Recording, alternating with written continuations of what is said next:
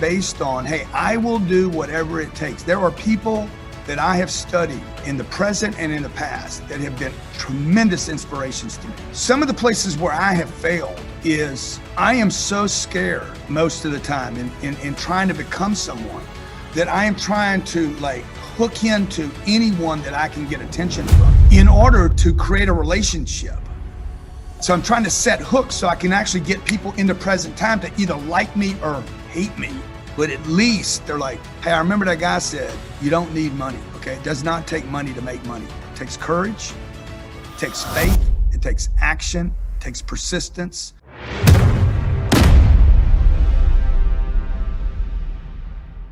Tell me, what was it like to have your identity stripped away, to go out with no money?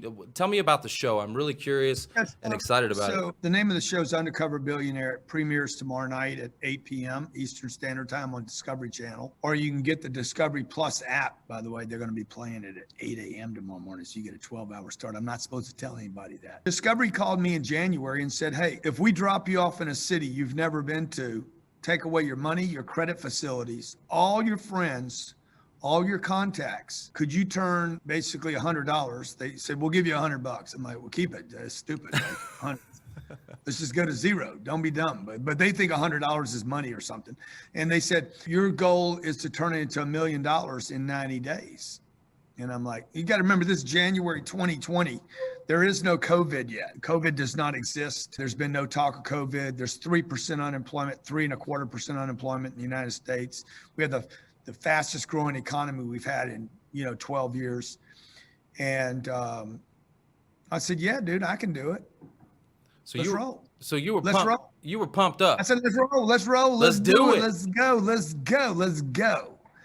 And I said, I just got to tell my family, that I'll have them out there, that I'll be gone about a week, and then I'll bring them out. And the guy called me up and says, bro, I don't think you want to bring your family on this trip. And I said, what are you talking about? He's like, have you watched the show from last year? I said, no, I didn't watch it. I heard about it, but I didn't watch it. I said, whatever he did, dude, I'll do 10X that. He's like, what do you mean? I said, let's do $10 million in 90 days. And as long as you drop me off in a city where they speak English, I'm going to hit a $10 million business in 90 days. I've been thinking about this for 30 years about doing this. If you guys are going to follow me around and document it, you're going to make me a damn, like a legend, a living legend, if I can pull it off. So I said, let's do 10 million, pick the city, and let's roll. And he's like, you should go watch the show first. So I did. I went and watched it, called the guy right back. And I said, hey, I'm in. My wife's in, the kids are in, where you want to go, when you want to go. But I said, one condition. I said, I want to bring $1 million in cash to the president of Discovery Channel and drop it on her table and bet her $1 million in cash that I can pull this off. You're bold like that, man. I got to tell you. So, okay, what was the first thing that you did? Like they dropped you off. You got this $1 million bet, right, with Discovery Channel. And you got nothing. You got $100. Did they give you a car? Did you get anything? Well, let me just explain one thing, because some of your audience right now is watching this saying, dude, the guy's so cocky and he's so noisy and he's so freaking brash, and I hate that. But what you guys don't understand is I use that and this opportunity to tell my story, okay? And that is worth way more than money. So the fact that I controlled this pitch with Discovery is a sales game. It is a marketing and a branding game. So don't get confused by the brash and the noise, and pay attention to the lesson, because what I did was control the game with them and have a story to tell you today, so that this will be worth more to me than a TV show. Because if I can pull this off, it'd probably be good for my business. If I can't pull it off, it's not going to be good for my business. But the reason I bet the $1 million was because it puts pressure on me, and it puts pressure on me to perform. And so now, to the question about what's the first thing I do. The first thing I do when I they drop me off in a town called Pueblo, Colorado. I'd never been there before. My older brother died about 5 hours from there in a town called Grand Junction when I was 20 years old. He was 25. So I'm literally flying over. I'm like, that's Grand Junction. I'm in my plane. Like, I can see it on the map. Where are we going, guys? Like, and I know how much fuel we got on the plane. So I'm like, okay, well, we're going to be in Colorado. I said, are we going to Grand Junction, Colorado? Because I'm like, that's where my brother died. And they're like, no, we're going to Pueblo. And we were on the ground 15 minutes later. When we hit the ground, the first thing I did was I went to the bank. I traded my $100 in for a checking account. Now, I'm not going to tell you why I did that, because you're not going to understand. Most people won't. You might, but most people won't understand it. But I needed to go to zero as fast as I possibly could so that I didn't become a manager of money. And I watched Glenn the first year. If you guys didn't see Undercover Billionaire last year, a guy named Glenn Stearns, he spends the first 3 or 4 days managing money. I didn't want to do that. I wanted to basically take myself to zero as fast as I could. Every business that I own today, I built from zero. No money, no loans, no government handouts, no help, nothing. And so it's a thing that I do called going to zero. I've done it many, many times in my career to build my business and to keep me hungry and focused. Well, I'm curious because, you know, the whole premise is they take everything away. So really, you're going into the situation with everything that you know and everything, all your experiences that you've done. So what do you think is more important, what you know or who you know? You think what you know in life, like what, the knowledge that you've carried along, or who you know, the connections, the people, here's the deal. It's a great question. Nobody's asked me that, by the way. Well, this is the Who You Know show. It's the Who You Know show. who knows me is more important than who I know. Number 2, who I know. And number 3, what I know. But you got to understand, bro, like the game is this. I have to take on another identity. So number 1's out. Who knows me does not help me anymore. It hurts me. If somebody identifies me as Grant Cardone, I cannot do business with them. So I cannot use any of my contacts. You had to shave your head, and Discovery didn't know how many people know me. You know, I kept telling them, I'm like, how am I going to go? Where are you dropping me off? Like, and they're like, we're going to pick a city. I'm like, yeah, but how am I going to run around that city and not be known? They're like, what do you mean? I'm like, I will be discovered. And they're like, oh, you so famous. Like they thought, oh yeah, you think you're so famous. I'm like, okay, whatever, dude. Literally 10 minutes later, I'm in LA. I'm in Beverly Hills having a coffee with these guys, having lunch, talking about the show. And a guy about 24 years old walks in, Uncle G, what you doing? Did you set that up? I said, no, man, that happens. They said, would this happen in smaller cities? I'm like, it will happen in any city in America. yeah. Some kid is going to know me, and because I'm there every day. Well, they never believed that until we got in this deal. So 3 things, okay? Who knows me is more important than who I know. Second, who I know. But look, I can't call on anybody I know. So they took all that away. The first 2 are gone. Right. So the 3rd thing I'm left with is a strategy, what I know and who I am. And you've been thinking about this. The strategy, right? Yeah. So now look, if a guy gets dropped off in this scenario and all his businesses was raising money from other people, or his daddy gave him money, well, he's fucked, because that ain't this game. You got no money. And I knew I'm at a severe advantage in this show, because I built all my businesses from nothing. I'd never built a $10 million business in 90 days though. And I never had cameras following me around, which is a problem most of the time. It's not helpful. It's a hinder in most cases. What was the hardest part for you? Because I was actually in the Clubhouse app in Glenn Lundy's room earlier today, and Elena was in there, and she was telling a little bit of the backstory of how hard it was for you. What was the biggest challenge? Was it being away from your family, or what was the biggest challenge for you? Man, this thing was psychologically and emotionally, physically and mentally the most exhaustive single thing I've ever done in my whole life. You know, some things are painful, and some things are painful because they remind you of other times of your life. It reminded me of being broke. It reminded me of not having a clue. It reminded me of when I was 20, 29, 30 years old. I was calling on businesses around America. People wouldn't see me. They wouldn't answer my call. It just reminded me of playing below my game, not knowing what I'm doing, dude, being in doubt every day, not having family around me. I was lonely. I was isolated. I was scared. I was cold. I was hungry. I don't even know if the show is going to show how ugly it was for me. So let me ask you this. So I was pissing in bottles. I didn't have a place to piss. So like literally, like I don't know what they're going to show. The first 3 nights I lived in a place without a heater. So let me ask you this. So what advice would you give to somebody who maybe going through a similar situation, like let's say you had a job seeker who was at the top of their game, maybe a CEO or senior level executive who maybe has kind of lost it all and found themselves because of, unfortunate circumstances to be in rock bottom, to kind of like what got you through those moments? Well, the difference between me and that guy's trying to get back to where he was, and I was trying to build a $10 million business in 90 days. He's feeling sorry for himself, and I didn't have time to. So I would tell him or her, you're trying to get back to where you were. You need to go to zero. You need to get rid of everything. Get rid of your house, get rid of your cars, get rid of your old briefcase that you have that reminds you of who, you were an executive. Get rid of all that. Get rid of everything you have.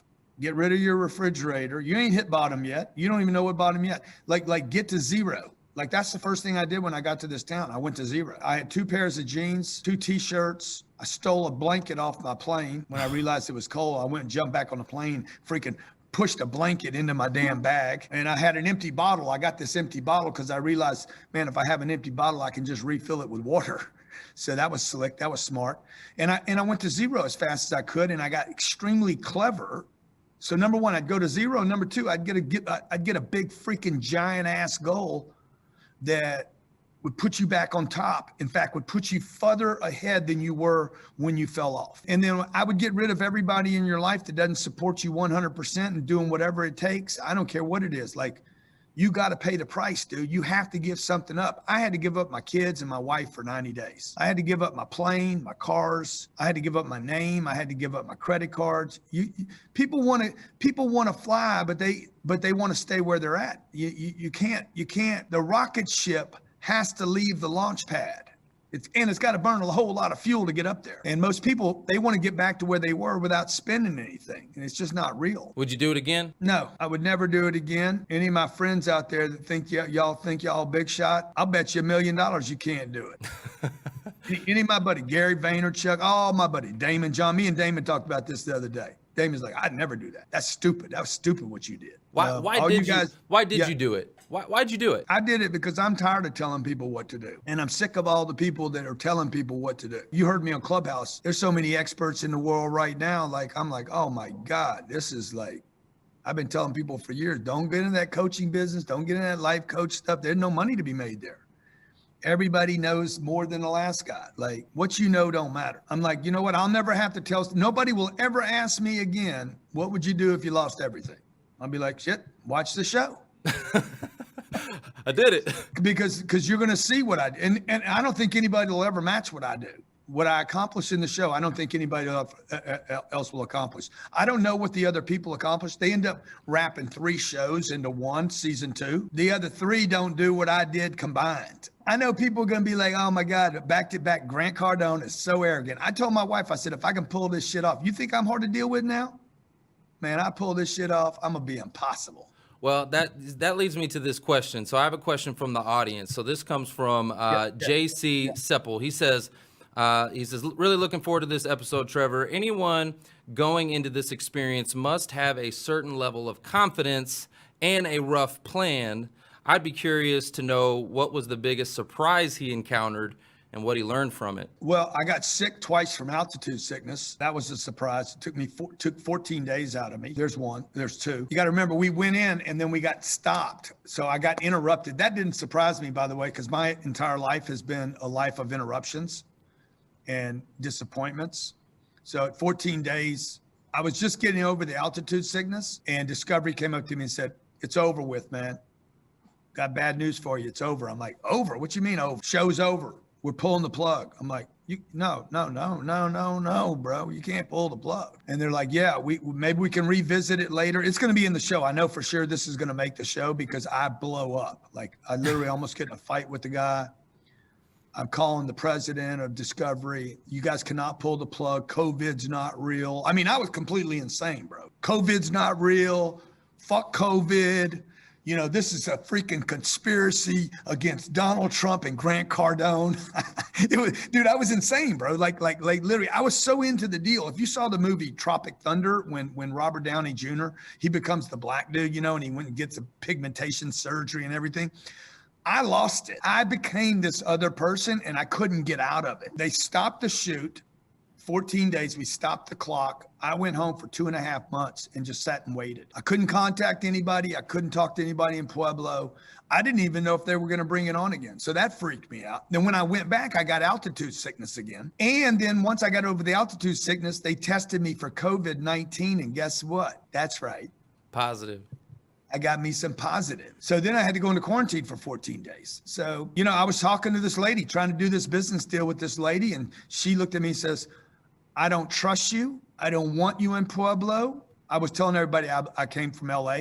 We don't want people from LA here. I mean, the lady was so mean. It was unbelievable. There's another guy that I met. I was doing a pitch to, straight up just would not do anything with me. So that kind of stuff doesn't surprise me because I've had thousands of people not want to do something with me. Pueblo's full of super nice people, but the town's got a lot of poverty. The town's got a lot of people that are comfortable. It's either you have something there or you don't. The other thing that surprised me is the problems with the crew. Like, I'm used to not getting along with people, you know, but dude, not only did I had to fight Pueblo and the economy and COVID and the government, I had to fight the crew. Like it was like. What was the biggest challenge with the crew? What were they doing? They just want me to drive a certain way. Got you.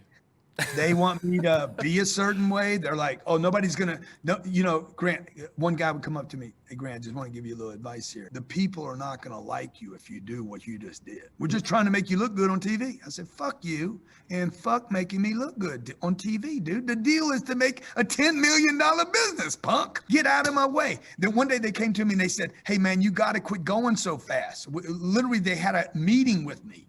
It was a Thursday morning. They said, we have to have a meeting with you. I'm like, I don't have time for a meeting. Turn your fucking cameras on, recharge your batteries, get your union guys off their asses, quit eating your granola bars that I don't have access to, and let's go. And they're like, no, we have to have a meeting. And I'm like, what's the deal? Bro, you're killing the crew. You're killing the people here. We're killing equipment. You're damaging people and equipment. Like, you're moving too fast. And I'm like, yeah, that's the real deal, bro. You guys want to do the Undercover Billionaire show? Fucking get your shit together. Let's roll. That's what this really is, man. And I forgot because I got a timeline, right? I'm at 86 days, 85 days, 84 days, 83 days, 82 days. You know, this is how I make my living, man. My company is around educating companies on doing bigger stuff. Like, this isn't just a show for me, it's my brand. So a lot of conflict between me and them, you know. I missed my family. That was terrible. Like it was a tough deal, man. Yeah, I saw that clip. You looked very emotional about your family. I was beat up, bro. I got beat up a lot. And then I'm living on beans and rice. Yeah. Shit. What did you do for food? What did you do for water, food? Where'd you live? All that good stuff. I can't tell you that shit. You can't tell me? I can't tell you that shit. But, you know, I went vegan, and the problem, I went vegan before this deal, and the problem with vegan is shit, vegan's expensive. So I went from vegan to eating wieners again. You know, everybody eats dick, you know, when you're coming on the come up. You know, you gotta eat the wiener. Why'd you lick your lips when I said that? Nah, man. Look, so man, go back and watch the clip. Look, man. I probably, you know, I should have been a little bit more clear. I guess no, I should have been a little bit more clear. So this show is it's a faith-based ministry show, and so. Oh, dude, I didn't know that. I am so sorry. Please cut that out. Are you live right now? Yeah, we're live. Oh, we're live. Dude, I am so sorry. I apologize. No, that's okay. That's okay. You know, I apologize so much. I am so sorry for that. We're here to rebuild people and so yeah. You know I'm playing, man. I am so sorry. Uncle G, I love you, man. I do. You know that. Yeah. Well, I appreciate you having the tolerance of my ignorance and my playfulness. No, it's you know, that's on me. Now I'm gonna take that. That's on me. If it wasn't huge, that's a huge example of responsibility, which was part of making this thing work, was being extremely responsible for everything from the economy there to COVID to altitude sickness. Like, I didn't blame anybody for anything. Like, I just knew that I was in the pressure cooker of my life, which I think a lot of people are going through every day with their families, trying to figure out. I remember I was 16 years old and my mom, all I could see was my mom. My dad died when I was 10. And not having a man in my life like created a lot of chaos for me in my life because I didn't have direction and guidance. And I didn't have a faith-based group to be part of that would be like, dude, you know what? That's not okay. And so I created a lot of looseness in my life that I have learned how to kind of operate with. But my mom was scared all the time. She was a good person, great mother, hard worker, but she did not know how to bring money in. So she was always in defense mode on the money game. I told her when I was 16 years old, I said, one day I'm going to learn enough about success and wealth and money so that this never happens to the people around me. And so I'm hoping in the show, people learn that, you know, there is a way to get out of the hole. There is a way to get out of the problems, and it takes action. You know, it takes the faith of a mustard seed is one thing, but action without works. What is the saying? Action without works, faith without works. You know, like the old book, Think and Grow Rich. You ain't gonna think and grow rich. It's a great title for a book. Right. You got to do and grow rich. Yeah, we talk about that all the time. You got to take action, and you got to, you know, apply and, you know, get out of your comfort zone. And so, you know, again, I appreciate you coming and spending some time with us, Uncle G. This is actually our third year doing the Who You Know Job Networking show. And this is our anniversary today, our anniversary show. And, you know, hey, it's the first show of the new year. So, man. Look, again, I want to apologize to your audience, man. Like, no, listen, you know, let me just explain something to you, because this is really good for your audience. It's good for me. It's probably good for you. Look, when you're trying to get the attention of like I have a mission, and I have some examples in my life that I've studied, people that weren't alive when I was, people that go back in history. Jesus is one of them. Left his home, left mom, left dad, went out. Nobody would listen to him where he lived. He had to leave town to get anybody to listen to him. My whole life is based on, hey, I will do whatever it takes. There are people that I have studied in the present and in the past that have been tremendous inspirations to me. Some of the places where I have failed is I am so scared most of the time in trying to become someone that I am trying to like hook into anyone that I can get attention from in order to create a relationship. You know, you don't really know, you know, when you're dropped into a new environment. I've done, I don't know, 19 interviews today or something, like who I'm trying to get people's attention. I'm trying to grab their attention long enough that they remember, hey, you remember that guy? You remember that guy? What's that guy's name? They're not going to remember my name, right? So I'm trying to set hooks so I can actually get people into present time to either like me or hate me. But at least they're like, hey, I remember that guy said, you don't need money. You don't need money, okay? It does not take money to make money. It takes courage, it takes faith, it takes action, it takes persistence. And so the beautiful, most spiritual thing happened to me on this adventure was that when they took everything away from me, I realized I had such a spiritual moment of knowing, oh, wow, nobody can hurt me. I don't have my name. I don't have my identity. I don't have my credit. I don't have my family. I'm still me. I am still all the gifts that I have, all the gifts that I've developed because of the work that I've done on myself are still me. So I really appreciate you, you know, turning the show on to your audience. Yeah, there's 100%. there's a lot of F-bombs in this show. I'm gonna tell you right now. Like, I told them before I did that, I said, look, guys, like, I got to tell you, when I get scared or I get excited, I tend to curse. Hey, parental advisory. It's all good, man. It's all good. Nothing but love for you, Uncle G. Like I said, that you know, you've helped me in so many ways, and you don't even know it. And so that I take accountability on that for not at least setting the stage up in the proper way. I didn't get the opportunity to talk with you right before the show, but it's all good, man. I appreciate you, and I love you so much, man. All the love for you. Appreciate you, brother. Appreciate you. 100%. Thanks for listening to the Who You Know Show podcast. My name is Trevor Houston, and if you've enjoyed this episode, consider subscribing wherever you listen and leave us a positive review to help us keep the mics on in the studio. Until next week, that's the show. It's all about who you know.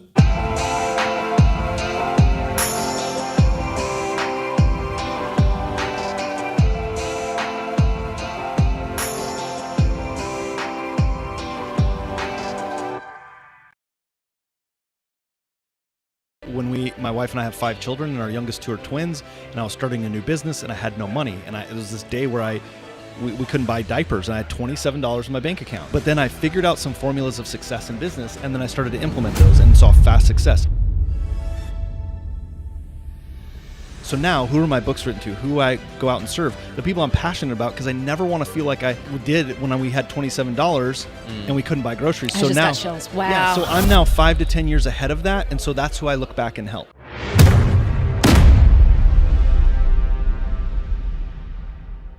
Welcome to the Who You Know Job Networking Show, where what you know is important, but who you know? Who you know can make all the difference in your business, career, relationships, and life. We are here at Video Marketing World, and this episode is brought to you by Real News PR. Shout out, Sir Crilly. Shout out, your one-stop shop for all things professional studios. We make your podcast video content look great. You don't have to do any of the work. You just rock up and come do your show. Absolutely. And I'm super excited about our guest today because he was up on the stage, dropping the mics, dropping the fire. We've got Chaz Wilson in the house, Mr. Impact himself. Here he is. Mr. Impact.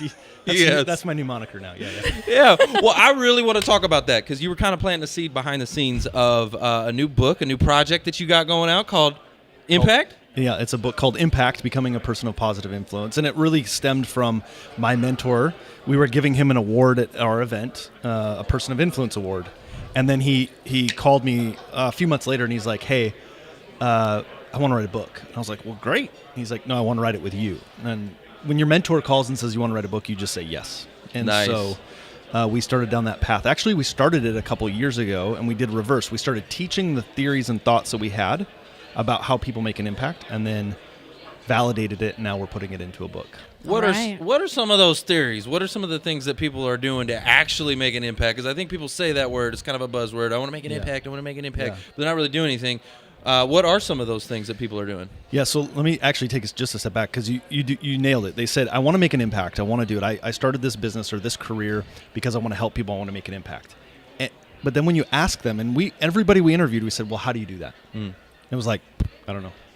I'll just do more of what I'm doing. So we went back and we dissected, and I have some interviews that I'm doing with some of the most influential people, which is like, it's hard not to be like awestruck because they're so influential in the things that they're doing, the impact that they've made. And we started to understand there were some characteristics, some behaviors, some characteristics of people. What's fascinating is when we broke all of them down, I'm kind of a nerd with this personal development stuff. Like I love how it all comes together.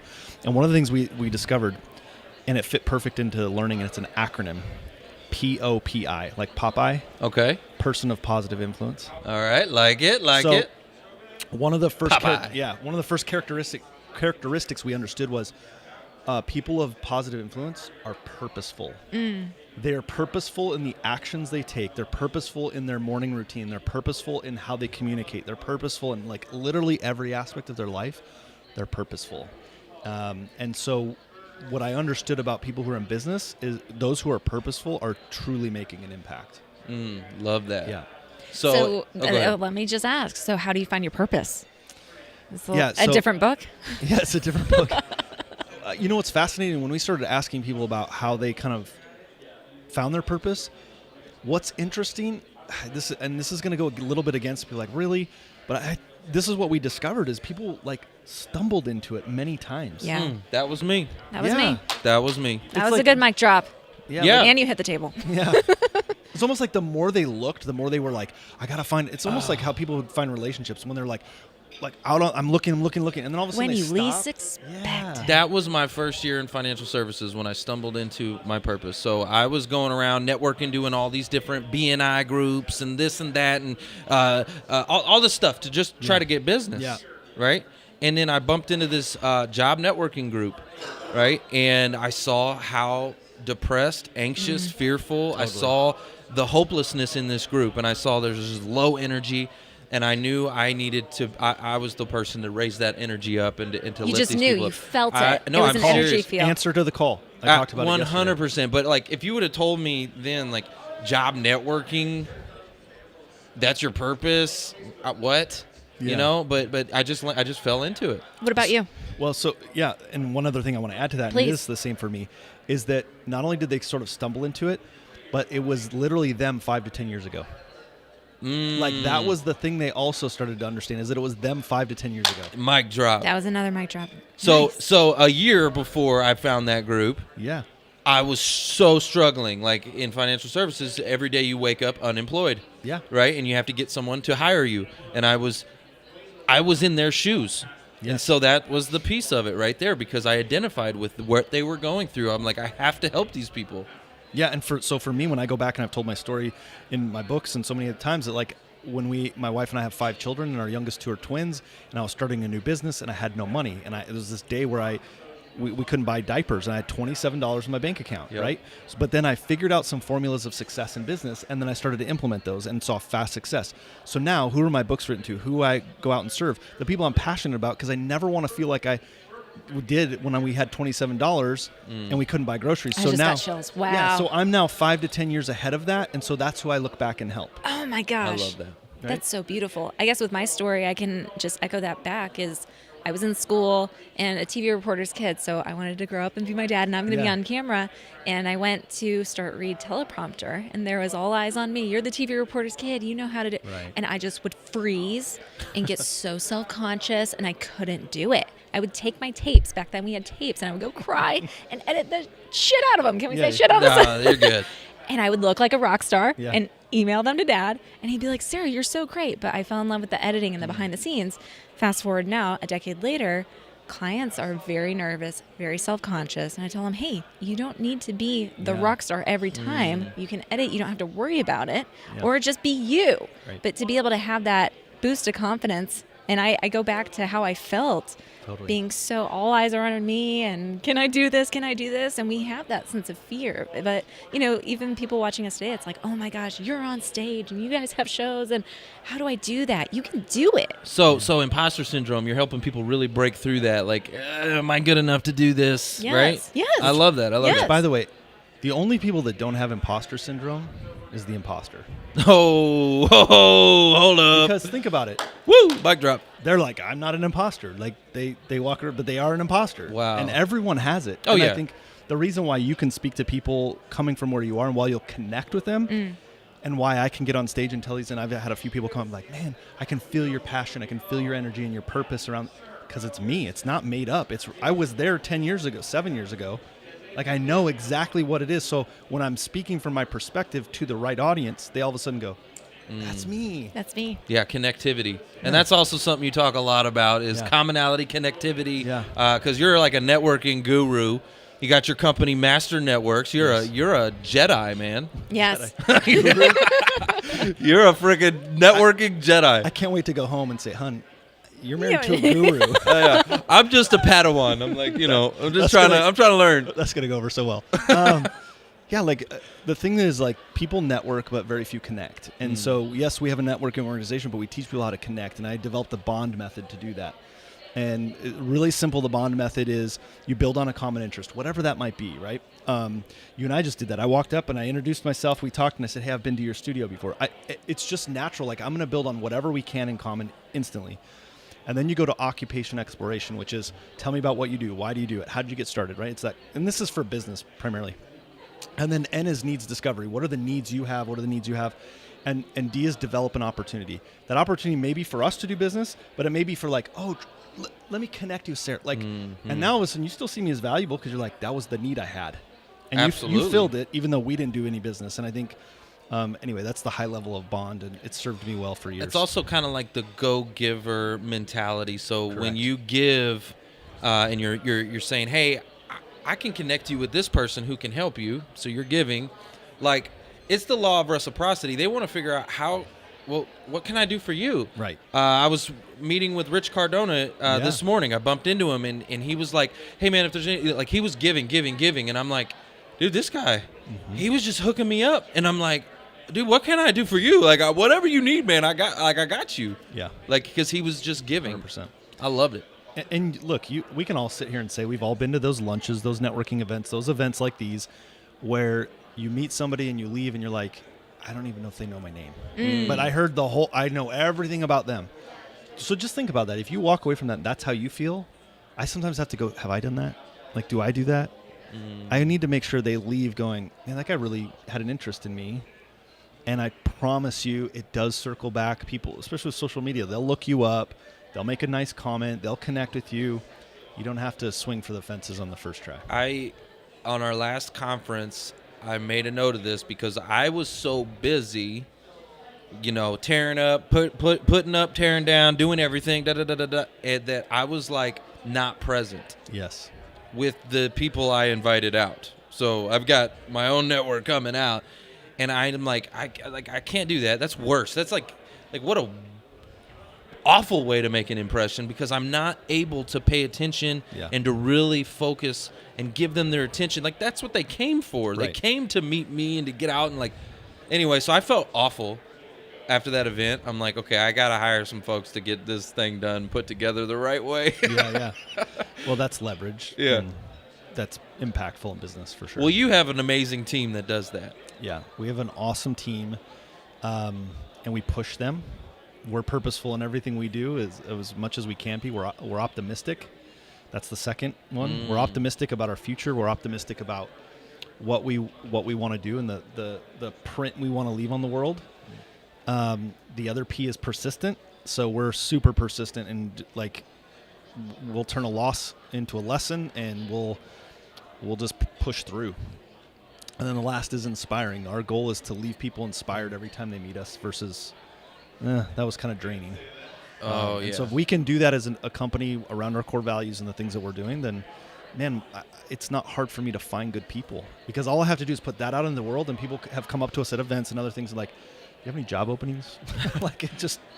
We don't hurt for finding people, which is... Take us back to the very beginning. So for those of us that are listening, and you're going to make an incredible impact, just like the people behind the microphones today. But who were you when you were, trying to make that first, you were saying you had how much in the bank account? $27? Yeah. $27 in the bank account. Now you have a team. Yeah. So what did that look like as you were building the momentum and adding the team from there? So for those of us that are sitting here and like, hey, someday I want to have a team, someday I want to scale, someday, but I need to get started today. Okay, I'm starting today and I'm starting a YouTube channel and, I've got this business and now I've got my mission and my content. What did that look like? And give us like an exact year. Like what year did that start? And here we are in 2022. Yeah. Well, I'll tell two really quick things. One is I think sometimes we see people and we like, oh, I want to be like, they're where I want to be, which is great. But you got to understand every expert was a beginner at first. Yes. And I have failed so many times. Let's go. In fact, I tell this story like hiring an assistant. I hired my first assistant because a coach told me I needed to. She was a client, liked her. She was great. She loved the business. Anyway, I hired her. A couple months later, I'm at an event, networking event, and they said, hey, did you know that administrative assistant's day is like in 3 weeks? I had no idea that even was a day, right?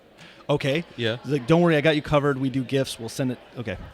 That's how clueless I was about what I was doing in business, right? But every Sunday night, I would go, oh my gosh, the pit in my stomach, because I know Monday my new job is to figure out something for her to do. Because I have no systems, no process, nothing. And so I go in Monday and I was like, I got to let this girl go. I just cannot do this. I'm terrible. And it's not me, or it's not you, it's me, totally me. It's not Anyway, and so she's packing up her box, crying, and I'm like, I feel like the worst person in the world. And then there's a knock at the door, and I open it up, and it's like this gift basket. Dude, I fired her on administrative assistant. No! Oh, that's a mic drop. Well, with that being said, think about how much time and stress I do. I feel for you, where it was like that was a full-time job, thinking of things for her to do. Right. When then you couldn't do what you needed to do. Right. So, oh man, of all the days though. I know. It was like, here's your parting gift as you walk out the door. Womp, womp, yeah, womp. Exactly. So I only share that because I think people see how we're growing all these businesses and they see a lot of success, but we have failed so many times. Absolutely. I've messed up so many times. But I think the thing is in that, so to go back to your point, I want to say probably in 2012, I realized that there was people way smarter than me. That wasn't that great of an epiphany, but there was a lot of people smarter than me who just do a really good job, and I needed to find out how to bring them on board. And you know what's interesting? I have people with me who've been with me since 2012, who when we started, I had a young lady who, she was working at the college making over $100,000 a year. And she came and she said, hey, I'd like to work with you. I love the mission you're on. I said, okay. She's like, make me an offer. I'm like 23 grand for the year. And she left and came to work with us. Wow. Now she makes more than that now, but she took the risk and the journey with us because I was able to, one other thing for Person of Impact, their message. I was able to cast and transfer a vision in my message of where we were going to go. And she's like, that's the train I want to be on. And take us back to that. What was the message and vision that you were creating that she left what she was doing to jump on board, and here you are? And mind you, this was like 12 months after that $27. Like, it wasn't like I was on the path. What I said is I have a vision that I know in this country, there are people like me who every night, husband, wife, boyfriend, girlfriend, whatever, they sit at a table and they go, I don't know if we can keep the lights on. I don't know if we can pay rent. I don't know if we can make payroll. And what I realized is they weren't one tactic away, they were one relationship away from changing their future. And I was going to create a platform to help people do that and change the American economy. Let's go. And how did you build that platform? One person at a time, which is crazy. And you've heard me say this before. What I realized one day, I'm a faith-based person. I realized one day, I was like, man, Jesus created a movement, and he only needed 12. You don't need a million followers. I might need 15 or 18. Look at all this microphones. You don't need a million followers. You just need 12. I don't need a million. And I have built this massive organization with like 16 original people. I love that. I love that. So was it difficult to find the right people? Yes. Yes. How difficult? I'll tell you why it was difficult, because I wasn't clear on my values. As soon as I became clear on my values, they became, again, this is in our book, Impact, the values are the guardrails. I know what opportunity to say yes to, what people to say yes to, and what to say no to. Now, because they either fit my values or they don't. And a really quick tip for those listening on because everyone's like, oh, I get it, values. I did too. I was like, that's something you put on your wall. Mission statement. Yeah, you have a poster on. No. These are our guiding, like literally our guiding principles every single day. And here's a really quick tip to figure out how to create your core values. Yes. Reverse engineer what pisses you off. Oh. Wow. That's good. I got all the mics. Wait, hold on. I left them all. Yeah, so I have business ones and I have some personal ones, okay. Right? So loyalty is one of my personal ones. And I discovered it was because I had somebody help me facilitate this, and they started asking me questions, and I realized I've had people lie to me, steal from me, et cetera. And I went, man, like, I am mad just thinking about that. Like, I'm triggered. I know it's but I'm like triggered. And I went, whoa, why am I triggered? They violated a value. So I just reversed that back and went, loyalty is my value, which is actually our family values. How do you know if someone's going to be loyal? How do you know if somebody's not going to be loyal? You don't. But here's the thing.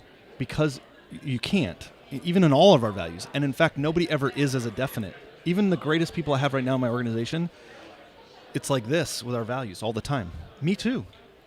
Right? Because you're human, you make decisions, you do different things.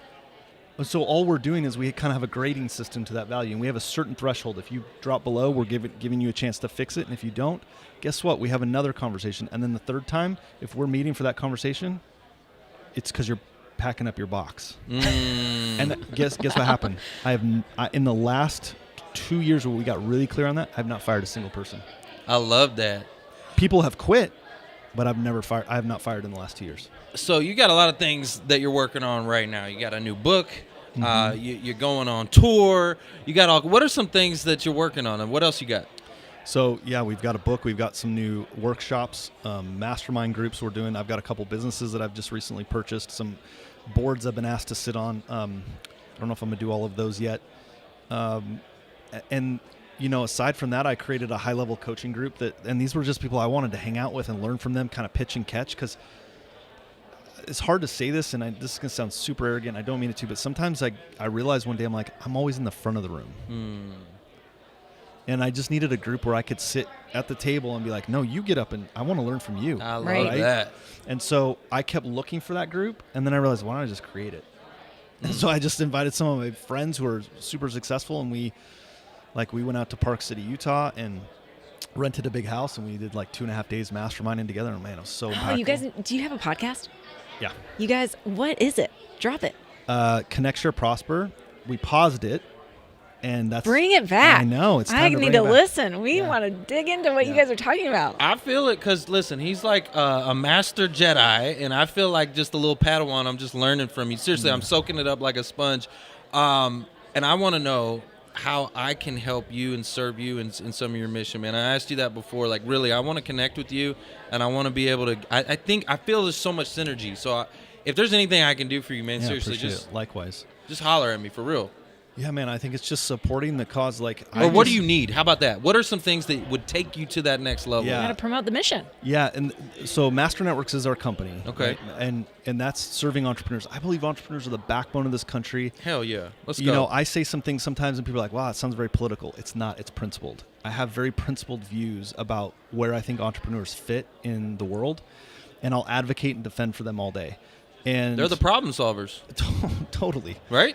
Yeah. Yeah. I mean, you'll see today. I'm actually talking about it today. One of the things I think in the future is evolving technology versus slow-moving government, and the entrepreneurs will solve the problem. And so what I'm asking for is people who are listening, who are anywhere in the U.S. where they want to help us expand the network, man, come join it. And it's just an amazing movement. Well, let's join the movement. Guys, I love it. I think, again, I don't even have any mics. Like, I got an empty bowl over here. No, for I real. almost grabbed something and threw it and realized it was Here, my I'm just phone. going to put that right there. Okay. Chaz, this is an amazing event. We appreciate you having us here, and I love everything you're doing. So let's connect offline and dive into this thing, man. Let's carry this to the next level. Well, keep spreading the message you're doing it because people need it. What's the best way for the audience to connect with you? Just go on social media, Chaz Wilson or Master Networks. You'll find me. Love it. Guys, that's the show. It's all about who you know and cash flow. Thanks for listening to the Who You Know Show podcast. My name is Trevor Houston, and if you've enjoyed this episode, consider subscribing wherever you listen and leave us a positive review to help us keep the mics on in the studio. Until next week, that's the show. It's all about who you know.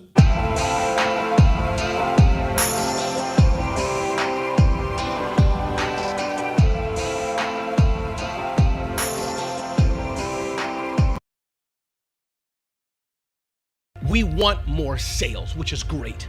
I'm a firm believer in stop trying to get more sales. Before you get more sales, build more trust. Before you get more trust, get more attention. So I'm a firm believer, attention, because if I don't get your attention, game's over. Attention plus trust, that then will equal more sales. So there's many different ways to $1 in successful business. Thank you, but that's my game. How can I get more attention from the people who I can serve, build their trust? Sales will come all day. People ask Ramon, how do you work with some of the biggest brands in the world? Because that.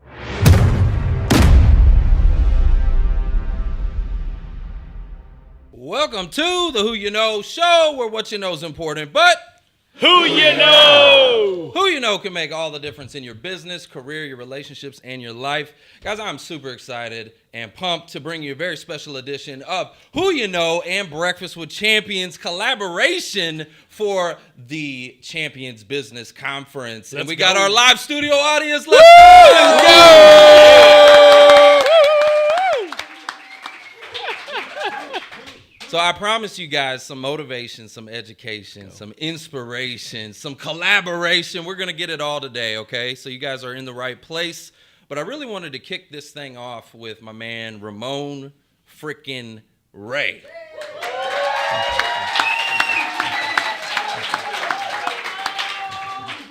So let me give you a quick intro for those of you that don't know or are watching online. Ramon Ray, he's an in-demand business growth expert.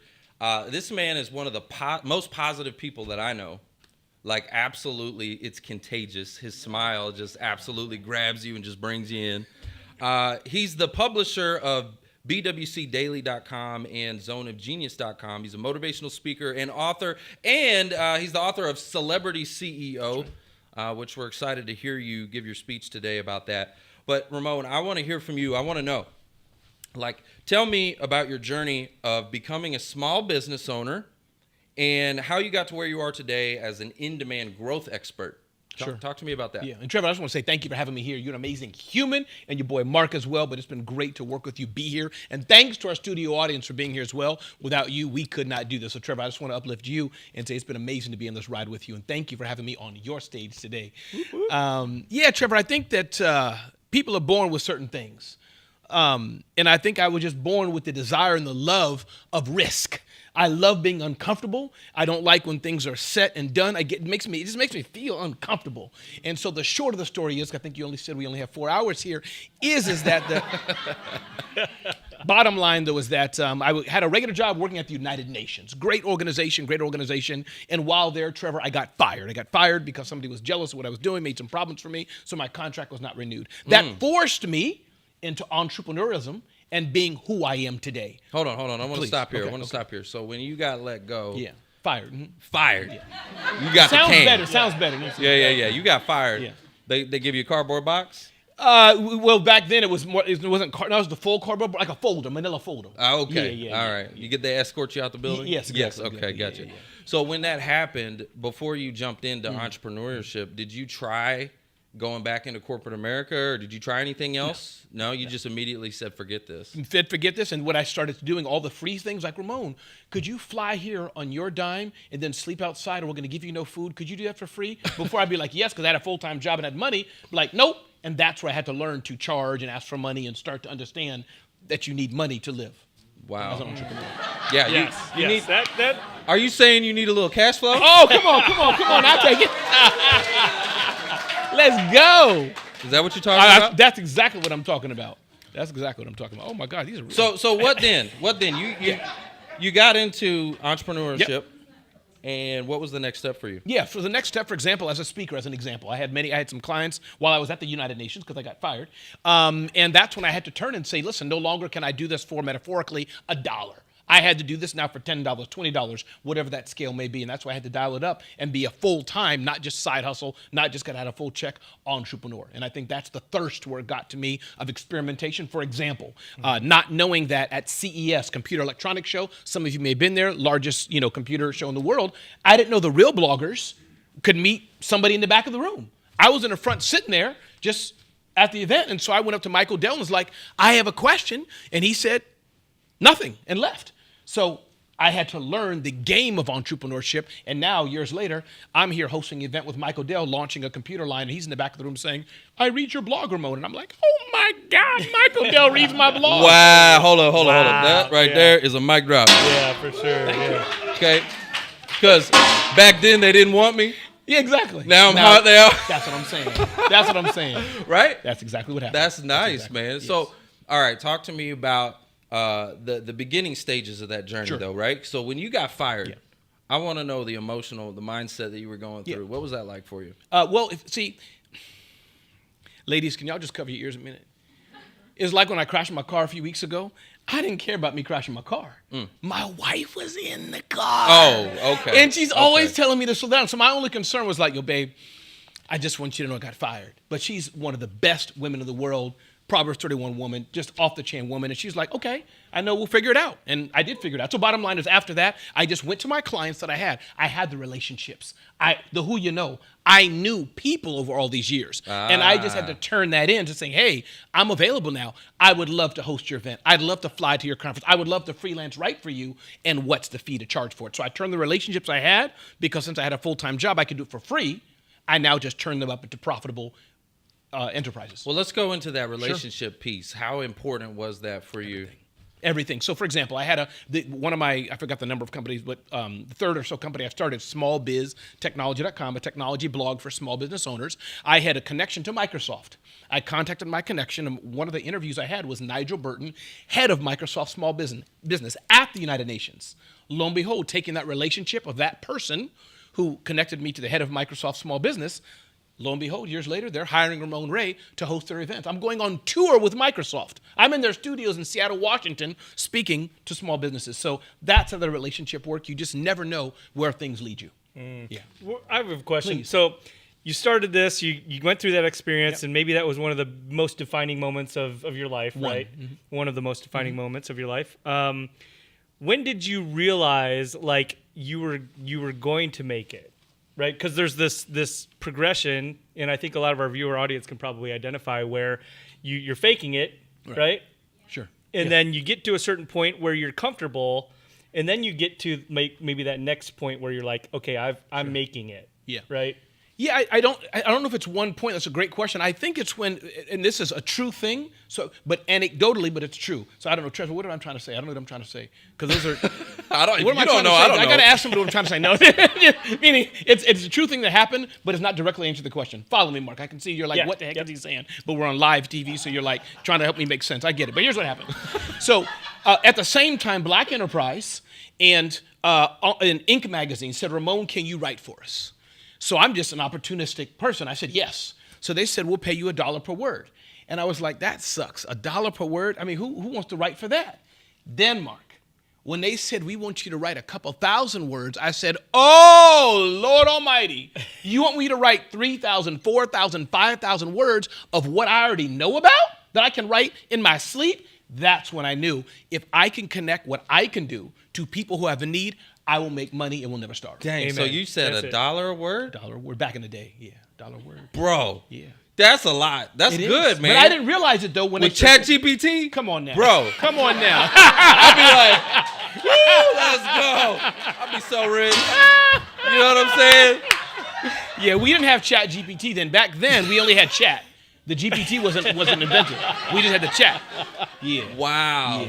Yeah. $1 a word. That's crazy. That's right. But Trevor, see, you think in today's, that. No, was no, that, I know. Yeah, okay. That was like the horse and buggy, you kerosene and all that. Yes. Okay, so you've built and sold some companies? I have. Talk to me about that experience. Started 5 companies, Family Computer Consulting Services, the ugliest logos in the world. You go to the business card place where you go there and they have the printer. So I had Family Computer Consulting Services, who were one of the clients I was in front of. United Nations security guard, big guy, like 8 foot tall, looked like Goliath on steroids. I'm sitting there trying to fix his computer, and the modem fried in front of him. It was the most miserable experience. So that company dissolved, literally.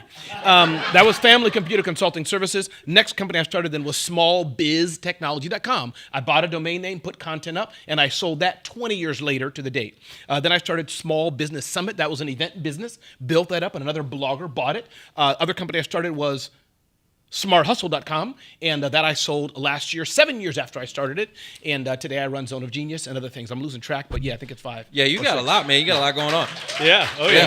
Thank you. Well, I want to know about, okay, so now you're the publisher of BWCDaily.com. BW. I know it's Dallas, but BW. Hey, we in the D-Dub, okay? It's the DF Dub. Okay, all right. Okay, all right. anyways. Okay. So tell me a little bit about what the vision is. Absolutely. For BWC. Thank you. I had to make sure that's good for you. So bottom line, Daily.com. as many of the people here know, because we are in this amazing community. Yes? Let's go. We're in this amazing community founded by Glenn Lundy of motivation, education, inspiration with a high dose of positivity where everybody has a seat at the table. This is what we do. A slice of personal development to help you live your best life. Woo, come on now. Let's go. Come on now. Let's go. Come on now. Let's go. All right.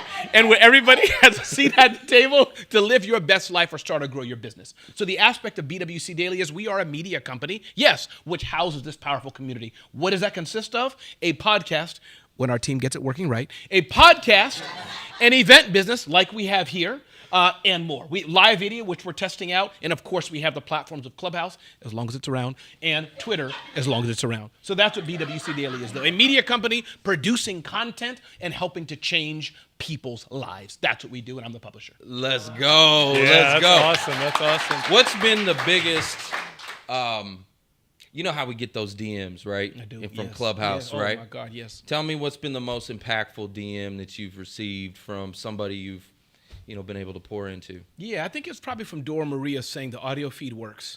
I think that was the most impactful. No, I was joking, messing with you. No, but I think the most I'm sorry, I couldn't help myself, Trevor. The most impactful was, though, I think the most impactful, and I do receive these emails, because as some of you know, you're on my email list, I say, I'm a real human, reply back to me. And people do. So I believe hearing an email from someone, legit, Trevor and Mark, saying, Ramon, I got this email. This helped me. Ramon, this segment today touched me. And or hearing from people, many of us here, we're a misfit group of jacked up people saying, I was going to commit suicide. I was going to do this. I felt this. And this community helped change my life. It's helped me. I'm leading it because I'm a recipient of it. It's helped my marriage. Paying it forward. Yes, paying it forward. So for me, knowing when I go out there and seeing somebody who's working somewhere, they don't want to be there, I'm like, yo, bro, what's up? Are you okay? How are you?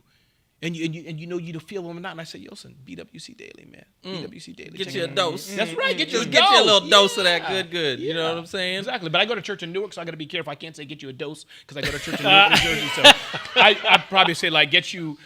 I got to say something else. So the celebrity CEO. Yes. Like your book. Please. Right. We got that out. That's what right. are some of the key takeaways that you can share with the listener and viewer Absolutely. audience on your personal brand, building your personal brand and your image? Yeah, great question. Here's the challenge, I think, Mark, for many of us smaller business owners, which is my market and my forte.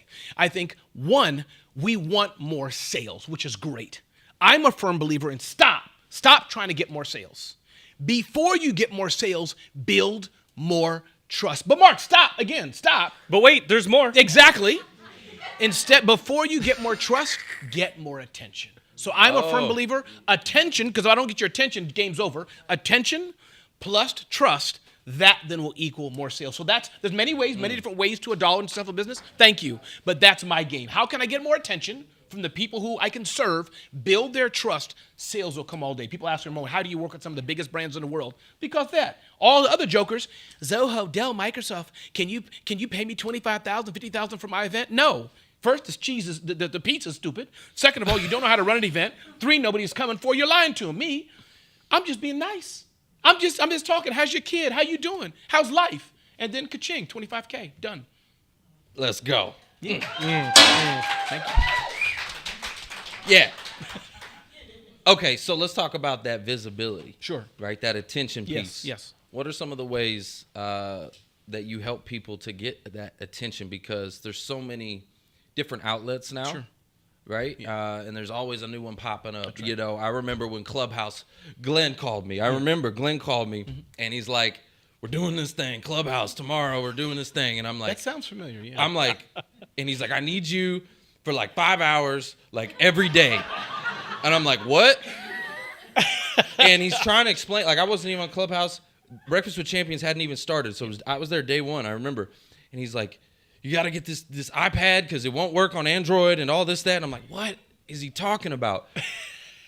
But it was like he just struck gold. Yes. It was like he found gold, and he was so excited. I was like, yes, I just said yes, right? Yeah. So anyways, but there's all these different new apps and social media platforms. How do you help people with that? Sure. Here's what I'm a firm believer of, Trevor. I'm a firm believer that no matter how many apps there are, no matter how much attention people spans go elsewhere, that I will always be me, you will always be you, you will always be you, you will always be you. As my friend Seth Godin says, I'm a firm believer.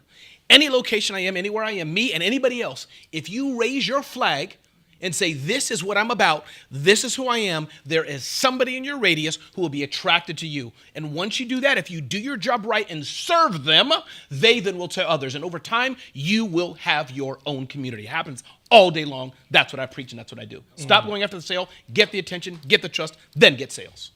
Amen. Yep.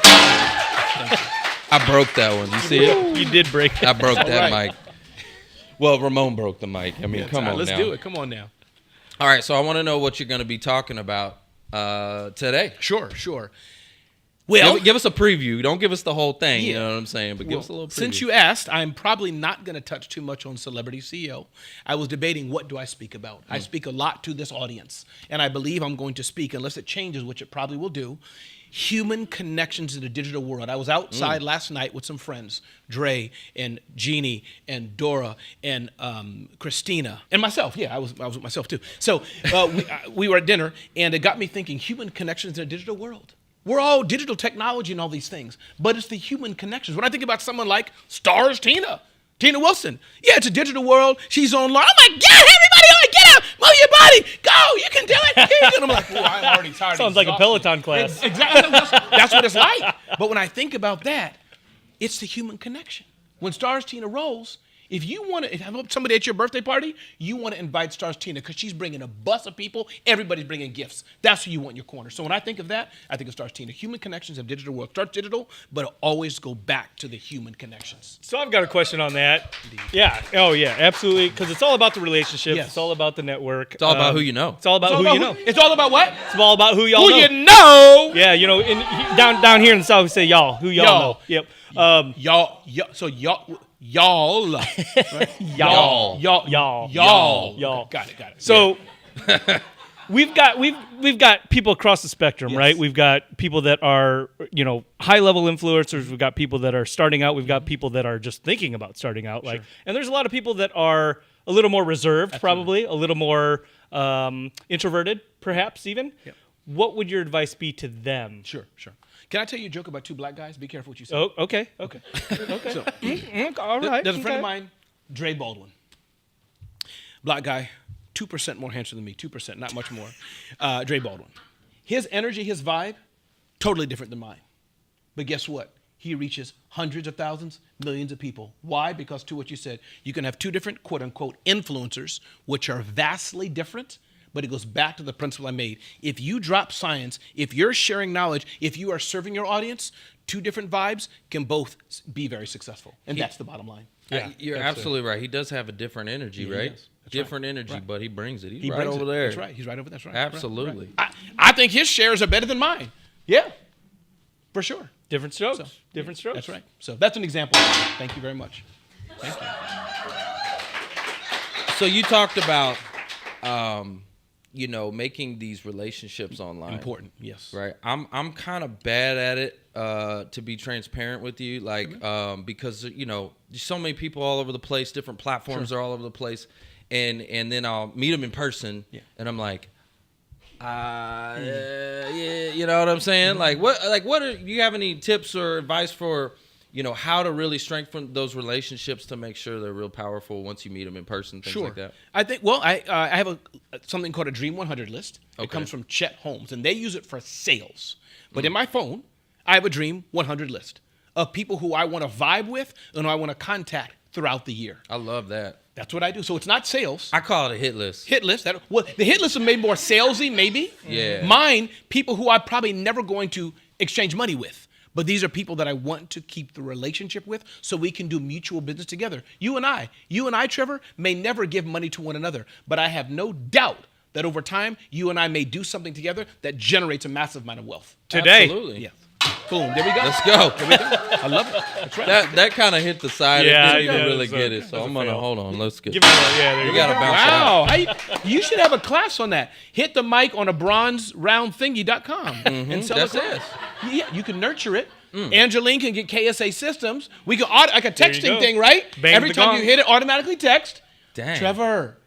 Dang, you see this guy? Bang the gong. He's making a business. Bangthegong.com. Bangthegong.com. Bangthegong.com. Yes. Let's go. But I don't, it just sound, let me just stop. It just, there we go. Bangthegong.com. Yes. We're running out of mics, man. Yes. And he can be a testimonial. I was on bangthegong.com and Trevor helped me. You should, and Trevor can, Drake can help us do an upsell, right? Click the little link. Did your mic break? Click here for $2.99. We'll send you another one. Come on, man. A founder and a member. Founder and a member. Bang the gong. Bangthegong.com. That's right. So you got a couple books, right? I do. 5. 5. Oh, jeez. All right, let's talk about that. How many of you in the audience are authors? Raise your hand if you're an author. All right, love it. Woo! Yeah. How many of you would like to be an author? Okay, cool. Love that. Let's talk about the process of becoming an author. And my question to you is, would you have used ChatGPT had it been around? For my 6th book, I will use ChatGPT. Let's go. Absolutely. Yes. In a heartbeat. Absolutely. Yes. And let me tell you why, Trevor. Let me tell you why. Some people, the world, I am not a very, people say I am, but I'm not a very deep, introspective person. You ask me how to use Twitter. Some people will, go off about it and all these. It's like you tweet, share, and be nice. That's it, and you grow a following. That's just me. I don't go very deep. So for me, going back to books, yes, what I say is important, especially Celebrity CEO. I have people who have that book and who have bookmarked it. I'm honored to say it.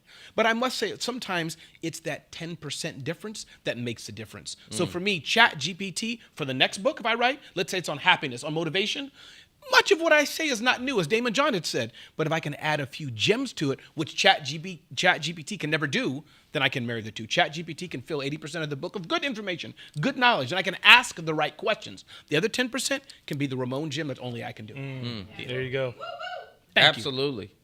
All right, so talk to me about back in the day before the Chat GPT. Like a year ago. Yeah. Okay. Yeah. Like a year ago. Yeah, like 2022. Yes. So what is that process like for you to become an author, to publish a book, to get it out there, you know, for someone like myself who doesn't have one? Yeah, I think it's 2 or 3 things. One, unfortunately, many authors focus on writing the book. They get gazing inside. Oh, it has to be this way, this way, this way. That's important. But for me, again, for my reasons, because I'm about attention and trust, I want the book to be a bestseller. I want to sell zillions of copies. So yes, what's inside the book is important, but I find that process is a bit easier. So chapters, what's the book about? What are your stories? What do you want to impact? Who do you want to reach? But the game of a successful book, as far as selling it, that may start a year ahead of time. Marketing? That's right, brother. Yeah. Build your list, build your tribes, get people to buy 50 copies, 100 copies, 200 copies, things of that nature. Before it's even written, before it's even out. Come on now. Hey, but that'll also give you an incentive, right, to get it done. That's right. Because you got a whole bunch of pre-sold, right? And you're like, you don't want to let them down. You don't want to. That's right. Or once refund their money or once whatever. you see those sales, that's an incentive. You're right. You'll get the book done. It'll trigger. Yeah. Because you can use ChatGPT and do it while you're banging the gong. Let's go. Yeah. What would you say one of the things a mistake that you made in that process? Anything that you would have done differently? Oh, for sure. I think we learn from many of the people out here who I've learned from. But I think the aspect of, as far as books are concerned, not building my funnel, not building my pipeline fast enough. You know, again, because you're learning. So my next book, I will definitely be reversing engineering the game a lot more. What is the next book? To tell you the truth, I don't know yet. But I know I have to write into the book because people are asking me to. So it'd probably be something about motivation, happiness, positivity, or networking. I was at the airport. I just turned around and smiled at a guy, and he thought I was weird, which I am. But I smiled at him. Lo and behold, this guy, Trevor, random, and I do this everywhere I go. Everywhere. You know how many people I've met in airplanes, even in bathrooms. You stand by the... Let me just stop. But point being is that's a true thing. But I turned around and said, hey, my name is Ramon. How are you? What brings you to Dallas? Lo and behold, I'm going to leave out the company name. His company was sold to a $1 billion company that all of us know, that's, you know, on the street corners, a pharmacy type company, $1 billion company. Do you know what that's like, Trevor? That means I'm connected to a guy who has a startup that was sold to $1 billion companies. Second thing, I started telling him about Breakfast with Champions and video. He used to work for 12 years at a major, I'll call this a media company, just because I said hi and smiled and connected. That's it. And I do that everywhere I go. And today, actually, part of my talk, a lady DM'd me on LinkedIn and said, Ramon, you may not remember me. She said, you gave me your card. We chatted on the plane. And I want you to know, because of what you said, I'm now building my speaking business. Random, Trevor. You can't beat that. Let's go. What did I tell you guys? It is like the most positive, just like it's contagious. You know, his energy rubs off on you. Right. So I wish there were more people like you, more light in the world, just shining, because there's just so much negativity out there. You see on social media and just everything and politics and right? Yes. We need more people like you. So keep doing what you're doing, man.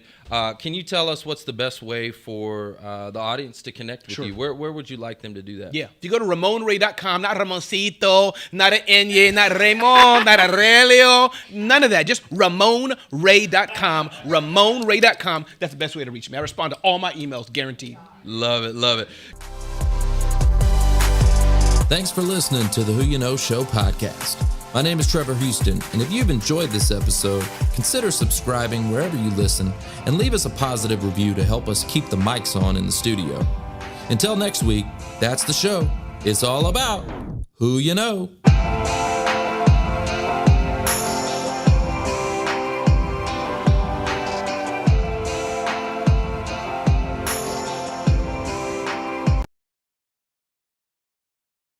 The money that you're being paid is actually only the number one factor in career happiness for 38% of people. It means there's a whole lot of people for which it is not number one, or number two, or number three, and there's about 8 motivating factors that we could talk about if you want that encourage anybody at any time to pick a new job. But money is only one factor, and if you go to a conference where what you're hearing is success, money, then you start putting all your energy towards doing this thing, but you end up feeling stuck because that you might want more impact in the world. You might want more flexibility in your life. You might want to be able to be philanthropic and have a mission that you care about. There's all sorts of things.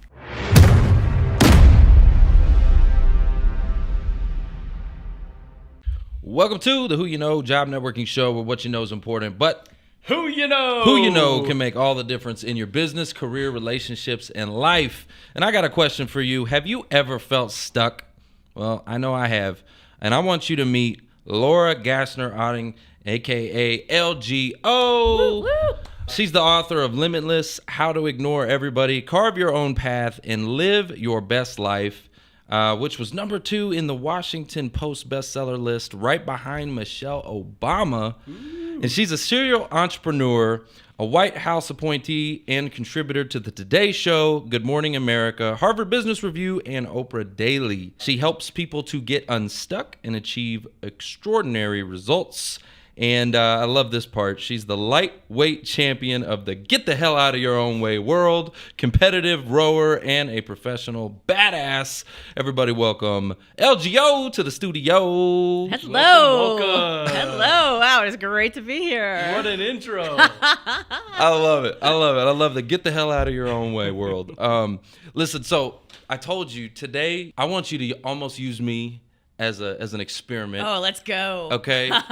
Because I'm stuck. Okay. Right? I think Mark knows. I've been going through hell and back recently, fighting fires all over the place. My personal life, my business life, just all over the place, and I'm stuck. I recently went to the 10X Growth Conference, and it was like, there was just all this growth mindset all around me, and I just realized how small I'm playing. And I don't know. I'm like, what's the next move? Where do I get started? And I just feel stuck. Yeah. And you're like, this is right on time. That's my jam, man. You're right on time. So Perfect. Welcome. Thank you. It's funny. My next book, Wonder Hell, is actually about exactly this moment that you're in. So Wonder Hell is based on this idea of, oh my God, it's amazing. It's incredible, exciting that I've had a little bit of success. It's wonderful. And also, in that success, I saw a version of myself. Maybe I saw a version of myself at this conference of how much more I could do, how much bigger I could be. And now I'm filled with anxiety. I'm filled of uncertainty. I'm filled of doubt. I'm filled of imposter syndrome. There's burnout. There's exhaustion. It's wonderful, but it's also hell. And Wonder Hell, Trevor, is the space in your psyche where the burden of potential walks in and goes, hey man, what you got for me? Are you going to live into this newfound you that you didn't even know existed last week, last month, and last year? You're going to let it pass you by. And here's the good news about Wonder Hell. Wonder Hell only shows itself to people who are worthy of it. Ooh. Because that imagination, that you just saw, you wouldn't even see it if you couldn't accomplish it. So you're in a moment that's actually an uncommon moment for everyone, but a common moment of people who are worthy of it. And when I found myself in Wonder Hell, I talked to 100 different glass ceiling shatterers, Olympic medalists, startup unicorns. And I was like, how do I get out of this moment? And they said, you don't get out of it. You just learn to live in it. Because on the other side of this Wonder Hell is another the one. Next one. And if you're lucky, the next one after that. So I don't know that I would say you're stuck. I would say you're actually at this portal of everything that you can be if you choose to see it as opportunity and not as threat. It's an invitation, not a limitation. Ooh, Where 4 or 5 mic drops. I know. Just right there. So Right? 4 or 5. normally, and I don't know why we don't have them. It's my own fault. We normally have these little plastic mics and we drop them.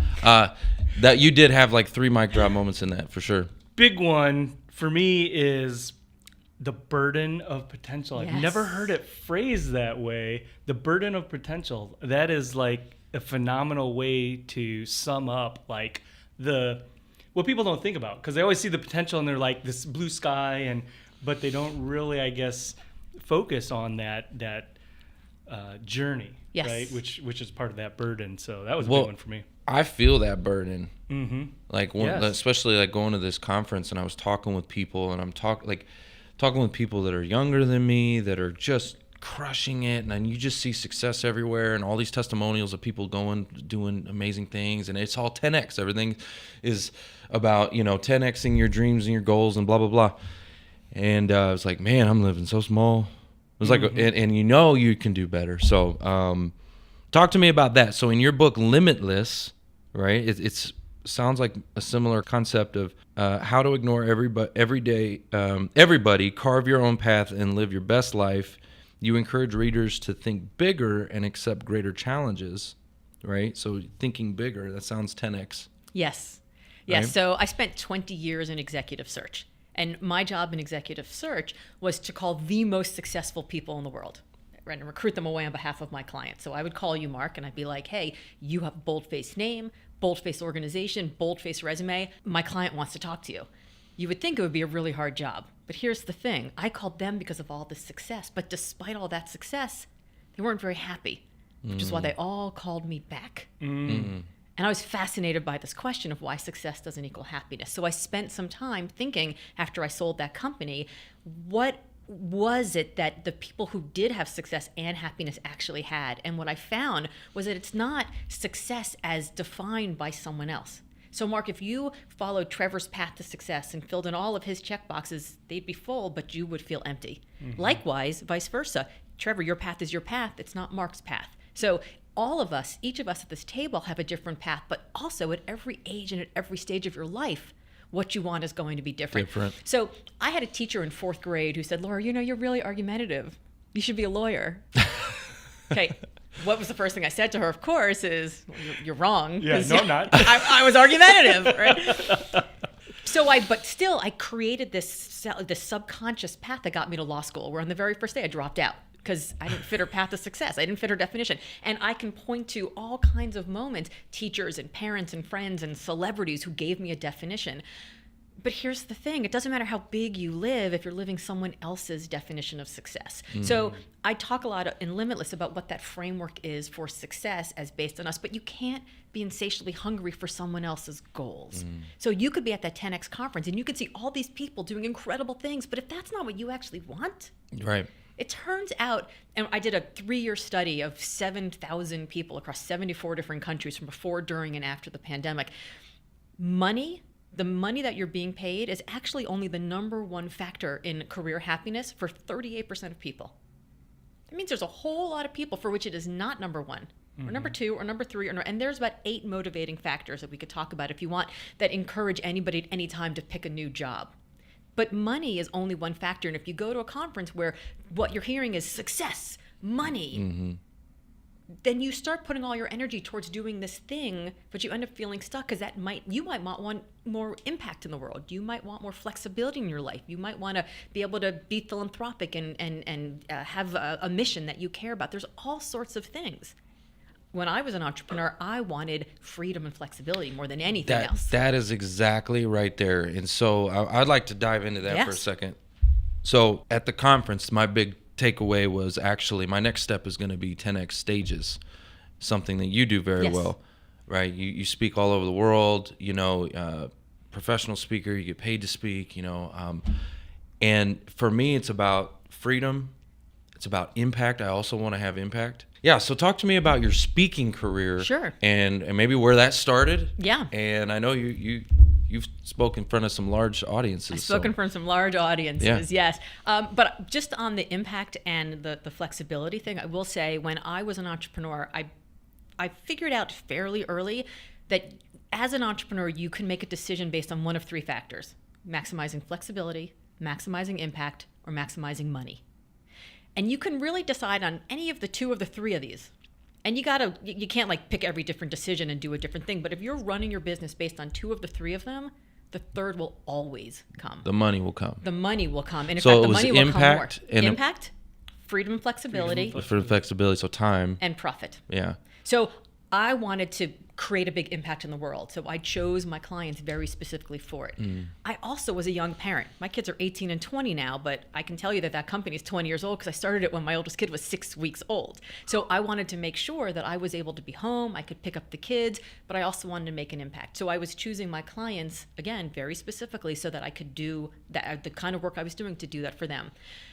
But I ended up making more money than I'd made in the big firm that I left in my Jerry Maguire moment to start my new one. And I made more money in the sale of that company than I would have if I hadn't done it that way. So because we ran the company very specifically with integrity and impact in the way that I wanted, the company grew. I mean, you've interviewed enough people that when you're sitting across from somebody who's they're kind of faking it. Like you can tell if they don't have a lot of integrity. You can tell if they're chasing false gods. You can tell.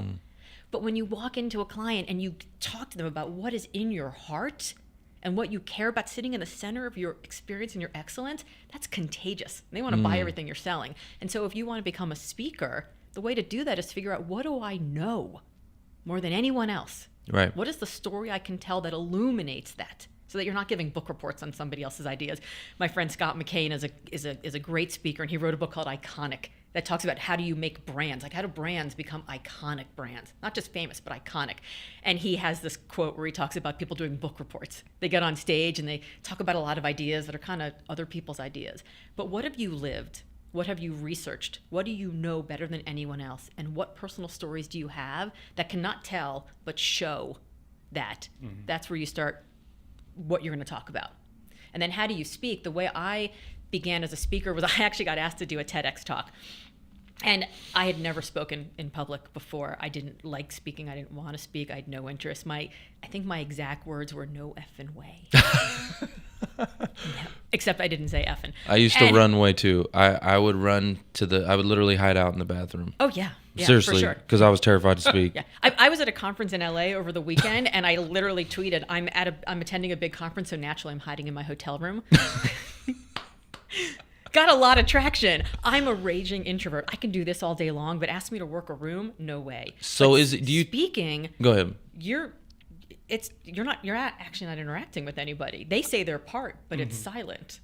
There are a lot of introverts in the speaking world. I have exactly. That's what I was gonna say. I feel like it's because it's a superpower, okay, and the enemy wants to steal that superpower from you. And I don't know, if you're religious or anything like that, but the enemy wants to steal that because he came here to lie, kill, and destroy, and wants to steal you from your purpose. And if that is your gift, of course you're going to be terrified of your gift.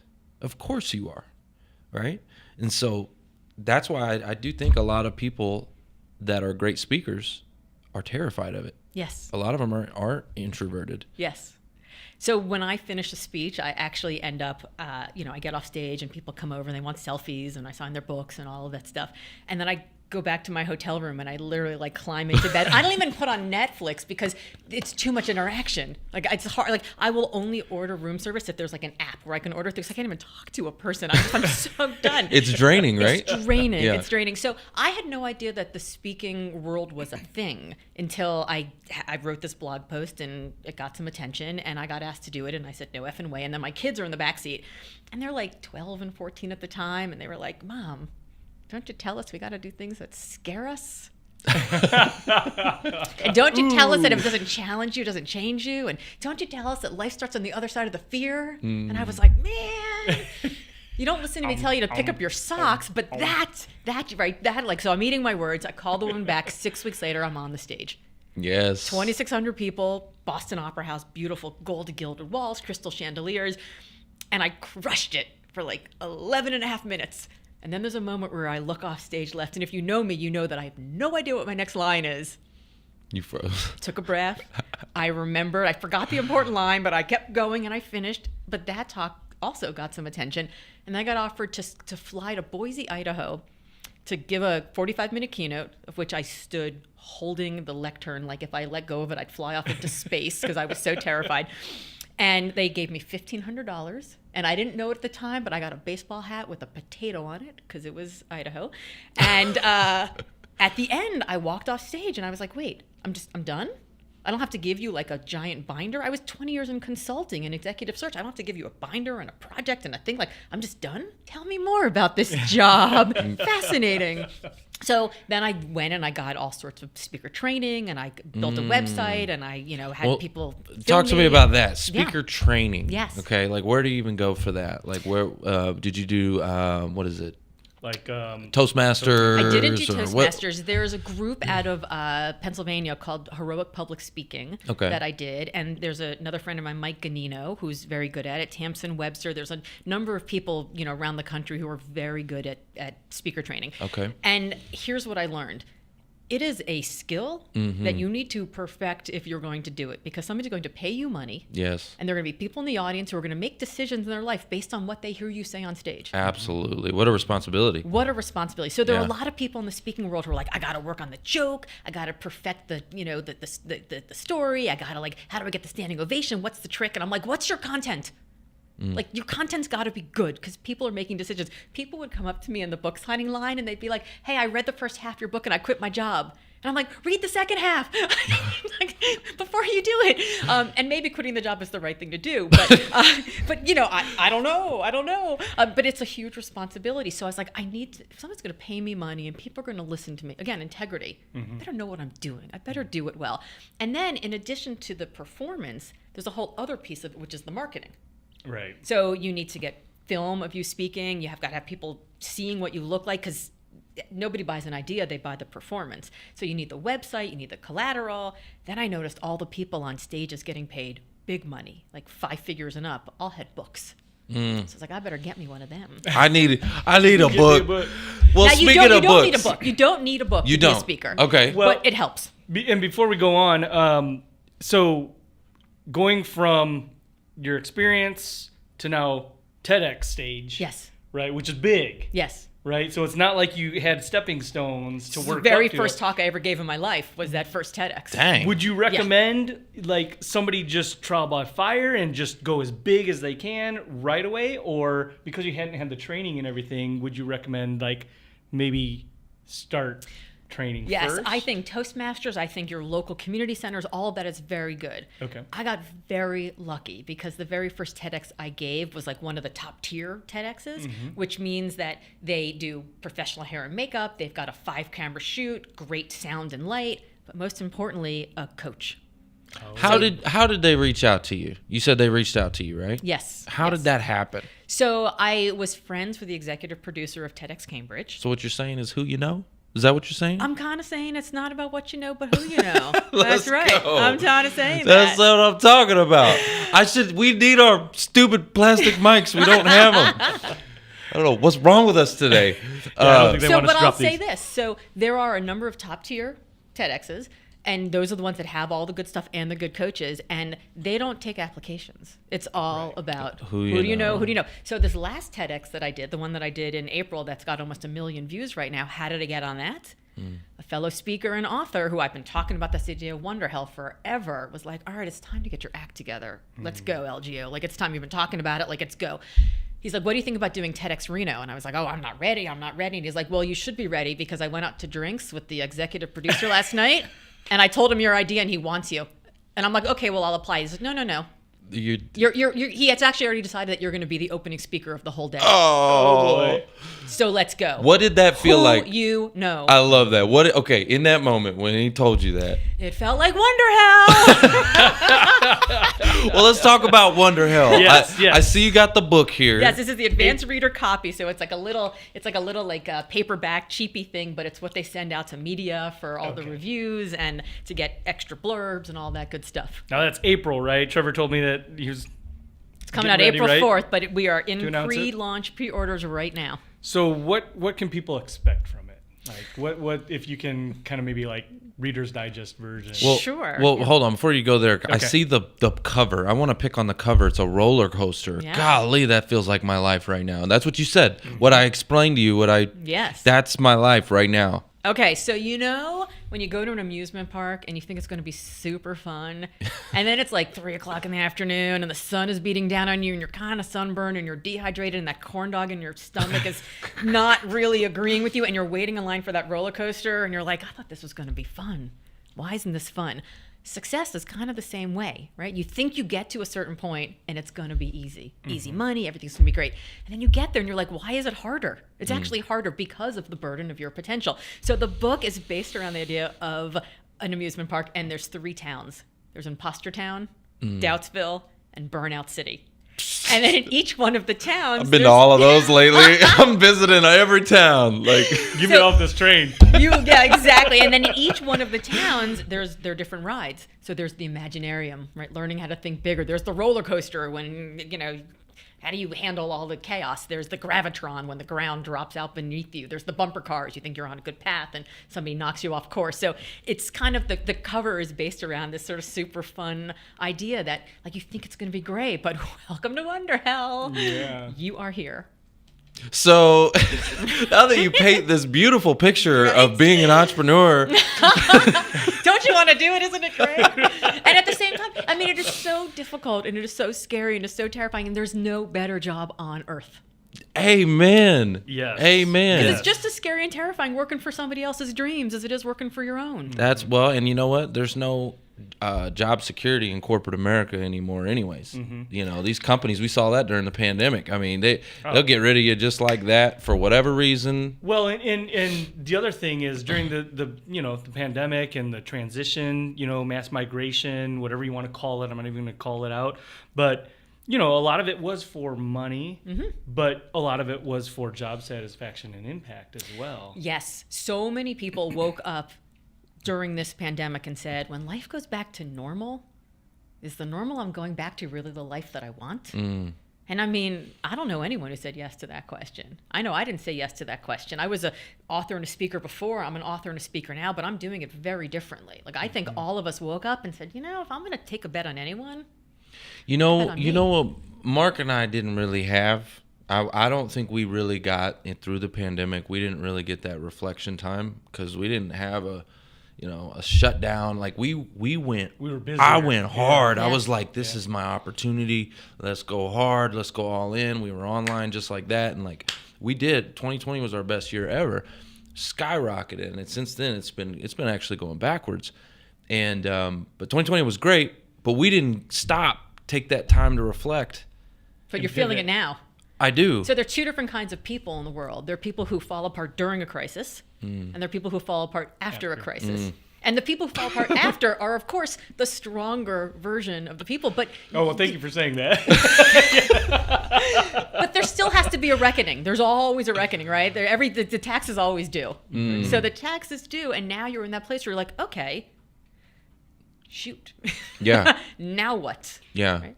Well, in your book, too, and you had mentioned this earlier, which is when you're stuck, and there's a lot of people that are focusing 10x, right? Maybe case in point, on leveling up.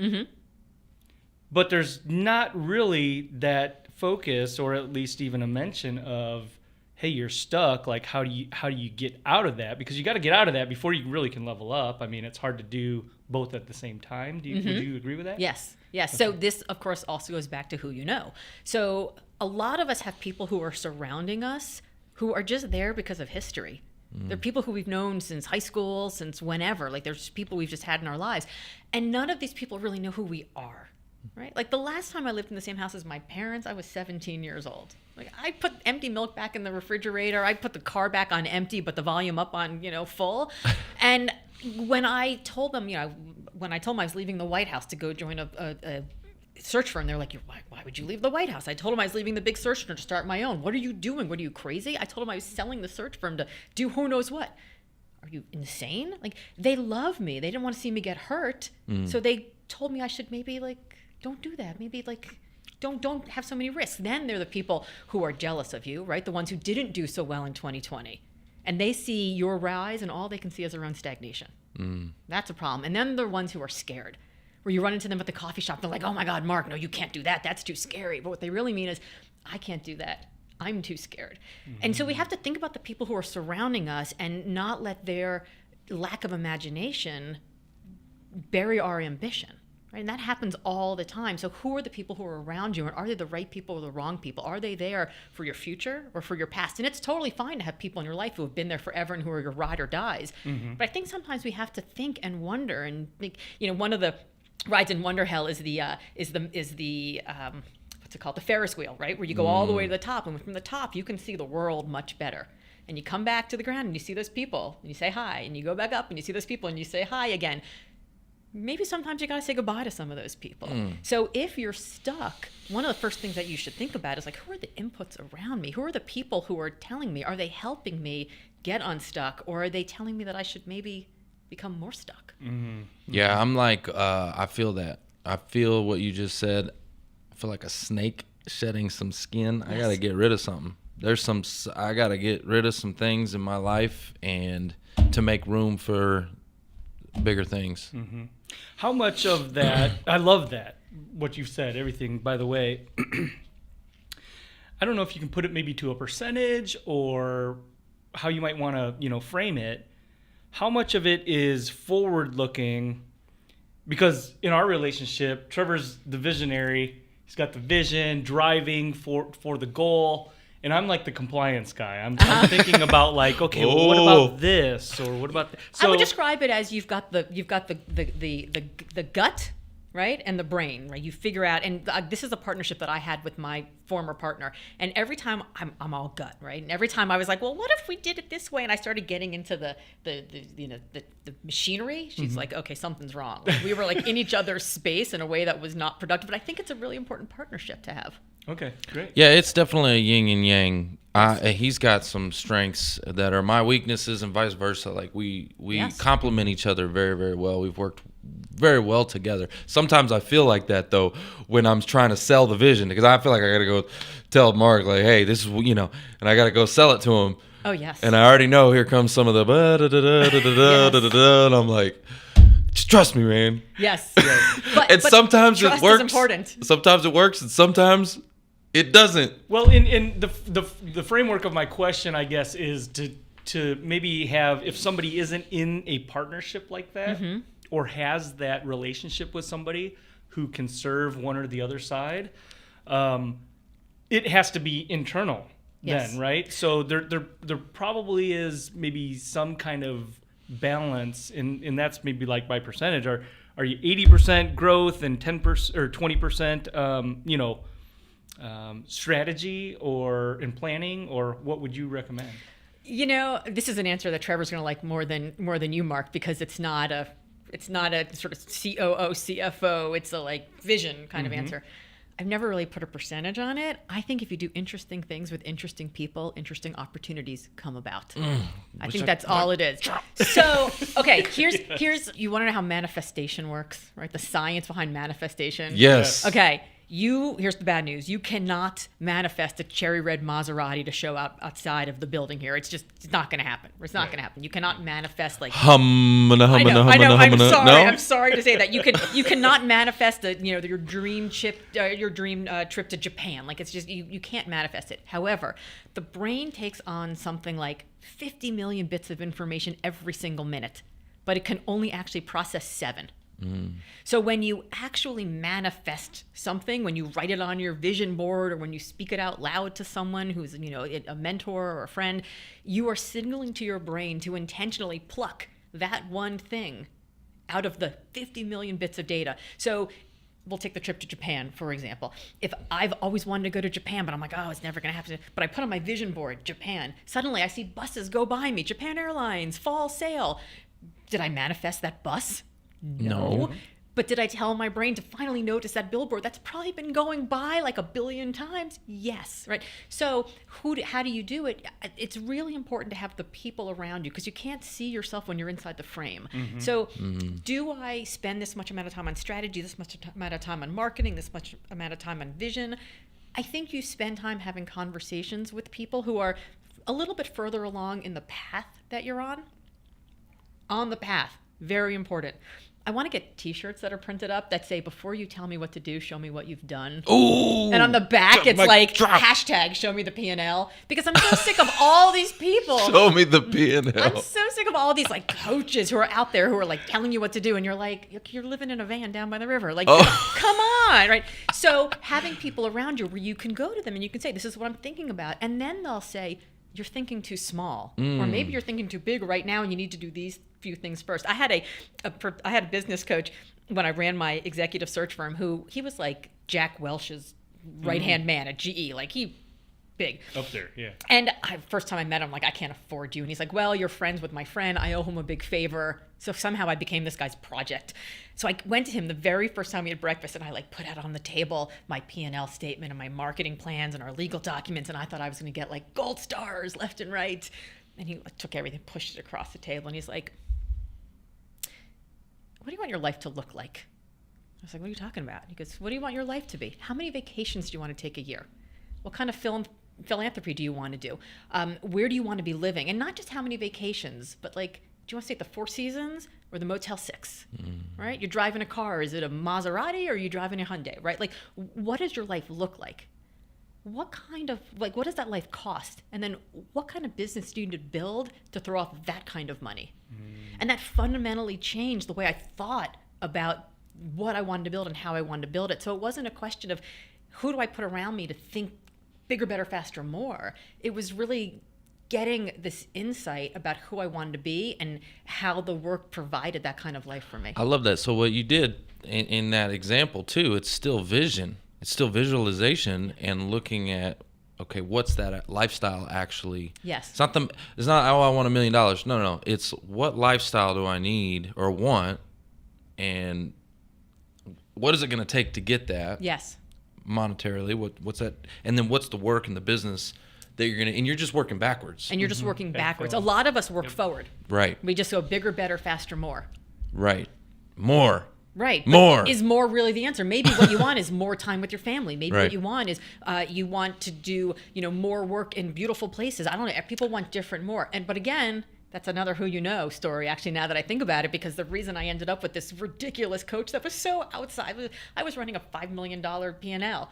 This guy's run like $500 million, like $1 billion, like ridiculous. But it's because my mentor was his friend, right? It was a who you know. Do you know Tim's story? You've heard of him? I know who he is. You know who Tim is? Okay. So I ran into him. He's been on my show and everything. I ran into him at the 10X Growth Conference. Oh, nice. And he invited me into his mastermind. And I'm like, and he's only going to have 50 people in there. So it's going to be pretty intimate. So that's a who you know. He speaks on a lot of stages too. Absolutely. And so it's something that I had, like, that's why I said that's probably the next step for me, yes. What I'm feeling.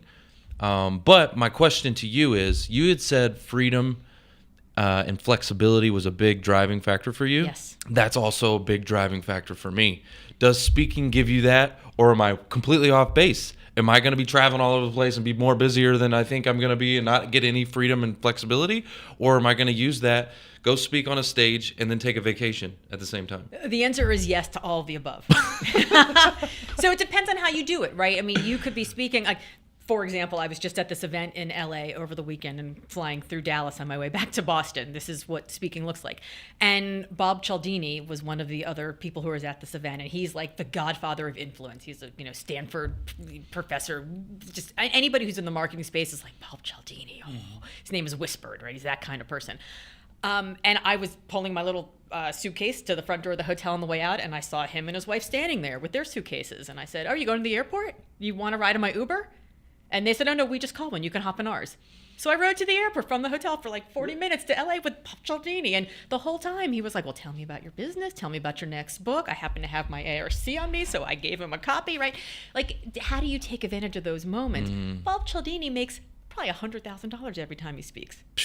I don't charge $100,000. I charge a lot of money. It's like an embarrassing amount of money, but I don't charge $100,000. Bob can speak and then take the rest of the month off. I'll take the next 6 months off.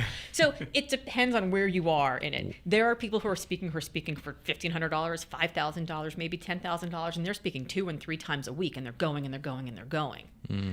Like I said, I see is my that sort of bonus career, so I'm just having a good time. Yeah, I see that. I see people that are professional speakers and they're go, and I'm like, I wonder if some of that is they're just not turning down opportunities, right? They're crushing it, they're doing good, and they're getting things are coming their way, and they're not maybe turning them down. It's also a season thing. So, my book comes out on April 4th. Anybody who wants to buy 300 books, I'm going to show up on your stage and I'm going to speak. And I want to maximize those because the more of those I get, the more likely I am to hit the Wall Street Journal, USA Today, etc. Right. So I want to make a bestseller list. Anybody who books me before April 4th. If I'm talking to you on April 5th, I'm charging my full fee. Right. So it really depends on like What's what going season on. that you're in. And, there's also all sorts of things. Like if I'm staying at a hotel in Miami and I'm giving a talk, I'm not going to give my talk in the morning and then like go hang out at the pool in my bikini in the afternoon, because that's a little weird, right? People come up to you and they're like, hey, and they talk to you. But there are all these apps that you can get on where like you can sign up for like a day pass at a different resort down the street, and it's like $25 for just like a cabana for the day. Oh, so I'm you gonna, got like, all the tricks and tricks I of the got trade. all the There you tricks. go. That's right. I'm staying at the Hyatt. I'm going over to the Hilton. Exactly. Let me tell you, if I can buy a cabana at the Four Seasons and I'm staying at the Hyatt, you know where to find me, right? Except you don't, because I won't tell you because I'm using the app, or I'm not staying at the pool. So everybody handles speaking differently. There are people who make $50,000 a talk who are speaking every single chance they get because they want to earn as much as they can right now. There are others who are doing it just as a lifestyle business. So it really depends. Again, do you want to maximize flexibility? Do you want to maximize impact? Do you want to maximize profit? It's the same question. Wow, I love that. Well, thank you for sharing that, because it's again, it's something that I'm on that journey, and I'm just trying to figure out what the next stage is, and so I got to sell this guy on 10x stages, That was a very nervous laugh if I Yeah. ever heard one. That was like, the hell. You're wondering your hell right now. This Yes, is yes. Well, but what you said is important too, which is, if I can sum it up, was something that Trevor always says, or says to me at least, is your focus is your reality, right? Mm-hmm. So yeah, where you put attention is what grows. 100%. All right, so you've appeared regularly on Good Morning America, the Today Show. Your writing has been seen in the Harvard Business Review, Forbes, HR Magazine. Can you discuss a little bit about the importance of using different types of media to spread your message and inspire others? Absolutely. So my writing has been seen in Harvard Business Review and Oprah Daily. Okay, among other things, but there's not a lot of overlap in that Venn diagram. So, as I mentioned, I did a 3-year assessment with 7,000 results of 74 different countries. I can tell you everything about what's driving employee engagement right now, from before, during, and after the pandemic. That's a very Harvard Business Review. I can take that, and people see that, and they bring me in to speak to YPO, EO, to entrepreneur events, to speak to managers, leaders. My Oprah Daily stuff is all about how do you get the right people around you so that your ambition isn't being crushed by their lack of imagination. Again, so I've given you very different messages so far. That's a very Oprah Daily message. That has me come into women's empowerment groups, to network marketers, MLMs, coaches. So my range on stage goes across that entire spectrum. But if I'm only speaking to the Oprah Daily crowd, then the leadership management crowd never sees me. And they just think I'm like a wine mom, like this might not be coffee, right? So I want to make sure that I'm being seen as I'm fun and I'm lighthearted and I'm funny and I'm engaging and I'm charismatic on stage, but I also have the heft of a 30-year career to back it up. And so it's really important to make sure that you're being seen in all the different types of media where your customers go looking for thought leaders, right? Somebody's looking for a thought leader, I want them to find me. Right. Because if they can't find me, they can't hire me. What would you say the biggest publication or is it the Today Show, or what has brought you the most visibility and impact, you think? Yeah, when I was on Good Morning America the first time, I did like a 4-minute stand-up, with Amy Robach, like a really super fun thing. And my book went to 121 of all of Amazon that day. So I would probably say that was the biggest. Yeah. Wow. Dang, because I've been on the news a few times, but I've never experienced that. I mean, I had a couple people reach out and be like, "Hey, I saw you on the news." It's funny. Local news though, but not. Yeah, what's Good funny? The Morning first America. time I was on the Today Show, actually the very first interview I ever did for Limitless, and the very first interview on television I ever did in my life was on the Today Show, which is kind of ridiculous, I right? see a trend here. Yeah, Yeah, like you go big or go home. I go big or go home. You don't play around. Right? Like I do not mess around. and all of these go big moments. These have been who you know moments, haven't they? So Yeah, let me tell you how I got on the Today Show. It's actually a funny moment. But just to finish that thought. So the Today Show, it was like me sitting on the couch with Hoda and Jana, and it was like very polite. It was like having a conversation with your in-laws. I don't think I sold a single book. Like it was in January. My book didn't come out till April, so it was a little bit early. Sure. And then fast forward 4 months, and I've done 150 podcasts. I've been on stages. I like got my bits. I know who I am. I got the energy, and I'm standing doing like a whole thing about the book on Good Morning America, and boom, skyrocket. So I think it's not just the stage you're on, but it's does that stage actually capture your energy? And the Today Show was great. I mean, every time I traveled to any town, I was like, hi, I'm in town. Do you want to interview me on your local morning show? Here's my Today Show clip. And they were like, yes, please. Yeah. So the Today Show was great, and it helped open the door. Again, that's the who you know was like, how do you de-risk who you are? So, Fox Austin and NBC DC and like wherever I was, they were thrilled to have me on because I'd had that. How I got on the Today Show is actually funny. So Mel Robbins was kind enough to blurb Wonder Hell. Amy Cuddy blurbed Limitless, and Amy Cuddy's the power pose. A billion people have watched her TEDx or her TED, and I didn't know her, but I really wanted to interview her for Limitless. I really wanted to, and she was friends with somebody who I knew, somebody who a very famous woman in Boston, and she would have these women's dinners, and I would see Amy across the hall, and I'd be like, oh my God. 100 people at this place. So I would sidle up next to her. I'm like, hi, Amy. I'm Laura. You don't know me. And would you mind? Can I interview? And she's like, sure, yeah. Send me an email. I send her an email. Nothing. Crickets. Send her another email. Crickets. Another email. Crickets. So finally, I'm like, she's not going to reply to me. So 3 months later, I'm at another event at this woman's house, and I see Amy, and I'm like, hi.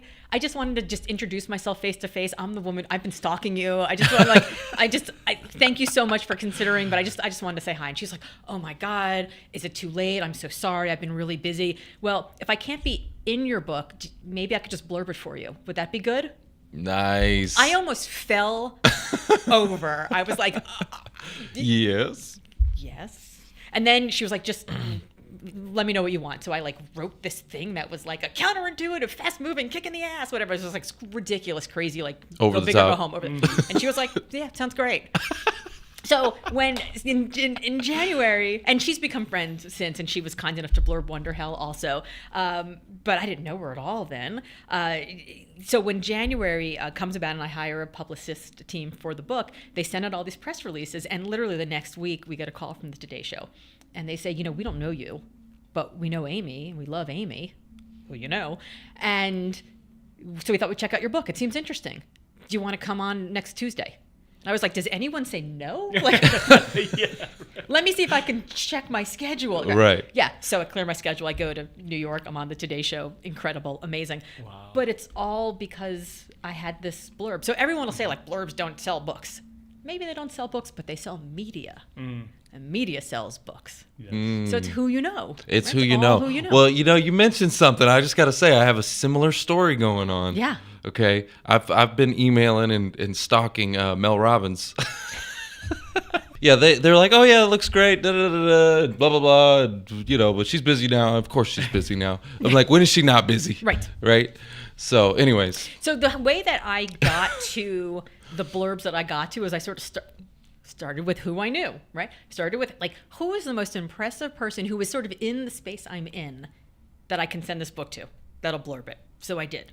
And then that woman, her name was known to the person, who does she know? So I sort of laddered my way up. Yep. And by the time I got to this person and this person and this person, then it wasn't so weird for me to go to Mel, because I could say, hey, Mel, Amy Cuddy blurbed the book, and Kara Golden blurbed the book, and Jonathan Fields blurbed the book, and all the people who she respects. So you got to figure who's what's the highest I can reach? Who's reasonable? If I reached out to I don't know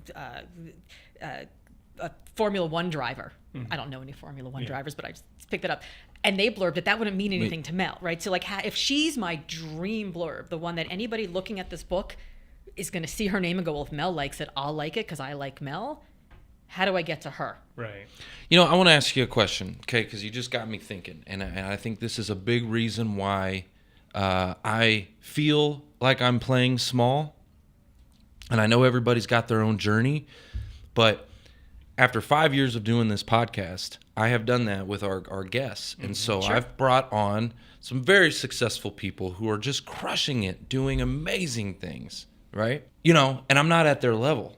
And so over time, I've leveled up the guests that come onto this show. You know, we've had Cardone come on this show, and I just went to his conference, and I'm like, oh my gosh. So I've had some really big people, and I'm in the space with all of these awesome people that are just doing amazing things, and I guess it makes me feel about that big. See, I look at it differently. I think to myself, like, wow, I'm in Dallas. Who do I know? How can I tell people about the book? There's the show I could go on. Amazing. How lucky for me. So I think you also have to remember, like, you're providing a service. Oh, here, yeah, absolutely. Right? So Sure. I don't know. I mean, I can understand why you feel small if you're seeing people who are doing all these other things. But I think thinking about where you play in their ecosystem and how useful you are to them. Right. So I could come off the show today and you could say, you know, Laura, you know who you should really know is this person and this person. They were guests on my show. And then, I mean, your currency is you've got two, right? You've got how do we help you get your name out there to people? And then also, who do we know who we can connect you to, with, right? Like that network, right? What is it? Like your network is your net worth? Like what is it?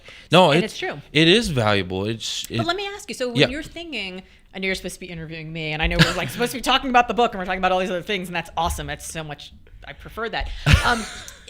If you're thinking when you're like, I've been playing small, what does playing big mean to you? How would you define that? I think what the next step is that, again, to become a professional speaker. Like, I've been doing this for 5 years, and to take that 10x stages and go spend and invest in myself, because I'm seeing what it can do for your career, for your business, for our business. It will do amazing things, and for the impact and the freedom and all those things that we were just talking about. And so when I see on, like, okay, IG, right, I'm following and I'm friends with all these people that come on our show, right?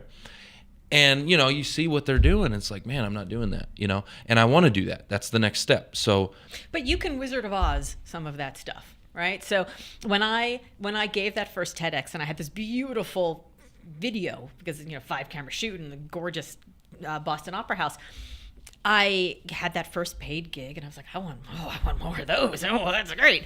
How do I get them? And everyone said, well, you need a reel. So I had a reel made of, like, me giving this one talk that didn't look like I'd had a lot of experience because it was one talk. So I called up a bunch of other people I knew who were in the speaking world and who also were, like, early, didn't have a lot of film, and we rented a theater in Boston on a Tuesday morning. So you're basically paying like $10 and you're paying the camera guy. We brought in a camera crew, and each of us gave 10 minutes in the morning and 10 minutes. We had 2 different sessions, morning session, afternoon session. And then we all introduced each other. So you're on stage for sound check 1, introduction 2, your thing 3, next introduction 4, your next bit 5. So you 5 different times on stage, and we all wore different outfits for each of those 5, and we made sure that the lighting and the backdrop was different in each one. So boom, love it. Speaker reel. I now had 6 gigs. Oh my gosh! So all the things that you're seeing, smoke and mirrors. Absolutely. I mean, it's first of all, everything you see on social media is not true, right? So like you got to know that, and second of all, you can create all of that. Wow. Like, we filled the audience with our friends and family, and I just had my speaker reel redone, and my speaker reel includes me, like, standing ovation in front of 5,000 people. I mean, it has big talk. It has all 3 Good Morning America appearances. It has a Today Show. It has all this big, huge. It looks like I am big deal. There are still little clips in that new speaker reel that came from that first event. That is awesome. Absolutely. Because we said, I want to make sure in that audience, we said to the cameraman, we said, make sure in the B-roll you get men, you get women, you get people of color. We wanted to make sure that we had, so that when we're putting our reel together, I can show diversity in my audience. So it's not just like, here I am at this MLM in front of a whole bunch of women.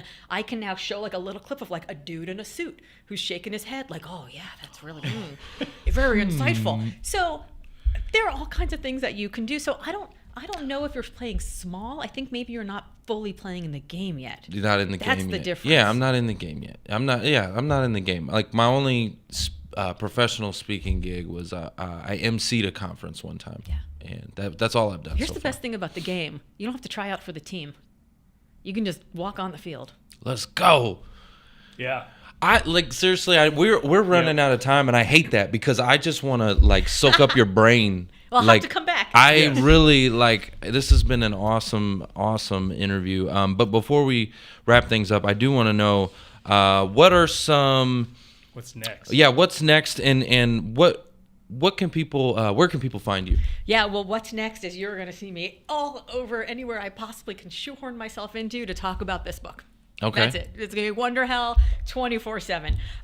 You're going to be in Wonder Hell. That is the irony, is that I'm in Wonder Hell about Wonder Hell. It's exactly what. But here's the joke about Wonder Hell is that every one of us at every moment in time is in Wonder Hell, because we are always constantly standing with one foot in yesterday and one foot in tomorrow. What did I tell you?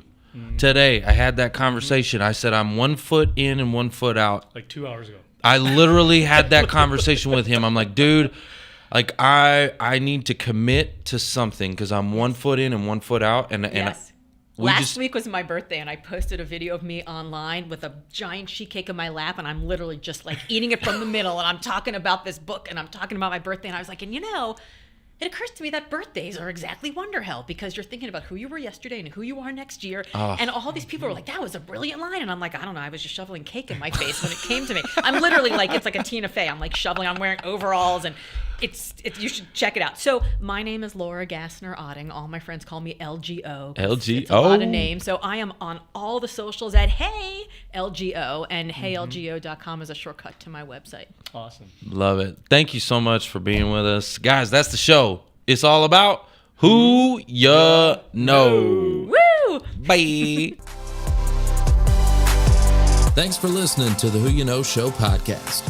My name is Trevor Houston, and if you've enjoyed this episode, consider subscribing wherever you listen and leave us a positive review to help us keep the mics on in the studio. Until next week, that's the show. It's all about who you know.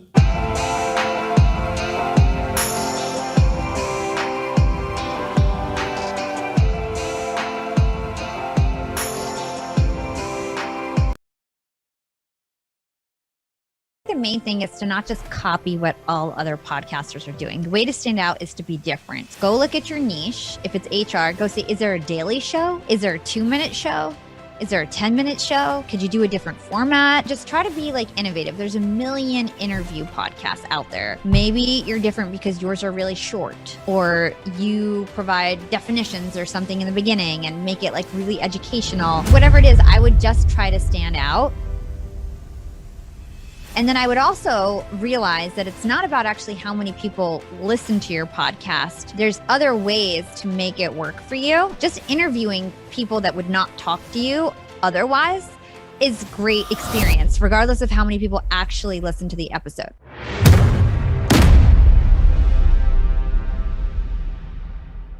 If everybody can please welcome Hala, Taha. Ooh, all right.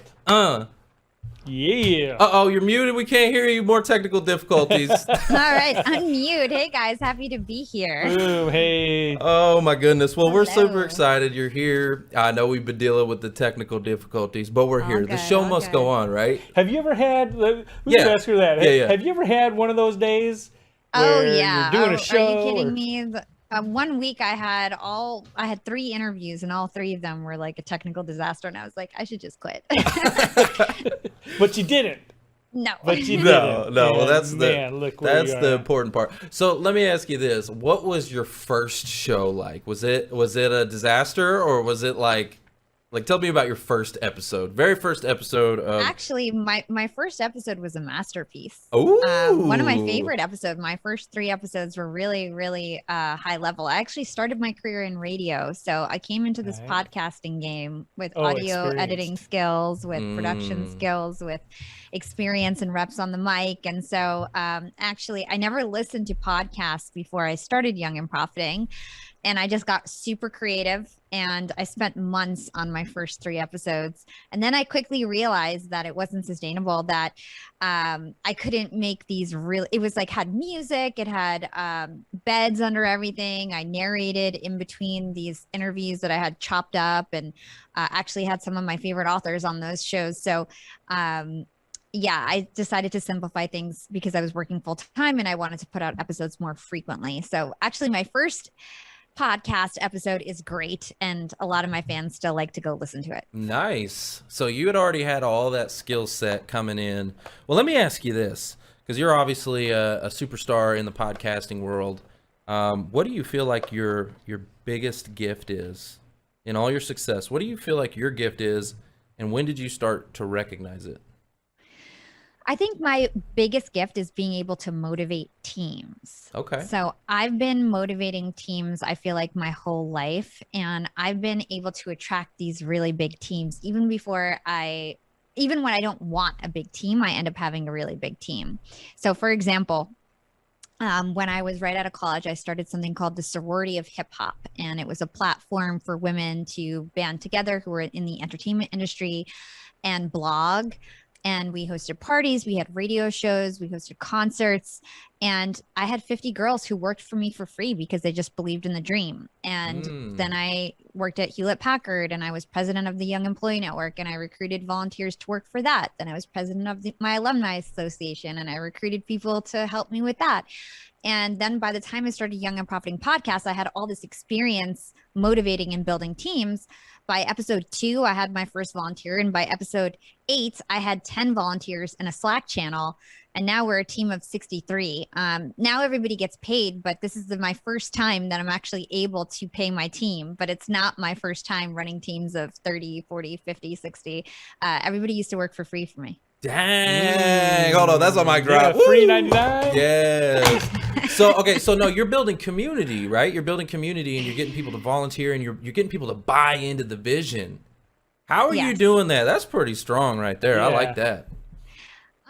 Well, I think it's about training people. So I have a lot of experience with marketing, with podcasting, with radio shows and blogging and writing. And so my exchange to them, they weren't just working for free for me with no value. My exchange to them was teaching them skills and giving them community and giving them a platform and giving them something to brag about.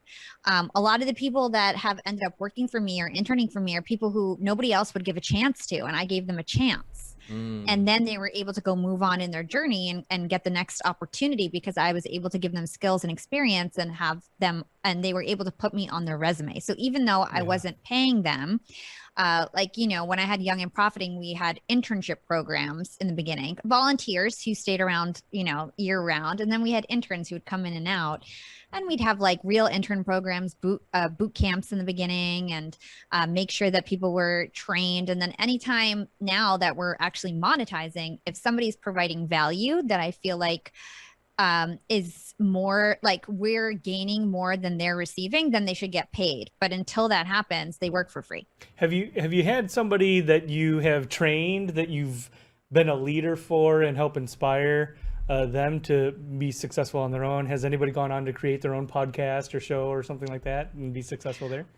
Well, a lot of my volunteers for Young and Profiting are now leading teams of 20, 30 and have quit their full-time jobs and get paid, figures at Young and Profiting. That's a mic drop right there. I have Catherine Ponzi. She started as an intern and now she's my VP of social. She literally runs a team of 30. I have Timothy Tan, who owns 10% of Yap Media. He started as a volunteer. So yeah, there's a lot of people have become really successful. And then a lot of the girls, when I had the Sorority of Hip Hop, have went on to be like singers and have their own shows and do their own thing. So yeah, 100%. That's great. Well, let's talk about, because I mean, we see all the success, and congrats on all of that, by the way. But it wasn't always like that, right? Because I know a little bit of your journey and your story. Talk to us about what it was like with Hot 97 and MTV and some of the rejection that you've gone along the way to get to where you're at today. I always talk about this, that I have clawed my way to the top. Like nobody wanted me to be where I am today. Like I had to claw my way there. And even now I feel like there's some, for example, LinkedIn, I'm one of the biggest influencers on LinkedIn. They only reached out to me last week, and they reached out, and it was my friends who have maybe 1/5 of my following who were like, have you talked to Hala yet? You guys haven't reached out to Hala, And so it was after 10 people had told them they need to reach out to me. So I always feel like I'm clawing my way to the top. I don't know what it is, but so yeah, I started my career at Hot 97. I worked for Angie Martinez when I was in college. when I was 19, and I worked there for 3 years for free. I was on the #1 radio show in New York. I was doing all the research. I was running the Delete boards. I was answering the phones. I was reading commercials. I was getting coffee. I was getting Angie hair products and nail polish and whatever they needed me to do. I was like their little road dog, you know. And I worked there for free for 3 years. I even dropped out of college for the opportunity. And I was so dedicated that I would come in at 2 a.m. because, you know, the radio station's 24 hours. So I would do all the really late night shifts as well. And I dedicated my life to it. And I was being primed to be a personality at the station. And part of the trade-off when you're the talent is that you have to pay your dues in radio. And so you have to actually, a lot of those people who you hear on air on radio have worked 5-10 years for free, just following the DJs and the on-air personalities around until they get their big break. Yep. And so 3 years into it, I just wanted to get paid minimum wage. My parents weren't happy that I had quit school, and I was, you know, hosting showcases with underground rappers at night to make money and selling all these like showcase tickets and doing all these like weird things like that to make a living. And my parents were like, you're so smart. Like you should at least get paid minimum wage. And it was true. I was training their interns and I just wasn't an actual employee. It was kind of messed up. And then, you know, a paid job opened up and I wanted the job. I was like, hey, I'm doing this job. They wanted me to actually train the person that they hired. And the day that I was supposed to train the person that they hired, I was like, hey, I don't feel good. And the guy was my friend. He was a little older than me. His name is Drewski. He's on the radio now. And I texted him and I was like, hey, he was one of my best friends. So keep that in mind. I was like, I don't feel good today. If you want to learn how to be the producer, like learn it on your own. I don't feel good today. I was depressed. I was sad. And he showed that to Angie and Angie fired me. Angie cut me off and not only fired me, she didn't let me go get my stuff. I wasn't allowed to go to the station anymore. She told the DJs they weren't allowed to talk to me anymore. Nobody would answer my phone calls, and I was dead to everyone. And it was so mean. It was so mean. You know what? Looking back, I'm like, wow, like you're so mean. Because Angie is probably just when I worked there, she was probably just a few years older than me now, and I know how. And she was really successful, and she never gave me $1. And I babysat her kids. I did everything for her. And the way that I treat my interns and my employees, I'm like, damn, like she treated me like shit, you know? And so that was so hurtful. And I was devastated. I felt like somebody died. I felt like I gave up my life. I gave up my career. I gave up college. Well, thank God. You know what? Thank God that thank God for unanswered prayers, right? Because look at you now, right? You know what I'm saying? Yeah. And yeah, they treated you like crap, and now, like you know, and that's the way you're treating your team is like you're doing the opposite. You're treating your team with respect, and wow. Exactly. So what motivated you to was that the catalyst that you went back to school and then you proceeded on, got your MBA, your advanced degrees? Well, there was a whole thing that happened right after. So what happened is like literally I got fired on a Thursday. By Sunday, I had a new idea and I was already working on it. And it was called Strawberry Blend. Wait. Rebound what? Wait, that's so a mic drop. I had this idea. I was like, there has to be other girls that this is happening to, that they're not getting opportunities. They paid their dues. They're getting stepped on. Hold on, Hala. Hold on. I do got to go back. Hold on. I hate to cut you off, but I got to go back. Good. All right. So Thursday, they let you go. Sunday, you were on to a new idea, right? On Sunday, I built a new website called the Sorority of Hip Hop StrawberryBlend.com. Okay. But in between, I just have to ask, in between Thursday and Sunday, what did that look like? Oh, that's a great question. Thursday, I literally was like hysterically crying like somebody died. I was so sad. I was Hala from Hot 97. That's what everybody knew me as. I was the coolest 20-year-old ever. I was meeting celebrities every day. I met Jay-Z, Drake. I was dating Chris Brown at one point. I was hanging out at the coolest parties. I had VIP with everything. I was the coolest 20-year-old, you know? And like, so for me, it was like, man, my whole career is over. Everything's over. I thought that like my dream was to be on Hot 97. It's what I had dedicated 3 years of my life. I'm not lying. I used to go, I would work all day and then I would come back at 2 a.m. and do like the worst job ever and like be the only one in the station by myself, 20 years old. Like that's dangerous. Like I was doing like, I was really, really grinding and then they slapped me in the face.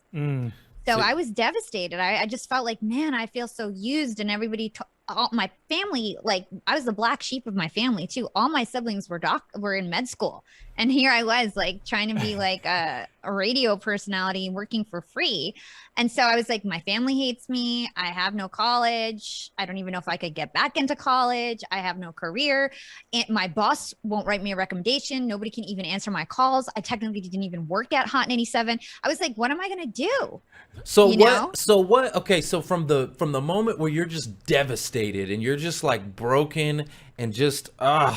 Where do you go? Like, from there? and then from to what got you to that Sunday, like in between the Thursday to Sunday? Because the reason I'm asking these questions, there's a lot of these job seekers out here who are in that moment, in that transition period where they're still broken. There's still a loss going on in their you know, the identity. It's a loss. So and for some of them, it's like they're months at that. Oh, you're like this you did multi-day period, days. but they're like multi-month periods. So what got you to Sunday? You know what it is? It's like I was so used to rejection already. I was so used to it. It's like I feel like, you know, I grew up in middle school. That's when 9/11 happened for me. And then in high school, I never got any opportunities. So anything I tried out for, I was always rejected. It was only in college when I actually got opportunities. And so I think I built this really thick skin of being rejected. I've been rejected so many times in my life. Like I had the best voice in school. They wouldn't even let me in the talent show. You know, I never got on the cheerleading team. I never got on the volleyball team. They wouldn't even let me in student council. Like I literally never got any opportunities in high school. And college, much different. In college, I got everything that I wanted because it was a diverse school and I was treated equally, and it was just based on talent. In high school, it was like kind of like who you knew and, you know, what your parents did and all that kind of stuff. And also your nationality. I went to a very white school. I was like the only brown kid in school and I had a weird name. And so, and at that time, like people were really racist against Arabic people, really, really racist. And so I had a really thick skin. So by the time Hot 97 did that to me, I was really used to like having to get back on my feet. And, you know, I never get anything easy. The easiest thing that I ever got was the cover of Podcast Magazine. And I still can't believe that I got it. That was the only thing that anybody ever gave to me. Wow. And I could cry because it's like, I could cry about it because it's really like I've worked hard for every single thing. Well, you are being rewarded, like no time for tears either, because you are being rewarded. Your accolades and everything that have brought you to here is by design, right? It's by design 100%. That you have. I don't know why I got emotional. I just felt like so happy. No, Steve Ulsher got me on the cover of Podcast Magazine, and I felt so like happy. I just like felt such like gratitude for him. No, that is real. That is real. And yeah, I love that is real. I love it. And we appreciate you. Yeah. And thanks for your vulnerability, right? And, of course. of course. Yeah. So anyway, by Sunday, I had a new idea, and I was like, rocking. I'm over that. I'm on. Yeah, on to the next. I was like, there's other girls that this is happening to, and I'm going to show them. Nobody can blackball me from this industry.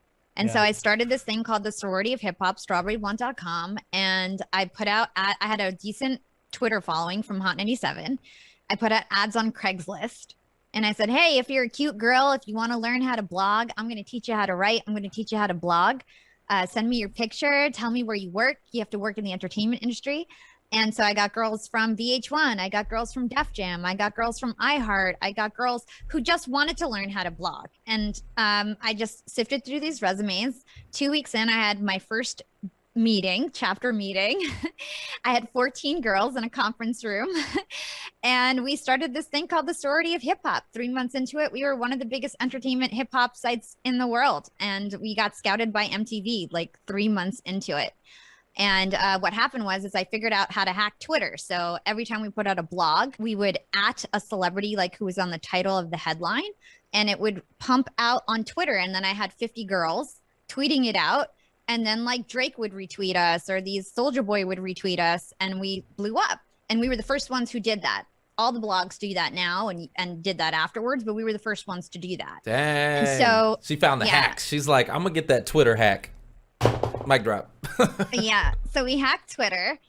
And then the sorority just grew. And then the same DJs, so Angie Martinez came crawling back. The same DJs who wouldn't pay me minimum wage were asking me to host parties with them. Now I was side by side on the flyers with Funkmaster Flex and DJ Camilo, hosting the hottest parties in New York, hosting concerts. Success and is the best basically revenge. became an event business. Yeah, I became their peer. So I went from being intern to peer.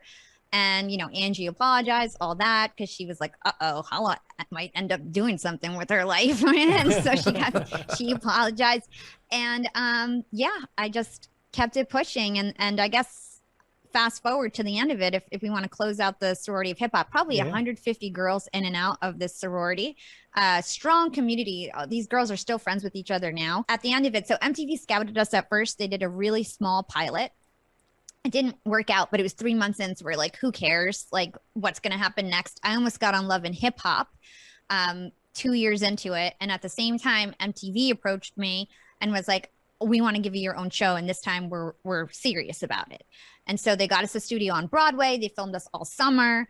I got my hair and makeup done. It was right after Jersey Shore. So I literally thought I was going to be the next Snooki. And that's what I thought. I was like so excited. I was like, finally, I'm going to You don't want to be the next Snooki, okay? I don't, but at the time I did. I was 26 years old and I was down to be like, Snooki was hot in terms of like how much money she was making. And like, they were the hottest thing. And I was like, hell yeah, I want that Snooki money. And so I was into it and I was the lead. I was getting paid twice as, I think 3 times as much as everybody else. There was like 5 other girls who were in the show. Like I said, they filmed us everywhere at my parents' house, on the street. We threw a concert. We did a dance. Like, it was freaking awesome.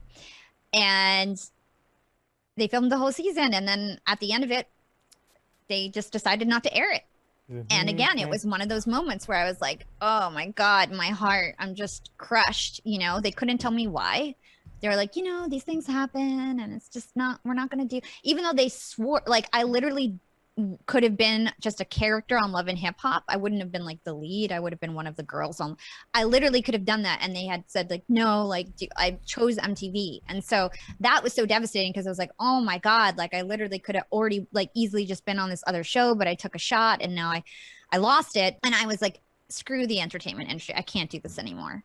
And I shut down the blog. And at first it was a joke. I told the girls, I was like, let's just pretend we're shutting down. I need a break and let's just scare all our fans. And so we had this whole campaign. Strawberry Blunt is shutting down. The sorority of hip hop is breaking up. And then the girls were like, all right, it's time to start back up. And I was like, I don't want to. And a lot of the girls like hated me. A lot of the girls I stayed friends with, but a lot of the girls like really didn't understand. And for me, I was like, listen, I'm 26, 27. I don't remember exactly how old I was. I was like, I feel like the weight of the world is on my shoulders, like with these 50 girls that like want to be famous and like it's all banked on me. And I feel broke still. And, it was a lot of mouths to feed. Yeah. And so I just felt like I needed to do it on my own. And so I just went back to school. I decided I was going to go get my MBA and I shut it down. And I thought it was time to be normal. I thought I would never get back on a mic. And I went into corporate. I worked at Hewlett Packard and I got promoted very quickly because I was such like an entrepreneur and I was so tech savvy with all the stuff I did with my blog and hacking social. I just got promoted. I was the face of the young employees there.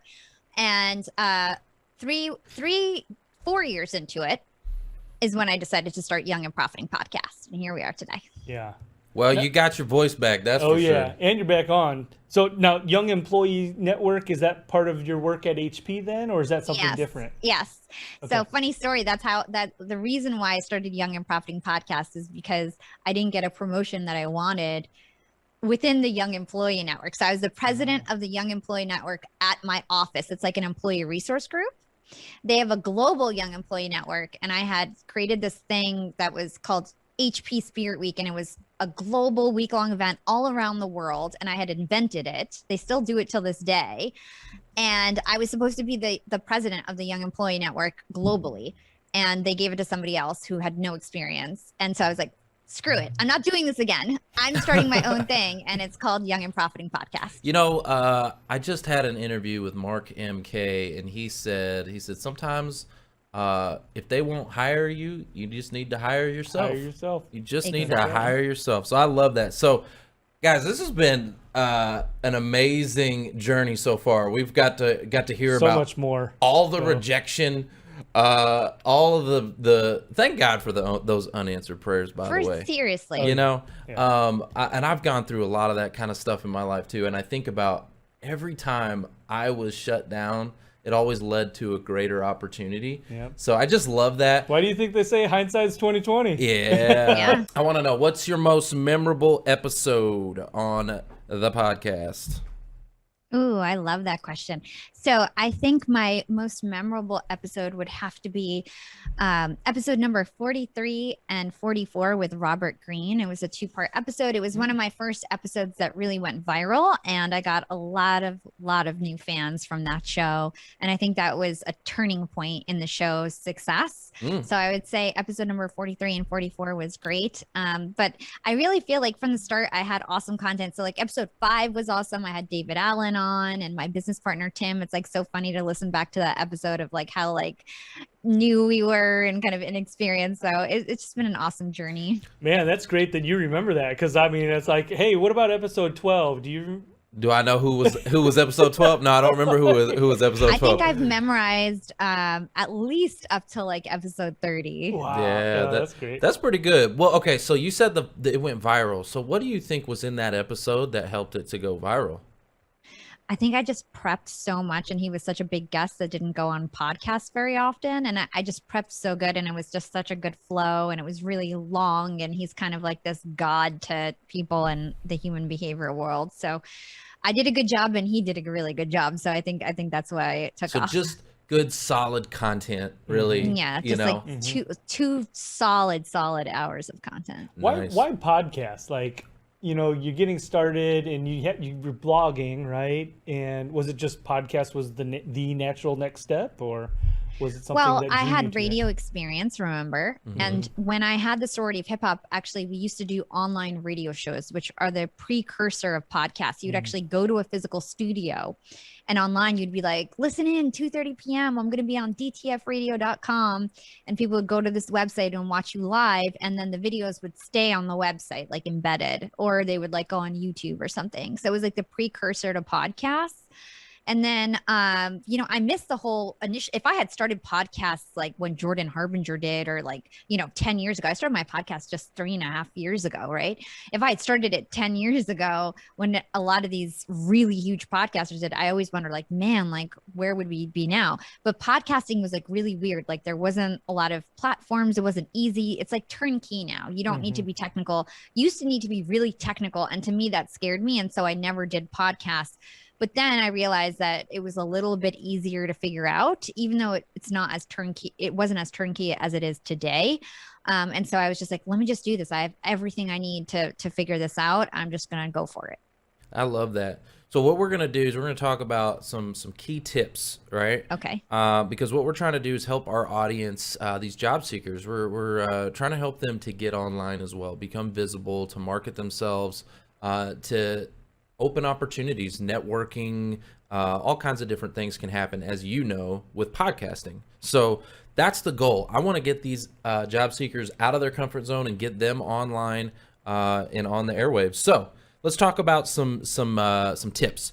What do you think about equipment for a beginner? Okay, like I'm a beginner. I don't got nothing. I ain't got one of these fancy mics and cameras and lights and all that. What do I do to get started? The basics. Okay, you need a laptop. Check. I would suggest that you get a mic.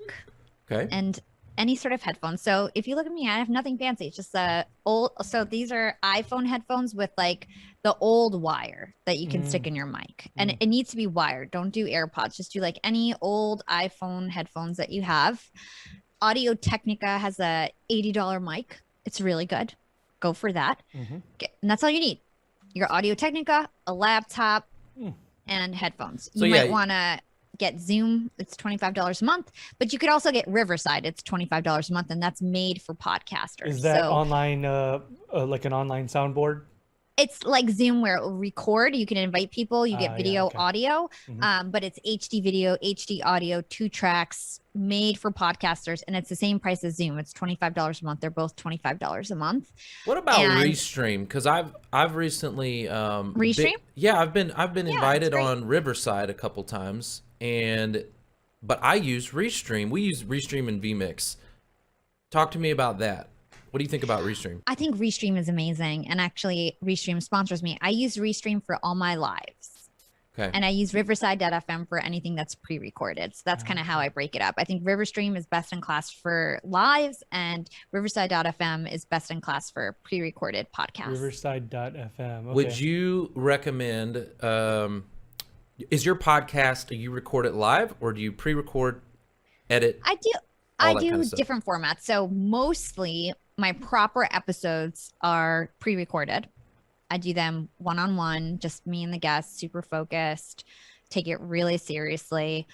And then I do Clubhouse live events where I record panels on Clubhouse once in a while. I'll like invite a couple guests that have been on my show. And then if they have a similar topic, I love to like hear them converse and discuss. It's usually really interesting because they go deeper because they're both experts, and I kind of just moderate it. And so I do Clubhouse lives, which are sort of winding down because the app is winding down, to be honest. And I do LinkedIn lives that Restream actually sponsors. So I just had Jasmine Starr on a live episode, and then we promote it the same way as we do our regular podcast, but there's just that extra live element. I prefer especially if it's not like a marketing topic, or like if it's a marketing topic or something I'm really good at, it's really easy to just be live. But when it's like a really deep topic that I'm not an expert on, I really like to just be focused and have it be me and the guest. That's a good point, right? Is it affordable? Like you said, Zoom is like what, 20? It's a subscription, right? So you pay a month for Restream. Yeah, for Restream. Yeah. Restream you can get a free account, right? Yeah. I think it's free. Yeah, I think up to a certain amount is free. I actually have a promo code, so if anybody wants to reach out to me, I'll give you the promo code afterwards or something. There you go. Yeah. What about like editors? So Trevor has a Rodecaster, right? Rodecaster Pro. Yeah. And so I've got a mic and everything, and I'm looking at it, I'm like, I'm about to get one. Do you really need one? No. I should have been more clear. Zoom, right? Just a USB mic. Just a USB mic. I still use a USB mic. This is a USB mic. Yeah. I have both, but this is actually a dual XLR. So it's like there's this thick one is an XLR. This little one is a USB. Okay. And right now I'm just using the USB. It's just plugged into my computer. And then you're plug and play. Then you can travel around. I remember when I started the podcast while I was still working in a corporate, and I would bring my mic on the train with me and then plug it in during lunch into like I'd be like in a little phone booth doing my interviews. And it's really compact to travel with too. Yeah, so you don't need a lot to get started, and I think that's the key point we're trying to drive home is that anybody can do this. Yeah. You can get a free Restream account, you could get a Riverside, Zoom, this is stuff that you should be familiar with. Get online, get out there, become visible, and start interviewing employees at the companies that you want to work for. Just go start That's a great idea. Yeah, go just start featuring them. Say, hey, you're in HR. I'm in HR. I'd love to feature your expertise. I'd love to talk to you about that. And these are people that probably have never been offered to be on any kind of podcast, and they're going to feel special. They're going to be like, oh my gosh. Podcasting is great because it gives you an opportunity to talk to people who would otherwise not want to talk to you. A lot of people try to DM people and be like, hey, I'd love to take you out to coffee. Right. And these people are really busy. They're like, I can't afford to take 30 minutes to go to coffee with you. But if you tell them, hey, I want to scale your conversation to my 100 friends, then they might come on your podcast. Say that again. Say it again. I'd like to scale this conversation with 100 of my friends. There we go. Yeah, there's a mic drop. Oh man. So we've got low barrier of entry, right? From a cost perspective and equipment perspective. The concept or the theme of the podcast or, the segments can be up to them. But like you said, there's a lot of tools out there now that are turnkey and it makes it so easy. What can you do to set yourself apart? Like, how do you set your podcast apart? I think the main thing is to not just copy what all other podcasters are doing. The way to stand out is to be different. So go look at your niche. If it's HR, go see, is there a daily show? Is there a 2-minute show? Is there a 10-minute show? Is there a show that has like could you do a different format? Just try to be like innovative. There's a million interview podcasts out there. Maybe you're different because yours are really short, or you provide definitions or something in the beginning and make it like really educational. Whatever it is, I would just try to stand out. And then I would also realize that it's not about actually how many people listen to your podcast. There's other ways to make it work for you. Like, for example, we're talking about networking. Just interviewing people that would not talk to you otherwise is great experience, regardless of how many people actually listen to the episode. It makes you more personable, makes you more confident. Next time you're at a networking event, you're not going to be shy because you're used to talking to strangers. You know how to keep a conversation. It just makes you better in general, better presenter, better public speaker, all of that, right? So it just helps you level up your skills. Also, if you have a business, your guests can actually be your clients. So that's actually how I first started to monetize my podcast. Yeah. I was interviewing CEOs, celebrities, best-selling authors, and they would always ask me, who does your marketing? And I didn't have a marketing agency, but once I had a marketing agency, when people would ask me that question, I'd be like, oh, we offer this as a service. And then most of my clients were actually guests on my show. And that's how I got a lot of my clients for Yap Media. So if you're smart, you might think about, what is a business that I can have where my ideal clients are actually my guests? 100%. That's exactly right. All right, let's talk about some other ways to get more views, though. Right? Let's talk about what about titles, reviews? What are some different things that you've been doing? What's that consistent thing that you've been doing that has helped you to get more views? Consistency. So make sure that you actually drop at least 4 episodes a month. So once a week, twice a week is even better. So making sure that you're consistently dropping new episodes, making sure that you're asking people to subscribe. The big driver of people listening is push notifications. So when they subscribe to your app, they get a push every time you drop a new episode usually. So if they don't subscribe, they don't get that push and you won't get as many listens. So you really want to drive people subscribing. DMs on social media. So you might have micro content videos that you put out on, let's say, LinkedIn or Instagram. Anybody who likes or comments is basically raising their hand and saying, I'm interested in this content. But they may not go by themselves and find the link. They may not go click on your call to action or read the caption. So you've got to do the legwork for them. You can DM them and say, hey, I noticed that you liked my post. If you want to listen to the full episode, here's the link. And you just give them the link. So that's probably how I got my first 10,000 subscribers. I would just retarget people on LinkedIn. Anybody who liked my content, I would then say, here's the link to my podcast, and got those subscribers that way. Yeah, that's awesome. So if they're liking your content, SEO retargeting, but it's manual. It's manual SEO retargeting. Yeah, you can use automation tools. They have automation tools that support that too. Oh, really? Dang, yeah. I thought LinkedIn was like, get off that. They don't like the automation. No, they don't stuff. like that. I don't recommend it, but they have them. Okay. Yeah, I know they're out there for LinkedIn. I've just been so scared to touch them because I've been in LinkedIn jail like 3 times. I did it manually. Like, if I can do it, you can do it. You can just copy paste. It's like, no, it's not that bad. Well, that's one of the ways. I used to do it on the train. That's what I used to just be bored on the train, copy paste in DMs. That was one of the ways that I got put in LinkedIn jail. It wasn't in the DMs, but it was similar to what you were doing. So if they liked my content and they were a second connection, so I'm not connected to them, I would reach out and say, hey, thanks for liking my content. I'd like to connect or something like that. Yeah, that's great. Well, but they shut me down for that. They were like, you're sending out too many connection requests. Too many people said, I don't know this person. Anyway, it was a long story. Man. So you know what? There's some limitations. Yeah. So I think now it's like 70 invites a week. It used to be like 250 a day. They like really locked it down. It's like 70 a week you can send. Yeah. There's actually a way to check how many invites you're allowed to send that on like if you go into settings, you can check how many invites you're allowed to send that day. You get like credits. Well, here's a new thing. Hence the power of events. Well, this is a new thing. So these LinkedIn live events, okay, which we have one going right now, but we're not actually live on it, which is interesting. But anyway. anyways, so the LinkedIn Live events now are pretty cool because like you, Hala, you could invite your network. I can invite my network. Mark can invite anybody that accepts can invite their network to it. So now you get these large event pages where everybody accepts. And because everybody's on there, LinkedIn allows you, there's a tab now that says networking.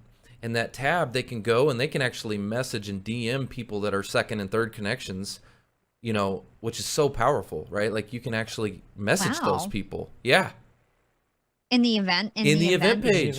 Yeah, there's a networking tab. Like LinkedIn actually put a networking tab.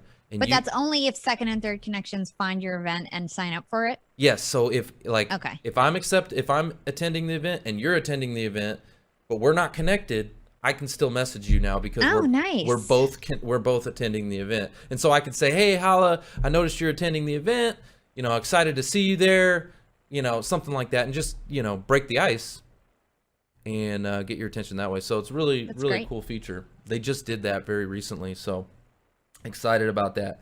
What about monetizing? Okay. So monetizing, like, I know you do really well with that. You got sponsors and all this kind of stuff. What are different ways that you can monetize a podcast and get a little bit of this cash flow? Okay, so number one, like I mentioned previously, targeting your guests for your business. So using it as a lead generation tool for your business through your guests. Okay. You can also promote your products and services on your podcast as commercials. So instead of doing a sponsor read, you can actually do, like, if you have a course or if you have an ebook or something that you're personally selling, or like t-shirts, you can do your own commercials on your podcast to solicit for that. In the beginning, when you don't have a lot of downloads, you can do an affiliate sponsorship. So there's things like Audible, Fiverr, lots of different platforms offer affiliate marketing opportunities, and you don't really need to have a ton of downloads for that. So for example, from the beginning, I was like sponsored by Audible, but in reality, I was an affiliate partner, but I got to say, like, this podcast is sponsored by Audible, and it made me sound bigger than I was. And, you know, people were like perking up their ears. Oh my God, she's sponsored by Audible, but I was just an Audible partner.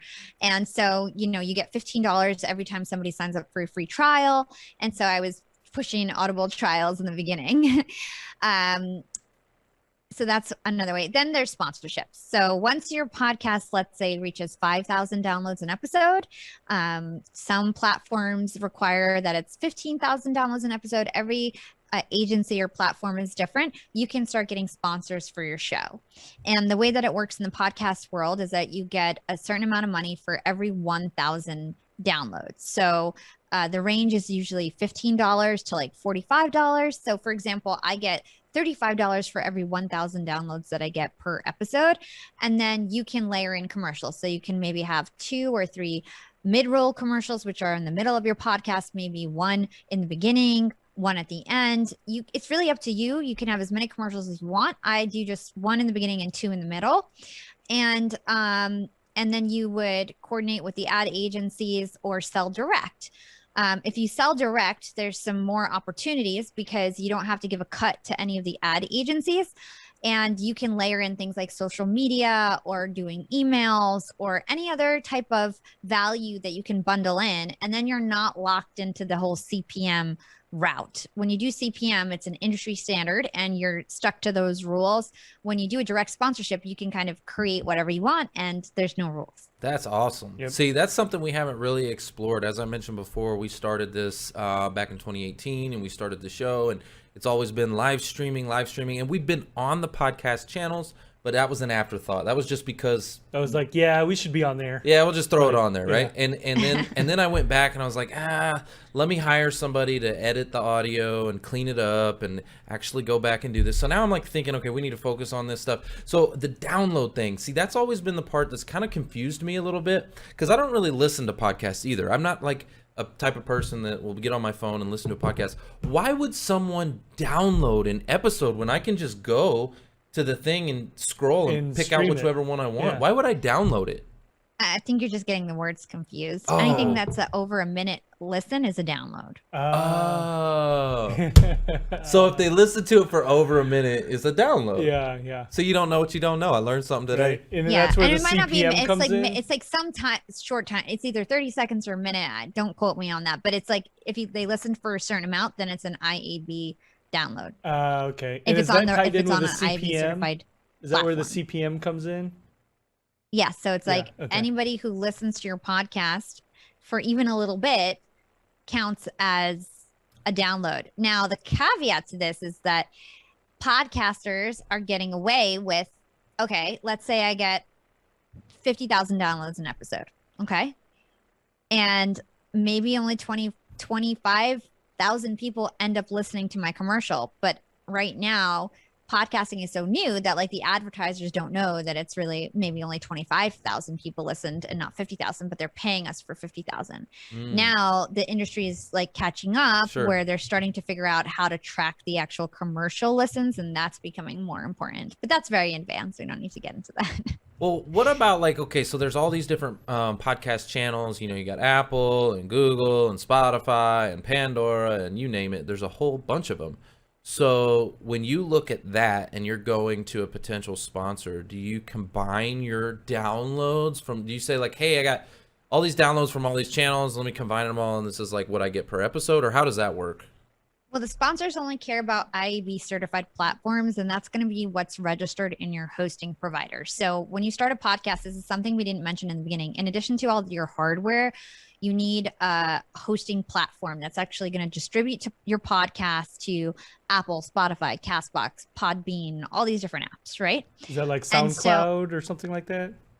SoundCloud is not an IAB It's certified not, okay. platform. So SoundCloud and YouTube are not IAB certified. So there's certain podcast channels that are IAB certified. The main ones are Apple, Spotify, Google Play, Castbox.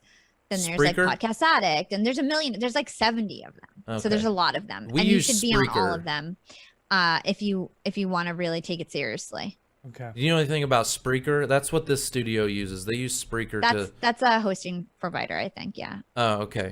See, I don't know Okay. nothing about this stuff. I just pay these guys and they do stuff. I'm like, just put the cameras on, make us look good. See, we got to get our downloads up there. But I got to get downloads. We got to get them 11 yeah, million the fact downloads that you like don't Joe know Rogan. how to count your downloads is not a good sign. Trevor. No, I don't know this stuff. I'm like, Because we haven't been podcasts. We've been I go like vlogging. that. I go like that. I go, hey, I'm just joking. I go, I'm just hey, joking. I pay you. You turn the cameras on, make me look good, and then we'll figure out later. But now I'm like thinking I need to pay more attention to this stuff. Yeah, you got to figure out how many downloads you're getting to see if people are listening to your podcast, and you got to check all the platforms and see if your podcast is available and claim it if it's not. So we can talk offline about that, but you definitely need to know where your There you go. podcast lives Joe and how many Rogan- downloads you're getting. Joe Rogan's getting 190 million a month. Dang. Watch out, Joe Rogan. Oh, okay. Mic drop. Well, Hala, this has been an amazing, amazing session. I mean, I really hope that these job seekers take us up on this. It doesn't take a lot to get online nowadays, and it's just another. I will say one thing just to encourage everybody to do the podcast. My life has drastically improved for the better once I've never been more financially free. As soon as I started my podcast, I was so desirable by employers. I get inundated by people who want me to work at their companies because I've grown. It gave me an excuse to grow my personal brand. Without my podcast, I would have no personal brand, and it gave me an excuse to talk about something. And then I was an expert. Yep. Even though I was an expert in even though I was doing my podcast, people were like, oh, she's a marketing expert, right? Because that's who I was, and it helped me build my brand. So having a podcast is the number one thing that has helped me be like, I will never be out of a job because of the fact that I started this podcast. Because you hired yourself. Yep. You I hired myself, Yeah. but Yeah. even before that, I was working jobs while I was running my podcast, and I got a job at Disney because of my podcast. Like, Oh, wow. It opened a lot of doors. Dang, love that. Well, I know it has for me as well, doing this show, and I've had so many things just come out of nowhere because of visibility, like the opportunity. Because guys, it's not about just who you know, okay, right? It's actually who knows you, That's first. Who knows you? And podcasting is that visibility to get people to know you, right? So who knows you? Then it's who you know. Then it's what you know, in that order, okay? It's not just what you know, but it's who knows you, okay? Then who you know, then what you know, okay? In that order. Awesome. Thanks for listening to the Who You Know Show podcast. My name is Trevor Houston, and if you've enjoyed this episode, consider subscribing wherever you listen and leave us a positive review to help us keep the mics on in the studio. Until next week, that's the show. It's all about who you know.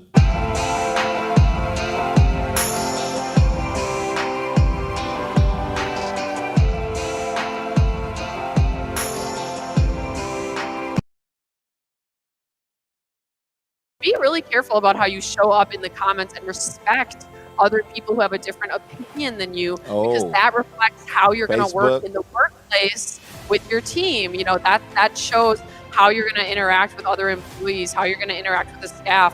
When the boss doesn't like your idea, can you take constructive criticism? If they see you post on LinkedIn, but then you're bashing everyone in the comments who doesn't 100% agree with your perspective, that's really unattractive to employers and business owners, to anyone. I think the world we live in general just needs a wake-up call that, you know, us fighting each other and being combative, it doesn't get us anywhere, right? It's like divide and conquer. You know, we need to unite. We need to embrace the different perspectives out there, which they do still exist on LinkedIn. Yes, it's a professional platform, but people are still going to disagree with you. People might even hate on you more overtly.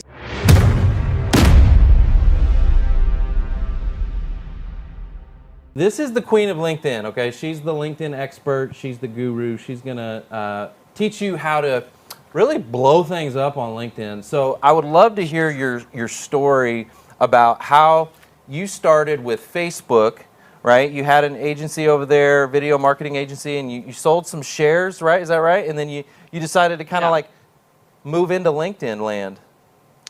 Yes, yeah. So how do I make this, how do I condense the story?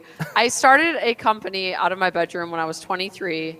It was a video licensing company where I got paid from really big blogs on Facebook, anywhere from, you know, 1 million to 40 million followers, that size of Facebook page and Facebook blog. They needed safe licensed video content for their page because Facebook had started to heavily favor video in the algorithm, which we've seen all social media platforms follow suit since then. So I was put in a really unique position. You know, I essentially got a job working for one blog owner making these videos. Word of mouth between the other pages spread, and they wanted these videos. So I was licensing viral video content, whatever story, whatever clip was trending at that time that I could get my hands on and facilitate a deal with the owner to get their story featured on that page. I did it, and I did that for years, and it turned me into a machine at digital marketing, specifically knowing how to get attention in the news feed with video. So I scaled that company. It segued into really more of a traditional advertising firm toward the end. Like, we were doing traditional media buying for a lot of product companies, facilitating deals with the page owners, where we would now work with product companies and consumer goods to feature their product on the network of blogs that we now cultivated, because we had a great reach just through our client base and the viral video licensing side of things. So what we started doing was we started promoting products. We started doing media buying campaigns for products. And I got on LinkedIn in an attempt to get leads for that part of the company, for the media buying product video side of things. So I hadn't been making my own content for years. I actually was previously very creative and artistic. I was an artist, a starving artist and a musician before I actually... Yeah, you used to be a rapper. Yes, I was a rapper. I was a singer too. I got on American Idol. Yeah. Nice. So that was before, you know, I dropped out of college when I was 20 to pursue my music. From age 20 to 23, I heavily pursued music, but I didn't go anywhere. And I started to get real with myself about my lack of business and marketing expertise. So I quit music to start that agency, scaled it up, got investors, did that for years before I finally found LinkedIn. I was hearing, oh, LinkedIn's a gold mine for leads if you do video, because there's no one on LinkedIn utilizing the video, which was is still relatively new on LinkedIn. And I thought, well, I know everything about video on social media now. I've been doing it for years. I was really itching to make my own content again, to get on camera again. You know, I've always been passionate about performing and creating. So the whole journey kind of morphed into this perfect fusion of, I already had the entertaining background. I already felt very comfortable on camera. But now, after years of the video licensing and working on Facebook, I knew marketing and I knew how to get attention through video content. So I started making my own video content. I started growing my personal brand on LinkedIn. And within 2 months of creating LinkedIn videos consistently, I did about 3 original selfie videos per week, just shot on my cell phone. I had generated over 6 figures in revenue for my Facebook agency at the time. So it was a wake-up call. I was like, whoa, whoa, whoa, there's a whole nother business here on LinkedIn. I had a lot of partners with my Facebook agency. It had scaled, it had grown. There were many heads of the table. It had gotten bigger than me. I decided, you know what? I'm just going to sell my shares and start over on LinkedIn so that I can bring this video marketing knowledge to business owners who don't realize they're sleeping on a gold mine of inbound leads on the LinkedIn platform, simply if they learn how to utilize video and grow a personal brand here. So I have a question for you. So I have a question for you on that. So like, when you left, right, and you sold, was it uncomfortable in the beginning? Like, did you have any worry or like, I don't know if this is going to work. What am I doing? Self-doubt, you know, that kind of thing? Or was it just like, you know what? No, this is where it's at. You wanna hear some self-doubt, Trevor? And this is perfect because a lot of job seekers are tuning in. So you've all experienced this by now, probably getting laid off or getting fired. I got demoted. By my investors from my own company. Yeah, they demoted me. There was an issue. Yep, there was an issue with one of our biggest contracts, actually. It was like a decent chunk of our revenue at the time. I was accountable. I did make a mistake, but the way they were treating me, like, what's that song? Look at me now. Look at me now. So funny. So right. Success is the best revenge, yes, you guys. It is. So yes, it is. I was crushed. You know, I was really young when I got that investment. I was virtually not represented in the operating agreement. Like the way they were treating me was very unfair, unjust, but there wasn't much I could do about it.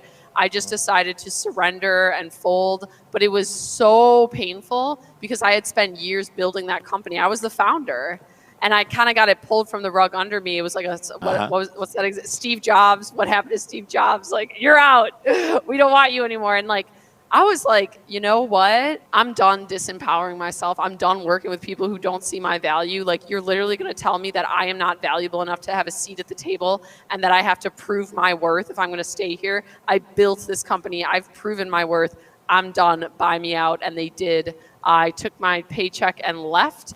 And I was scared. I was very bitter. I was very sad. It triggered a lot of actually, the whole experience, it was like rejection, right? When you get fired or something, it's like rejection. So it actually triggered a lot of my childhood wounds that I wasn't dealing with. A lot of the abuse that I endured as a small child, it all came coming back up. My feelings of powerlessness, codependency. How am I going to make it? I mean, I was wrecked, Trevor. I had like a knot in my stomach, like, okay, I'm going to do LinkedIn marketing, but really work. I'm going off on my own. I felt really dependent on like men in business and insecure about forming my own company. But I knew I could do it. Like deep down, I had this strength. I was like, I have this following that I've been building anyways. People are coming to me for help with LinkedIn marketing anyways. I'm just going to do it. And I dove all in. And I had a cushion because I was sitting on that buyout. So I really was in a fortunate position to get past that and start my own company on LinkedIn. And it's just been the most beautiful journey ever. I always tell people, you know, discomfort is the path to growth and achieving your goals. If you want to grow, you better get used to being uncomfortable and facing that pain and getting through it. So I'm really grateful that I came out the other side. And now I own my own company. It's 100% mine. I have no partners, and I'm pretty sure, I mean, it would only be a guess at this point since I'm not in contact with my original agency, but like I would imagine I'm making more money than them now, and it's 100% mine. So, So just to go. that is what we like to call on this show. I'm gonna do one for you, okay? So I've got a microphone right here. Drop Okay, that. that's my mic drop. That's a mic. Whoa! Oh, yeah. You see what I'm talking about? I'll do it for you because Here, we got more too. Here. yeah, we got more mic. There's more mic. Grab your too. You mic. got a mic. Mike, drop it. Yeah. The major Mike, thing that I Drop the heard, mics. the major thing that I heard Shay say was passion, and we all know that that's Trevor's word. Yep. And I'm dropping. Look. drop the Booyah. mic. Drop it faster.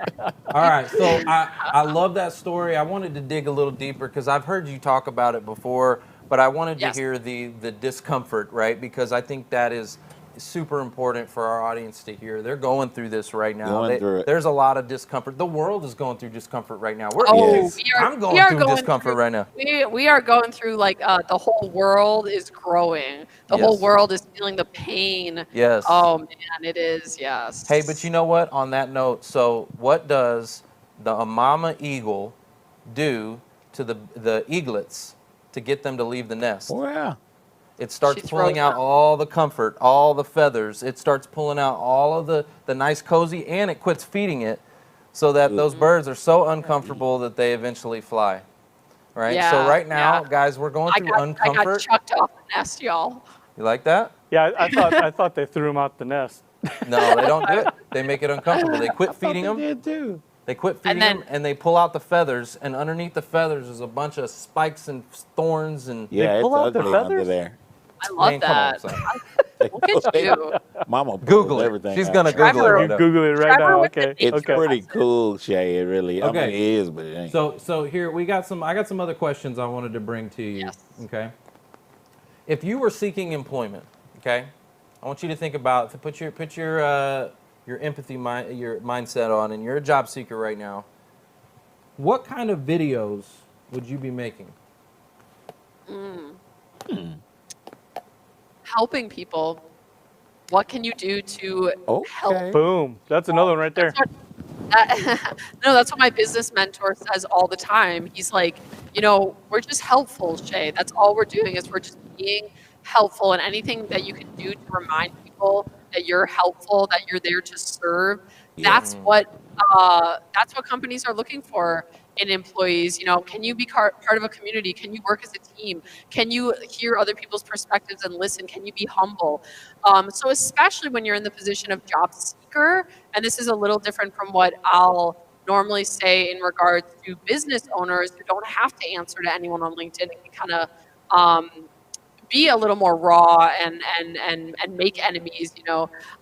You want to always position yourself as someone who has empathy for others. So even if you do release a piece of content that is maybe opinionated or that not everyone is going to agree with, be really careful about how you show up in the comments and respect other people who have a different opinion than you, because that reflects how you're going to work in the workplace with your team. That shows how you're going to interact with other employees, how you're going to interact with the staff when the boss doesn't like your idea. Can you take constructive criticism? If they see you post on LinkedIn, but then you're bashing everyone in the comments who doesn't 100% agree with your perspective, that's really unattractive to employers and business owners, to anyone. I think the world we live in general just needs a wake-up call that, us fighting each other and being combative, it doesn't get us anywhere, right? It's like divide and conquer. We need to unite. We need to embrace the different perspectives out there, which they do still exist on LinkedIn. Yes, it's a professional platform, but people are still going to disagree with you. People might even hate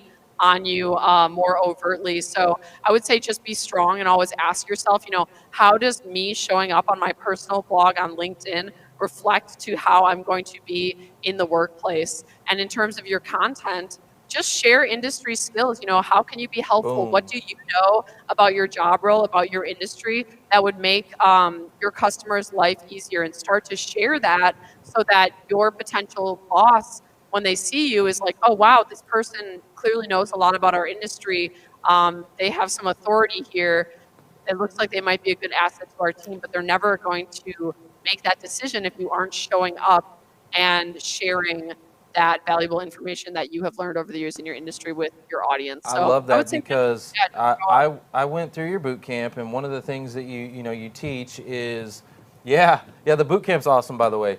So Thank you. you've created a monster is what you've done. I love it. I love Trevor's videos. Yeah. You're the best. You Well, are killing He it. is good. It is a passion. He is very good at that. Yeah. Well, but one of the things that you teach in there is that you don't have to reinvent the wheel. Like when it comes to creating content, like I'm teaching our audience now this. So if you're in HR, okay, and that's what you do, then you don't have to reinvent the wheel when it comes to content. Go to Google, right? Go in there and type in Google, so type in HR, top HR mistakes, okay? And you're gonna see all of this content that's already been created. And one of the things that Shay teaches in her course is that it's not like plagiarism if you take it, read it, and put it in your own words. Make it your own. Yeah. Make it your own. It's actually going to sharpen your skills, right? Because you're going every single day. You're going and you're learning and you're looking at what's being created out there, the content that's already out there. You're going to sharpen your own skills, and then you're going to create content around it that's in your own words. That's going to position you as the thought leader in that industry, so that you are the go-to HR person, not just. Like, how many HR people are there out there, right? You want to be the go-to HR person, so that an employer comes to you and that you drive traffic to your profile. So I love that. That's a good point, because, I mean, if people are worried about using some other content that's not their own, right? I don't think that really is happening anywhere. I don't think anybody really is creating their own content anywhere. Everybody's learned from somebody, right? And so that's really what they're doing, is they're just learning and then being able to share that in their own words. So in Joel Scrivener's book, Winology, he talks about there's a couple phases of how to become a winner. One was imitate, right? Imitate. So like if I want to be Michael Jordan, I need to watch Michael Jordan and I need to imitate him, okay? Emulate. And then innovate, okay? So once you got it down pat and you know exactly how to do it, then you can get creative and kind of start doing your own thing. So right now, like I'm following Shay's course to a T. I'm imitating. And then I'll get creative and I'll put my own spin on it. Yeah. Right, so exactly. I love that. Well, here's what I want to do real quick. Okay, Shay, you probably didn't know I did this, but I've been teaching our audience your style. Okay, I've been teaching the job seekers. So I've got a surprise for you. All right. First, I would like to play, Holden, if you could go ahead and play the Shay Gave Me an A video. Can you go ahead and play that? Oh, that'd be a good video. Here we go. You could also go to Trevor Houston's profile and go get his first LinkedIn video that he posted today, like the first LinkedIn video like we teach in the program, how to do it. I also wanted to share that example because that was a really good example of how to do the very first video, guys. So for those of you who aren't on week 3 yet, in week 3, you shoot your first video. And today Trevor did his. He uploaded it to LinkedIn, I should say rather, and it's doing really well. He just did a really beautiful job of explaining what he does and looking, to connect with more people.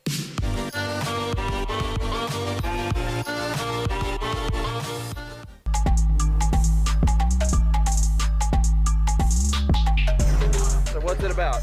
Ooh, yeah, no. That's what it's about.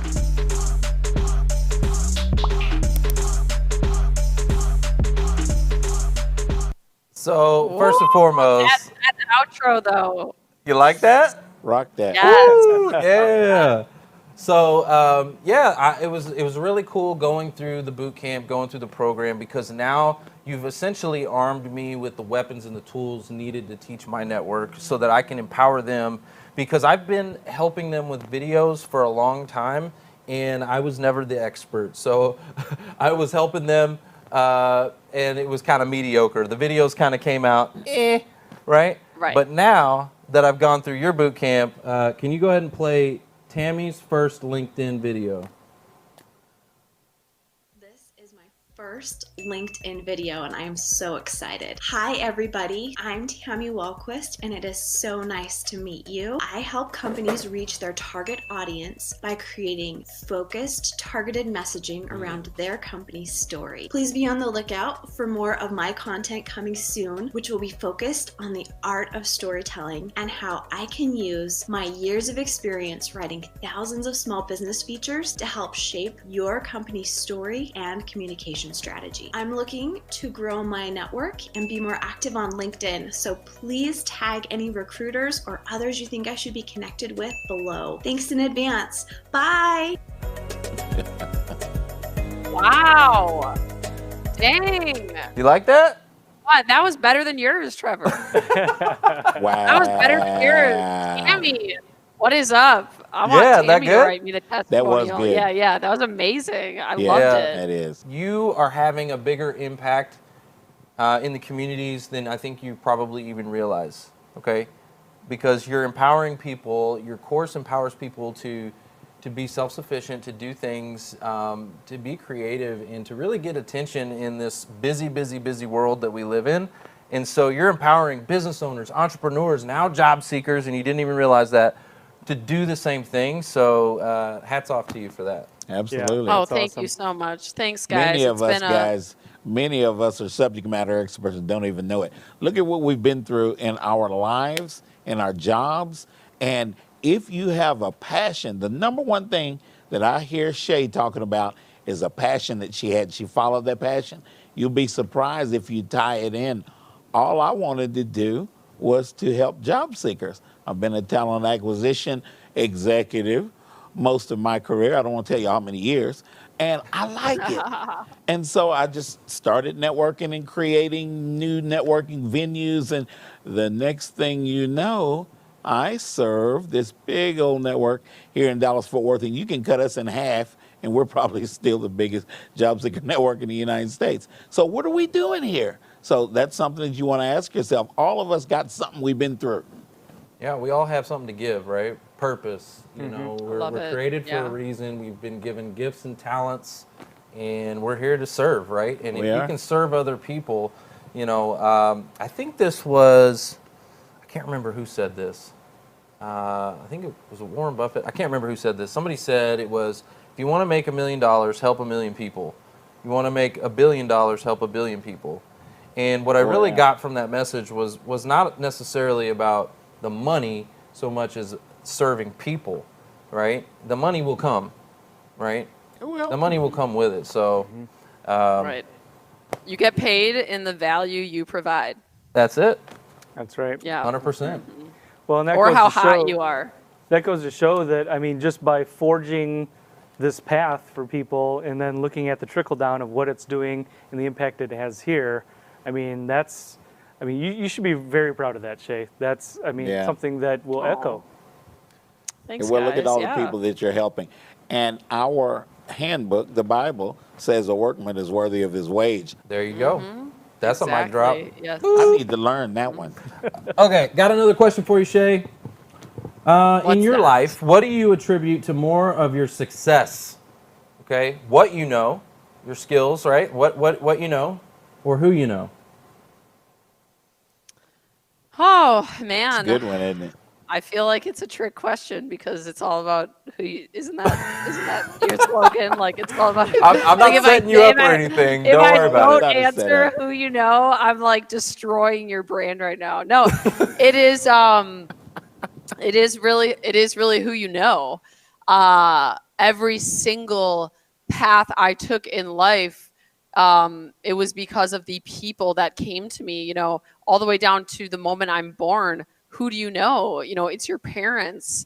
And I am very fortunate to grow up with really dysfunctional parents because they taught me what not to do in this world and how not to be. So it's who you know. People say, you know, how are you so deep? How do you have this foresight? And how do you have this objectivity, the way you look at the world, the way you can empathize and understand people and behaviors? I say it's because I had a really rough upbringing. You know, thank God for that. So even your own family that you're born into is an example of who you know. When I was 24 and got my investment, I got the investment deal because of somebody I knew who hooked me up with an investment. When I learned video editing, it was because of who I knew. I met someone at the time who was willing to teach me how to edit videos. I had no tech experience. When I moved to Miami and I started to have my spiritual awakening after leaving my last company and getting demoted and kind of going through that hard time, I met a life coach who completely changed my life. I've worked with several therapists, several life coaches, but this life coach especially really helped propel me forward. It was, I always joke, you know, like I came to Miami so that I could meet him because after he was one of the first people I ever met in Miami, and he helped me, he walked me through a different set of programs, his programs, different communities down here that he introduced me to that could support me. I didn't really know anyone in South Florida, and that has quickly changed because I have met the right people. So it is who you know. But also, while we're on that topic, Trevor, I just want to touch on something, a perspective that not everyone always has. And I know you'll all appreciate this because you're a very spiritual crowd. But, learn to have gratitude for even the people that hurt you, that you feel wronged you in your life. Even if you were abused, even if everyone that you tell the story to objectively is like, oh, you're the victim. How much did you learn from that experience? I wouldn't change my upbringing for anything. Like, is it sad sometimes that I don't really have a healthy family to go home to? Sure, but I wouldn't change the lessons. I wouldn't change how strong and resilient that made me. I wouldn't change the investors who demoted me because they forced me to realize my worth. They forced me to look at my life and go, what am I even doing here in this company working with all these men? I don't need this. It was a wake-up call. So every single person in your life, even the ones who hurt you, try to have as much of a attitude of gratitude for it and change the perspective to, what did I learn? Why did I take accountability? Why did I manifest a situation in which I would be mistreated? Well, maybe it's because my soul was yearning to learn the lesson of self-respect and self-love. And I'm really proud of this journey that I've been on of getting to that point, because I used to be very bitter. I used to be very angry toward the people that I felt wronged me in the past. And that's no way to live your life. You cannot climb uphill with a bag of bitter rocks on your back. You got to at some point let that go. Okay, so Shay. keep that in mind as well. I'm gonna drop some mics on. You are just dropping them. Hold on, I'm gonna drop another one. I knew this was gonna be like 10 or 12 mic drops. That was so good. Like, you can't walk. No, hold on. Rewind. You can't walk uphill. Or you can't climb a mountain. What'd you say? You can't walk uphill with a bag of bitter rocks. Bitter rocks. A bag of bitter rocks on boulders. your back. Yes. Mm-hmm. Woo! That's fire. That's straight and so fire. many people do. Yeah. Mm-hmm. Well, and man, that translates so well and so directly to all of our viewers, what a lot of our viewers are going through. Because look, there's two ways you can approach it. You get knocked down, do you stay down or you get back up? Right? I get knocked down, but I get up again. But really, I mean, it really is. It just like, so I was in the military, right? And there's the military is not for everybody, right? Yeah, and that's so true. there are people that have a really good experience in the military, and there are people that have a really bad experience in the military, like boot camp, right? And it's not really much different for one of the or other of those people, right? It's pretty much the same experience. It's all about your attitude, like you said. Mindset. Wow. Okay, so let's do this real quick. If we can play another video, let's go ahead. If we can roll Jeffrey Cho's video, please. Jeffrey Cho. Let's do it. I'm a user experience designer. I specialize mainly in product development and the usability aspects of design. I want to create a positive impact. I want to create better experiences for people and different products. I've worked on many different things like websites, apps, car screens, and even kiosk screens. I don't think only one industry is reserved for user experience design. I think all industries can benefit from it. And yeah, so if you feel like you could use me as a designer on your team, please feel free to reach out. Thank you. Absolutely. Wow. Nice, right? I am loving this. It's like watching my children have children. It's like I'm a grandma. It's like I'm a 27-year-old grandma right now, Trevor. You're giving me the feeling. That's what's up. That is awesome. I love it. That is cool. I have another question for you. Okay, so we're trying to teach our audience how to, get attention, right? That's what it's all about. Got to get the attention of the recruiters, the hiring managers, the companies. A lot of times these people are very, very busy people. So you did a video recently, or I'm not sure how recent it was, but you did a video about this, how to get attention of busy people.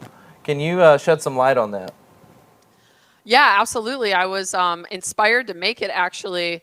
And I had known this. I hadn't made a video about it yet, but somebody from LinkedIn sent me a physical handwritten letter in the mail. And I don't get much physical mail anymore, except for the that mild shopping addiction that I have on Amazon. Other than that, I don't get much. I don't get much physical mail anymore. So it really stood out to me where I was like, "Wow, who is this guy?" And he was a loyal follower of mine. But there's a lot of people following me now. I didn't know him, so I actually went to his LinkedIn specifically to find him, to check him out. And I ended up sending him a personalized message on LinkedIn, thanking him for the handwritten letter. And it sparked this idea in me where I'm like, I'm going to make a LinkedIn video about it, because people need to know that they can get creative. They can think outside the box to get attention of people. They have so much traffic on their traditional channels. So where else can you go? And I was using my own social media as an example. You know, my LinkedIn is so busy now that I personally do not handle most of the message replies. I have a team to help with that. But if you want to get a hold of me personally, go check influencers you want to get a hold of, go to all their social medias and find the one that has the least followers, which is likely to have the least people messaging them on, and go message them through there. Or if you can find a physical mailing address, even better. Nobody's sending physical letters anymore. It's just a great way to stand out.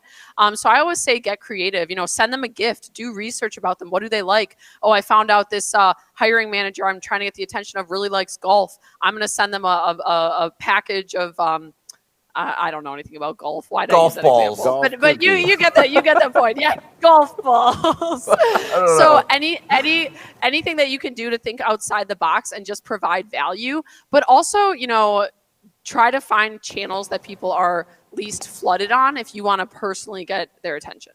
Yeah. What about a personal introduction? Yes, and ask. I had my life coach actually. He paid me a compliment the other day. He said, "Shay, you're really good at asking for things. I love how you just ask for what you need and you don't feel guilty about it." Or especially women, there's this thing where women don't want to ask for anything because then they're bossy or this, that. He's like, "You just ask for what you need." I'm like, "Heck yeah, I do. You don't ask, you don't get." So if you know someone who knows someone that you're trying to get in contact with, just ask. What's the worst they're going to do? Say, "No, I can't do that for you, Shay." Okay, so on to the next. People are so afraid of rejection. Yeah, you just got to ask. I ask for what I need, and I'm prepared to face the rejection if it's a no. But hey, I'm glad I asked. Now I know. So if you know of someone who is in contact with who you're trying to get a hold of, ask, "Hey, what can I do for you? How can I provide you value so that you can get me an introduction to this person?" Well, boom! I love that. I love that. Bring value. So I gotta kind of rewind here. So a couple things you said. It's about who you know, right? It's about who you know, right? We talked about that. Yes. You attribute a lot of your success to who you know. You also said just ask, right? The introduction. So you miss 100% of the shots you don't take, right? Oh yeah. You've heard that, right? You miss 100% of the shots you don't take. So I'm just gonna be bold. And I'm going to put myself out there live right now in front of my audience, and I'm just going to ask.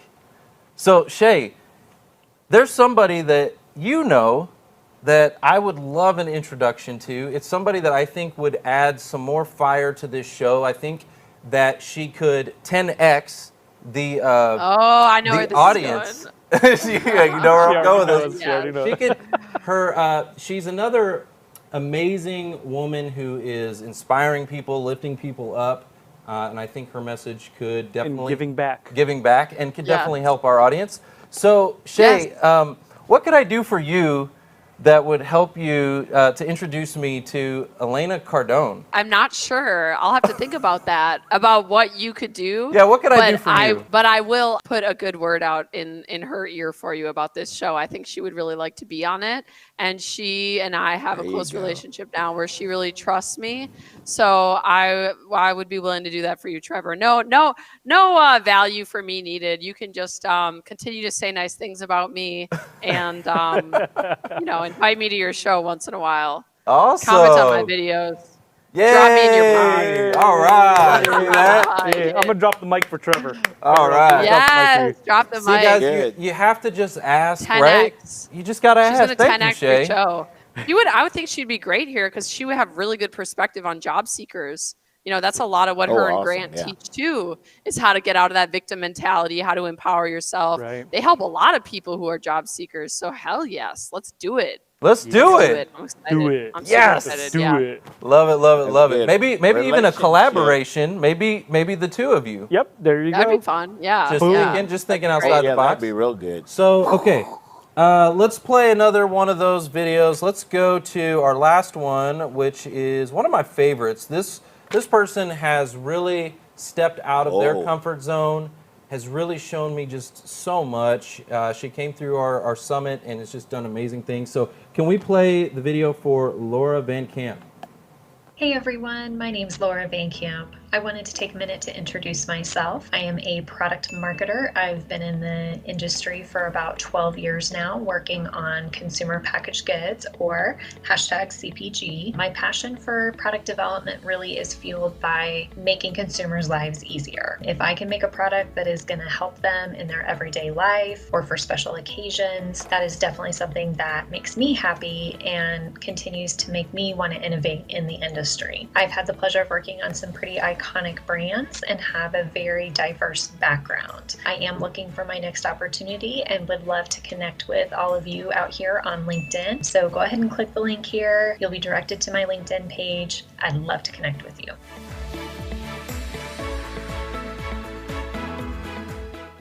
Trevor, can I just say I'm so happy that these people have you in their lives. That is so great. Good for you, man. Yeah, what a great guy. What a great mentor. You're really helping these people. The platform is so underutilized, and I always come at it from the angle of business owners are underutilizing it, but even the job seekers who were the original people Especially here them. are still underutilizing it. Yeah, so kudos, man. That was a great video. Well, thank you. Yeah, anybody that, the world is underutilizing it, right? We all have this smartphone, and this is smart. Too. this is a microphone to amplify your voice, right?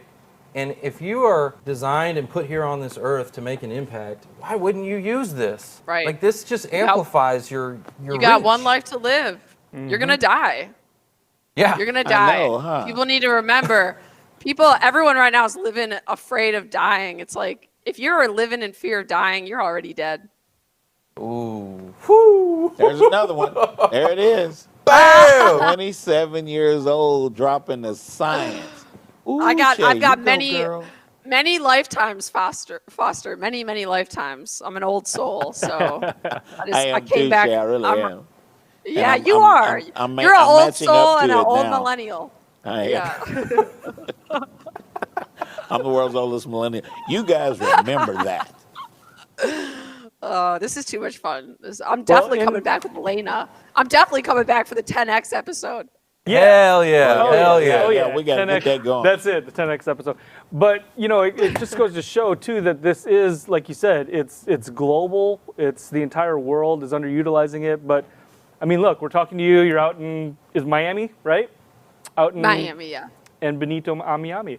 So we had Laura Van Camp, that video that we just watched. She's in Kansas City, right? Yep, Kansas City. Yeah, Laura's in Kansas City. There are there's people in Africa that are putting these tips, these strategies into practice. So they're following the Who You Know. They're participating in the summits. They're doing these things to get themselves noticed. So we gotta pump this up, right? Oh, hell yeah. We're going to 10X this thing. That's what I we're love going to do. this because it pumps itself.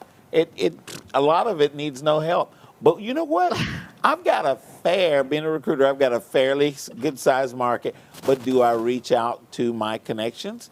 Because of what I do, I get a chance to develop a relationship with people because I'm trying to help them get a job. So when they get a job, you think they might respond the first? You think they might answer the phone when I call? I don't know. They probably will. All right, well, we've got you for just a couple more minutes, Shay, so I want to get as much value out of this as possible. There was a couple of things that you taught us in the boot camp. One, how do you structure your headline and your, we'll just go to the headline first. What's the best way to structure your headline? In the LinkedIn headline. Yeah, on your LinkedIn profile, your headline. This is so interesting because I just had a podcast. It was actually another live feature just before this, and that was also the last question he asked me was about the headline. I'm like, what? y'all love that finale about the headline, but it is important. So here we go.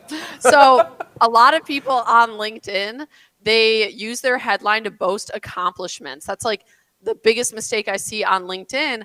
Remember, that's the first place that the user's eyeballs go when they go to your page is your LinkedIn headline. So you want to use it to just effectively communicate to your target market exactly what it is you do. A lot of times people try to overcomplicate it, make it fancy, get super creative in their wording. All you're doing is making it harder for your target market to consume and know right away, oh, this is the person to solve my problem.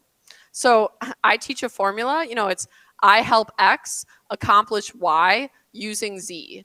X being your target market, Y being the problem you solve, and Z, if you want to go into it, the mechanism for how you solve it.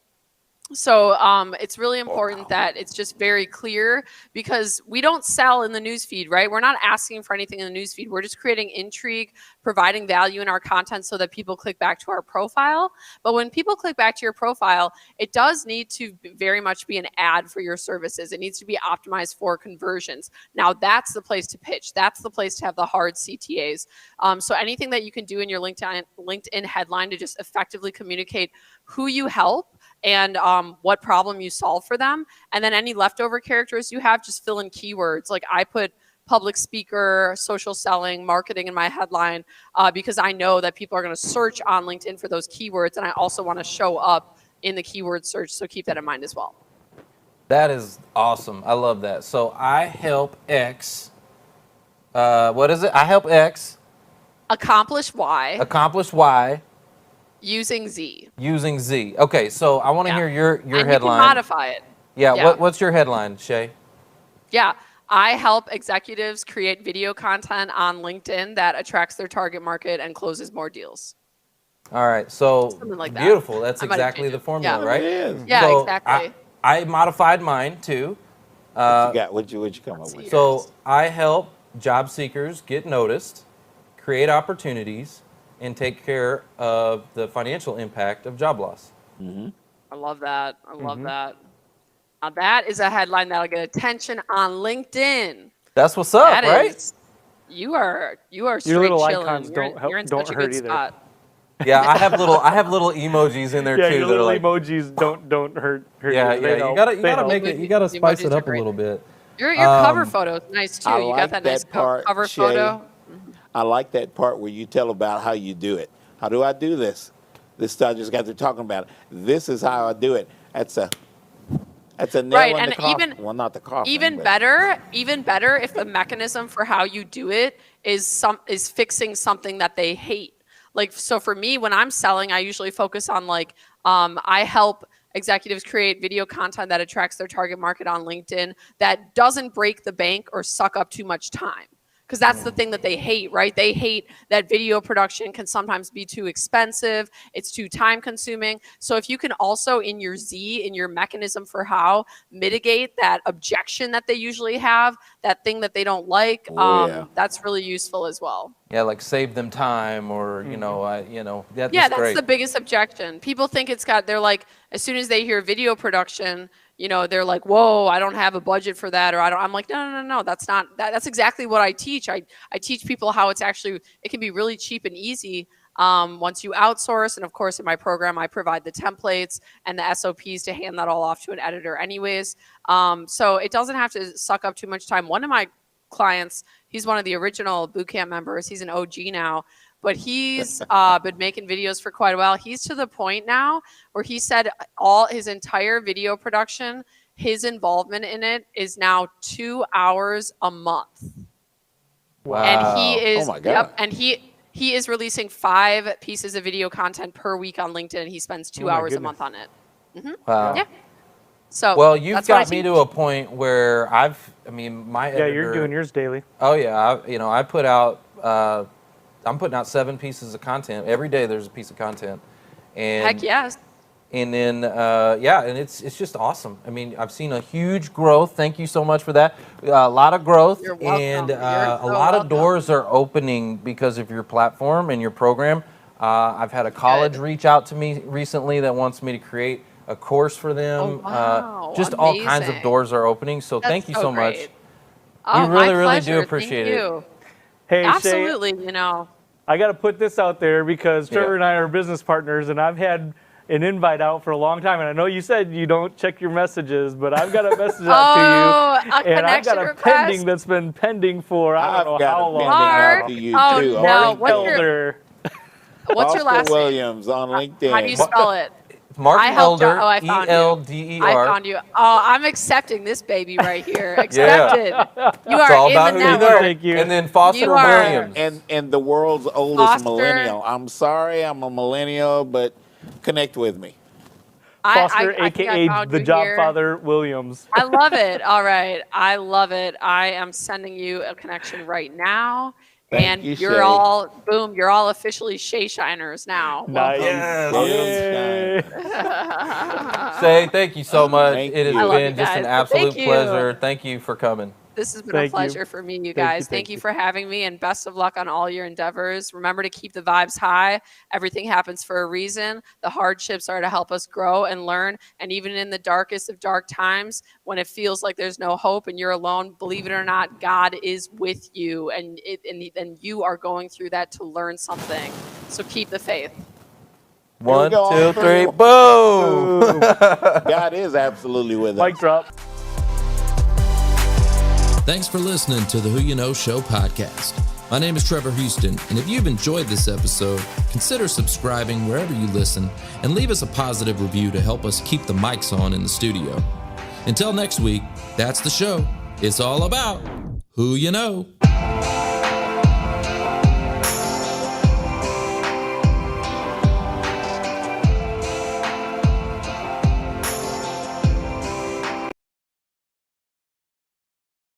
You learn how to stand tall in the face of adversity and get back up on your feet quickly when you're on a commission-based job. And there's nobody putting food on your table except for you. And there's nobody paying your rent except for you. So you don't have a whole lot of time to kick rocks and feel sorry for yourself. And what you learn very quickly in direct cold call sales is smile, eye contact, excitement, like the C factors, right? That is one of the first fundamentals. Like, you walk into a business, you put a smile on your face, you look people in the eye, and you are excited.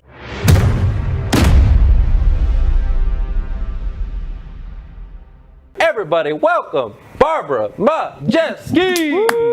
Welcome, Barbara.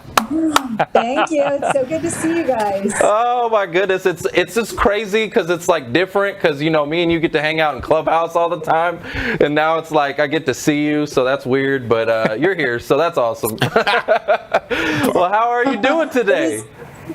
I'm doing great, and we really connected on that fundraiser to raise awareness for organ donation. So that was a lot of fun. You were very funny and fun to work with. So I'm grateful to reconnect on another platform and another opportunity together. So this is great. This is so awesome. Well, I want to go back and talk about your journey because it's really inspiring. I've got to hear you speak about it a few times, and I think it can really help our audience, with their mindset and overcoming challenges and obstacles. And so I want to go back before all the success, because look at you now. You got it on the TV and all the news and all that fun stuff, right? But it wasn't always that way, was it? Well, I think we all start from somewhere, right? And, it's definitely been a bit of a journey. And it's funny, I thank you so much for that great introduction, because I'm watching myself and listening, and my kids, they're like, we don't mind that you're on TV, but you have the most cringy voice. Wow. Kids, right? I'm like, listeners. But, I'm only sharing that because I think that we all have to have a sense of humor as we're taking on different challenges or embarking on different endeavors, because people are going to give you slack and they're going to kind of make you feel silly or insecure or, give you all the feels. And you just have to know who you are. And you do have to have a sense of humor about your ownness. I think what I've learned is, I was diagnosed with cancer I was actually diagnosed in 2015, and then I went through treatments in 2016. And knee deep in the middle of treatments, when I actually didn't think I was like, cancer is not going to kill me. This chemo is this chemo is just bigger than me. I don't have the chops for it.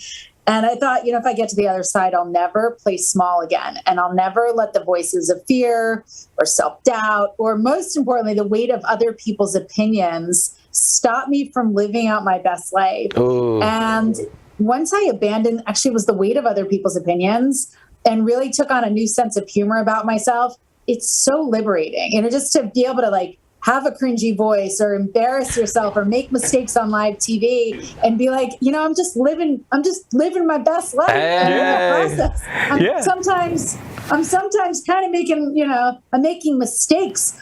But hey, that's what it's all about. None of us are perfect, right? So, well, I want to talk about that because I watched an interview with you and I got to hear you speak about your early years, like your early 20s, growing up, what it was like tell me about that, because I see you now and you've got all this confidence and you're just you're glowing all the time, right? And you're doing amazing things. Look at that smile. And what was it like? Because I saw this. Great. Yeah, tell me. Let's go back. Let's rewind. Talk to me about growing up, your childhood, your 20s, things like that. What was it like for you then? This is better than therapy, okay? If we're going to start talking about you guys tell me I have a beautiful smile, and now you want to hear about my childhood. So I am a twin, and I have younger twin brothers. Okay. Yeah, there's another one of me, but he's a he, so it's not, Okay. And my mother's a triplet, so actually. No way. No way. Wow. Two sets of twins out of triplets. Wow. Dang. Wow.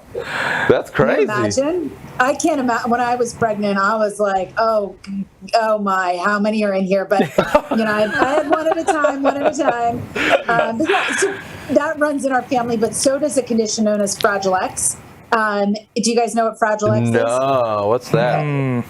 So Fragile X is a genetically inherited form of neurological impairment. It is much like Down syndrome. Oh, wow. And my younger brother, Steven, has Fragile X. So he has basically the capacity of maybe a third or fourth grader, but he will never be able to live completely independent and will rely on others to take care of him. And when I was about 13, my parents lost everything. So we all had to get shuffled all across the United States because there was 4 of us and no one family wanted to take in all 4 kids and a special needs child. So we had to separate. So half of us went to California, half of us, it was crazy. But listen, growing up Schwartz, which is the story of my childhood, that's what I call it, does give you a good sense of humor too. It doesn't, listen, you gotta roll with it. Roll with the punches, yeah.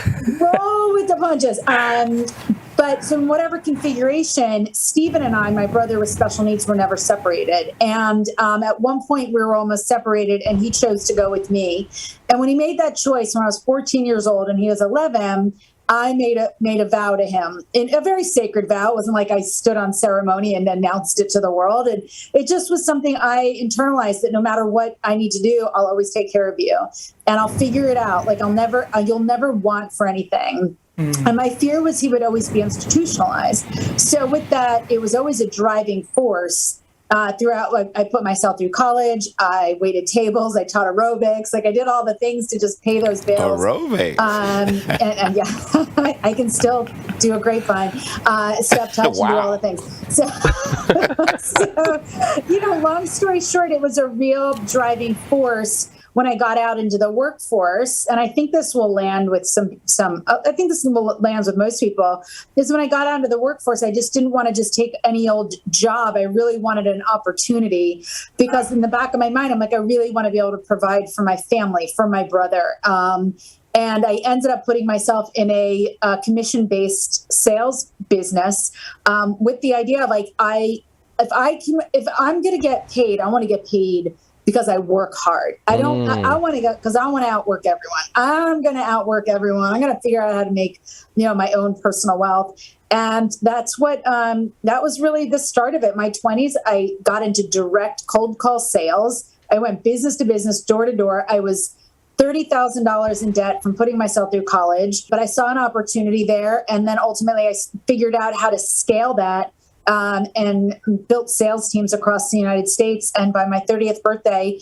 I took over as Stephen's legal guardian and I retired. Wow. Those are my 20s. So that, listen, nothing builds confidence like going door to door and having people tell you to take a long walk off a short pier. So you went door to door? Yeah. You did the door to door. Wow. Yeah, So you straight OG right there. That's See, OG. Look, Triple OG. yeah. Wow. And that'll give you, I mean, having to overcome that. Right? Not only your confidence, but it thickens your skin. Like, you can talk about roll with the punches. Well, speaking about roll with the punches, so I also heard you talk about. I heard a story that was hilarious. You had me literally rolling about your palate expander. Break that down. Because you had me laughing. You're like, Here what? I told that story months ago. I don't even remember telling that story. See the impact it has. See, I like to dig deep. Was that at the same time? Was that at the same time as your sales? No, that was before? This was in college. Okay. So I'm putting myself through college. I'm waiting tables. I'm teaching aerobics. I'm working at the student union, and for whatever reason, my parents were like, "Listen, you got to get braces before you get out into the workforce because those chompers need to be like realigned." And I'm like, all in. I'm like, yeah. So let's get these ditties all beautiful. But my jaw was small, so they had to put in a palate expander, which they extended. So I'm already like funny looking in my mind. And it expands your palate, so I have a gap between my front teeth. And I don't know why am I telling this story? I don't know. But because you started Keep going. Wait, so I can't speak because the palate expander runs across the top of my mouth. So I have to, I'm a waitress and I have to ask if people want peas, but I can't say peas. Do you want peas? Want peas? No, it came out so bad. And I remember teaching and I'd be like, and it's lift up your knee. I couldn't say, yeah. So, I mean, I went from bad to worse. Like, I was like, wow, I'm a hot mess express, and now I don't even know. Hot mess express. Yeah. But ain't no shame in my palate expander game because it gave me some good teeth. Well, the reason I brought that up is because when I was watching your interview where you talked about that story, right, it was how you got through that to get to the confidence. And I thought first of all, the story made me laugh because you were talking about the peas and the knees. Yeah, it made me laugh. But it was also about, how you got through to your confidence. So when did you start to build confidence? Because you weren't always, like I said, you weren't always like this, right? So it was through the sales career. Was that when you started to build confidence?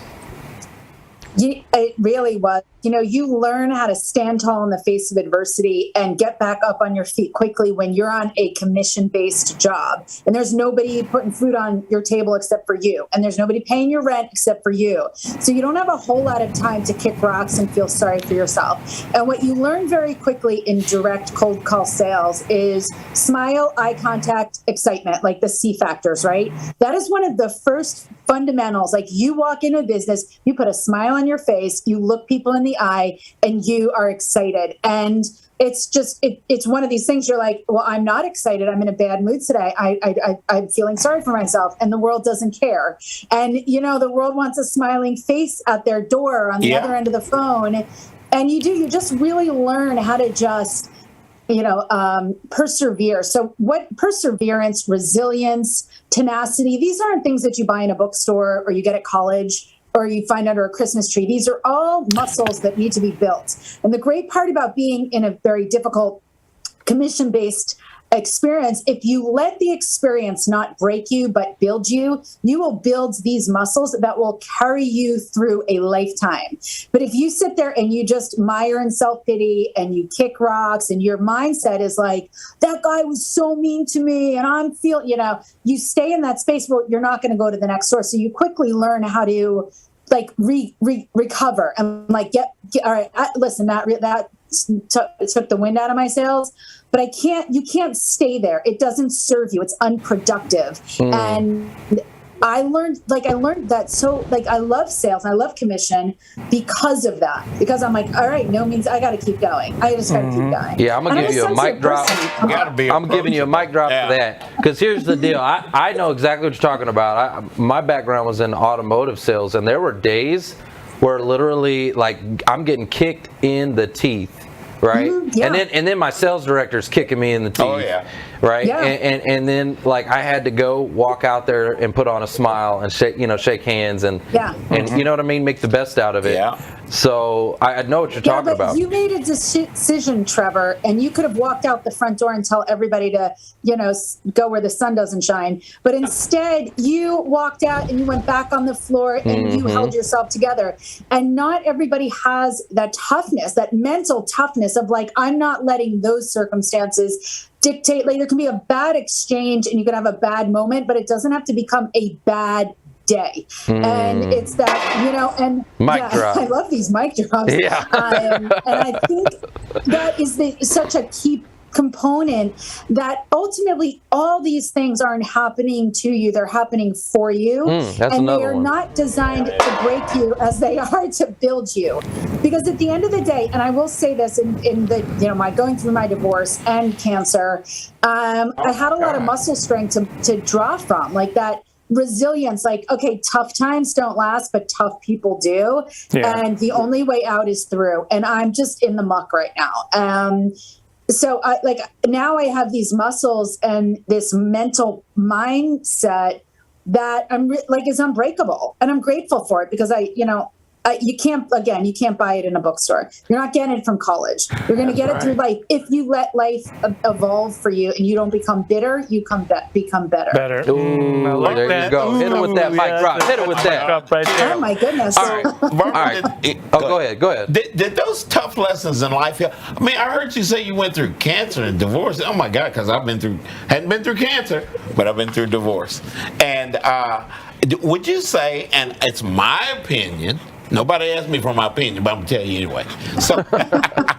So those tough lessons in life are where we learn the most. We don't like them, but those tough lessons in life seem to get a great deal of us to that next level. Would you say that helped you get through cancer and divorce? I love that you asked that, and I do want your opinion. I'm enjoying this dialogue. I'm going to say that 100%, I know you guys are very faith-based, and I, too, have this certain faith and this surrender and understanding. I do believe that things will conspire in my favor, even when I can't understand it, when it's been really difficult. And by the way, I know you haven't been through cancer. Divorce is 10 times harder than chemo. I just want you to know that. Divorce unhinged me like nobody's business. But whenever I've been going, again, the only way out is through. And I have had to say to myself, like, just surrender to faith. Surrender to faith. Like, I don't understand this in this moment. I do not get why this is happening. And we say this to ourselves, why is this happening to me? Why me? Why me? And I can always take a pause and say, why not me? And I do believe that the toughest battles are given to the strongest soldiers. And, when you say that to yourself, like, I've been given this mountain to climb because I can climb it. Ooh, there you go. And I do.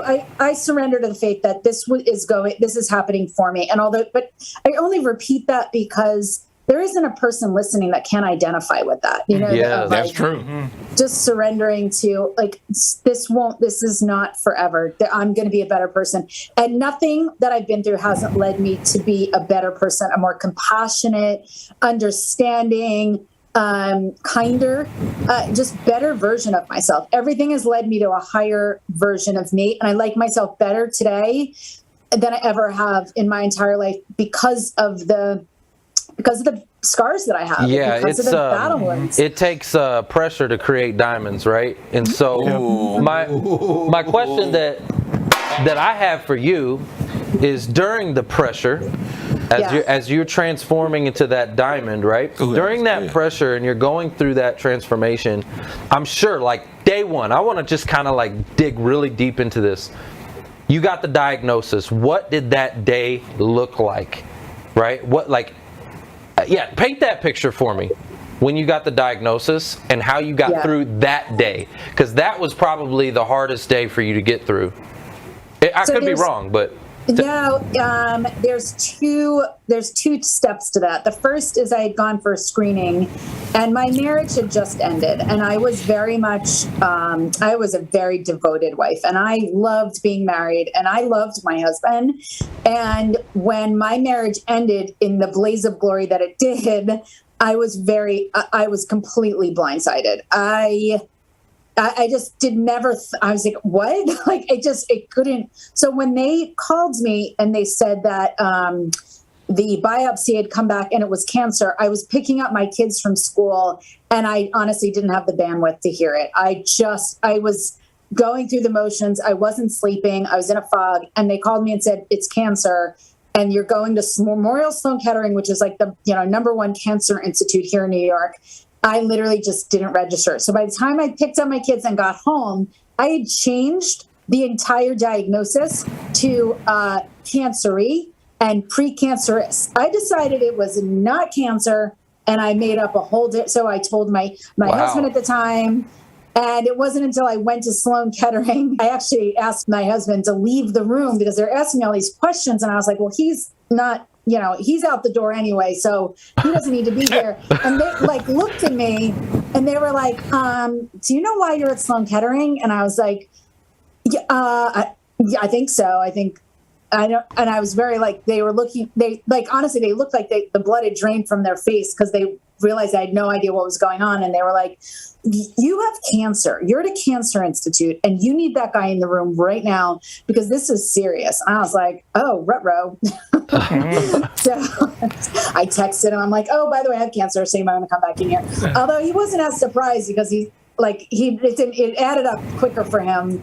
And I think for me, the hardest part was telling my boys, going through that and watching their, how they processed it. My older one got very angry initially, and then went off and threw basketballs against the side of the house. I could hear him just hurling basketballs, and I just killed me. And then my second son, my daughter was too young. He had a lisp, and he just snuggled into me. He goes, "Mom, you got the camper?" And I was like, "Mom's got the camper." And he's just really sweet, but they responded in different ways. So I think for me, it was seeing my kids see me, and I was more conscious of that than anything else, and controlling my emotions and my frustrations and everything through the process. So yeah, that was a tough time for sure. So what helped you to get through those days, to continue to fight? Because that's a place where a lot of people may give up. What helped you? Was there a person? Was there a moment, a decision? What was it that helped you to move forward? So I was bumping up against my 9th infusion. So I had 12 infusions, and I sucked at all of them. I was the worst at it. I couldn't.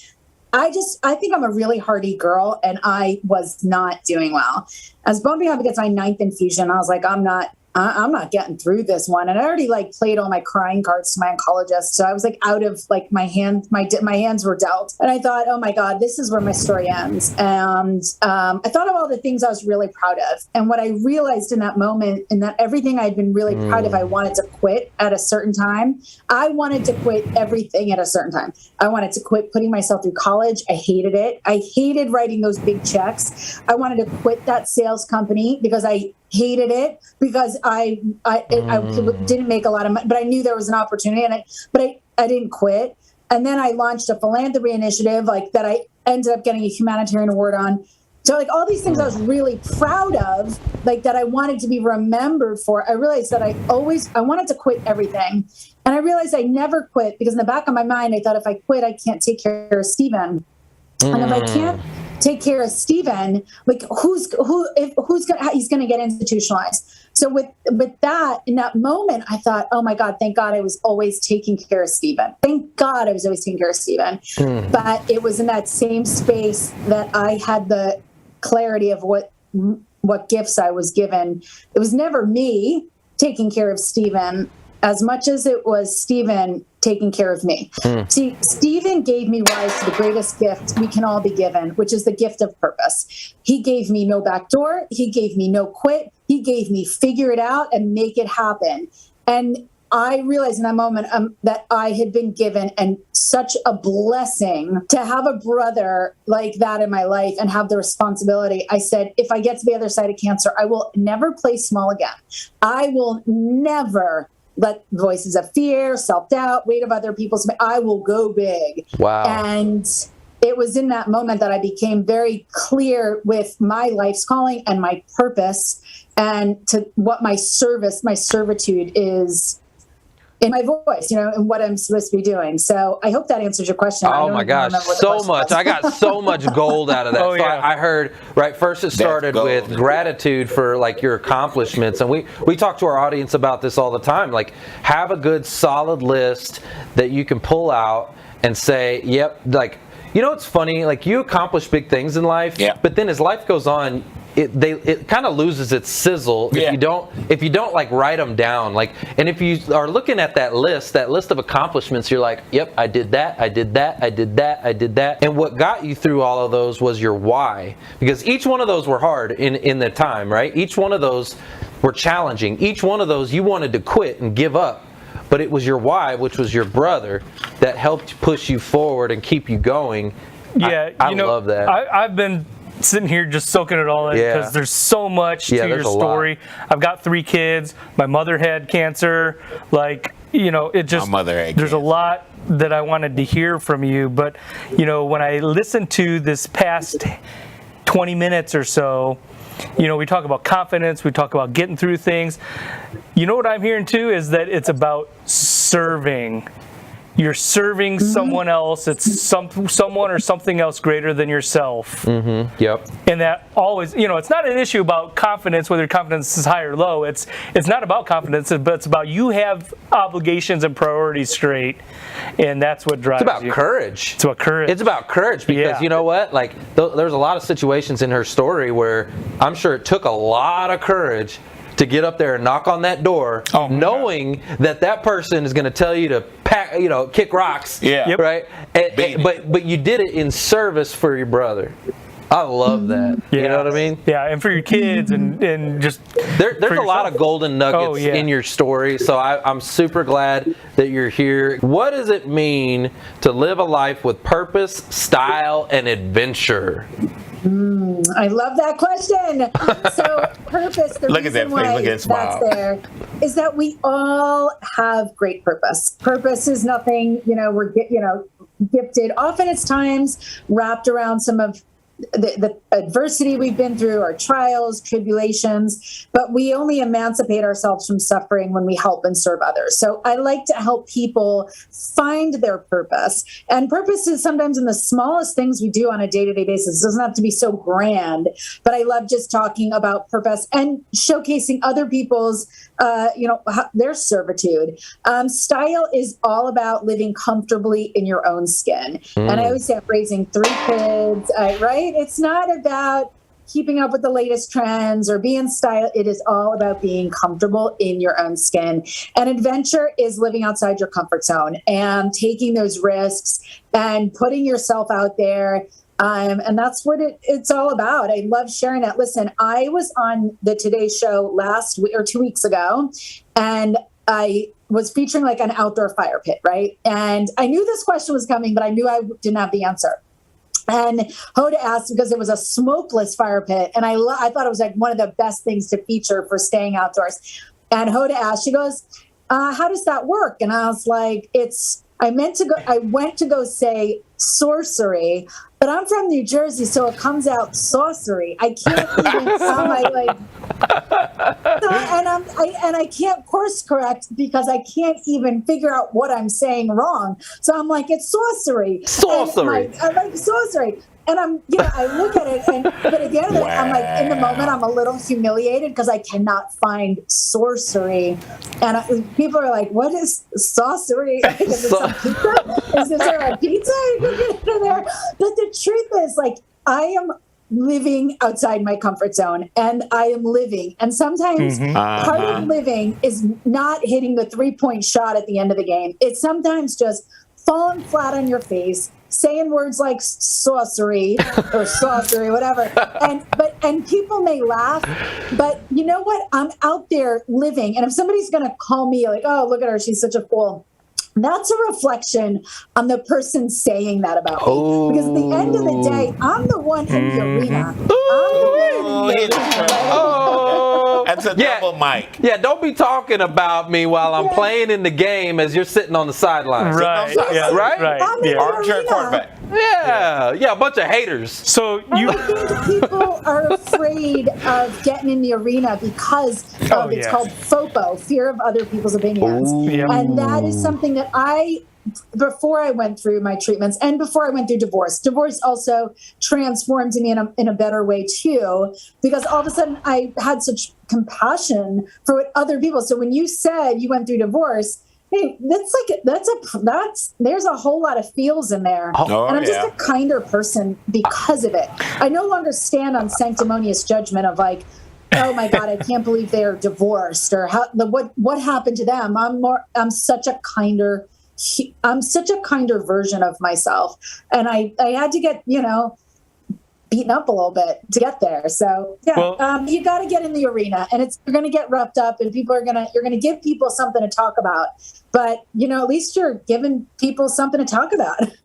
Well, talk about putting yourself out there. I mean, you put yourself out there because you're on TV. Yeah. When did that start? When did you get on TV, and how did that all happen? Another great question. So when I got to the other side of cancer, I was like, all right, Babs, what's your going big look like? Like, what is this big thing? You talk a big game. What does that mean? And I was like, you know what big means? Big means going on TV. It was always a dream of mine to be on television. I would talk myself out of it. I wasn't smart enough. I wasn't tall enough. I wasn't everything enough. And I finally learned how to swipe left on negative self-talk. And I was like, who am I to decide whether I'm good or not, or good or not? Got it? Good or not? See, there you go. Another sauce. New Jersey. Good or not? Good or not? That's almost like, okay. But who was I to decide? I never put myself in the game. And I'd already benched myself. And that's just not the way that I decided I was going to live from that point forward. I was going to fail trying, then fail to try. So I decided, I was like, all right, when you reverse engineer your goals, like I wanted to be on TV. When I started, I was like, well, how do you get on TV? I was like, well, I guess you have to learn to be on TV, so I should go to school. And it really, that whole process of elimination, that reverse engineering got me to hire a media trainer. Why don't you hire a media trainer? Why don't you go to classes for being on television? And that's what I ended up doing. I hired a media trainer. Hey, job seekers, go hire a career coach. Just saying. Absolutely. Yeah, educate yourself. I got to say something before I say hiring a media trainer, because that used to be, everyone's like, how'd you get on TV?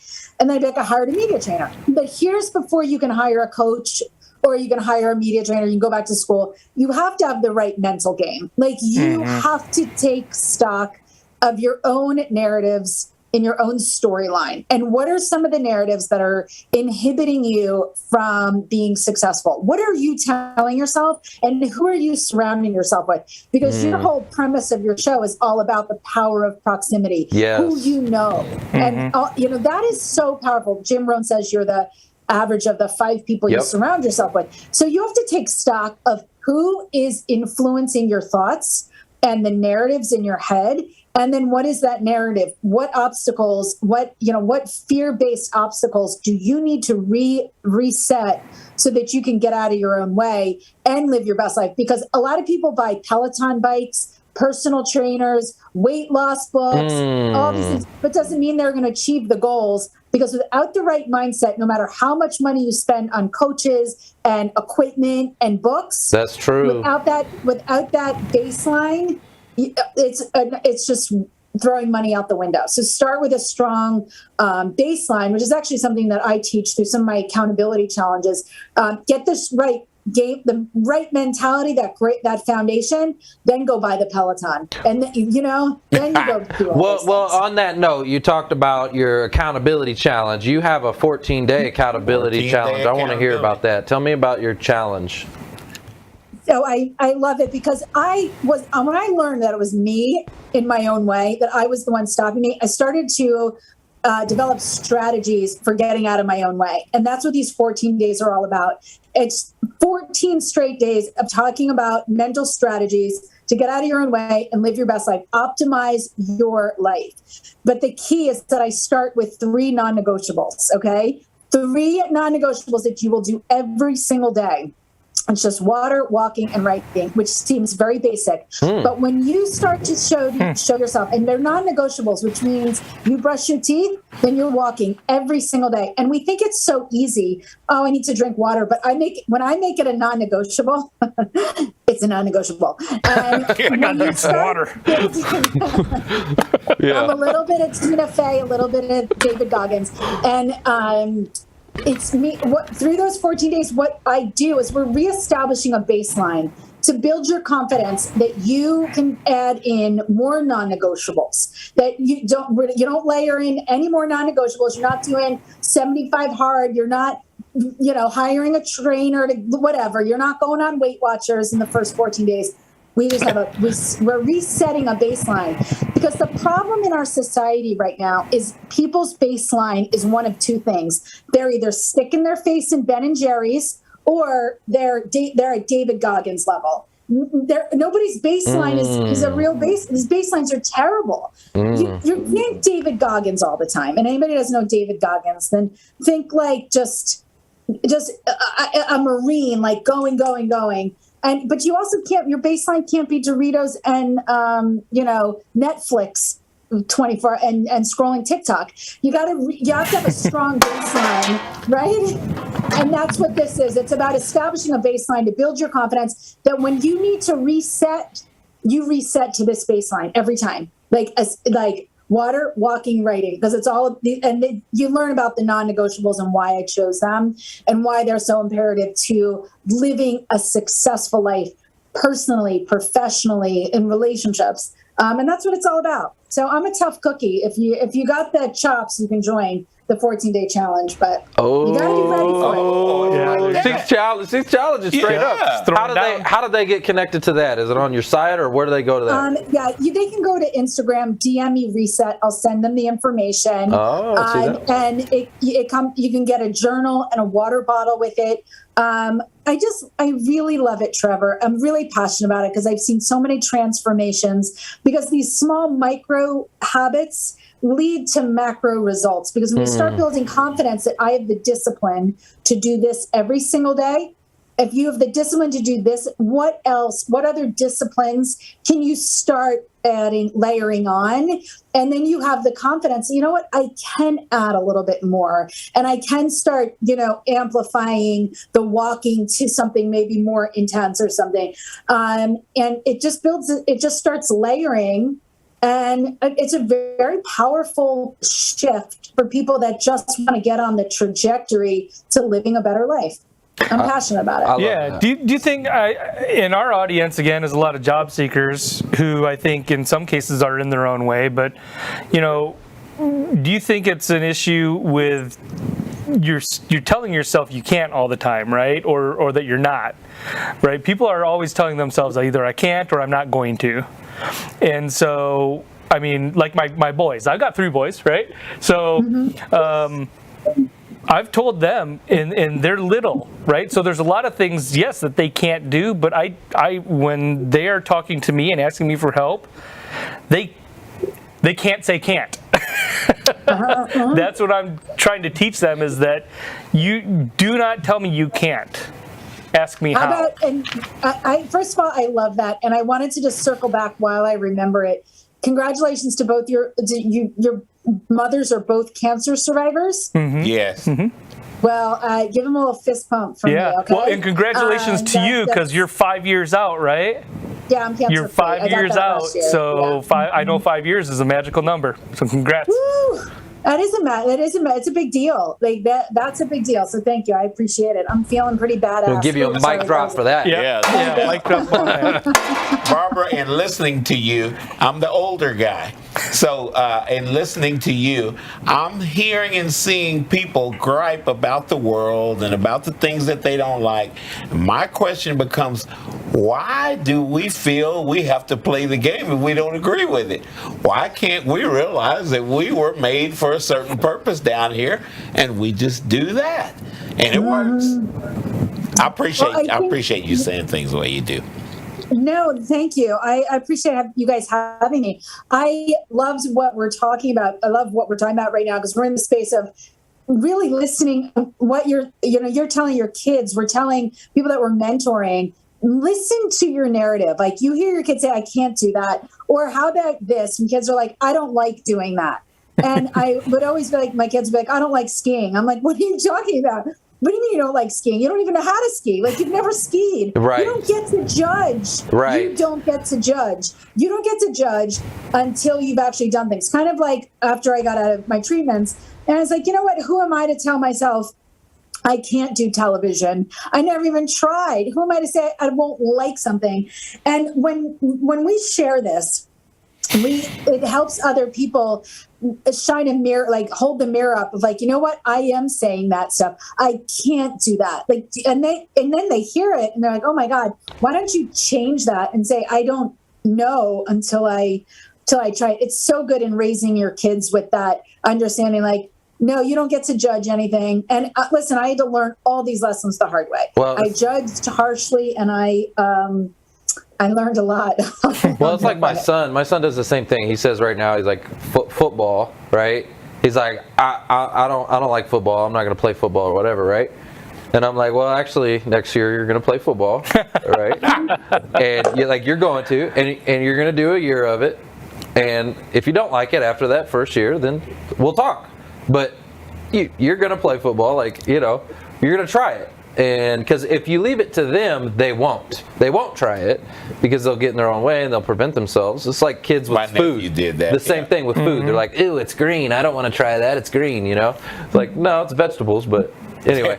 Okay, we were talking about something earlier that I thought was interesting, and I hadn't really thought about it before until the conversation came up, and it was about, FOMO, right? Fear of missing out. Yeah. And FOPO, what is that one? Fear of other people's opinions, or how does it? Yeah. Fear of other people's opinions. Yeah. And it's not my.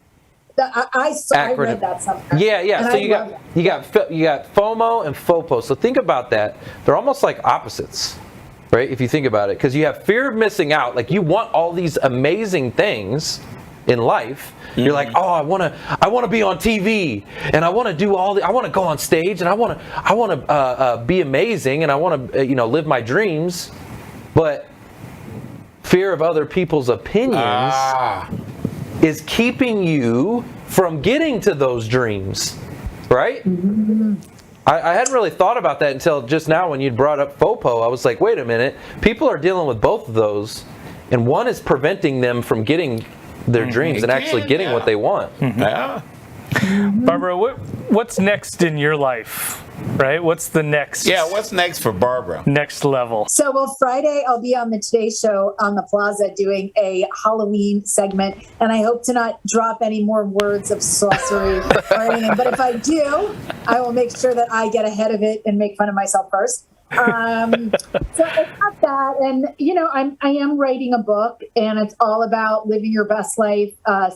It might be single and over 40, living your best life, or just living your best life after 40. I don't know, something like that. You're trying to niche down. You're niching it down. I'm niching it down, but I have to say, like, so many men join my accountability challenges, and I really do connect with married people that are married, people that are single, people that are older, people that are younger. Like everyone's always like, Barb, you've got to niche down. And I'm always like, I don't know, just people that I attract to my clubhouse rooms, to my groups or whatever. They're so diverse. I just don't want to limit it. But all the publishing houses are like, you got to niche down. I'm like, I don't know, just live your best life and don't wait till you're confronted with your own mortality before you start doing it.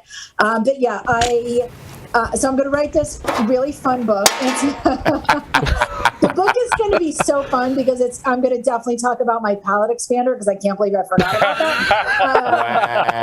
But I just have so many great stories like that, but that are all relatable. Yeah. Like, there's nothing I talked about that, even my story of my brother, I really do hope that when people take stock of their own story in relation to mine, they recognize that they have great purpose through some of the challenges that have been thrown at them, and that they have access to a well of understanding and compassion and knowingness through that experience. And it is through that if you can take that to build you, to bring you to higher ground and servitude, there's a lot of give in that. And oh my God, can I close this by talking about giving? Because I have a good story on that.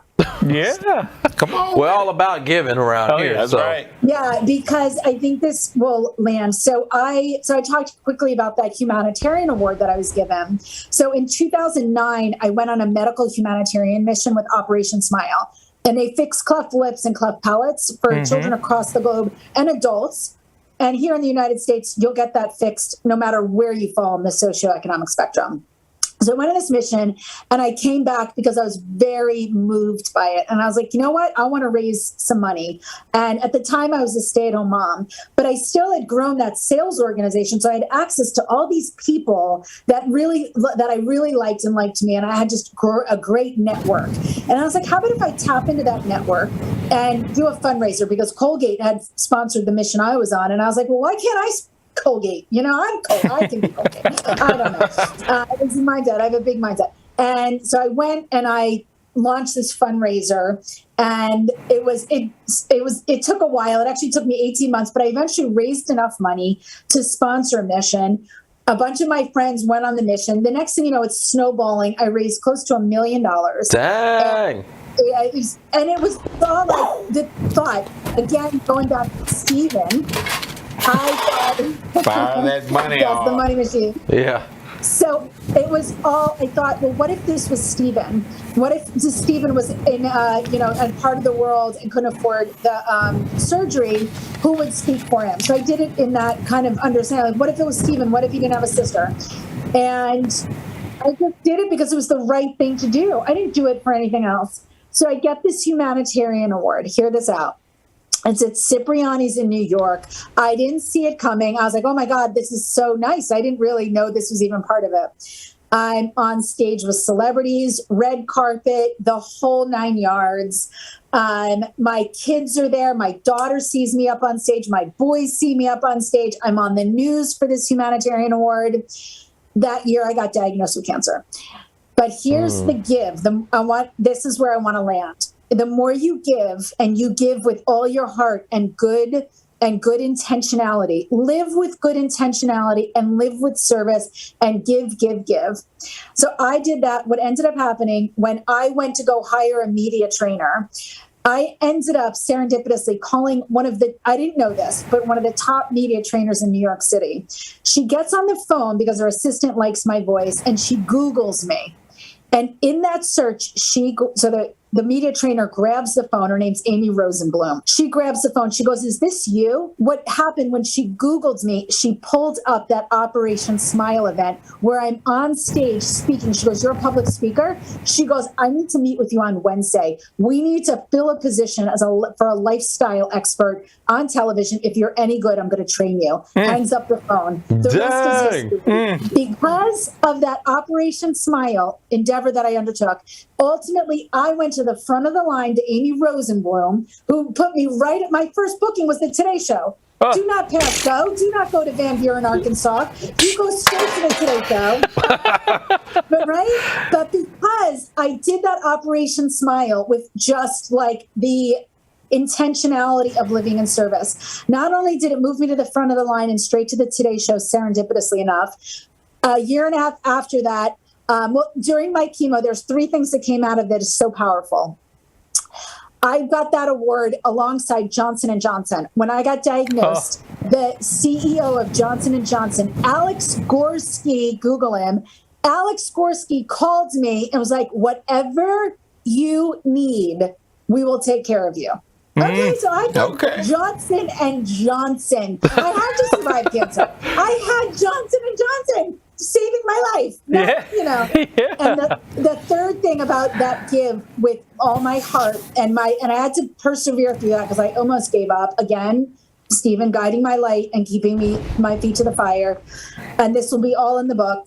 I enrolled my daughter in I thought she would do modeling. Like you just talked about the skiing and I decided to not judge anything. And I was like, all right, why don't we try modeling? Long story short, she gets a booking. Her first booking is with Oscar de la Renta. She walks the runway. Where else? Cipriani's, New York, where I got that award. So because she saw her mother strut out on the stage, she walked that stage like a total 4-year-old's supermodel. And she was like, I saw you here. Like she said, I've been here before. I saw you get on stage. And she but you have to know that all of this, the more you give in your life, the more you give with good intention, the universe will conspire in your favor exponentially in ways that you can never know or quantify. And that is how I know that the more I give and live with intention of service, I will always be rewarded. Yep. You guys heard it here. That's the recipe. 3. It is not saucery. It's not saucery. It's not saucery. It's giving. It's giving. Guys, Barbara Majeski, everybody. Round of applause. Love it, love it, love it. Thanks for listening to the Who You Know Show podcast. My name is Trevor Houston, and if you've enjoyed this episode, consider subscribing wherever you listen and leave us a positive review to help us keep the mics on in the studio. Until next week, that's the show. It's all about who you know.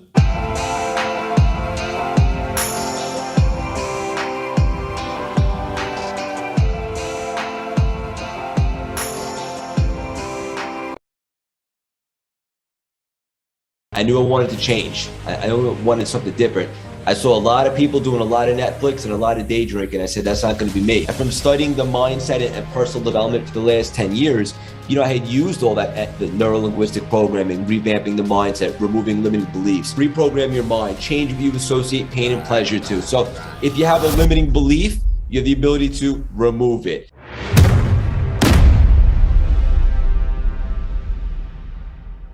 Everybody, a warm welcome for Craig Siegel. Craig Siegel. Man. Uh-oh, you're on mute. You guys will never lose me. But honestly, I just got to say, what an unbelievable introduction. I'm usually the one giving them on the podcast, but that was great. Thank you, guys. Man, we appreciate you. You're welcome. Well, and it was cool to get to meet you in Vegas with Dave Meltzer. So I kind of want to kick it off there and start there. First of all, what were you doing there? I assume he was interviewing you as well. Like, what were you doing there with Dave? And then maybe Dave's a big guy and he does a lot of things. And he came on this show and dropped a ton of mics. What is maybe one of your biggest takeaways from Dave? Yeah. First of all, great questions. And Dave and I have a really close relationship. In fact, we have a weekly show called The Paradigm Shift. Every Saturday on Instagram at 10:30 Eastern, 7:30 Pacific, which actually just got greenlit for Apple TV, which is super exciting. We're going to start filming. Let's go. Congrats, man. Oh, yes. But Dave and I have a very special relationship. And I was down there when I met you because I was filming his new show, Office Hours, which airs on Bloomberg TV. Actually, our episode just aired last Friday, which was super cool. So that's why I was down there. And as the universe would, shape it up, I got the honor and the privilege of meeting you, brother, which was great. And that's what it's all about, right? Connections. And you never know, what relationship, one trip, one connection, anything could lead to something else. So you and I had the opportunity to meet. So kudos to Dave for kind of facilitating that introduction and so forth. But, Dave has so many nuggets. He's awesome in so many different ways. He's a mentor to me. One of the things that I love that he talks about is kindness. Right? Because kindness is a little bit overlooked. Everyone knows about the spiritual aspects of gratitude. If you look at the spiritual texts from the last million years, the one thing they all have in common is gratitude. But what some people might not know is the power of kindness. And let me explain. So when you perform a kind act or you step out of your comfort zone and do something that cultivates kindness, you actually release serotonin, which is the natural chemical in your body to produce bliss and happiness. Oh. But here's the kicker. The person doing the kind act releases the serotonin, and also the person receiving it does as well. So you kill two birds with one stone, and being kind is just straight up good. And it's something I learned from Dave, to just be more kind more often. I love that. Mic drop for that. Yep. For sure. You get a mic drop. And actually, I'm going to give you an example, something that happened today on my drive over here. So I drive down, and on the corner of the highway, or corner of the service road, you know, there's someone there and they're homeless, and, you know, there's always someone there, right, on that corner. On right? that corner. Yeah. On that specific corner. And, you know, I don't have any cash on me. Like, I hate that, right? Like, you run into an opportunity to give and to be kind, and you're like, dang, I ain't gonna cash. But I'm like, surely I got something. What can I give? Like, I don't have cash, but, like, what can I give? Then I'm like, I don't even know. Like, I had this literally, I felt bad about it because I got this little bottle of water. Like, it's a small bottle of water, right? But I'm like, whatever. I'm going to give what I got. I got this bottle of water. So I rolled down the window, and this lady was cool, and we're chopping it up, and she was super grateful, and it just created an it created a, right?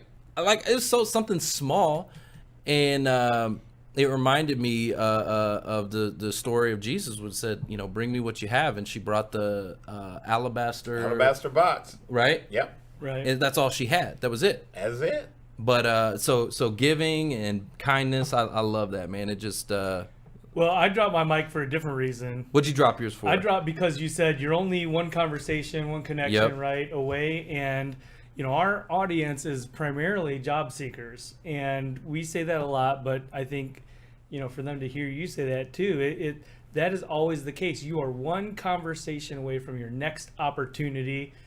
Whatever you're looking for, you're one conversation away. If you 100%. keep that in mind and in perspective, it's going to happen. And my mic drop, guys, attitude determines what, y'all?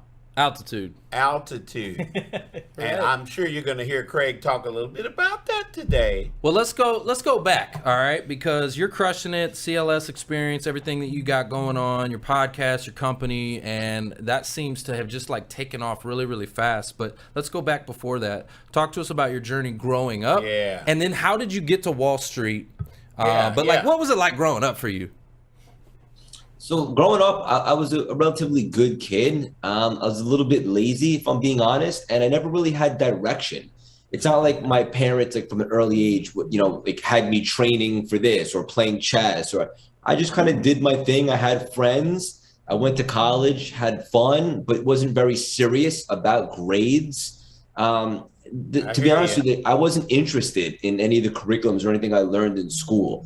What I'm interested now is obviously personal development and understanding all that stuff, mindset, but they don't really teach you that in school, if I'm being honest. So I went to school, I got my degree, I came out, and then that's when everything changed. Because when you live in New York and you're ambitious, there's a good chance that you might end up on Wall Street. And so I didn't know what I wanted to do. I was kind of lost in the wilderness with no compass, but I knew I wanted to do something. So I ended up on Wall Street, spent 10, 11 years there. First, I was in finance, did that whole thing.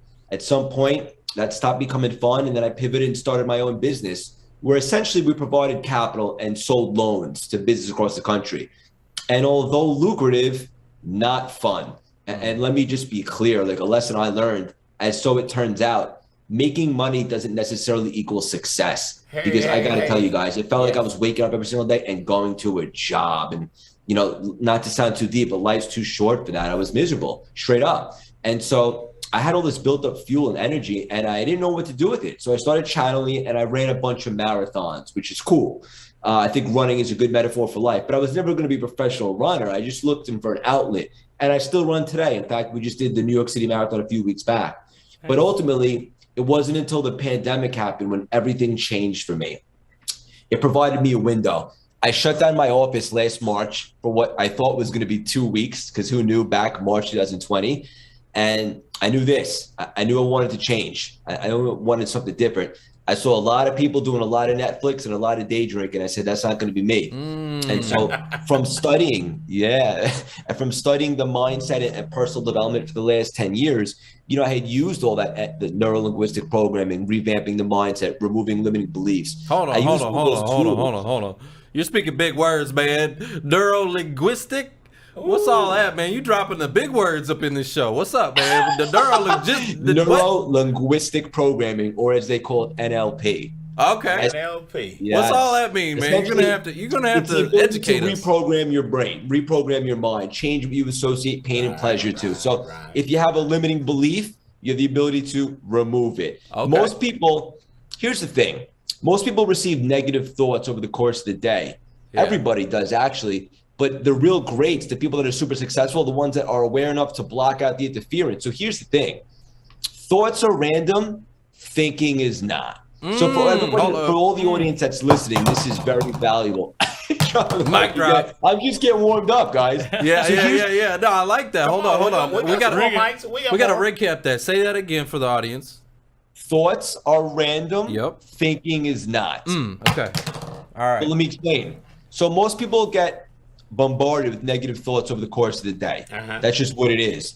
The greats are aware enough to realize that every thought in their head that's negative, they weren't born with these thoughts or beliefs. So we have the ability to take out the thoughts that don't serve us, literally like an intruder in your house, get out and replace them and implement a more positive, constructive, productive thought. Those new thoughts now change your beliefs. Wow. Those beliefs change your behaviors. Those behaviors change your results. So I've been studying this stuff for 10 years. So essentially, I asked myself this in the pandemic. I know I'm meant for more. I know I'm meant to make an impact, put a dent in this universe. What are my gifts? What are my passions? My gift is hopefully you guys will agree, my ability to communicate and elevate and inspire people. That's my gift. My passion is personal development. All this juicy stuff I just spoke to you about. I married the two. My gift to inspire with my love and passion for personal development. And I started my CLS brand, and very humble to say it's absolutely exploded. Wow. Well, hey, I want to comment on something you said because it reminded me literally, and I didn't realize I was doing what you were talking about, but literally this morning. You ever wake up, you have one of those days where you're just kind of grumpy in the morning, right? I was kind of grumpy, man, and I was my own, like I was a little bit negative in the morning, right? And I'm driving to work, and I find myself, I talk to myself all the time. I'm in my car, and I'm complaining. I'm driving in my truck and I'm complaining, right? In your head out loud. Out loud. Wow. Right? I'm complaining. And I stop myself, right? And to your point, it's like the thoughts are random. What did you say? How does it go? Thoughts are random? No, how did you say? Thinking is not. Thinking is not, right? So I stopped and I started just speaking gratitude. I said, I'm super thankful. I'm super grateful. Lord, thank you. Thank you. I started speaking that out because I was like, I got to stop this. I caught myself in the middle of speaking death. And I was like, I got to cut that. And I got to start speaking life. And it did change my mood. It changed the course of my day. Because otherwise, my day was probably headed down a negative path. So a man thinking in his heart, so is he. Yeah. Love that. So kudos to you. I want to acknowledge you for that because most people, sadly, would have allowed that to affect the rest of their day, and they would have been in a negative frequency. But you caught yourself and then changed the thought of one to gratitude because, as everyone knows, you can't be grateful and miserable at the same time. And then you manipulated your frequency to be positive the rest of the day. So great job. Hot water, cold water don't come out the same spigot, does it? Well, let's talk about negative thoughts for just a second, because when you're leaving, right? You're leaving Wall Street, you're leaving the company, right? Transition over to CLS. What kind of transition pains did you have? What kind of fears? Obstacles. Doubts. Doubts? Yes. What did you go through while you were making that transition? Unbelievable question, guys. And basically it came down to this. The last 10 years, I knew I haven't been happy for quite some time, but I didn't have this big grand idea to kind of step away. And I take accountability for that. I should have taken a minute to reassess, but on Wall Street, when you're a business owner, if you're not going 300 miles an hour, you're getting run over. So once I thought of the idea for CLS and I realized, wow, this makes perfect sense. This is aligned with who I am. I love personal development. Then the biggest fear I had was to not take a shot at it and go back doing what made me absolutely miserable. So once I had that realization, now, even though I'm a beginner with the online business stuff, I said to myself, I'm just going to get the experience. I'm going to work really hard. I'm going to be super strategic, and I'm going to visualize every single thing and manifest and so forth, and put in the work and identify mentors, people that can help me. And so I reverse engineered my vision of what it might look like. Obviously, in the human form, when you think of personal development, you might think of Tony Robbins and so forth.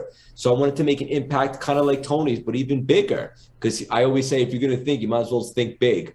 So I wanted to have the biggest podcast on the planet, top keynote speaker, speaking engagements, coaching, masterminds, and membership, all that stuff. I literally reverse engineered it this way.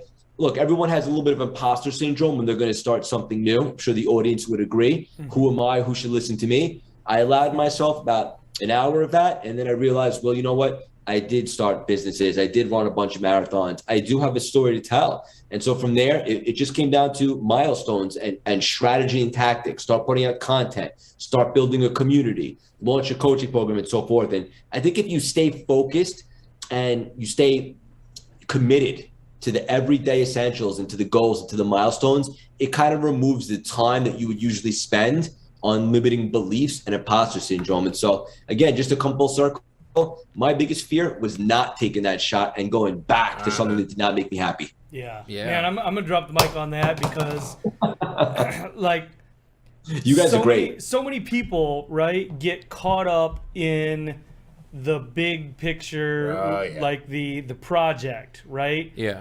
And I love your comment and the wording that you use, reverse engineering. Trevor is actually very good at reverse engineering things.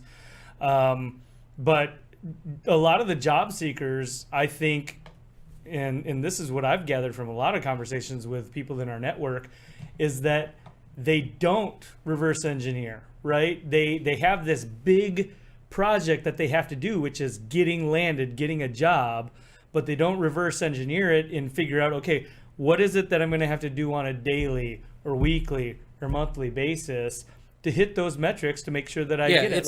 It's the little things done consistently that lead to transformation. Yep. Yeah. Right. It's the little things. That's where I dropped the mic for you. Yeah. Well, I appreciate you, but okay. But all right. So I'm hearing that you were consistent. You were doing the small things. You had a mentor. Okay. So first of all, who was your mentor that helped you? Was it Dave? Yeah, so I didn't work Dave's with Dave man. right away because I was earning my stripes and building the community and so forth. Yeah, but a few months in, Dave and I met and he mentored me. Yeah, he's the man in the whole 50 grand. Now, Yeah. was it smooth sailing? Because you've obviously, like, from the outside perspective, like in that short amount of time since COVID, right? You have just launched up pretty quickly, it seems. Now, Yes. was it smooth sailing? Or did you hit some roadblocks? What were the challenges on your way up that maybe, or let me rephrase it. Did you have a day where you were just crushed and just like absolutely obliterated and thought, man, I made the wrong move here? And how did you get past that day? Again, a phenomenal, deep question. So I say very humbly, since I started CLS, if it were a stock, it'd be going like this, because everything that I have done essentially has worked. I've been very strategic, deliberate. Every single post, if I'm posting about my nephew, the caption, or every single guest I've had on the podcast, everything has been so strategic. So everything has worked. That's not to say every single day is smooth sailing. Obviously, there's setbacks and there's heartbreak, entrepreneurship, and so forth. But here's the thing. There's always something that I know I can do every single day. I'll give you an example. When I'm building a community, right? It started with a Facebook group, just to go to lookalike audiences like the Tony Robbins groups and find people that are in the space and invite them to my group. So even if I had a day where nothing significant to write home about happened, I can always go in and invite more people to my group and add them to my community. And that was something I made a promise to myself. I know not every single day is going to be a 10 out of 10, but that's something I can control, effort and the grit, and I could at least go in and build a community. So I never had a day where I was absolutely crushed, because something was getting done. But make no mistake about it, any entrepreneur will tell you, nothing goes up in a straight line. There's always heartbreaks and stuff like that come with it. That's right. You know what I'm hearing, guys. Let's get back to this gift thing. We're given a gift for a reason, guys. Each and every one of us have a gift. If we apply those gifts, we will notice success along the way. As we apply those gifts, we're going to have pushback. The world, we are conditioned to believe by living in this world, working in corporate America, we're conditioned to see a certain thing a certain way. But we're given a gift for a reason. And if we apply that, those thoughts that Craig was sharing with us were given to us for a reason. If we apply those gifts that we've been given, you will notice a big impact in your community. Okay, I'm going to shut up. Worry about what you can control. Yeah, right? Exactly. Absolutely. And I also want to know about your podcast, brother, because apparently you've been crushing it with this podcast, going places, doing things, and interviewing some really, really awesome people. So talk to us about the podcast. What can the audience expect to hear when they listen and tune into you? Yeah, great. I thought you never asked, right? So the CLS experience was my baby when I started the CLS brand. It was one of the lanes in the 10-lane highway. And essentially, I just wanted to create a space where we can have some of the world's most recognizable and successful cats on the show, talking about mindset, adversity, and just great conversations. Hold up, I gotta stop you, man. I'm sorry. So you said something right now I wanna shine some light on. It was one of the lanes of your 10-lane highway. That's correct. Okay, so I want you to really talk to the audience about what do you mean by the 10-lane highway? What are you saying there? So let's get deep, guys. If you want to create something epic, if you want to make a massive impact on this planet, right, and put a dent in the universe, you have to have a plan, a strategy. Look, there's an expression like God laughs or whoever has a plan, something like that.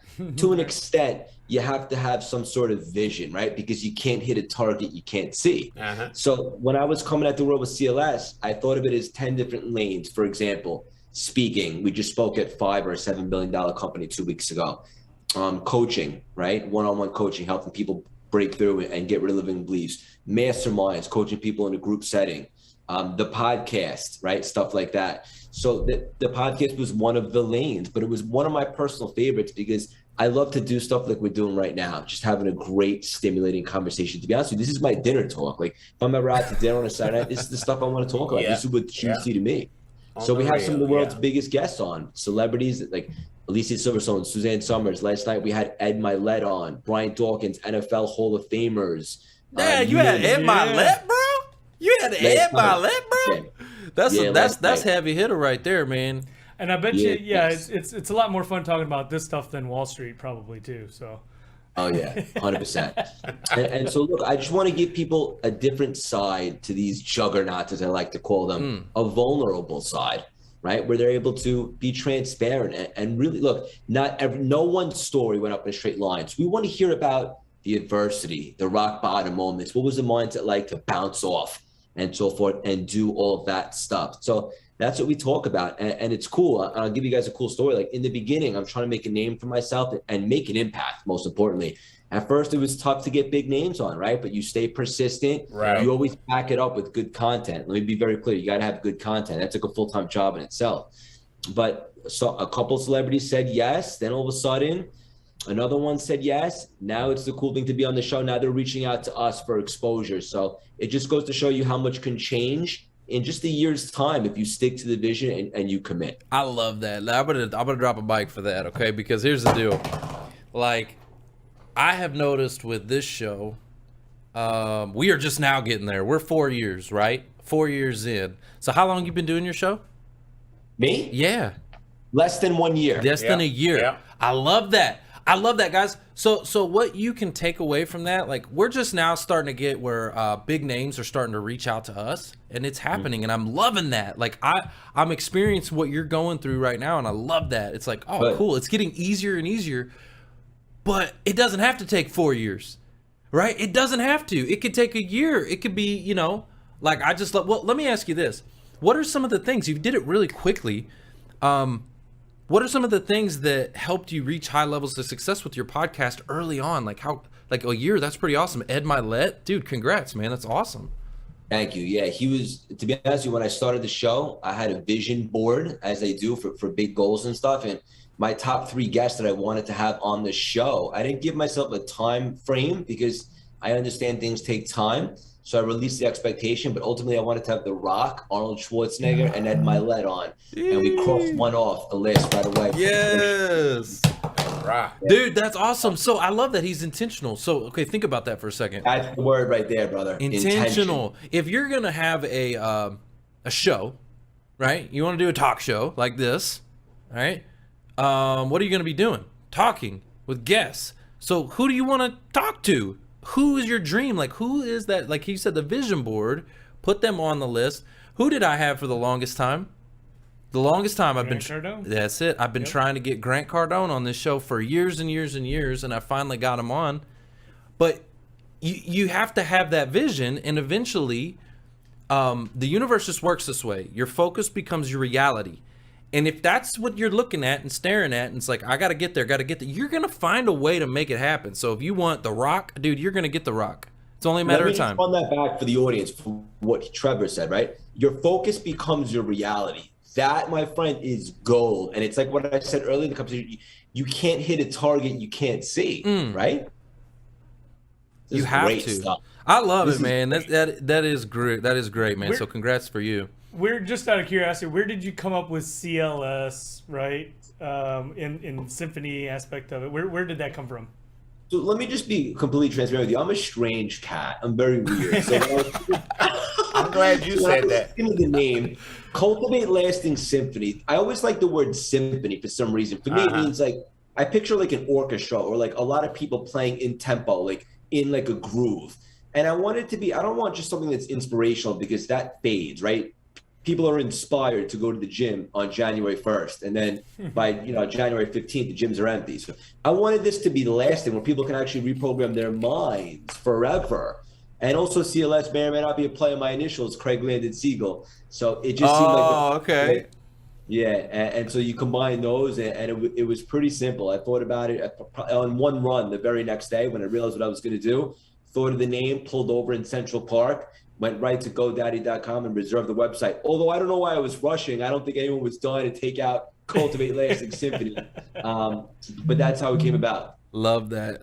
Hey, so I watched a couple of your interviews, and something that you say a lot, which I really agree with, and I just think it's amazing the way you say it. You always talk about you are worthy, right? You are worthy. And some of our audience, they may not feel that way. They may have been getting a lot of rejection. And so I'd like to speak to the audience real quick. If you are taking on a lot of rejection, if you feel like, I don't know, feel a little hopeless, or maybe you're not worthy, I want you to know that you are worthy.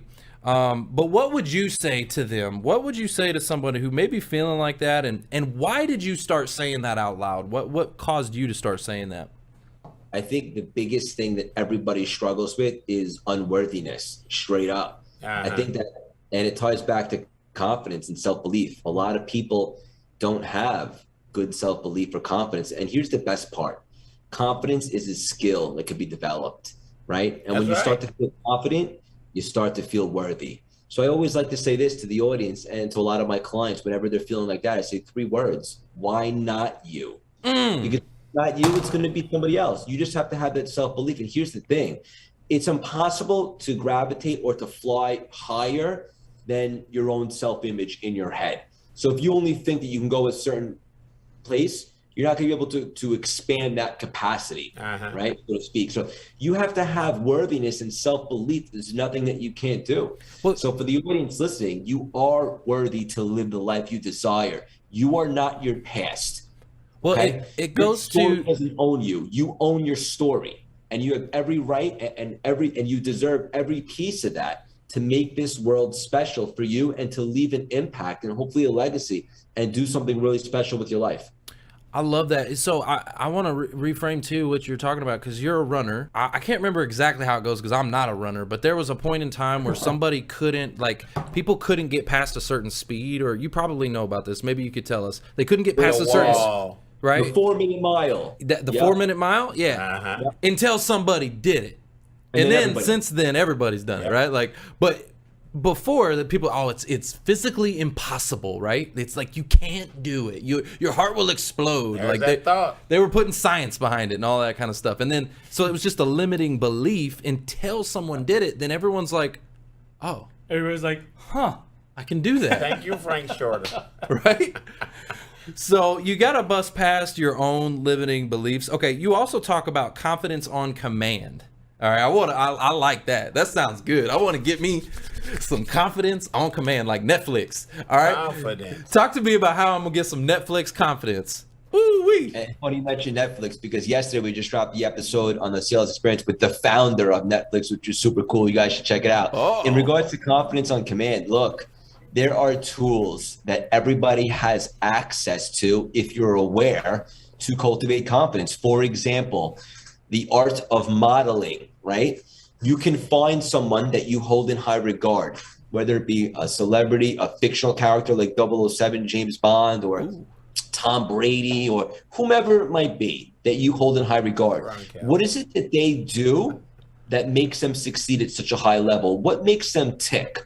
And then you have the opportunity to model some of those attributes and bring them to yourself. So instead of me behaving like Craig, who might be scared or insecure, I might be modeling 007 James Bond. I mean, that guy doesn't get intimidated, right? That guy's picking up the phone, making a sales call. He's approaching the pretty girl at the bar. He's doing all the things. So if I'm modeling someone like that, it elevates my confidence. So essentially, I can create confidence on command. This is a really powerful tool. And I know it might sound a little silly because why would you want to model someone else? Well, hell, if somebody else is doing something really well, I want to know how they do it and then model those attributes. And look, like the world's been going for so long. There's no problem that you can create. Like it's all been done, right? So we got to use the world as our playground, so to speak, and be able to get gems and nuggets from different situations that have already happened. So modeling someone that does something really well for a specific scenario, like for example, if you have to make a speech and you get stage fright, maybe you model J-Lo or Beyonce. Beyonce uses this. She goes on stage and she turns into Sasha Fierce, right? It's the same concept. She becomes a different character. So it's a really powerful tool, modeling. That is. Let's take a common sense approach. Let's slow this down a little bit. Let's take a common sense approach to this thing, guys. Now, we're talking to job seekers, mostly. Now, you guys have been doing what you've been doing for a long time, and you know that you're good at it. So why all of a sudden would you lose your confidence in what you have been for years? That don't even make any sense. So guys, keep applying those gifts and keep going in that direction. In your mind, you keep going in that direction. That's what Craig is saying. Well, and that leads us into another thing that you talk about, which is messy action, right? Messy action. And so can you tell us a little bit about that? Yeah, messy action just means, simply put, show up, right? It is never the perfect time. Look, I'm not a dad yet, but my brother, who's my best friend in the world, he made me an uncle a little over a year ago. And he'll tell you, like, there's never a perfect time to be a parent. There's never a perfect time to run a marathon. There's never a perfect time to do anything. You just show up, and then you start to develop confidence. And most importantly, you develop grit. So the bottom line is this, like, you're never going to regret showing up and not performing your best, but you will absolutely regret not showing up. So taking messy action is good as long as you take action in the first place. And we can always learn from it. Yeah, I'm going to drop the mic on that, right? Because there's so many times where we're running into people who are afraid or unable to take action. Quite a bit. And listen to this. Nobody is going to take action on you if you're not going to take action on yourself. Yeah, right? Mark. So you have to, and it doesn't have to be perfect. You just have to, like you said, show up. You got to show up. You got to show up. Well, and it's not going to be done for you. Well, like it's kind of our show today. We had a late start. It wasn't perfect. Right. I mean, look, we got all the lights and cameras and studios and producers, and we got everything we need to be perfect.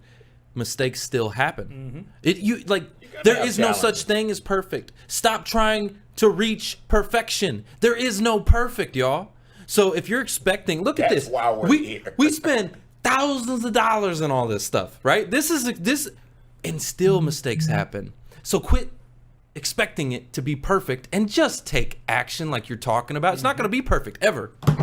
We a lot of times are. I'll take myself. Guys, ain't nothing special about Foster, but I stayed a recruiter and I stayed connected. I used my gift of connecting with people and proving to you guys that I cared about what it was that I was doing and what you're looking for. And now all of a sudden you guys are calling me all kinds of names. I'm branded. I'm branded. I'm branded. All right, I want to know what you mean by dedicating your inner experience. Dictating. Oh. Dictating. Look, see? Messy. He can't read. Messy. I showed up messy, okay? I can't read. I know what you meant. I know what you meant. Yeah. Dictating. Was it dictating or what? Dictating. Dictating. Yeah, what you mean by that, Willis? What you mean by dictating your inner experience? What are we talking about? Just simply put, everything is an inside job, right? Like people think happiness is achieved by exterior circumstances. Right, like, spoiler alert. Happiness is the feeling of being fulfilled, right? Whatever that means to you. So dictating your inner experience, just like we talked about earlier in the conversation, those negative thoughts, acknowledge them, replace them with empowering positive new thoughts that create new beliefs, which create new habits and create new results. It's all inside. So we dictate that inner experience that you can't necessarily see.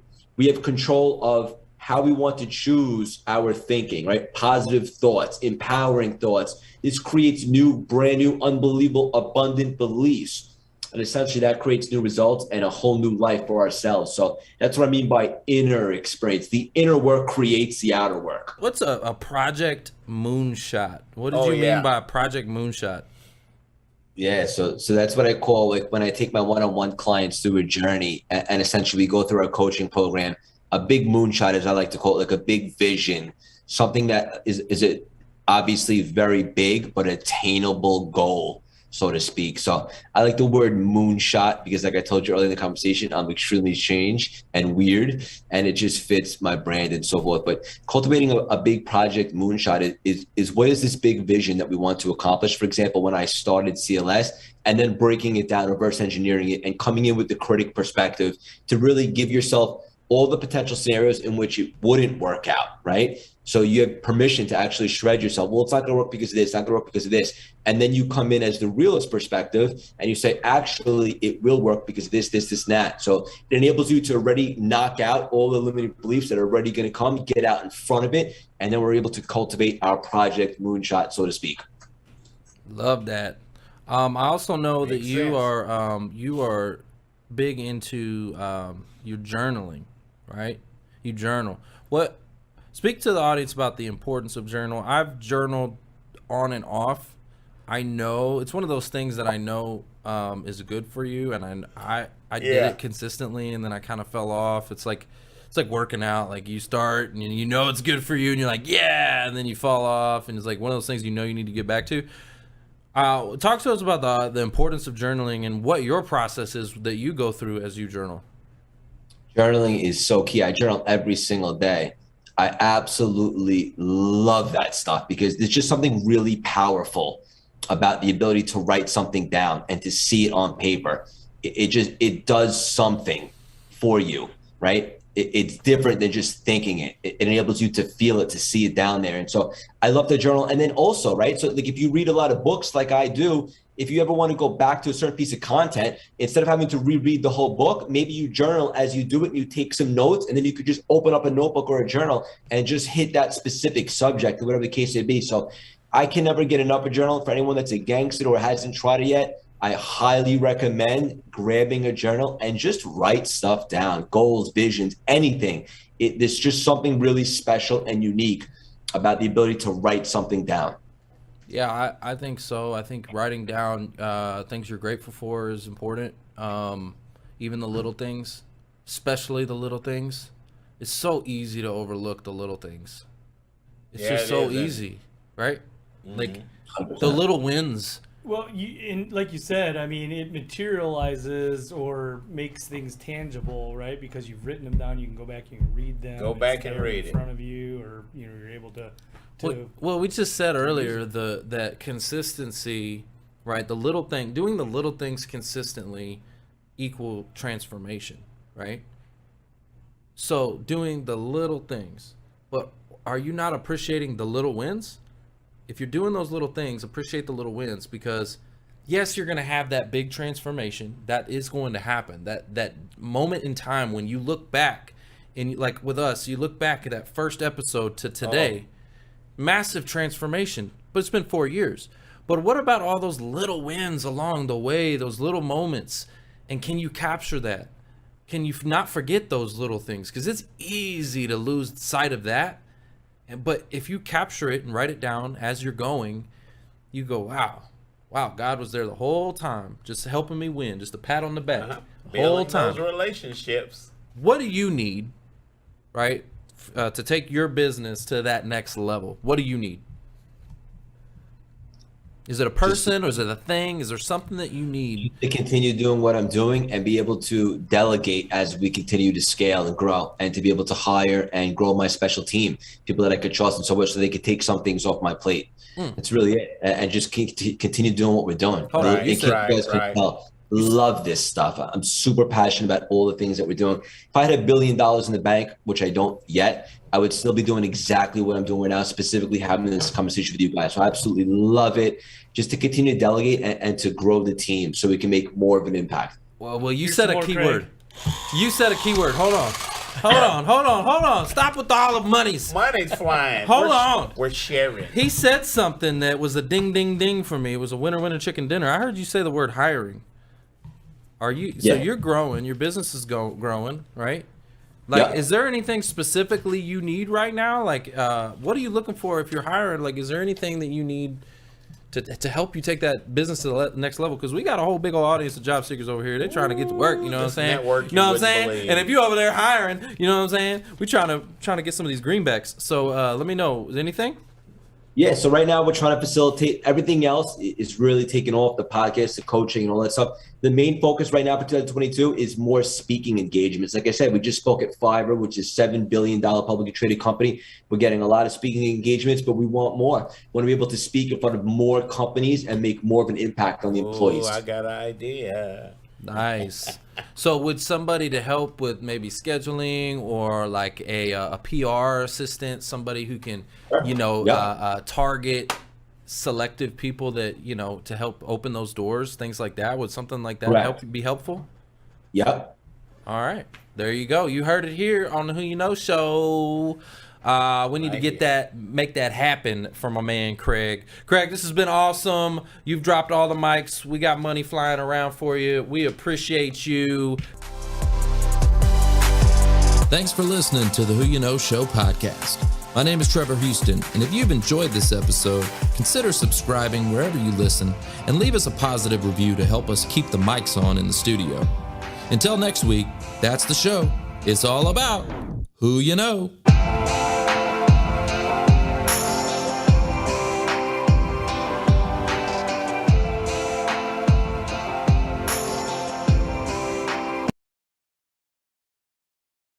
I wanted to change the world, and I am crazy enough to think that maybe, just maybe, I have a possibility of achieving that. Yeah. At least that belief is what keeps me going. When I finally met Grant, and Grant could deal with how weird I was, and it didn't freak him out, and he was always there no matter how many times I tried to get him to go away, he just kept showing up, but he was never mad at me. He was so different than other guys. He was always just amused and entertained by me. It was like he had my number. And then I remember I asked him, what do you want from your life? And he said, I want all 7 billion people in the world to know who I am. And I was like, I'm at my match.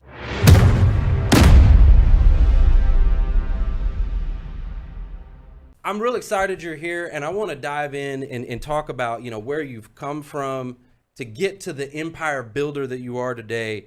Let's talk about what it was like for you growing up. I've heard you talk about being growing up in Louisiana, being a rebel punk rock chick. Those are your words, not mine. Can you take us back to what it is to be a young Elena Cardone? What part of Louisiana, too?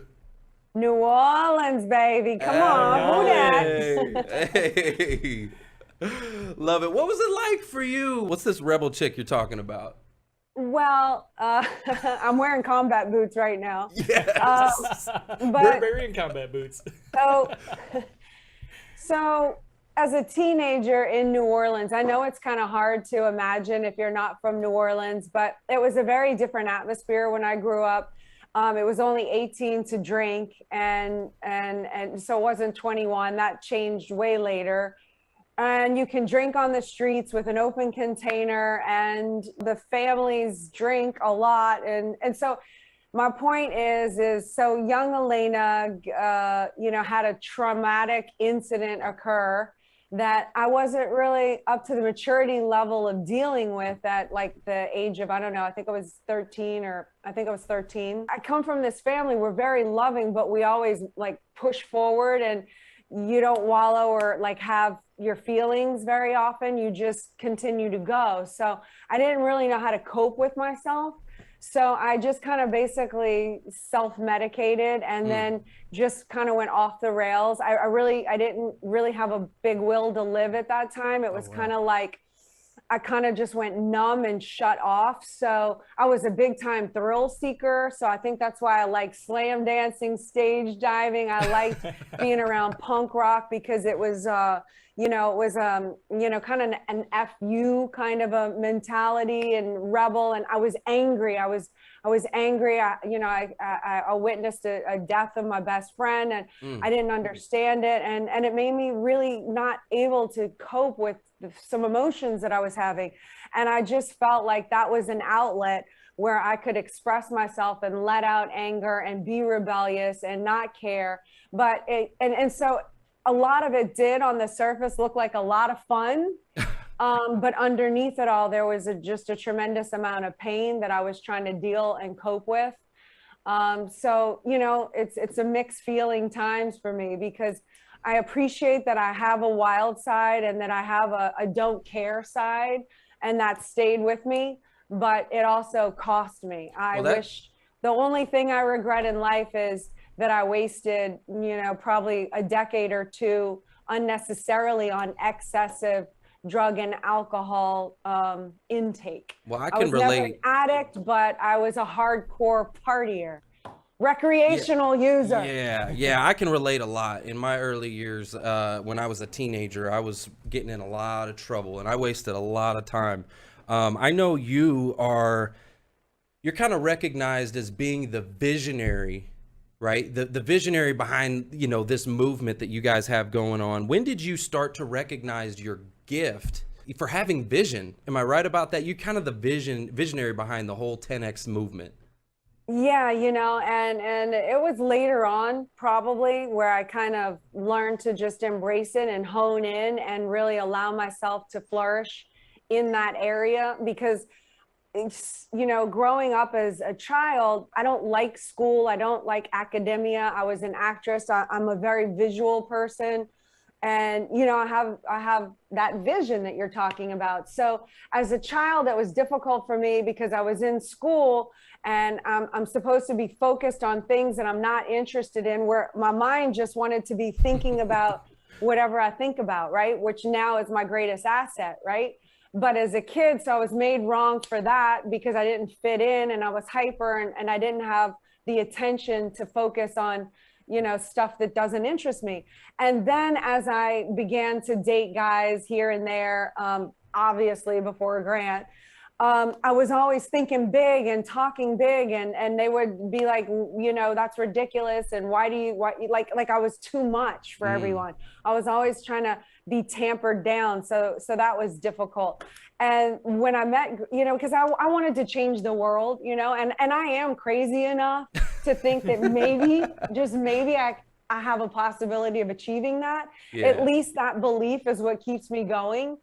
So, Amen. And I had this boyfriend that was like, you're so ridiculous. Like, you really think you can change the world? Like, that's so stupid, and anyway, when I finally met Grant and Grant could deal with how weird I was and it didn't freak him out, and he was always there no matter how many times I tried to get him to go away, he just kept showing up, but he was never mad at me. He was so different than other guys, like he was always just amused and entertained by me. It was like he had my number. And then I remember I asked him, what do you want to do? Like, what do you want from your life? And he said, I want all 7 billion people in the world to know who I am. And I was like, I'm at my match. Like, no one talks as mic big drop. Woo, mic drop. So Nice. how long ago and how did you guys meet, you and Grant? It wasn't love at first sight on this side, I can tell you that. We met on a commercial shoot. I was an actress in Los Angeles. I was shooting a commercial in downtown Los Angeles.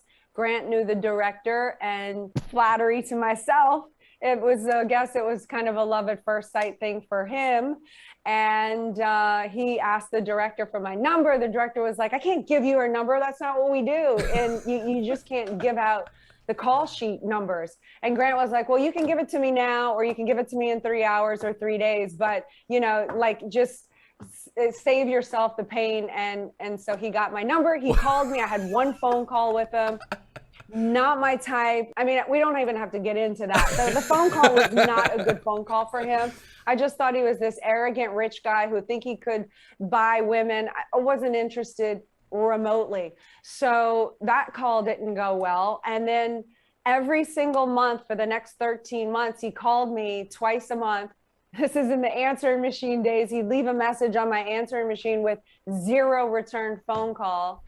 And then finally, he kind of worked his way into my friend circle. So he kind of started showing up, and I was like, oh, he's not so bad. You know, he's kind of cool. So not really cool, but tolerable. So he worked. And then, yeah. He worked his way in. So when we talk about building an empire, right? And I think Trevor had asked Grant this question, right? Is it as much what you know or who you know?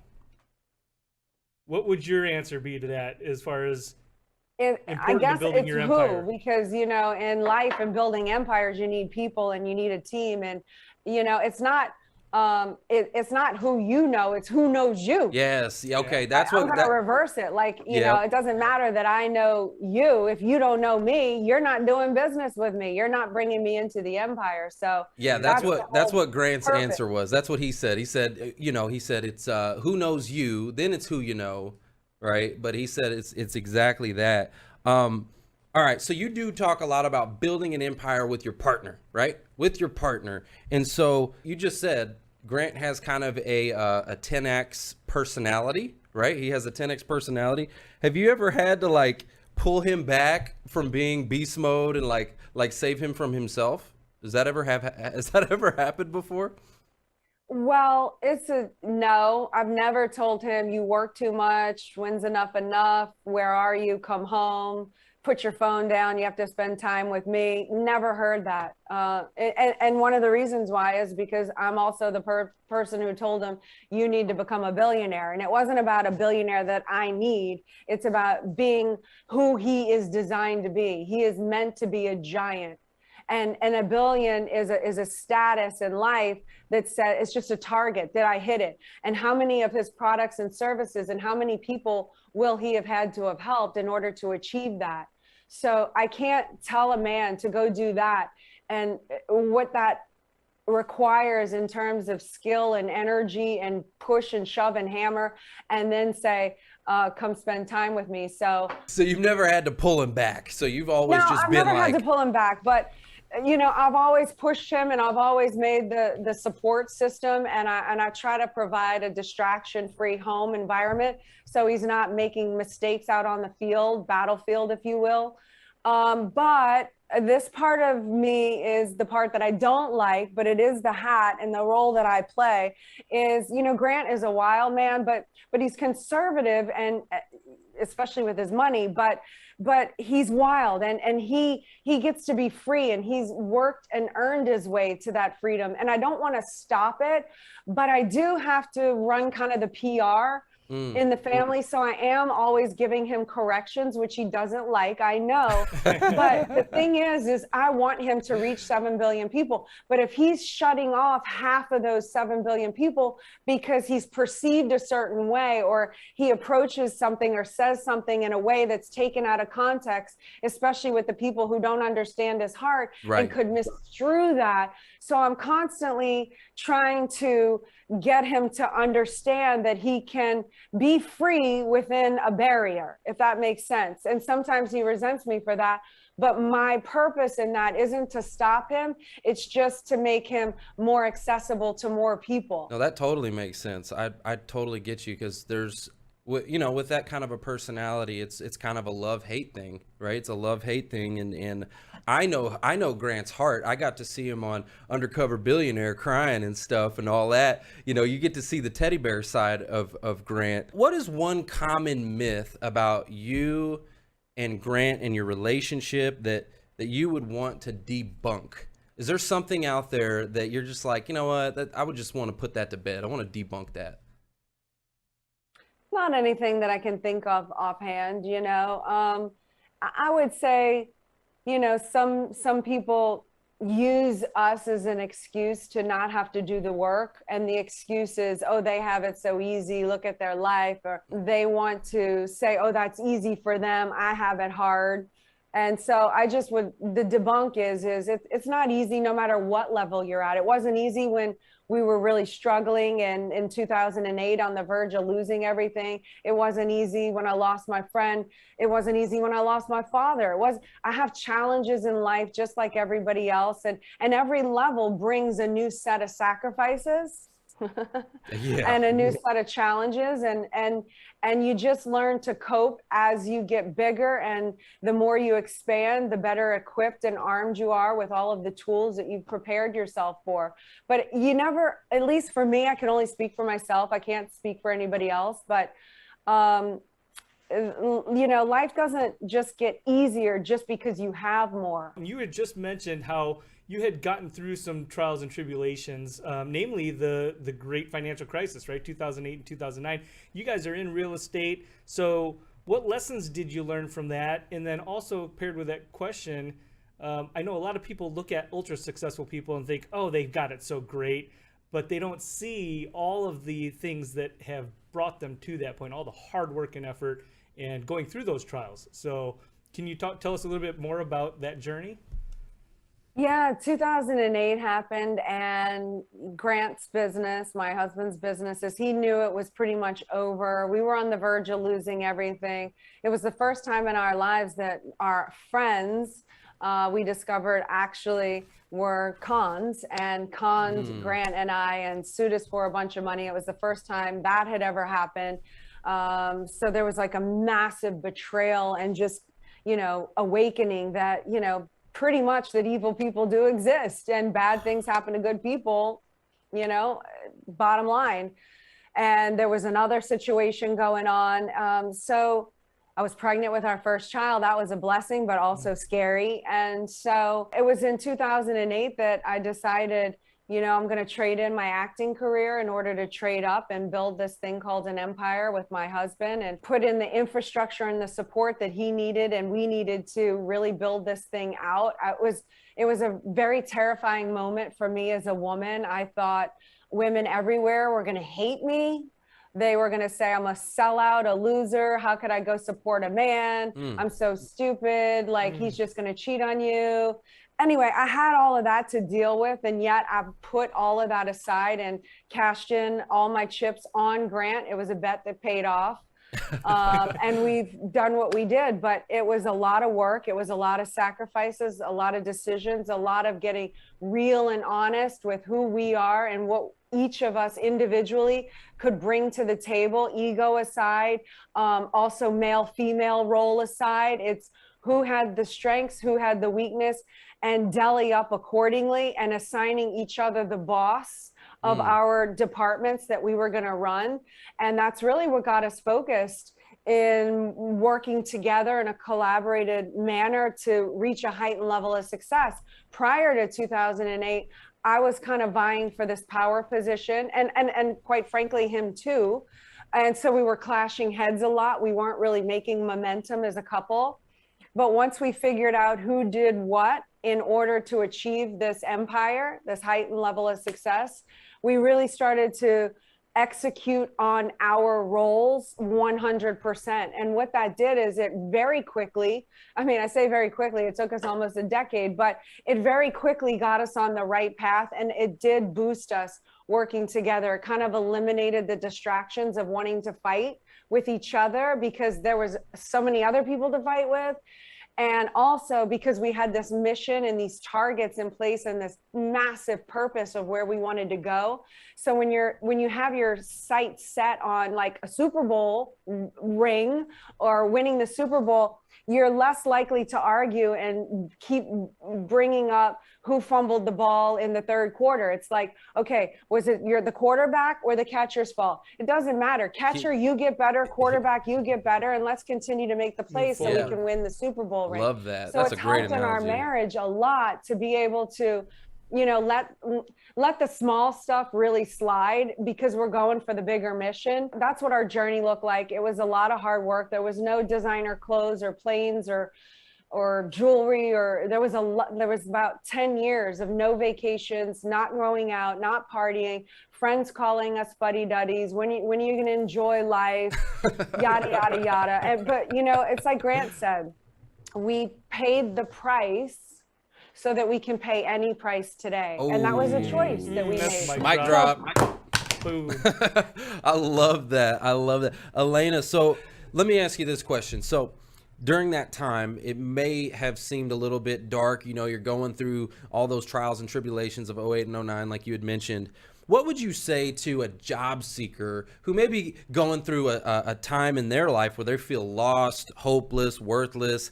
What would you say to that person to really help, like, get them back on their feet?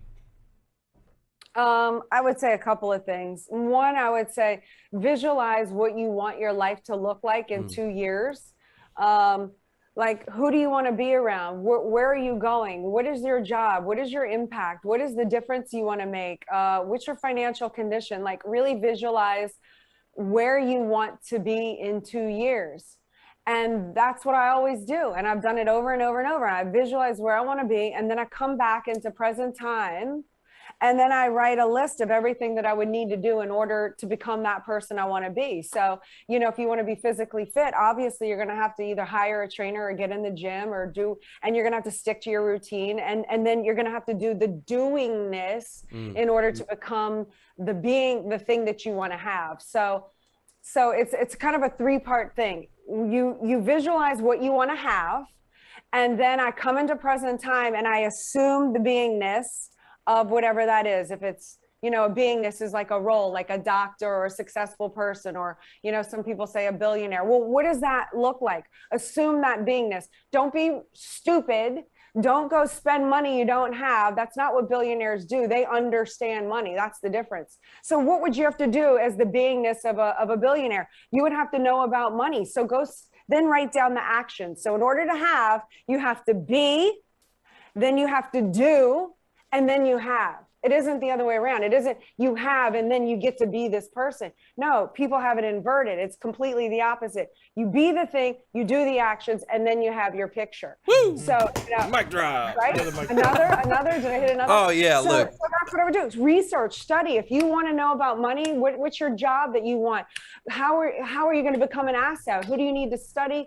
Start indoctrinating. Is it YouTube videos until you get well enough to where you're earning a little bit of an income that now you can buy a product that can, you know, get you more self-enhancement to improve, to earn more money? Like, it works like that. But, you know, in the meantime, what can you do that's free? Can you reach out to someone? How do you get into the right rooms? How do you network? How do you, but there's a doingness. It isn't like, that's one of the things that bug me about, oh, you know, do what you love and the money will follow. Yep. Okay, well, that's true, but there's also going to be a lot of things that you're going to have to do that you don't love in order to have that. Yes. And it's like everyone's trying to chase this blissful thing.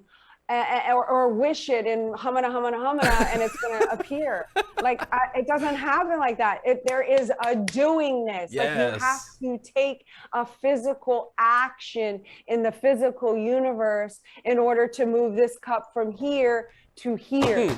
So people like to leave out that they actually have to do something. All the action. I love that. And Elena, we only got a few more minutes here with you, so I want to make sure we don't forget this, okay? Because you have an amazing empire that you've built. I know the culture. I love the culture. And I know that you have some new ventures that you guys are going into, like the 10X Incubator and your partnership with eXp Realty and all of that. What is it like to work for 10X Nation? Like, if I'm a job seeker and I want to kind of like come work for you, first of all, are there any roles that you're looking to fill, any gaps you're looking to fill right now? And what does that look like? Well, it looks like you have to have the mindset and the culture and the willingness and the grit and the drive and the energy to do it. We hire very ethical people that share similar core values. We're on a mission. We're on a mission to help and make a difference for the better on this planet. I'm really not interested in anything else. So if you come here for a paycheck and you don't like to really work, chances are you're not going to love it here. But if you believe in the mission and you want to make a difference for the better, then this is going to be an environment that's going to provide you with a lot of fuel to throw on your flame. You're never going to be made wrong for being the obsessed. We're going to create an environment that allows you to be obsessed and say, go for it. We're not going to try to stop you and tame you down. We're going to say, go, light it up. We want to help you go to a higher level. So, and we're looking for all kinds of positions. Like the best way to get a job here is to send a 30 to 60 second video. Oh, mic drop. Say what? Video. Hold up. We teach that.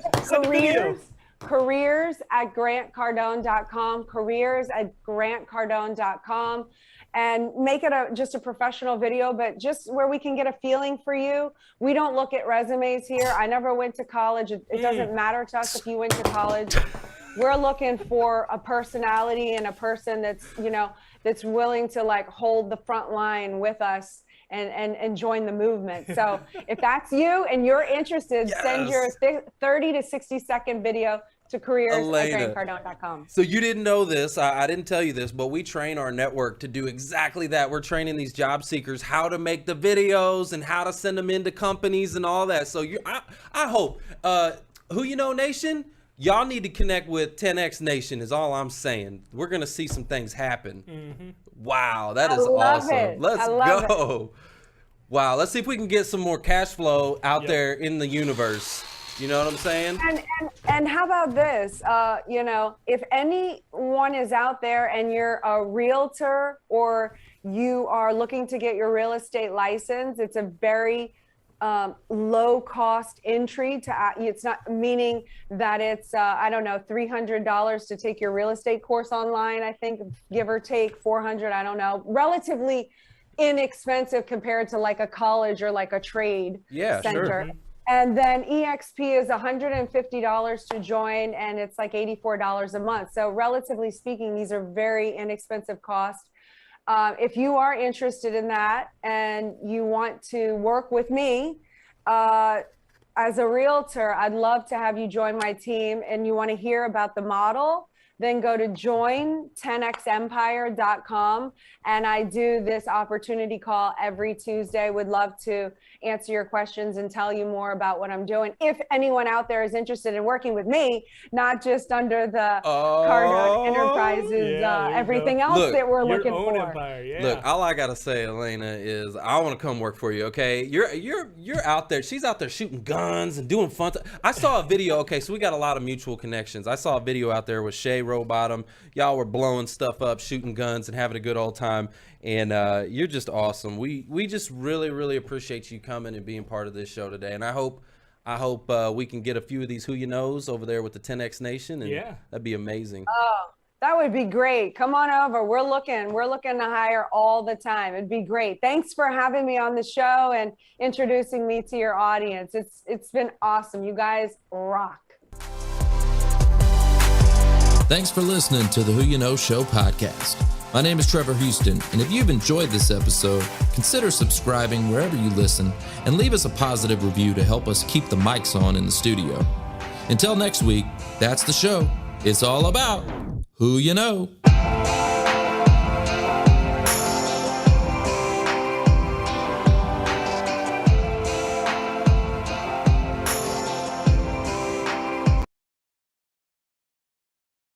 Every time I would get into a situation where I couldn't control something, where I couldn't control the outcome, or I didn't like the outcome, hate and guilt would show up, come to the surface, ruin the mastery of the moment, keeping me from being the best version of myself at all times. I was in a place where I wanted help. I didn't like where I was at. I kept ending up mentally and emotionally in the same spot over and over and over, not only on a Major League Baseball field, but off the field in the game of life, which is so much more important.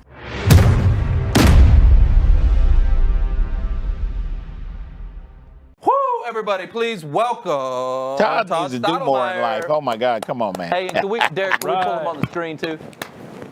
Todd, can't wait man, how are you? Good to see you here.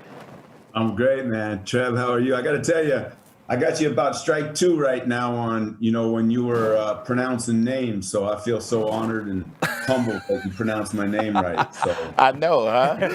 Listen, man, I'm the worst show host ever, but you're a good show host, but you can't pronounce it, baby. I just can't, and I don't even I don't try. Well, actually, I do try because I did behind the scenes. I was asking Dr. Jeremy his last name, right? I was asking him. I'll try. It started with Lauren Hewlin, you remember? Yeah, I said Hullen. You said Hullen. I said Hullen. Anyways, we digress. But Todd, man, I'm so grateful to have you now in the inner circle and to have you here with us. It was because of Danelle Delgado, who is just so inspirational, that connected the dots between me and you.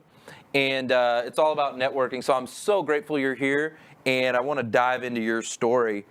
Before we do that, though, can you tell the audience something, either personal or professional, that they don't already know about you? Yeah, so I'll actually take it back to 1993, and in your introduction, it's world champion, it's this, it's that, and it all sounds great. And it kind of reminds me of 1993, because in 1993, after living out my childhood dream where I grew up in Yankee Stadium, my father, Mel Stottlemyre, was a legendary pitcher for the Yankees, and growing up in that atmosphere and that environment with Mickey Mantle, Thurman Munson, Bobby Mercer, all these greats, and we began to dream, and then to live out that dream. And then after the 1993 World Series, where we'd just been declared world champions for the second time in the second consecutive year, if you'd have looked at me from the outside world, you're like, guy in his 20s, lived out his childhood dream, making millions of dollars, and now a 2-time world champion, you would say, like, wow, like, this guy has got it all. There was a problem. There was an issue. And that issue and that problem was that when I looked into the mirror, I hated the person looking back at me. Matter of fact, I despised the guy. Oh, wow. And even though I looked great from the outside, on the inside, I was very broken. I was dark. I was living a life of unforgiveness. I was living a life of hate and guilt, because 12 years prior to that moment, my little brother, I was 15, he was 11. He was on his 3rd bout of leukemia. The doctor said his only chance for long-term survival was a bone marrow transplant. I was the perfect match. I gave him the bone marrow transplant.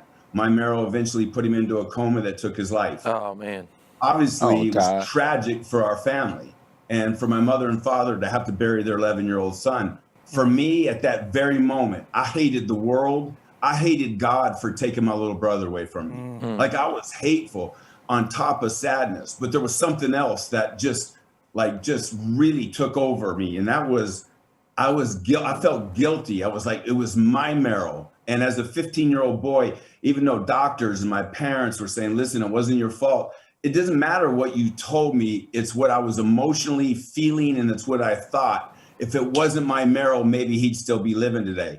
For more than a decade, I lived that life. I rewrote that story mentally and emotionally inside of me over and over and over and over. And what would happen? Every time I would get into a situation where I couldn't control something, where I couldn't control it, where I couldn't control the outcome, or I didn't like the outcome, hate and guilt would show up, come to the surface, ruin the mastery of the moment, keeping me from being the best version of myself at all times. Wow. And I would just tell you guys that I was in a place where I wanted help. I didn't like where I was at. I kept ending up mentally and emotionally in the same spot over and over and over, not only on a Major League Baseball field, but off the field in the game of life, which is so much more important. And I reached out to help. I called a guru. He was the mindset coach of Major League Baseball. And I said, man, I need help. And he said, I see that. And we got together, and it was supposed to be a 2-hour meeting. It lasted 12 hours. And in the first hour, he asked me the question. Here's the question he asked me. He said, Todd, would you do it again? And I said, do what? And he said, would you give that bone marrow transplant to your little brother again? And I broke like a baby. And I said, man, I do it every minute, every hour, every day. And he got right in my face, looked deep into my eyes, as if he was looking into my soul. And here's what he said: didn't you already do that? I said, yeah. He said, did you do everything you could do? I said, yeah.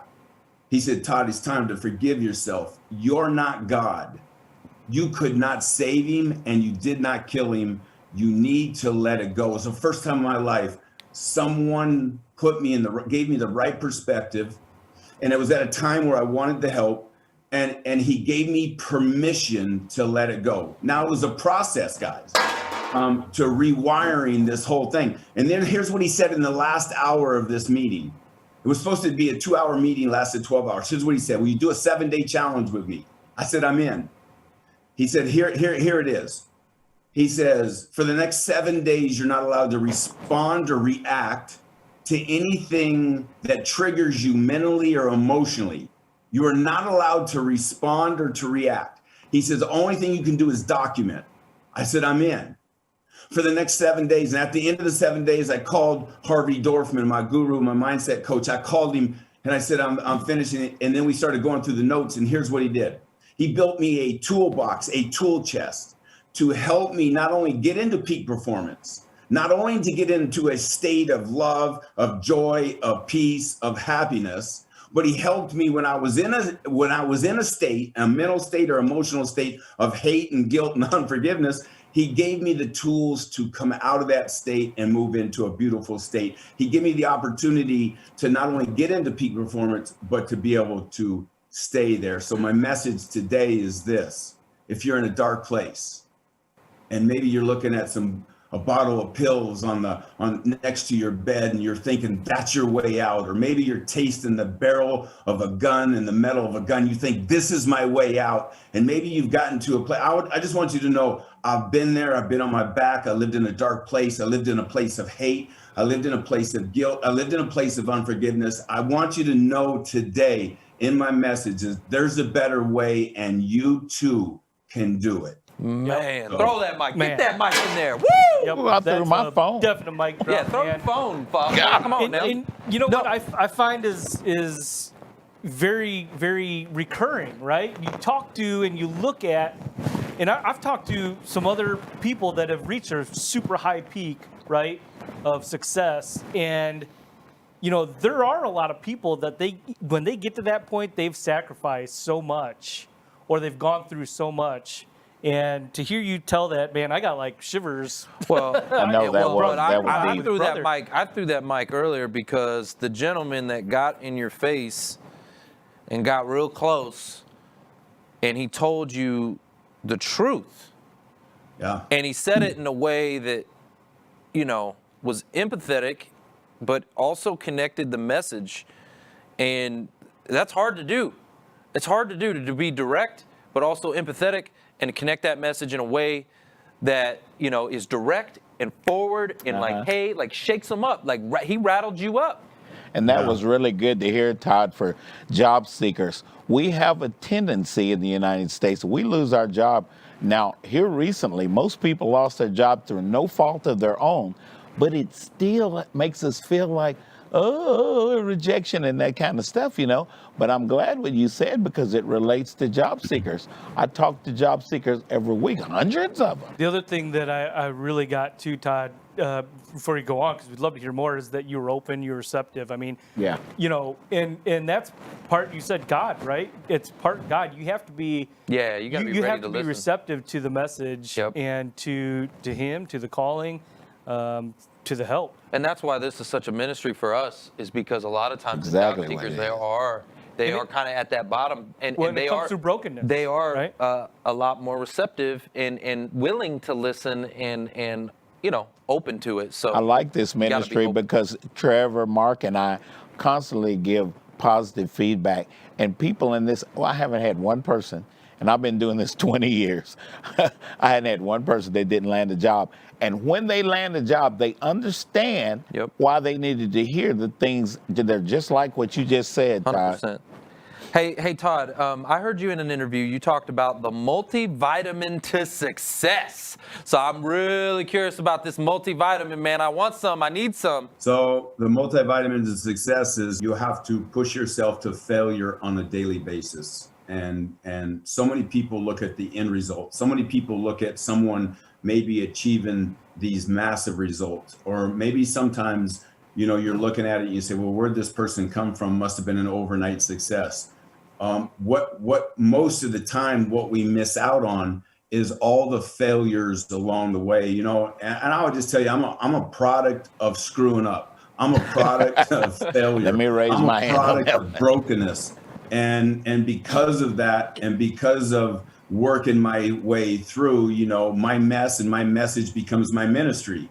And here's what I would tell you. If you're not failing, then you don't even know what success looks like. And I would tell you that on a daily basis, you have to push yourself to a level that you fail. And you have to know. And look, here's the thing. You have to be okay with it. See, because I believe that your failures become your greatest coaches and teachers of what you need to do in order to improve so you can achieve the success that you were designed to actually even live out. That you were designed for. That's right. You were designed for. I love that. If you're not failing, you don't even know what success is. Yeah, you don't even know. Yeah, that's huge. Guys, so many people are afraid to fail, not because of failure itself. The reason most people are afraid to fail is how they're going to look to the other people in their inner circle. Right. It's not even the event or the failure itself. That's not the biggest driver. The biggest driver is if I go out and I put myself out there and I go do this, the problem is how they're going to look to other people. They're so worried about how we're going to look to other people. And I tell people all the time, hey, listen, people actually don't care that much about what you're doing. It's so true. I love true. that you said that. And I love Danelle Delgado puts it best like this. She says, who loses if I don't win? Right? So think about that. If you're not successful, if you like for the job seeker right now, if you don't get back to work, if you don't succeed, if you don't crush this job search game right now and push the fear aside and push forward and lean in, who loses? Is it your family, your spouse, your kids? Who loses if you don't win? You have to win right now. You have to. Well, check this out, guys. Our definition of losing ain't God's. He teaches us through a brain aneurysm. Changed my whole life. And I started going out and finally serving like my dad told me to. And now I'm getting a chance to get in people's lives and ride with them in the car. Can you talk to us a little bit about how grit, right? Because like you said, if I don't win, or if I don't win, who loses, right? Who loses if I don't win? But that points to just grit, right? Sticking with it, because it's winning the battle, right? Winning the war, not the battle, right? So you can lose, you can have these failures, but ultimately you got to press on and win. Can you talk to us about how you've done that, what you would talk to our audience about? Well, in 1989, I got sent back down to the minor leagues, second time. Oh, yeah, I remember that. Year. And, I was with the Blue Jays, and they sent me back down to AAA baseball with the Syracuse Chiefs. And I got to tell you, I was so frustrated. I was so upset. And, and I was, 22, 23 years old. And I started playing victim. I started pointing the finger of why I was being sent down instead of taking responsibility for my own actions and lack of performance. I began to blame other people. But then in this vulnerability, you know, I remember I reached out to my father, and he was a pitching coach for the New York Mets at the time. And I was telling him, and he was listening. And at the end of me talking and playing victim and acting like a spoiled brat, here's what my father said. He goes, "I'd love to have you as a starting pitcher here in New York." And I'm kind of like, yes. And then he says, "But not the way you're pitching today, Todd." He says, "You're so much better than how you're performing." I'm like, "Hey, Dad, is Mom around, by the way?" Because I'm looking for, I wanted some support, me. I wanted people to support my misery, right? And my father was telling me the truth. Now, on my drive from Toronto, after this phone call, on my drive from Toronto to Syracuse, New York, I got to tell you, I can't even explain how close I was to walking away from the game. Matter of fact, there was many times I started to question, and here's what I started to think. I had a world of people, and I had the baseball world telling me I wasn't like my father, and what am I going to do when it doesn't work out? And for the first time in my life, I started to lean towards the opinion of the world, someone else. And instead of lean into my dream, and instead of say, hey, I got to focus, I got to get better, I got to work on my skills, I started to lean the other way. I started to become vulnerable. My mind, my heart, my dreams started to become broken down. I remember when I pulled into MacArthur Stadium 6 hours later, the sun was coming up, and I pulled into a stadium, a parking lot that was empty. I had nowhere to go. And I kind of leaned back, and as the sun came up, I just remember leaning my seat forward saying, you know what? I'm just going to go all in. And here's what I'm going to do. If I fail, I'll fail in front of the world. That'll be okay. If I win, the world is going to have to watch me win. And I just went, literally, I went all in. But here's what's really important at this very moment. I couldn't see 30 days from that moment. And 30 days later, I got called back to Major League Baseball. I went on to play 15 years. I landed on 3 world championship teams. I played with Hall of Fame teammates. I got overpaid by the tens of millions of dollars. That's not even important. That's true. Here's what's important. If I wouldn't have continued, if I wouldn't have taken the next step, here's what I would tell you is I would have lost out on the belief that it was possible. And by the way, what message could I share with you today without me having to fail my face off to get to a point of being vulnerable, getting to the place where I was almost so close to walking away? Here's my message. The moment you feel like that's it, I can't go and I can't take another step. I can't get past this wall and beat my head against the wall.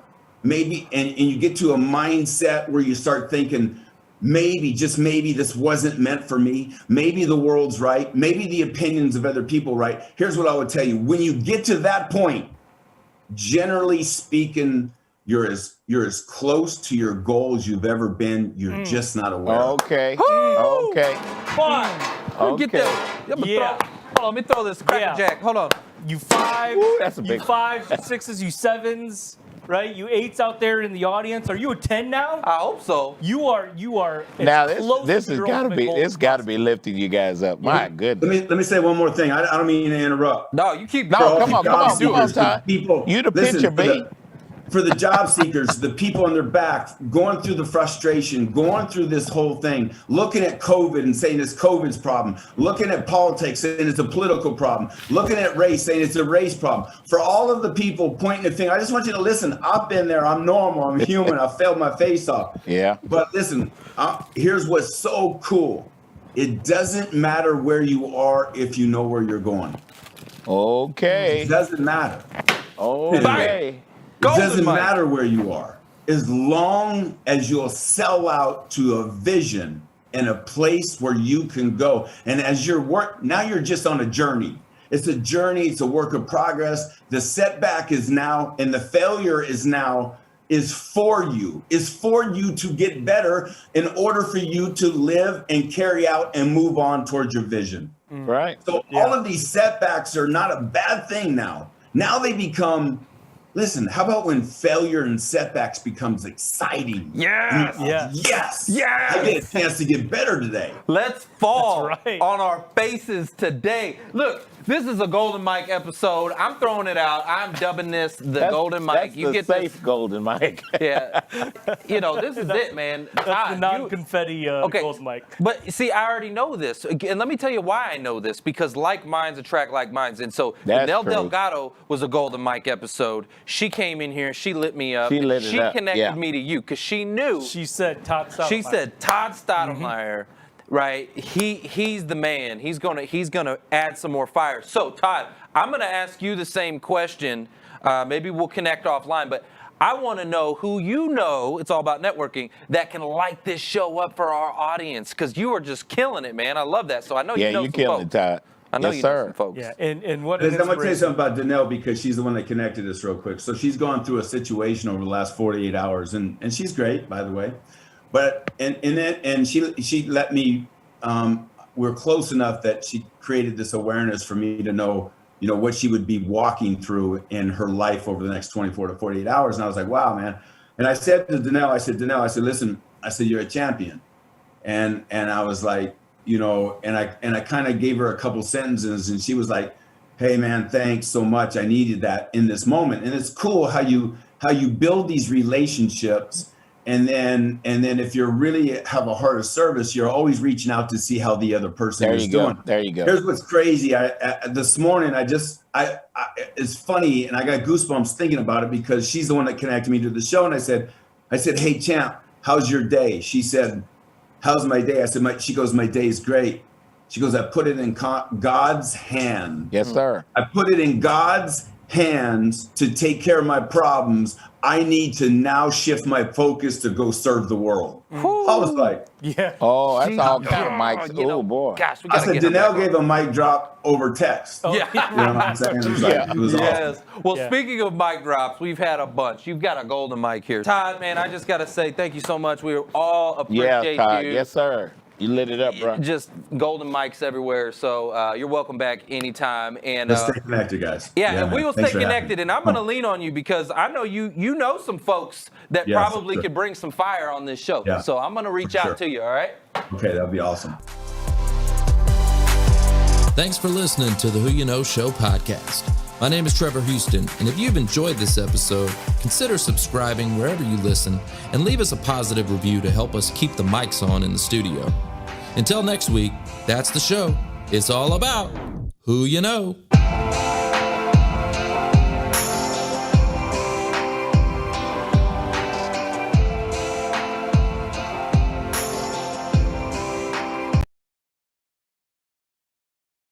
If instead of spending your time for money, if you invest your time to buy, build, or create assets that generate money, that's the pathway to financial freedom. The older I got, the more I realized how few people understood that concept.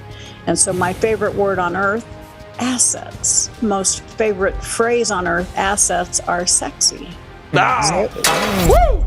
Assets are sexy. That's what I'm talking about.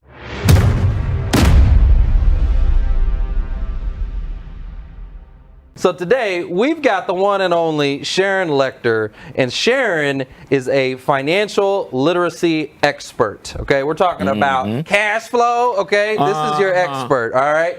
She's a keynote speaker and a New York Times best-selling author with over 30 million books sold. You guys, woo, 30 million, good Lord. She's advised 2 U.S. presidents on the topic of financial literacy and co-authored the international best-selling Rich Dad, Poor Dad and 14 other books in the Rich Dad series. Let's give a warm Who You Know welcome, Sharon Lechter. All right, Sharon. All right, Sharon. Thank you for joining. Man. Hi, guys. So delighted to be with you. In Paradise Valley, Arizona. We love it. We're so excited. I can't even believe it. Like, okay, first of all, we haven't even started the show, but 30 million books sold, mic drop. Oh my God. Like, that's incredible. Okay, I got to know, because you've written a lot of books. How many, okay, we know how many you sold, but how many have you written? 26. Cool. 26 books. Kind of get into the habit of it. You know what you're doing, huh? Yeah, I think so, maybe. But, you finish one and you get an idea for the next one. It just kind of keeps going. There you go. Wow. I gotta do my one. That's incredible. Well, I just have to say, like, there are people that do it, and then there are people that do it big. So I appreciate excellence when I see it. So when did you start your entrepreneurship journey? Like, when did you start that, and why? Why did you start it? Well, I actually grew up in a very entrepreneurial home. We lived in a small house between my dad's used car lot and my mother's beauty shop. All right. We had real estate properties that had scrub out bathrooms between tenants at the age of 10, and we had orange groves. So I was raised in this building assets, buy, build, or create assets. I thought everybody understood that. But then I had my friends whose parents were military officers or CEOs, and I'm going, I want to be a sophisticated professional. So I decided I didn't want to do the entrepreneurial stuff. I wanted to be a professional. So I got my degree in accounting. I was one of the very first women in public accounting in the hot city of Atlanta, Georgia. Nice. And loved it, was doing really well. And about the ripe old age of 25, I was like, I wasn't in control of my own life. I was working ungodly hours, and I finally said, Oh, I imagine. My parents started looking a whole lot smarter. And I said, maybe this entrepreneurial thing is something I need to look back into. And so I left public accounting and never looked back. At the age of 25, started my entrepreneurial career. Wow. What did you start? Like, what was your first entrepreneurial venture? Great question. I had one of my clients was buying a company out of bankruptcy, and he came to me and said, Sharon, I really want you to help me do this and own a piece of the rock. And I still remember going back to my condo. This was well before PCs or cell phones, and I had the old yellow legal pad, pros and cons. Right? Oh, nice. It didn't help me a bit. I could argue both sides, but my hand took off across the top of the page and wrote, "Why not?" And that is still my philosophy today. Hey, hit her with that mic drop. There we go. That one. What do you have to lose, right? Well, I mean, a lot to lose, but a lot to gain, and you're never going to know until you take the plunge. All right. So why not take that path less traveled? Why not solve a problem or serve a need? And it's still my mantra today. Amen. I love that. There's usually a lot of blessing on that path, less traveled. I've got a question on, so you've obviously been very successful selling books, and you've been doing it for a long time, 26 books. And I'm just curious, what was it like selling books before Amazon, before the internet, before, like, what was it like? Like, Good how, question. I mean, before technology, right? Like, what was it like selling books back then? Barnes & Noble, right? Yeah, Well, yeah. If you came to my home in Paradise Valley, I'd show you the table, my big table, which was where we launched Rich Dad, where I launched Laurel Langenmeyer, Greg Reed, many companies before Amazon and the internet. So it was the old days of fax machines. Remember those? Oh my God! We would do radio interviews, and because we didn't have a big presence yet, they would have to go look up where to buy Rich Dad Poor Dad or Cash Flow Quadrant, and overnight I'd get faxes ordering one book to go to Nebraska, one book to go to Georgia. Oh my goodness! We sold the first 1 million books off my dining room table. No, oh my goodness! Nice. Like that. Wow. Days. I'd wake up in the morning and I had to have a stack of faxes, and we'd package them up and get them out. My local post office at one point said, Sharon, we can't handle your volume. So that's when I started creating the systems. We found a company to help us do it. And because we wrote Rich Dad Poor Dad as a brochure to sell the game Cash Flow. We never expected it to take on a life of its own. Sharon, you broke the post office. My God. Yeah. So pivot, right? Technology advancement and boom, Amazon. Amazon, yeah. What did that do? So how did that impact? I mean, we know it positively impacted, right? The sales for sure, but what was that like, and what was involved with that? Well, we had several booms along the way. We continued to sell, and we ended up getting to the New York Times and Wall Street Journal and back then Business Week lists on our own. But then we couldn't really satisfy the demand, and we had Oprah in April of 2000. And so Oprah was the first big exponential increase. I still remember her coming up to me after the show saying, well, that should be good for 1 million books. And she was right. Yeah, she's right. And then, of course, the next big step is having it available on Amazon and online Barnes & Noble, which, of course, just took us through the roof because it allows people to access it from wherever they were. Well, I don't know if this show's good for 1 million books. We might be able to get a couple out here and slang a couple books out off this show, but we'll get there. We'll get to that Oprah level one day. Why financial literacy? Why the cash flow game? I know that we talk a lot about cash flow in here. What led you to financial literacy? Thanks for that question, because it really is my passion for several reasons. One is when I got into public accounting, I started seeing how companies were really successful. And probably more importantly, I saw how many companies failed, what they did wrong. And I realized that there was a basic fundamental premise people have, that they had to work for money, exchange time for money.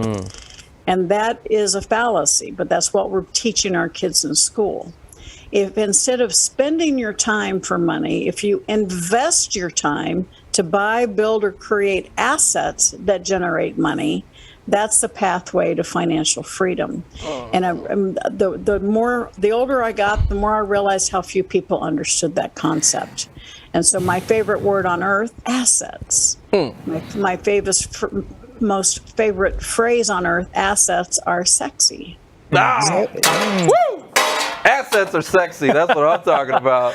It's like I heard this saying before, like, there's a question, who's wealthier? Someone who makes $1 million and spends every dime of it, or somebody who makes $30,000 and only spends half of it? Who's wealthier? Oh, wow.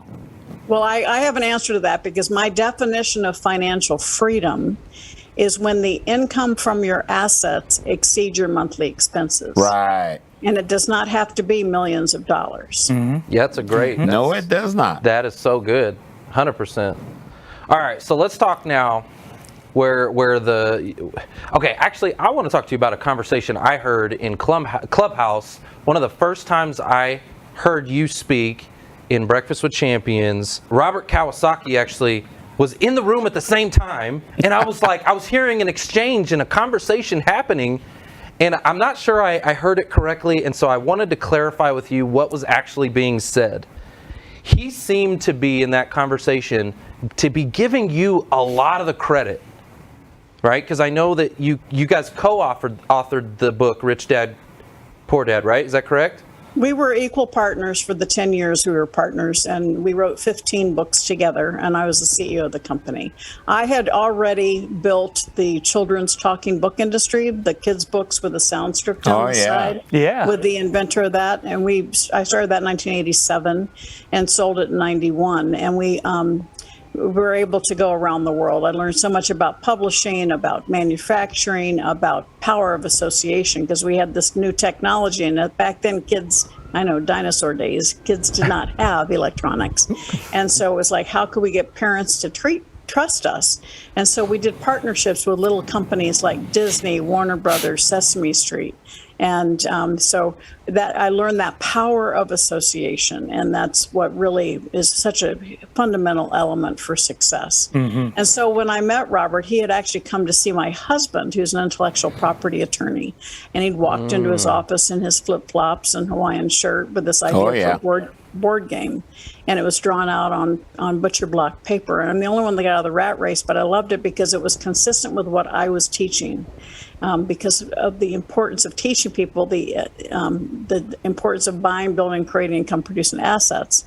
And so I volunteered to help him commercialize the game just as a friend.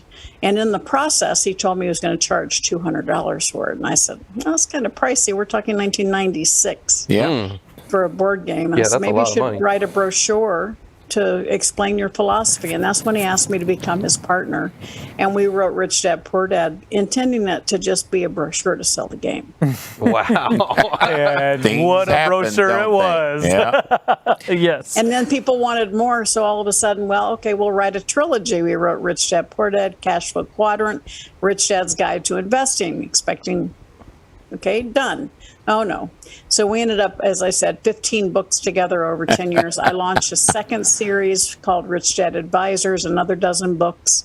And we were able to build around the world, over 110 countries, over 50 languages, through the power of association. So much success, right? I mean, that you guys were able to achieve and find together. Then, so it sounds like after the 10 years or so, you guys split ways. What happened there? Why did you end up deciding to part? Well, success and money just brings out more of who you really are. And after 10 years, we did not have the same alignment as to what we wanted. He wanted to go into franchising, which was a great model for us, not a good model for franchisees. So I made the decision I needed to leave. I share this only because sometimes you have to close a door for other doors to open. Sometimes you have to close a door in your life to allow space for new opportunities. And if I had not made that decision to leave Rich Dad, I wouldn't have gotten the call from President Bush. And I had the honor of being on the first presidential advisory board for the financial literacy. And I served both President Bush and President Obama. Had I not made the decision to leave Rich Dad, I wouldn't have gotten the call from the Napoleon Hill Foundation and asked to reinvigorate the teachings of Napoleon Hill in 2008. And we know what was happening to the economy in 2008. And it's been an incredible relationship. I wrote 3 Feet from Gold, Outwitting the Devil, Think and Grow Rich for Women, Success in Something Greater, in cooperation with the Napoleon Hill Foundation. So I challenge everybody, particularly when you're out there seeking employment, is pay attention to who you are, what you want, and how you're spending your time. Because sometimes you have to close the door for other doors to open. Sounds like a lot of the success has created and opened other doors, other markets for you to serve. And that's what I like about what most business does. Yeah. I love that. So you left the Rich Dad Poor Dad organization. All of a sudden, you're getting calls from the president. Like, okay, what did that look like working with President Bush and President Obama? Like, first of all, why did they call you? Number one, I mean, well, we know why because you're the expert. But what did they bring you in specifically to do? And then, what was the result of it?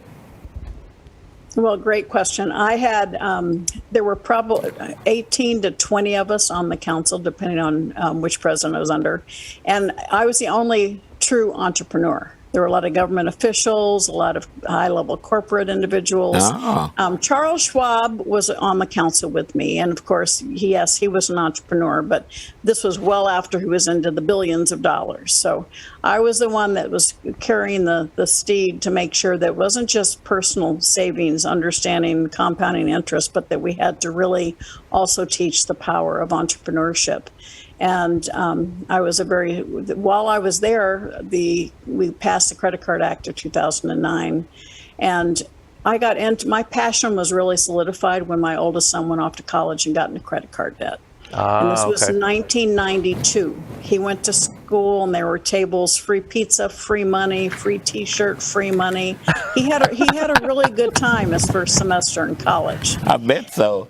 He came home December of 92 and asked us to bail him out, and we said no. And that's when I dedicated the rest of my career to financial literacy, financial education, entrepreneurship education. So that was 92. This is 2009, and we passed the Credit Card Act, which prevents credit card companies from soliciting college students on campus. That's a mic drop there. Is. Yeah, that was a predatory practice for sure. Yep. Yeah, and I can't take credit for the bill, but I can take credit for being a very squeaky wheel about the need for it. So. Well, and didn't that act also prevent certain things from happening, like overcharging on late fees and things like that? There were a lot of things that actually were part of that. So, man, what an awesome piece of work to your... Yeah, those credit card companies, boy, I tell you what. Get in there and get you. Yeah. So, what was it like? I mean, being in that kind of arena, right? I mean, was it intimidating? And then what was the I guess the next step after that then for you? Well, I teach a lot about fear. Fear can be intimidating, it can paralyze you, or it can motivate you. Right. And I have trained myself many, many years of living in fear to turn it into energy. And so I don't like the word intimidating. I want that to be energizing. So it is energizing. And yes, you have to do the work. You have to earn the right. But it's, when you asked me the question about after leaving Rich Dad, this allowed me to establish who I was and my brand and my presence. Yeah. I was no longer just related to the building Rich Dad. I could stand in my own power and be who I am. And everybody watching and listening, you are perfect just the way you are. God created you. You're the only one He created like you. And so stand in your own power and establish who you are, what you stand for, and be authentically you, because that's what we want to see. Do you want to tell them a little bit about the book while we're giving it away? Absolutely. Exit Rich was released in June of this year. I'm very excited about it because so many people, when you start a business, do you start a business to work until the day you die, or do you start a business to build something that's successful to provide for your family and maybe get your time back? Everybody says the second one. Mm-hmm. But 99% of you build the first one. That's true. Because you build a job, not a business. Amen. And so I wanted to pull together the elements that you need to do to build not just a successful business, but one is sustainable and scalable and saleable, whether you sell it or not. Have the systems. So we talk about the 6 Ps in the book, your people. Do you have the right people on your team? Do you have the right advisors, the right mentors? Do you have people who are strong where you are weak? Right? Your product. Do you have enough product? Do you have products that can go in different industries, different geographic regions, and processes, the business systems? It's so much easier to manage a system than personalities. All right. Boy, that's true. Your proprietary, your intellectual property, intangible asset. The vast majority of the value of your business is intangible. It's not on the books. And it's what you've created, your unique selling proposition, your competitive advantage. And I show you how to identify that, how to strengthen it, how to protect it, and then how to leverage it. And then your patrons. And this one is very important for everybody right now because we talked about connecting all our channels, right, Trevor? Well, yep. Your patrons, your data is your database. Yes, you want to be all over in social media. That's your lead generation, but you don't own them. Instagram, Facebook, they can turn you off. They can turn you off. You want to be out there and you want to be nurturing and really building your reputation, but you want to invite them home. You want to invite them back to your database, entice them, giving them something so that you can have them in your database. It increases the valuation of your company and it gives you the ability to continue that ongoing lifetime relationship with your customer. Cool.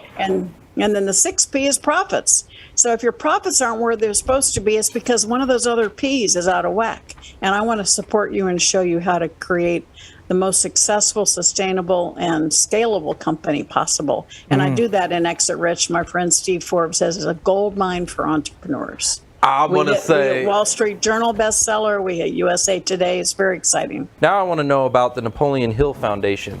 Talk to me about that and what you did for them. Well, thank you so much, Trevor. Yes, I read Think and Grow Rich when I was 19 in college.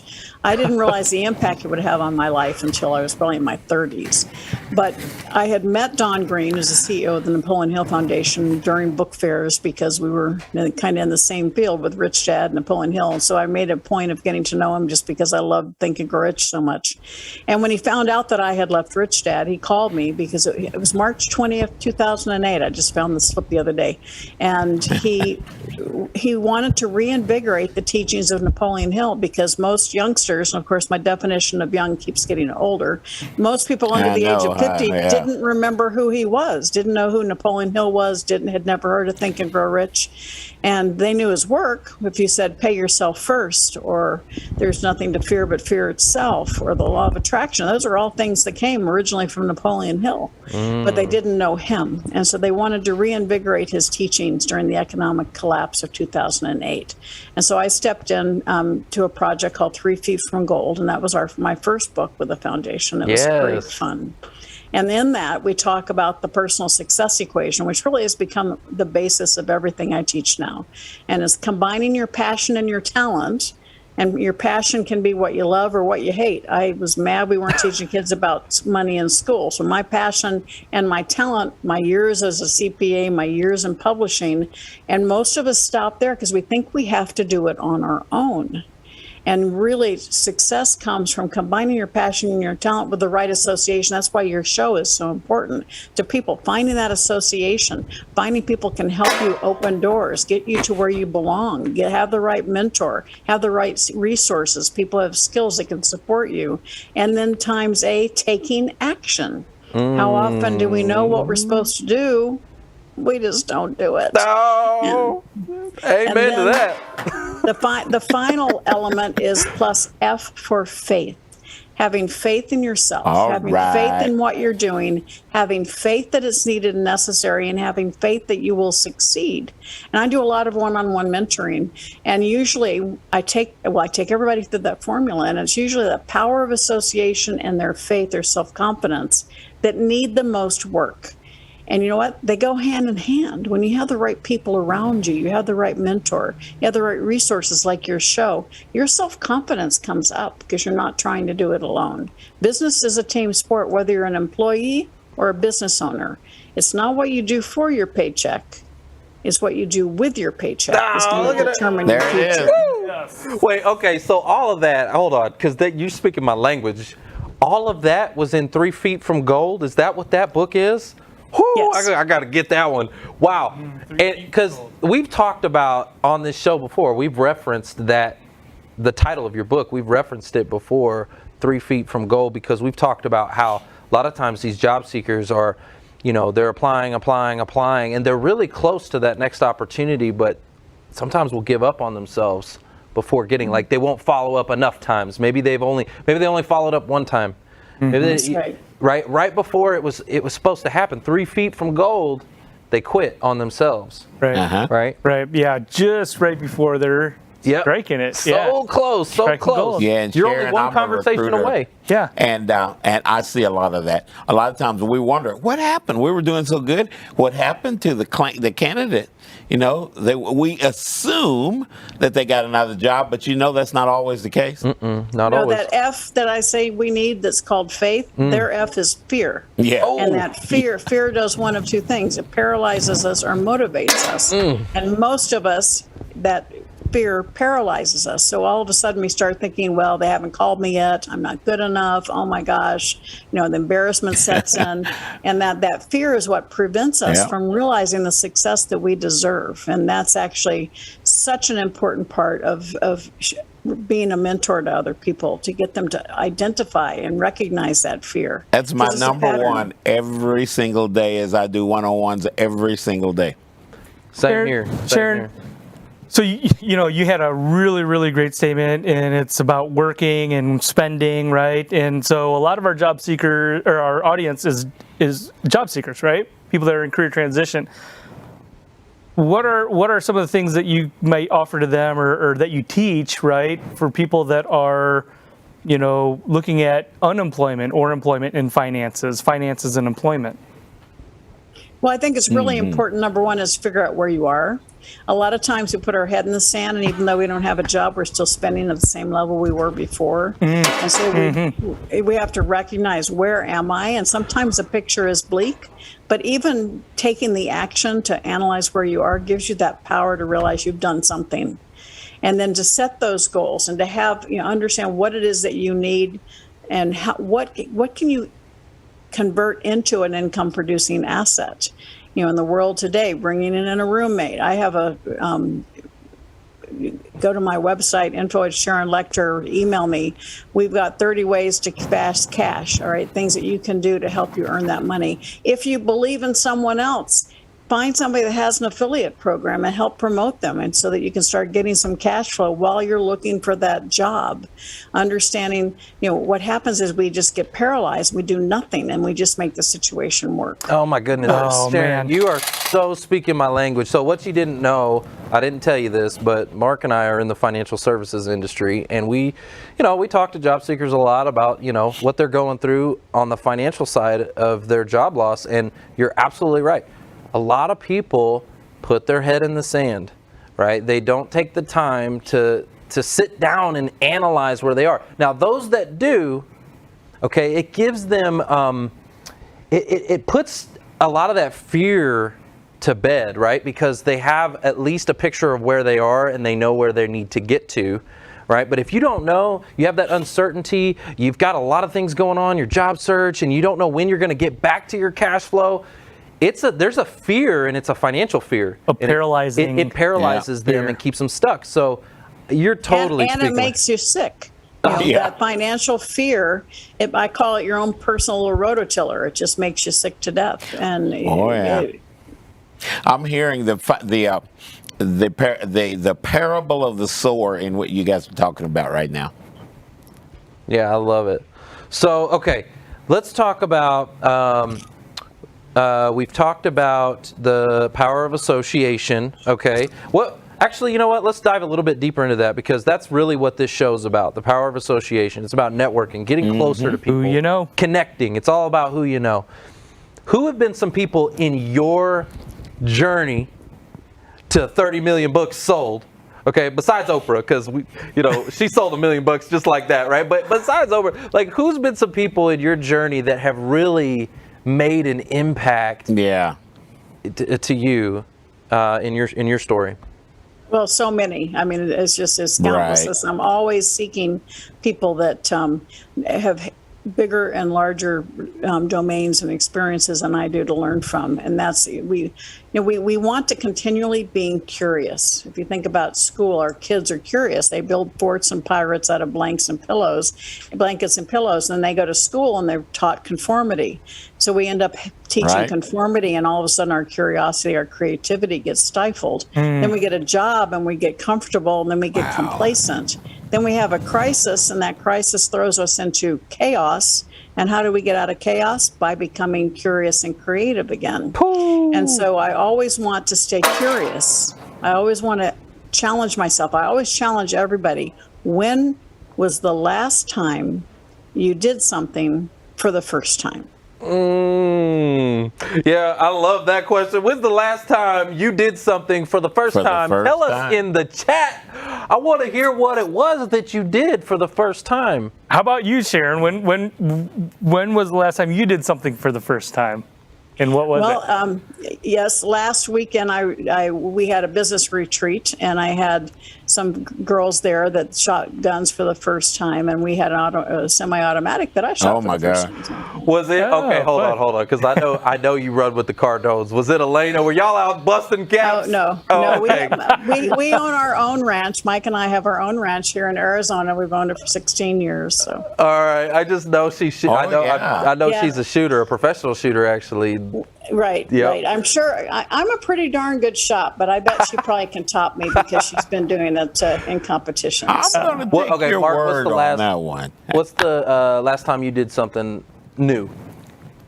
Man, something new. Well, I mean, I have 3 kids, 3 young boys, so it's almost like could be every day. But I think probably the last time I did something new. While you're thinking I'm gonna have to think about that. Mine was Video Marketing World, so I emceed a conference, and I never emceed a conference before, and totally out of my comfort zone. Totally had me afraid for like 2 months. I lost sleep about it. I was preparing for it. I was like, but I crushed it. Like, I absolutely crushed it. But it was like. And how did you feel about yourself when you were done? Oh, I'm like, I can do anything now. Like, you know what I'm saying? Like, I feel so confident, right? Because I could do it, But it did. It was terrifying. I was paralyzed for 2 months. I lost sleep over it, And, he was scared. I was. But I did it. It doesn't matter how accomplished we are. We get to that point where things can become complacent. So you always want to challenge yourself to do something that's new and new experience. Absolutely. Well, let's see in the audience. Let's see. I've done a lot of firsts this year. Linda says she's done a lot of firsts. Tell us, what was your first? What did you do, Linda? I want to know. What was that thing that you did? Yeah, I had a first. It was pretty cool. Foster, what about you? Well, it was weekend before last. I took a trip to Atlanta, Sharon, and it was fun because the opportunity through experience, the opportunity opened up for me to expand. I didn't know I was going to expand the network. We're in 27 states now, and went there to meet with a bunch of people that do what I do, and it just automatically, God blessed it, and we all have the same spirit. We want to help.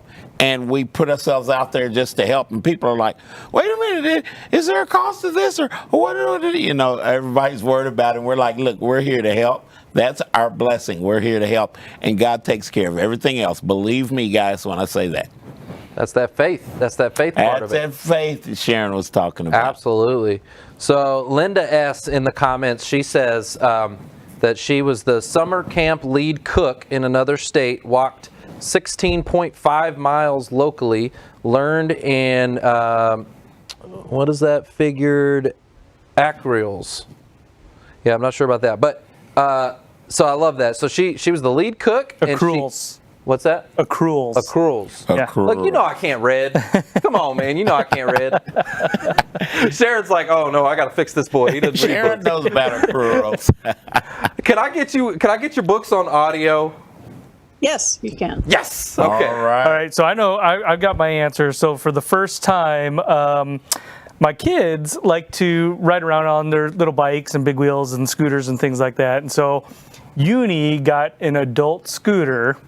Oh. And she's been riding around with them. So she's like, well, I'm always walking, right? Or whatever, or riding one of the kids' scooters. So I got an adult scooter and I've been riding that around. I was riding that around with the boys. Oh, so you got to take a picture. I got to see that. Riding around on an adult scooter. A kick scooter, yeah. Don't break your foot again. No, I'm trying not to break your foot again. Apparently I'm fragile, I guess. You are fragile. You are fragile. He got a nickname, Sharon, out of this I do activity. want to tell you, every time I ask that, it is hard for people to remember. And that's why I just want to trigger the thoughts of we need to always step outside our comfort zone. And because it's what the spice of life is. It's how you expand your network and you expand people and say, what can I do to step outside my comfort zone? Right. So we talked earlier about fear, because I like to talk a lot about comfort zone and fear and all those things. And you mentioned fear and how it can be paralyzing. What steps or advice would you give to somebody who is paralyzed? I would like to, it's not sitting here, okay. My book, Outwitting the Devil, which was a huge opportunity for me. Napoleon Hill wrote it back in 1938. As intending it to be the sequel to Think and Grow Rich, but the title scared his wife to death. And it was locked away in a vault for 73 years. Golly. And Don Green sent it to me and said, I need your advice. And I literally looked at this that had been typed on a manual typewriter with handwritten notes from Napoleon Hill. I was only the fourth or fifth human to see this manuscript. And within a couple of hours, it transformed my life. And it talks about how we allow fear to stop us. Fear of criticism, fear of poverty, fear of old age, fear of loss of love. And that fear, 98% of us allow fear to hold us back. And it introduces the concept of drifting, which means going with the flow. All right, whatever, not having control of our own mind. And the book is an interrogation of the devil. And in the book, Napoleon Hill says, you can believe I'm talking to the real devil or an imaginary devil. Will you derive any benefit from it? And in it, it goes into the thought process of how Napoleon Hill addresses every taboo there is: sex, politics, religion, education, alcohol, cigarettes. Even before cigarettes were known to be bad for you, he was talking about how he gets kids derailed from where they want to go by taking control of their mind. And it's about taking control, being a non-drifter, knowing what you want, having the power of thought. Michael Beckwith wrote the afterword for me. I said I need a little bit of minister coverage there, and it's been an incredible book. It's been hugely successful and has helped people take control of their fear and turn it into faith. I always talk about that. Yep. I always say fear is false evidence appearing real. It's the enemy's way of keeping you isolated, stuck, paralyzed. Keeps you from your calling, your purpose. The enemy wants to lie, kill, and destroy. He wants to just destroy you, right? So, I talk about this all the time, and I just love it's the book, Outwitting the Devil. And you have to get the audiobook, because I made them get two different actors. And the devil's voice is low and grovelly, and it's amazing. And in the book, he talks about how to get through this fear. And definiteness of purpose, understanding what you want, having a goal, moving forward with that, understanding, learning from adversity, all right? Mistakes happen, but they are occurrences, not definitions. Mastery over self, discipline. You make the decision, you're going to take action. And then controlling your environment. What are you allowing in your mind? What are you allowing to get into your space? All right. Make sure you surround yourself with people that are positive, people who want to support you, not people that want to pull you back. Right. And then control over your time. Are you investing your time in your future? Or are you spending time and letting it? That's our only precious resource. You can make money, lose it, and get it back. Once time is gone, it's gone. And so the whole premise about Outwitting the Devil is to take control of your own mind and set forward and really to succeed at the level of success that God intended you to. Wow. There's a reason why you've sold 30 million books. All of that info is just so crucial. Like, it's just amazing. You're speaking my language so much. It's true. So I've got one little last question before we get into the last giveaway for the audience. So I got to meet you in Breakfast with Champions, Glenn Lundy's room. I'm one of the regular hosts there, Tuesdays, 7 to 8 a.m. Central Time. And that's where I met you. And there's a lot of like-minded individuals in that room. And that's why, like, when you start talking, like, you're just speaking my language. That's why I love it so much. What is your favorite thing about Breakfast with Champions and what Glenn Lundy has done? What is it to you that makes you come back? Because I see you in there all the time. Well, it's a great platform. All of Clubhouse and certainly Breakfast with Champions is one where you have the opportunity to hear from people that you might not otherwise have access to. And it is a prime example of the power of association, because you get to learn from people that might not otherwise be able to get on stage, but they have the opportunity. They're being brought up on stage to share something, and they may be exactly who you need to meet. And so it really is a fertile field of associations, and people can share their wisdom and can support each other. And it's a great way to learn do what you've never done for the first time, and that's learn from somebody new and be able to access them through Instagram and learn something that help you take yourself forward. Love it. So it's who you know on steroids. It's networking, it's connection, it's relationship building, it's all of that, like, to the next level. That's why and a celebration. It's yes. Great. And no lipstick required. I know that's a big one for you. Yes, yeah, no video. Well, I want to give Glenn Lundy a quick shout out and congratulate him on this show, because Glenn Lundy just had his 1,000th episode of #Rise and Grind. 1,000th episode, so congrats on that. And wow. here's the remarkable thing about that. We were talking before the show. We started the Who You Know show, and the #Rise and Grind show started at the exact same time, January 2018. And Glenn Lundy is a machine. He put 1,000 episodes on the board, 1,000. Every single day, he's been doing this show. Every day, 1,000 episodes. We're on 288. That puts it early in the morning. Yeah, that puts it in once a week, every day. I mean, economy of scale. Yeah, that's what I'm saying. That guy's just a beast every day for the past 4 years. It's amazing. So shout out to him. Congratulations on #Rise and Grind in your 1,000th and final episode. He's moving on to it's morphing and things are changing, and so I'm excited. That will happen. Thanks for listening to the Who You Know Show podcast. My name is Trevor Houston, and if you've enjoyed this episode, consider subscribing wherever you listen and leave us a positive review to help us keep the mics on in the studio. Until next week, that's the show. It's all about Who You Know.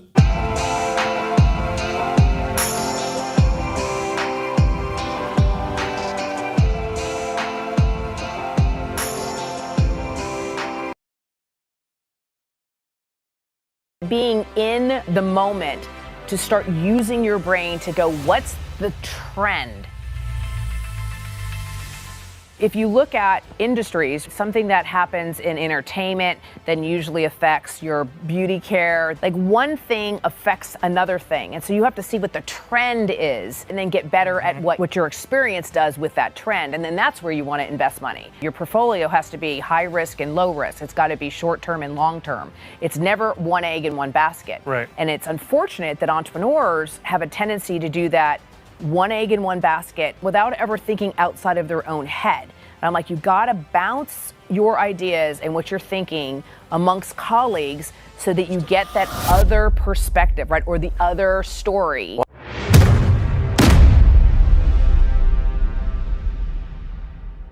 We got Amilya Antonetti in the house, and we're gonna drop some mics. So I recently went through your Genius Key, and we got Thank some. you.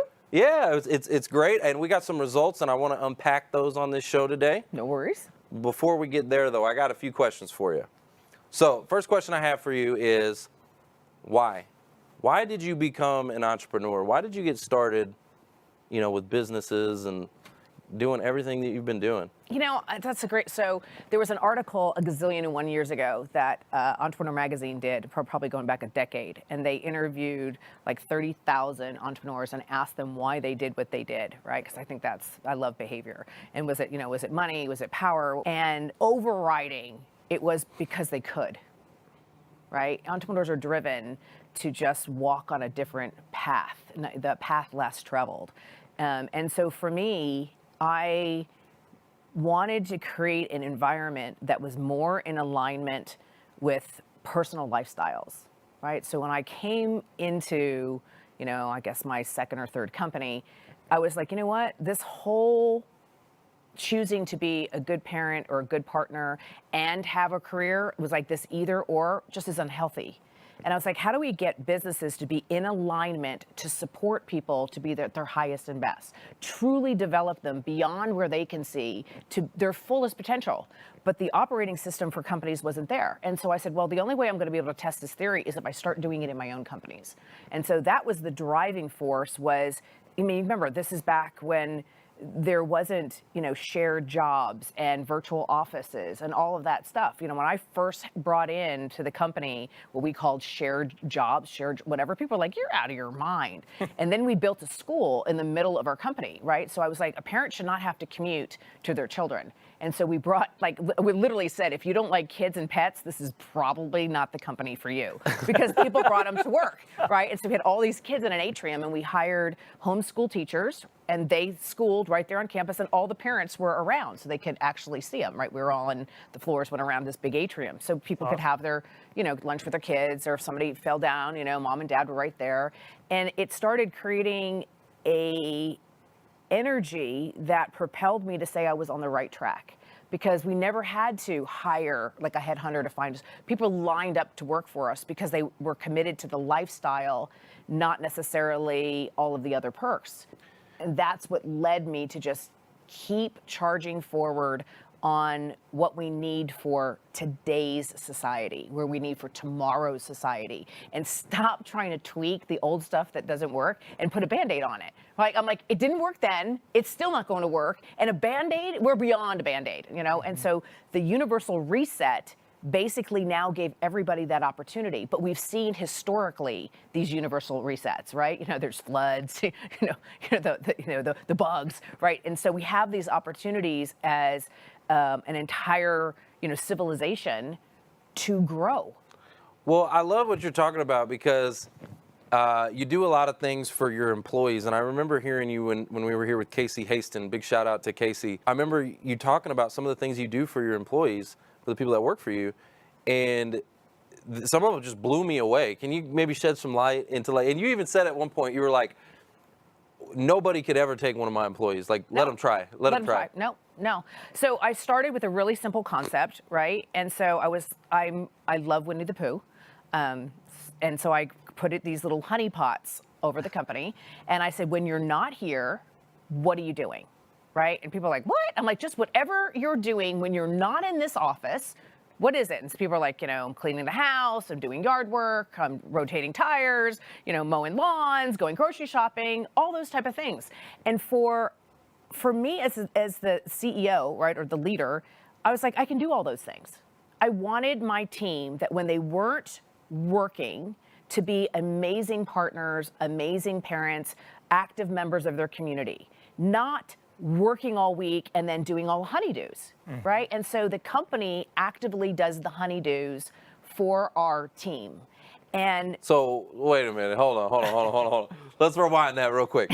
So you're saying I'm gonna come work for you, and then like dry cleaning or like changing the tires, Yep. or like the little things. all those little things that weigh down life. And so you have to think about it. So a CEO solves problems in a mass capacity, right? It's not a one-off.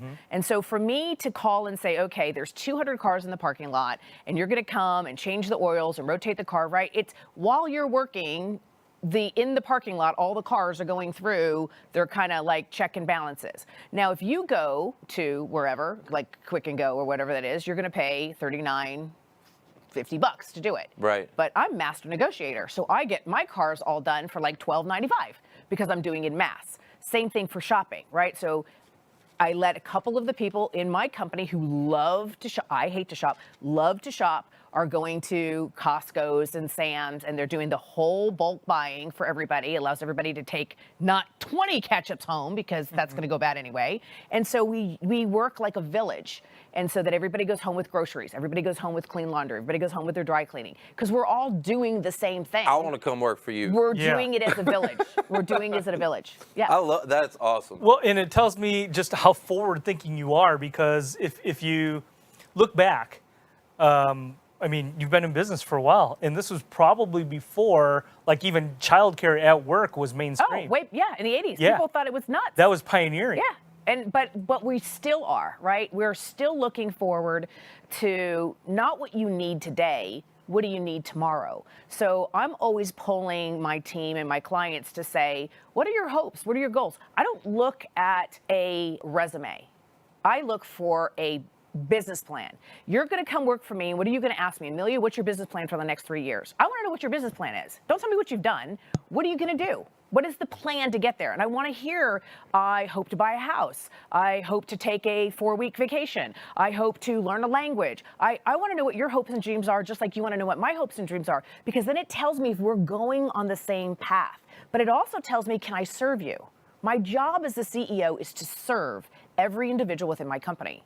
So I want to know, am I being set up to fail? I mean, is this something that I can serve you with? And when I look at that, I'm like, oh my gosh, I can make all these things happen. Well, that means then you trust me with your dream, and I trust you that you're going to fulfill it. And so those types of activities within a company is what brings the camaraderie of trust and relationship and bonding and giving and taking into the company, whether the company is under one roof or it's virtual, it doesn't matter. Yeah. That's a double. Yeah. Come on, guys. Okay, so first of all, she really genuinely wants to know what you want, like in life, so she can help you get it. So I'm curious. Most leaders do. Real CEOs who are building a company, who are building a community, really want to know who you are. The problem is we're conditioned to go in and be a robot and say, oh, blah, blah, blah, blah, blah, blah, blah, and we really know nothing after that interview, any more than we did before. And so it's the authenticity of really getting clear on what do you want? What brings you joy? What do you want? Audience, tell me in the comments. I want to hear, what do you want? What brings you joy? Like, you got somebody up here who's literally asking you the question, right? Mm-hmm. So tell us in the chat. I'd love to hear that. I like that you said that they're trusting you with their dreams, right? The hopes and dreams, and you're trusting them that they're going to fulfill it. Like, what a great statement that is. Yeah, and it changes, right? So people mimic their environment, right? And so if they see the relationship between me and my team captains, then that's also the relationship between my team captains and their team, and that team and their clients. So we are very committed to circles, right? I serve my people serve the clients serve the community, and the community serves us as a company who's trying to improve the community. And it's all a circle of trust, right? And we learn by giving people the freedom to make a mistake and then turn around with authenticity and go, hey, listen, that didn't work for me. And here's what I think would have worked better, right? So there's not a problem without a solution, right? So that's right above my says. There's no problem laying on my desk. I say that all the time. Any problem, there's a solution to every problem. That's good parenting, too. That's good parenting. Right, but it's also good when you talk about job seeking, right? Look at the companies that you're interested in. What is their problem? And solve it for them. Because trust me, if you email me, get a hold of me, and they go like, listen, I noticed that you have this problem, and here's what I would do to fix it. I'd be like, who is this person? Get this person in here now. Yeah. Proactive. Yeah, right? CEOs, we're fighting Proactive. fires all the time. We're fighting fires, and we've got problems within our organization. We're always trying to solve them. There's always a problem. But a lot of them we don't even see. Yeah. Right? So if you, as from the outside perspective, can see a problem and you just don't go, oh, Amilya, here's a problem. You're like, here's a problem, here's a solution. I'll champion this. And here's what I need. I need this type of resources. I need this type of budget. And I need this timeline. And here's what I think the outcome is. I'm like, man, I will hire you every single, I will find a job for you. Right? 100%. So here's something else I want to talk about real quick. Can you tell us the story? Because I think this is super interesting. Can you tell us the story about you created the Listerine strip? Well, I did not create the Listerine strip. Okay. So not accurate. Tell me about that. I was at a medical convention. I was hired to speak. I still to this day have zero. And why I was hired to speak at a medical convention, I have no idea. But I was. Because you're that good. Right, exactly. No, I have no idea. So here I am. I'm in Hong Kong. I'm like, okay, I'm speaking, later on that day or the next morning. And I'm like, man, what am I doing here? Right. And so I was like, okay, well, I can either like go shopping or just like go to something else and just come when I actually have to speak. Or I can say, maybe the universe is trying to tell me something. Maybe there's something here that I'm supposed to be here, even though it doesn't make sense to me why I'm here. And so I started looking at the agenda for the couple of days. I was like, okay, this is kind of interesting. This is kind of interesting. Let me just pop into some of these seminars. One of the seminars that I was in, the little guy at the front of the room was talking about a medical delivery system that they had invented for old people who can't swallow pills. This new patented technology melted on their tongue so that old people didn't have to swallow. And I was like, that's interesting. I'm like, excuse me, pardon me. I'm like, what would it be for a licensing for North America? And they're like, what? And I was like, I want to license the technology. I don't really care about the whole pill swallowing thing over there, but I wanted to put breath freshener and I wanted to bring it into OTC, over the counter. And so that's what I brought the license for this medical device into the US and then end up selling it to Dr. Fresh and then selling it to Listerine. So it's about maximizing an opportunity that you might not necessarily see that's obvious. But I will find that most opportunities come in disguise. Although he was like, little lady, this is a highly sophisticated medical device. I'm like, no, I got it. And applause to you. I'm really trying to use it in a much simpler form. Right? I just have this picture in my mind, like, excuse me, not a doctor, but can you put breath freshener on it? Right, yeah. They were like, what? Huh? I mean, and it was hard, right? Because so for him, he thought it was being condescending because he had spent, all this time on this, big invention. And I was like, can I just simplify it? That's awesome. That is so funny. That is awesome. So I was watching your interview with Casey Haston, and you talked about in that interview, there was a specific moment, an interaction that you had with Snoop Dogg. Oh, yes. Yes, I love him. Yes. Although I didn't know who he was. And it changed your perception on some things. About everything. Your outlook. Yep. Yes. So I was in Vegas, again, asked to speak. It was really late. It was like 2 o'clock in the morning. I was dressed in hooker heels and the whole 9 yards. And I was waiting to go in the elevator bank. I was by myself, 2 a.m., woman by herself, 2 a.m., trying to go up the elevator. And the elevator stopped. And there was a group of African-American gentlemen standing in there. And I went to walk in, and then I pulled back. I was like, ooh, not doing that. And then they looked at me, and the guy who was standing beside him was like, just because we're black doesn't mean that it's dangerous, or so made a comment like that. And I was like, what? And so I got in the elevator, and I was sitting there for a second. I was like, wait a minute. So you think I paused because you're black? And they looked at me and I was like, you realize that there are 3 men in this elevator and there's just me? That I would have paused if it were any combination of men? I'm like, I'm not that girl, right? That's, I'm like, so it was weird that they saw from their perspective that it was a skin color issue. And for me, it was a safety issue, 100%. I was like, wow, our perspective on this scenario is entirely different. You always hear two people watch a movie, right, and they both tell you that one was a love story and one was a tragedy. And so I was like, wow, and that really started to change. To go, something is always happening. But what you think is happening is not what's happening. And so then I asked, I was like, who? There was these guys, and like, one of them had these pigtails. I'm like, oh, that was Snoop Dogg. I'm like, Snoop Dogg? I'm like, who's a Snoop Dogg? Right? And so I started, so I wrote a letter to him. I wrote a letter and say, I want to let you know that you had such an impact on me that I now realize that I got to get out of my own head.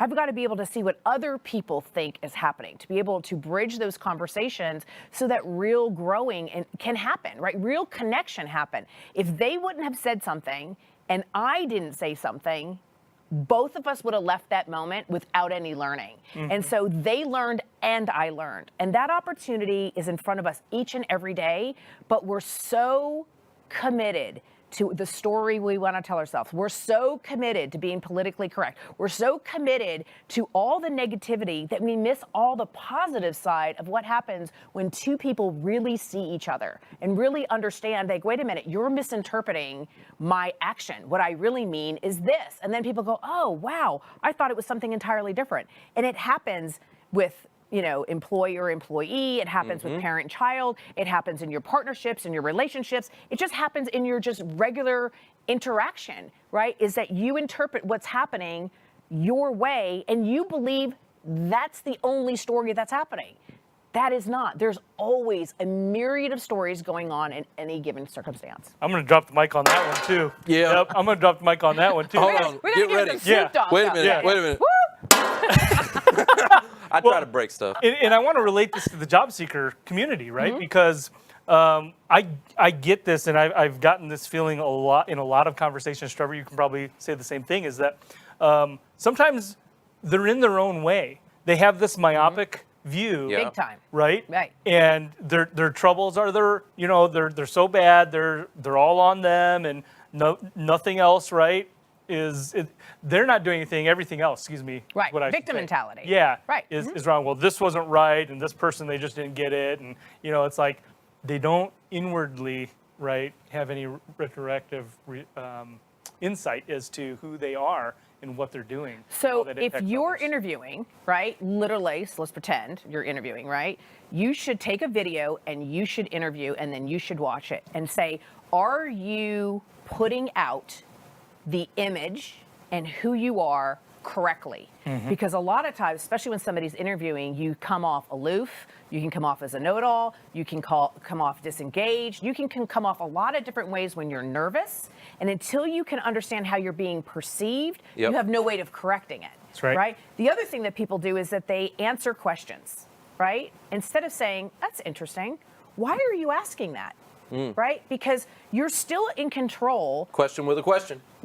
Because sometimes people don't really understand what they're doing, right? And a lot of times, especially when somebody is over a boundary for you, right? And so when you're talking about an executive position or a leadership role, and if I have crossed a boundary for you and you're not strong enough to go, I'm not really understanding what you're asking me, that pushback, I want pushback from my leaders. I don't want to just hire a bunch of yes people. I want people to go, you know what? I don't think this is a good idea.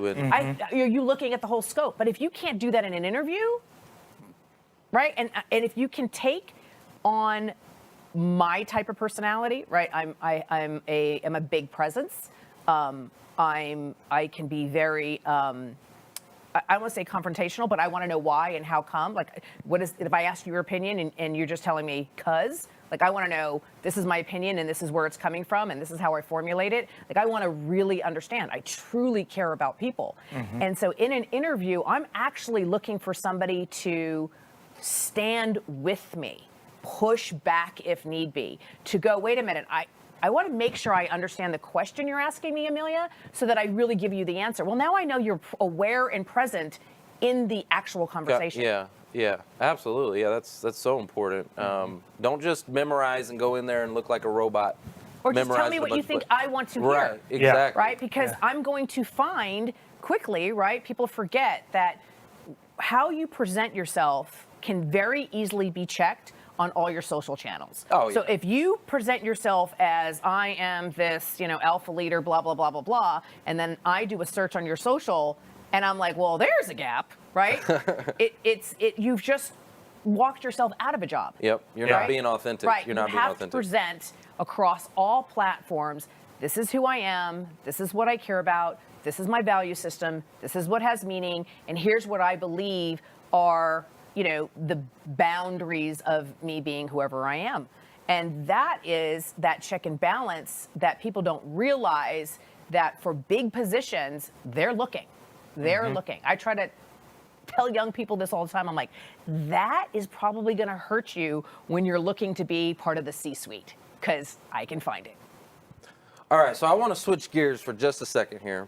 So I know you wear a lot of hats. You got a lot of things going on. I know you also work with Steve Harvey. I saw an episode called Next Best Success, and it had Grant Cardone in it. Yeah. And I got a clip. I want to go ahead and play that clip for the audience real quick. Before the break, we had two great young inventors present, Amilya and Grant, and me with two great inventions. But we're only crowning one the next big success and going to give them $10,000 to grow their business. So let's get down to the business. Before making the decision, your final thoughts, Amilya, truthfully, and go at it. So I love your enthusiasm. I like the core values of why you started the company. But here's what I have a problem with. You're talking about a trend that's here right now. I don't think it's going to sustain. Emojis are here today, but they're not going to be here in a couple years from now. You have the fun names, and your packaging is flat. Your youth and enthusiasm should be in your packaging. You've got Fluffernutter, and then you got a label that goes, I'm like everybody else. You need some polish. You're in a very competitive industry. I want to look at your picture, and I want to go, wow. What you do looks very complicated to me. So the $2.5 million, all that sounds good. I don't know how you compete with a Whole Foods and a Nature's and scale out like that. Maybe you can, and I hope you can. You'll never operate on a 40% margin going forward. And that's why you didn't want to say that, because that space is so competitive. And I hope Steve doesn't give you the 10 grand because he's wasting his money. I say he's not. Let me tell you, because I like this business. I like that what you're at is right now. I don't today, gone tomorrow. I don't care if it's gone tomorrow. Right now, right here, you could be making money. You need to get your costs out of wherever you're doing this. Send that production to some other country. I know nobody likes that idea. Thank you. I'm not running for president. Okay. This is a business. You need to go where the cost can get down to under $2 so you can sell this thing for $19. But if you're starting now, you've missed the trend. The next trend is coming, and then you're belly up. It's not worth the investment, right? At least you're in a marketplace that has. Everybody's got emotions, dude. Stay with it. Yeah. I'm angry today, you pay me. I'm happy tomorrow, I get paid. He doesn't have it. No. I'm going to spend 100 of this 10,000 on an alcoholic drink right now. All right, I just loved that clip, and I thought that was awesome. So first of all, I got to give it to you. You were throwing him with Grant. What is it like to work with a guy like that? Listen, I've known Grant for a long time. It's one of the reasons why I recommended him to be on the Steve Show, right? Oh, He's got a really good insight. And so I like, duking it out, verbally from different perspectives. Right. Somebody's going to defend it because, you open up, what maybe that's right, or maybe that's something that I don't see. But I'm also willing to defend my position, especially when you're talking about mass consumer goods. Like I've spent a good deal of time in mass consumer goods, and trying to help the younger people that were in front of us. Like, what is their next move? And so the banter for me is where brilliance comes from. So bantering with a Steve Harvey or a Grant Cardone or a Gary Vee is where Tim Ferriss, right? You're going to get that next level of thinking. And it may not happen right then. It may be when you overnight process going, you know what, that was really an interesting point that he had to make, right? And so I think amongst colleagues, that's what they're looking for, right? We get a lot of, yes, you're great, you're wonderful. That doesn't do anything for me, right? And so when I banter with Grant, it's giving me entirely different insight, right? Because he comes from real estate, right? So he's looking for, you know, those long-term investments, you know, those hidden gems. And he's wired that way. He's very, very good at what he does. You know, I come from mass consumer goods, which is, you know, been really disrupted with direct to consumer now, right? You can really build a business now and use your social and skip over all of the retail. Well, there's some really good pros and cons about that, but you have to understand the game that you're in. And when a lot of people, when they have a great idea, they have a great idea while the trend is happening. Right? Like by the time you think of it, I'm like, okay, you got to be ahead of it. Yeah, it's already over. It's already over. Same thing too as a business leader. I'm trying to think about what my employees need tomorrow, not what they need today, what they need next before they think about it. Same thing too when I look about something that's going to go in the marketplace. What is the offering or the service or the product that consumers are going to need next? Right? That's the kind of secret sauce to being able to put your money into an investment so that you catch it on the up part of the bell curve. Well, in our professional side, right, it's kind of like the market. Yes, right? It is the market, yeah. You know, you hear, oh, this is a great investment. By the time you hear that as a consumer, it might it's be already too late. Right, you're buying it high instead of before, right? Yeah, everybody's trying to push some Bitcoin right now. Yeah, exactly. Everybody's trying to push that. And that's part about being in the moment to start using your brain to go, what's the trend, right? Where is it going, right? Because if you look at industries, right, something that happens in entertainment then usually affects your beauty care, that affect it goes clothing, jewelry. Like one thing affects another thing, and so you have to see what the trend is, right, and then get better at what your experience does with that trend. And then that's where you want to invest money. But like you guys always know, your portfolio has to be high risk and low risk. It's got to be short term and long term. It's never one egg in one basket. Right. And it's unfortunate that entrepreneurs have a tendency to do that one egg in one basket without ever thinking outside of their own head. And I'm like, you got to bounce your ideas and what you're thinking amongst colleagues so that you get that other perspective, right? Or the other story. Well, I love that. Iron sharpens iron, right? Yes. And so so you get some high, like you and Grant Cardone and some other people, you get these different perspectives that maybe not Yeah, but right we like or wrong, each other. but, Like I'm saying, we like each other. We love that banter. That's, I loved it. You know, it's I could tell. I could tell. Yeah, It was healthy. There's no animosity. I'm like, No. Grant and I are friends. Love but that. if I need that, hey, let me run something by you. Like he's gonna give me what he thinks. Right. He's not gonna sugarcoat it. Yeah. But he knows the same thing to me. If he calls and goes, hey, I got this idea. I'm like, nope, not gonna work. Here's why. Boom, boom, boom, boom, boom. He knows that my pattern is to give you something and then give you supporting information on how I'm coming to that conclusion. Now, if my supporting information is missing something, right, then that's why I go, oh, okay, now that I know this, maybe I may pivot here. But you need your colleagues. I mean, you need your network. Your network is what helps round you to the next level and the next level and the next level of success. Your network is your net worth. Tell us a little bit about the Genius Key. What is it? I know that as part of your process through it, you talk about how it removes bias, right, from kind of like the hiring process. Tell me a little bit about that. So the purpose of the Genius Key was to be able to create a new people operating system inside of a company so that a company could be more healthy with its people, right? And so what happens is one side of the Genius Key is helping individuals within a company to understand what is their genius and how does that apply across the entire company and the entire workflow. So not just in the department that you're in, right? All the way across the company. How does your genius apply to all of these projects and tasks? And then what is innate and what did you pick up along the way? Because it makes a difference with your growth trajectory. Then on the other side, it's showing the executives, whether it's the board, the investors, the CEO, the entrepreneur, their vision broken down into projects with individual keys. The matrix then matches the project keys to the genius keys of the individuals and then pings the individuals to say, here's all the projects within the company that match your genius. So now you're not stuck in sales or stuck in marketing or stuck in human resources or stuck in admin. You're looking at all the opportunity in the company of where you can contribute and add value. So then you start looking at the individual project and you're like, okay, this project's 3 months, maybe this project is 4 months, maybe this one's 2 weeks, there's 4 people, there's 8 people, there's 20 people, there's 2 people.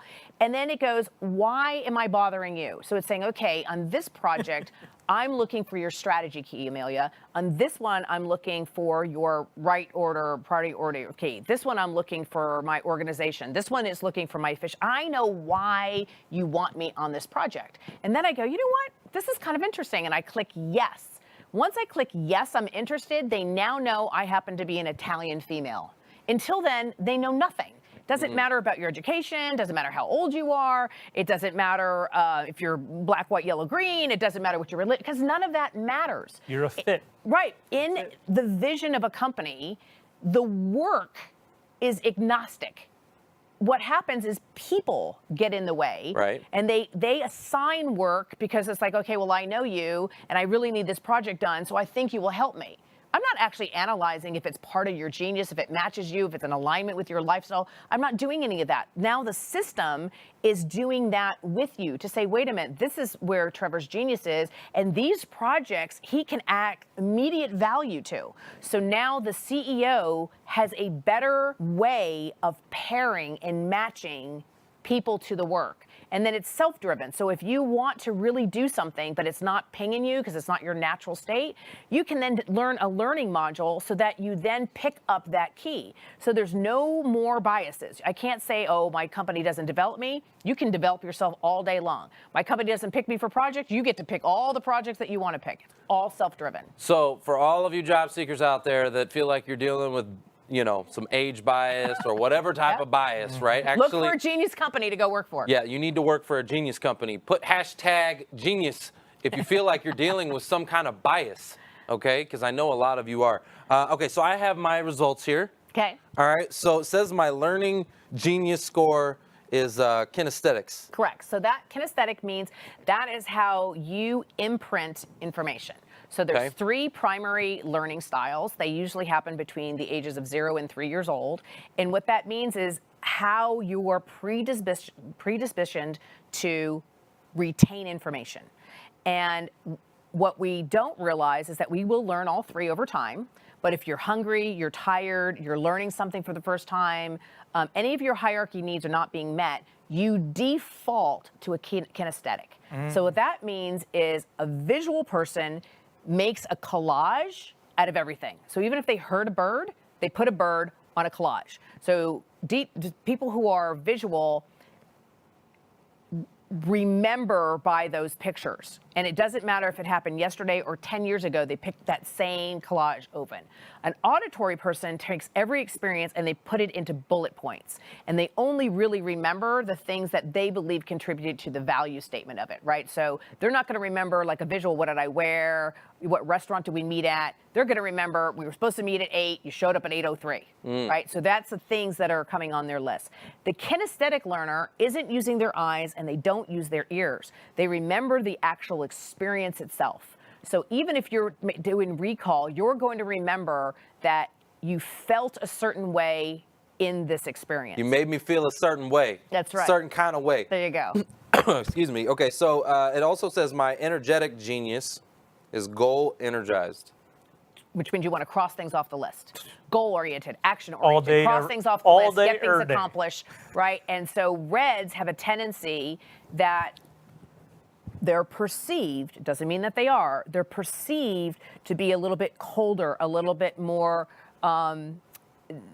because we don't go in and go, hey, how are you doing? How was the weekend? How's the kids? We go and go, okay, let's get this done, this done, this done, this done, right? And so we jump into action. Yeah. And so we get characterized sometimes as not caring. We're extremely caring. We just want to have an accountability and efficiencies of what we want to be able to do. We feel better when we know a list is crossed off. Now you said reds. You have them color coded. They're color coded, right? Right. It's similar because isn't the Myers-Briggs color coded too? Like you're a red and a green or a. Not Myers. No? There are some Okay. that are, and the reason why we use color coding is that we color code projects, right? So him being a kinesthetic, right? So a kinesthetic, they're really good in problem solving, right? He doesn't want to come into a project that's already done or repetitive. Right, kinesthetics, right, the experience. So if I go in and go, oh, this whole project is already done, I just want you to now to knock, they're like, he's like, well, I'm not contributing, right? He wants the experience. So anything that I have a project and I'm not sure how I want it done, I would give it to a kinesthetic, right? This is super accurate. Right? It is so accurate. And then action oriented, I know he is going to want to know what's the deliverable, what timeline, what's the, like, how is he being measured, right? So that's how he's going to do that, action oriented. So these projects are color coded so that when he's looking at a project, he can know that this is a red project. It's action oriented. It's going to go fast. It's not going to go deep. Well, those things match him versus he may look at another project that he could be interested in because it's creative and it's going to be innovative, but it's going to go deep. It's colored orange. So he knows he's not going to go the pace he wants it to go to, but he may learn because he's going to dive down deep in the detail. So by color coding, and we put all kinds of little widgets all over it so people can better identify with what the project is going to feel like, right? Remember, money is not the motivation for people. We've learned this statistically, that even if I give you a raise, your lifestyle hasn't changed. People who win the lottery, within 2.5 years, they go back to their baseline. Yeah. Money does not bring most people the life they think that it will, but we have all this evidence, right? So great, you got a raise. What did you do with the extra money? I don't know, I paid bills. You know, there's no major impact. And so what we find within organizations is if you match people's genius keys and reward them in what has meaning to them, that's where life starts to feel good. Yes, you need the income and yes, you have to have the perks, but day by day, right, it's the feeling. So when I give somebody that, I say, okay, here's two scenarios. One, I'm going to give you $1 billion and you're going to hate your life. You're going to hate what you're doing every day. You're going to be miserable, but you have $1 billion. Or here, you're going to be able to maintain your lifestyle. You're going to love the things that you do. You're going to love the people that you work with, and you're going to feel like you're an active member and having an impact on the world. Which one will you choose? Yeah, Always will choose this one. Yeah, give me the impact all day. So why do we reward people just monetarily? We have to reward them as a whole being, what matters to them as a whole being, and then develop them to the next phase, because what is rewarding for you today isn't rewarding for you tomorrow, right? Depends on where you are on the trajectory. And so companies have to change their operating system and start building this kind of relationship with their individual employees. All right, so I also got the receiving genius is awards, trophies, and prizes. Oh yeah, Yep. that's 100% accurate. Yeah. That's 100 and that's 1,000%. I got a lot of 1,000% trophies. accurate. Right. Yeah. So, but here's the psychological part of that, right? So I'm a behaviorist, Oh right? yeah, So- got trophies everywhere. People can at first pass think that this means materialistic, and it does not. It's evidence, right? Yes. They want evidence to be able Credibility. to say, yes, I did this and I did that. Like if I gave Trevor a watch and I inscribed it with saying, hey, you know, you're meaningful and you're important, right? He's pointing to the watch not because the watch is valuable. He's pointing to because of what it represents. 100%. It's proof. So when I was in the auto industry, I was top performer of the year, and my award wasn't a trophy; it was a watch. That is what had meaning. I still have that watch. It's in a case. I'm like, that's my trophy. Right. That's your, when we talk about reward language, Yeah. that's what fills you up from the inside. So when people try to love you in their own way, right? So if I want to give you acknowledgments, oh, you're great, you're great, you're great, you're great, that's not filling you up. You need those tangible things that identify and put you in that place to go, I'm overachieving, I'm doing this, I'm doing that. So you have to be able to understand what has meaning to somebody else and then give them what that is for them.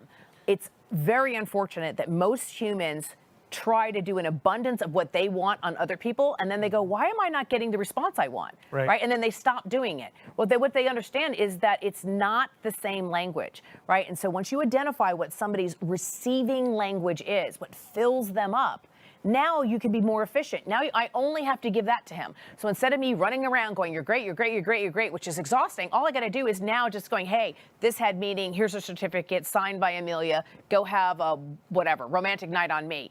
That is going to have meaning to him because it's personalized and he's got something he can put on the wall that said, Amilya did this. And so we do a lot of spray and pray and then wonder why we don't get the results. I like that. We talk about spray and pray, too. Yeah. All right, so compatibility genius is a sweet reliever. Yes. So I know that makes no sense to you. So that's why you're here. Right. So in this group, right, so what that really helps you with the compatibility is to allow you to understand where brilliance happens, right? So in conflict is where you find brilliance. And so it's talking to you about what kind of people to pair you with that pushes you beyond your natural barriers, not too far where it's uncomfortable, but far enough out of the comfort zone so that you continue growth. And so that's what it's talking about there, right? So you want something that's meaningful, you want something that's influential, you want to be seen, heard, and recognized for your own talent, but you like to be brought into projects that are just a little bit out of your reach because then you scale. Right. It helps push me a little bit further, right? Right, because you're not going to do it on your own. Yeah. You're not going to go, I think I want to be uncomfortable today, I'm going to go do this. But if you are paired with somebody to go, listen, I really think we could take this on together, and this is how we're going to accomplish it, then you'll reach a little bit farther. And then you'll do it again, over and over and over again. Look, there's a bunch more in here, and I wish we had more time, but I do want to just do something real quick. Hold on. Hold on. Hold on. Hold on. Y'all see this? Uh-oh. This is the golden mic. Oh, And, wow. And I'm gonna just, okay, I'm gonna knock it's like that a over. golden ticket. We can't. It actually fires. So okay, we with confetti. We almost got kicked out of here. They almost shut us down. We had the security come off because this is actually a confetti cannon. Oh, wow. And that's so cool. our first one, we popped that sucker, boy, and it was whoo, Went everywhere. Smoke and It's you like know. America's Got Talent, right? Oh, That yeah. That's golden, right. yeah. Gold And so, but they were like, no, you can't. We're gonna We'll shut pretend. you down. They're like, we'll you pretend can't. it's confetti. So we're improvising. We got the golden pom-poms. The golden pom-poms. And hold on, wait. Hold on. Let's see. Got something over here. And it's like a yellow. Oh, look at that. There you go. Bam. Woo-hoo. Woo! All right. There we go. So okay, and hold on, wait. Hold on. So I got something else for you too. I got you a gift here. So I know. Oh yeah. I know your love language because you talked about it before. It's coffee. Yeah, it's coffee. Yay! Yeah, and you told Casey Haston to autograph it, so I'm just gonna. Yes, Yeah. I want an autograph. Yeah, you told her 100%. that. So I'm just gonna do that real quick. One day this will be worth something. And there you go. Absolutely. Yeah, here, pass it over. See, Yeah. that's more meaningful for me. Yes, I love that it's signed. And then, Thank you. okay, so I got you some coffee because I know you said you love coffee. I do love coffee. So when I went to Starbucks, I was like, okay, Italian roast, Yep, there we go. right? Yeah. But they were like, yeah, that's good, but this is garbage. They pretty much told me. So Starbucks, your own employees said that. Ooh, I don't know if I put you I on don't blast. think it's garbage. They did. They said this one is no good. So they said, you Why? got to go with this one. Okay. So I was like, but she's Italian, you know, so I got to, so I just got you both. Oh, well, so I'm gonna go home and have a roast off, right? Yeah. I'm gonna have Yeah, to send you a there you video go. going sip Yeah. and sip with my eyes closed. This one's that. It's all. Thank you. Thank you. Yeah, there you go. There's your cup. Thank you. Who you know cup. And your coffee. Here you go. There you go. Yeah, there you go. Love it. No, And, yeah. I do. I love coffee. I love it. I celebrate every day. Right, my 3 o'clock coffee. It's like a whole ritual for me. My whole team knows I do it. And I thank people when I have to go into it somewhere. And I'm like, thank you so much for me having. People are like, she is nuts, right? But people remember it, right? They know that. Yeah. And this is yours too. This is your golden mic. That's your golden mic. I can't do it as well as you guys do, right? But I love it though, right? Like I have that personality. I mean, at the airport going na na na na na. The people go, oh, okay, yeah, what, yeah. But we always do something for the audience whenever we have these high impact mic drop moments. And I know that you'd mentioned that you wanted to give a lucky audience member a Yep. A Genius Key Yep, assessment. and a session, and an actual session. And an actual session? An actual session. So, Oh, yeah, not just get the report, but they actually would then, I'll decode it for them, what it actually means for them and where they're trying to go. So I will actually give them a session. This is, all right. are you ready? So what we're going to do is we're going to ask the audience a question. And a question that it actually has an answer to it. Okay, that would be good. You know what I mean? Don't tease the audience with something that has no answer. Well, we have sometimes where they'll throw random answers out there, and I'm like, that's not what I'm looking for. Thanks for listening to the Who You Know Show podcast. My name is Trevor Houston, and if you've enjoyed this episode, consider subscribing wherever you listen and leave us a positive review to help us keep the mics on in the studio. Until next week, that's the show. It's all about who you know.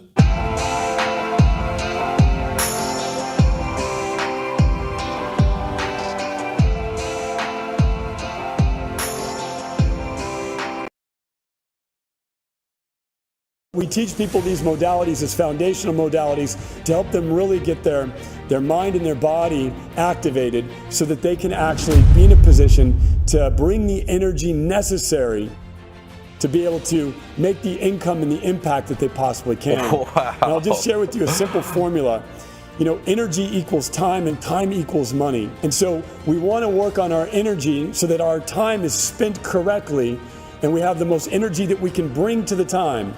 And if we spend our time correctly and have great energy during our time, we will by default make money.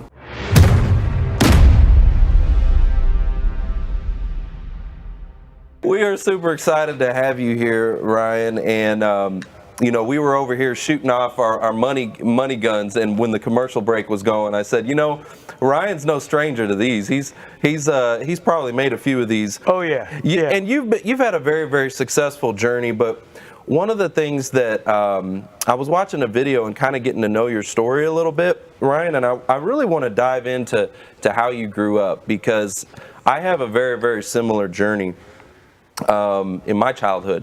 And so I would like for you to maybe share with the audience, and let's start there. What was it like for you, you know, as a teenager growing up? It said, I heard in the promo video, it said you were in a gang and things like that. Can you talk to us about your story and your journey growing up? Yeah, absolutely. My early childhood wasn't that bad. My dad was in the middle class and my mom was a homemaker. But both of them, you know, they had self-medication challenges that turned into addiction. My dad was an engineer, and you know, and we did all right. We had nice presents underneath the Christmas tree. I had new clothes come school year. But when drug addiction took over my family, it disintegrated. And by the time I was 13, you know, I was faced with a father that was violent, abusive, and he had gotten so addicted to drugs that we lost our house, we lost our car, we lost everything. So my middle class environment was ripped away from me. And so as a young child, I saw what looked like a very sheltered environment turn into a destructive environment, into a violent environment. By the time I was 13, I was hanging around the wrong kids. I had lost my father. He disappeared on us. My mother was suffering from alcoholism. And so I turned to the streets, and I turned to the mentors on the streets, which were older men involved in gangs. That was the only protection that I could receive. So I was in and out of juvenile hall. I was in and out of trouble. And I was raised by, my grandmother really had a strong influence on me in my life. And she taught me to be very spiritual. She was a Christian. And so she taught me to pray, and she taught me Christian values. And I strayed from them, as a teenager. And, by the time I was 17 years old, I was heading to prison. And by the grace of God, I had persuaded a judge through writing him a letter. And I wrote a letter begging for leniency. I was facing 4 years for robbery, for armed robbery. And I was facing 4 years, and I wrote the judge a letter. And he told me that I should be writing in college, not in prison. And he granted me leniency under the conditions that I would, get counseling, and that I would never come back before him.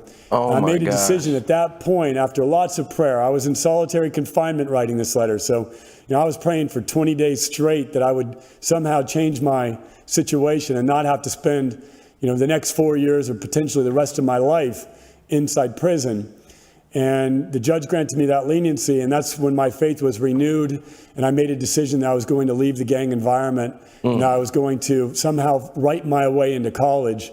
Now, at that time, I was in a continuation high school, and I was terrible at school. I had terrible grades. I was never considered, strong intellectually or academically.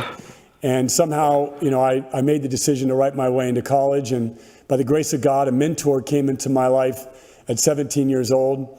And next thing you know, I was writing my way into college. And, wow. And then from there, I wrote my way into being an entrepreneur and wow. then into a millionaire and so forth. Right. Okay. Oh my goodness. Man, so I'm going to give a mic drop. Grace upon grace upon grace. Yeah, I'm going to give a mic drop for the judge. Yep. Okay.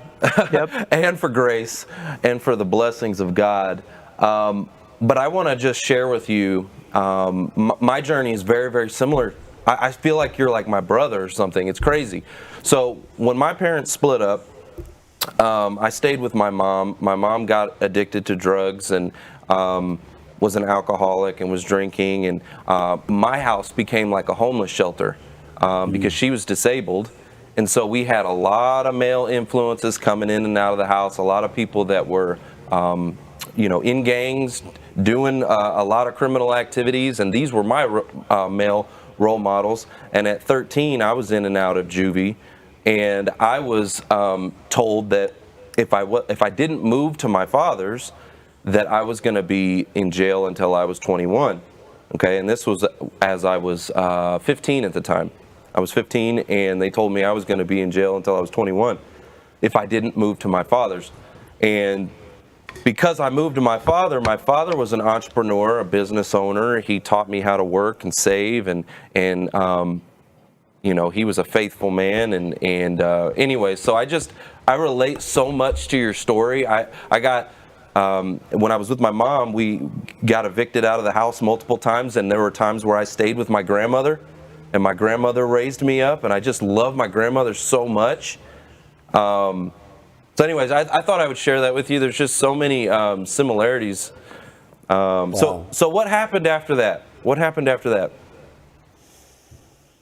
Well, my first mentor was a successful real estate entrepreneur, and he gave me a job as his boy Friday, which meant that I had to do everything he didn't want to do.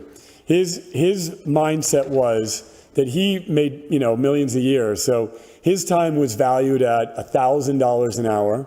And my time was valued at that time at $6 an hour. And so I got to do everything that he didn't want to do. I got to clean the barnacles off of his boat. I got to sand his deck. I got to clean he had this beautiful bird atrium. I got to clean up the poop in the bird atrium. He had this beautiful saltwater tank. I got to clean the algae off the saltwater tank. And one of the other jobs I got to do was to evict people from his homes. Oh, he owned over 100 homes. So I was the one knocking on the door, telling them that they had to pay their rent or they had to get out. And so I got to see his business from the inside out. And for the first time in my life, even though my dad did provide early on in my life, he had a lot of emotional challenges because of the way he was raised. And he carried those forward into the way he raised me. And it was unfortunate because he was always, a closed off individual, and he was always had a very hard heart, and he was a very violent person. But my mentor was not. He was a loving, charismatic, beautiful soul. He would teach me at the dinner table every night, and he would just, I'd ask him 1,000 questions about what he did and how he did it. Because to me, my dad had owned a home, so I understood the importance of home ownership. But this man had owned 100 homes. Wow. So I was like, everything that I'd been taught about the American dream of owning one home, I didn't think you could ever one day own 100 homes. Right. And so, really being able to be mentored by a man who had done something that I didn't understand was even possible changed my life, forever. How did you meet him? He later him? became my stepfather because he married my mother. So no way. I had a very intimate relationship with him. Wow.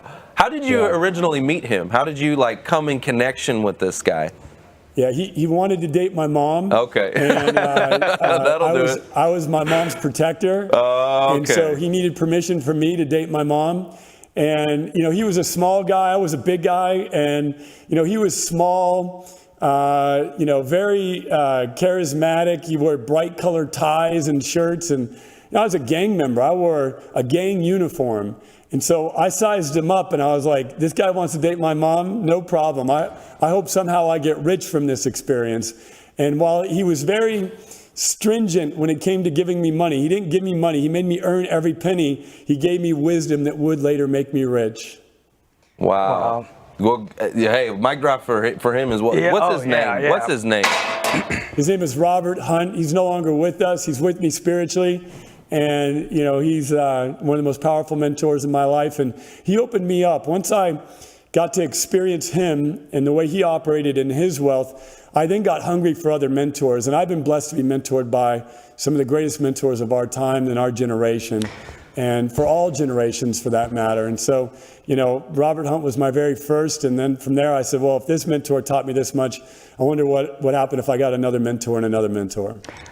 So what are some of the lessons that you learned or things that you took away from, you know, coming from even poverty, right? From a place of low means to being around people with money? Well, they're no different than you. They just have a different system. You know, when I would size them up, you know, because that's what we did on the streets, is we sized people up, right? I used to size up, you know, other gang members to determine whether or not I was going to get killed or, you know, I was going to win in a fight or lose in a fight. And I'm sizing up these rich people and I'm like, they're no smarter than me. They're no better than me. Mm-hmm. You know, I had an attitude and a chip on my shoulder. They just have something that I don't have. There's some sort of gap that this person has that I want to fill. Mm. And so I was probably pretty annoying with these folks at first, because I was like, whatever it is that you have in your head that I don't, because I could run faster than them, I could lift more weights than them, you know, I could do all kinds of things that they couldn't do, but, you know, I didn't know how to buy 100 homes. And so I had to extract the information from them that was necessary to learn how to buy 100 homes, for example, or whatever the task was at hand. So I learned that they weren't that much different than us. They were maybe 1% different. So I got a question for you. You said you had an attitude and a chip on your shoulder. Okay, I had that too. Right, I had a lot of the kind of victim mentality. That's why I was violent. I got in a lot of fights, and that's what got me into trouble, and what landed me in juvie and all that was fighting. And what was it the same for you? Is that like you were was there just an anger inside of you, and if so, what caused it, and how did you overcome that anger and get rid of the victim mentality? Yeah, well, I was trained to be angry. I was trained to be rageful. My father was very rageful and very violent. I've broken my hand 5 times in fights. Oh, wow. I don't know if you could see it. There's a big thing there. I've had all kinds of wounds on me and scars on me, I should say. No more wounds, but lots of scars. And my dad taught me to punch first, and he taught me to solve everything through physical violence. That was the way I was raised and trained and programmed from an early age. So, you know, when you take a child who's been abused and neglected and abandoned, you know, it's a perfect environment. A person who's highly trained in fighting and in martial arts at a young age, and then, you know, sent into the world. And I was picked on because I stood out like a sore thumb. I was in an ethnic environment that I wasn't a part of. I was taken from, you know, the middle class and thrown into poverty. And so I had to fight my way to prove myself and fight my way to protect myself nonstop. And one year I got in something like 50 fights, and I would count them. And it was almost as though I was a professional fighter for a period of time, and that was what I looked forward to. That's what I trained for. And you know, and that's what they would put me into fights. They would, you know, try to set up fights for me because, you know, I was decent at it. And, you know, I lost a few, and I broke some teeth and some nose and some bones in the process. But, you know, I had a pretty strong will. So, you know, that was the chip that I had on my shoulder was, you know, I had a pretty strong sense of confidence in my physical capability and my fighting capability, but I had a very low self-esteem when it came to, you know, knowing who I was and really understanding the value that I could potentially bring to the world. I saw myself as, you know, a poor kid that was abandoned and neglected. How did I shift from a, you know, victim mentality? Yeah, that right there, because you said you saw yourself as a poor kid who was neglected and abandoned. Like, that's the way you viewed yourself. How did you overcome that victim mentality? Well, at first I was just going to prove to everyone in the world that I was not that. So at first I had this massive desire to prove first my father wrong, then every principal that had expelled me, every teacher that had, said I was inferior or said I couldn't amount to anything. Then, every police officer that ever, had some terrible words to share with me, like I wanted to prove the world wrong. And then every time I showed up to a meeting and, somebody would judge me or criticize me, I was triggered on the inside. On the outside, I would just smile, but on the inside, I would say, great, I have a new person to prove wrong. So that was the first journey of several years. And that competitiveness in me led me to, to really push myself. Wow. Yeah. So I can relate to that too, because once I found something I was good at. I started winning and I got super, how competitive I am. Like I'm so competitive. Like I just wanted to prove that I had some kind of self-worth. I'm like, I got to prove it.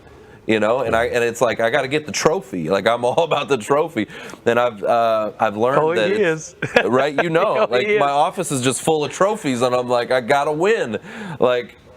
So I love that. My question, Ryan, is you said that you had grown up and had some faith exposure, right, in a Christian home. Your grandmother, right? Yeah. So I imagine that had a pretty big role in kind of bringing you back, right, from maybe some of those, I don't know if you call them depths, but some of those tribulations.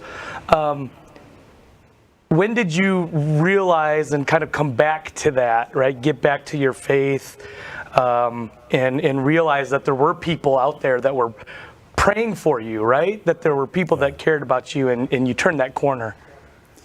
I have to tell you that I've had some divine interventions in my life, and I just didn't understand it. I have prayed many a times in my youth, like I prayed for the judge to give me leniency. I, prayed to get out of situations. I prayed to not get caught. I prayed my way to, out of trouble, and then I prayed my way into success every step of the way. But I still didn't really understand it. My consciousness level didn't really get that, that God was by my side.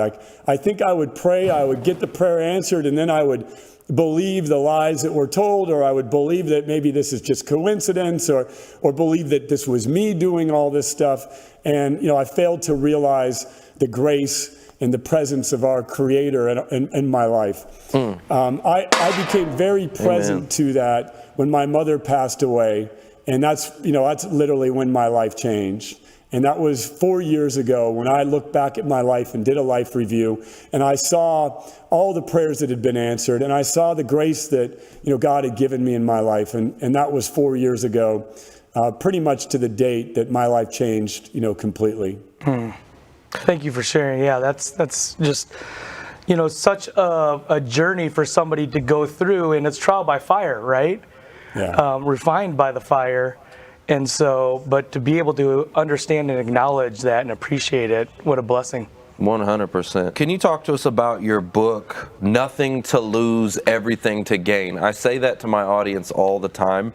That's a phrase that comes out of my mouth at least once a week. What do you got to lose? I tell them, you got nothing to lose, everything to gain, because I'm trying to get these job seekers back to work. And so can you talk to us about the book, where that came from, and what it's about? Yeah, so Nothing to Lose was a book that was inspired by an interview that I did on Donnie Deutsch. And, when I went back and watched the interview a number of times, I kept telling him I had nothing to lose. And so that's the title of the book. And that was the mindset that I utilized to build the companies that I built, and to really, to have the mindset that I didn't care about what other people were doing. I didn't care about what the competition was doing, because I had literally nothing to lose. Was that book, did you write that prior to your success with Visalis? Am I saying that right? I wrote that book in 2010. So Visalis had yet to be extremely successful, but it was getting more successful. And, it was actually going through a difficult time. And then, during the recession, I wrote it, and it got published in 2011. And it just so happened that Visalis would take off right as it was published. You sold the company. You had intent was to sell, right? To build the company, at some point sell it. You sold it for not only one of these, but you sold it for 7 million of these, right? 762 million. That's 7 million of these. You're trying to do math, bro. I don't know. Right? 7 million $100 bills. A lot of these. That's a lot. I never actually thought of it that way. I have definitely generate a lot of revenue and a lot of return to my investors and so forth. That's for sure. What was one of the challenges of, as an entrepreneur, scaling it, right? Because I hear a lot of times where, people they'll hit a kind of a plateau, right? When you're building a business, you get to a certain point, and then you face some challenges, and then in order to overcome that plateau, you have to innovate and reinvigorate what you're doing. Did you run into that? Did you experience that? You run into challenges every single day as an entrepreneur.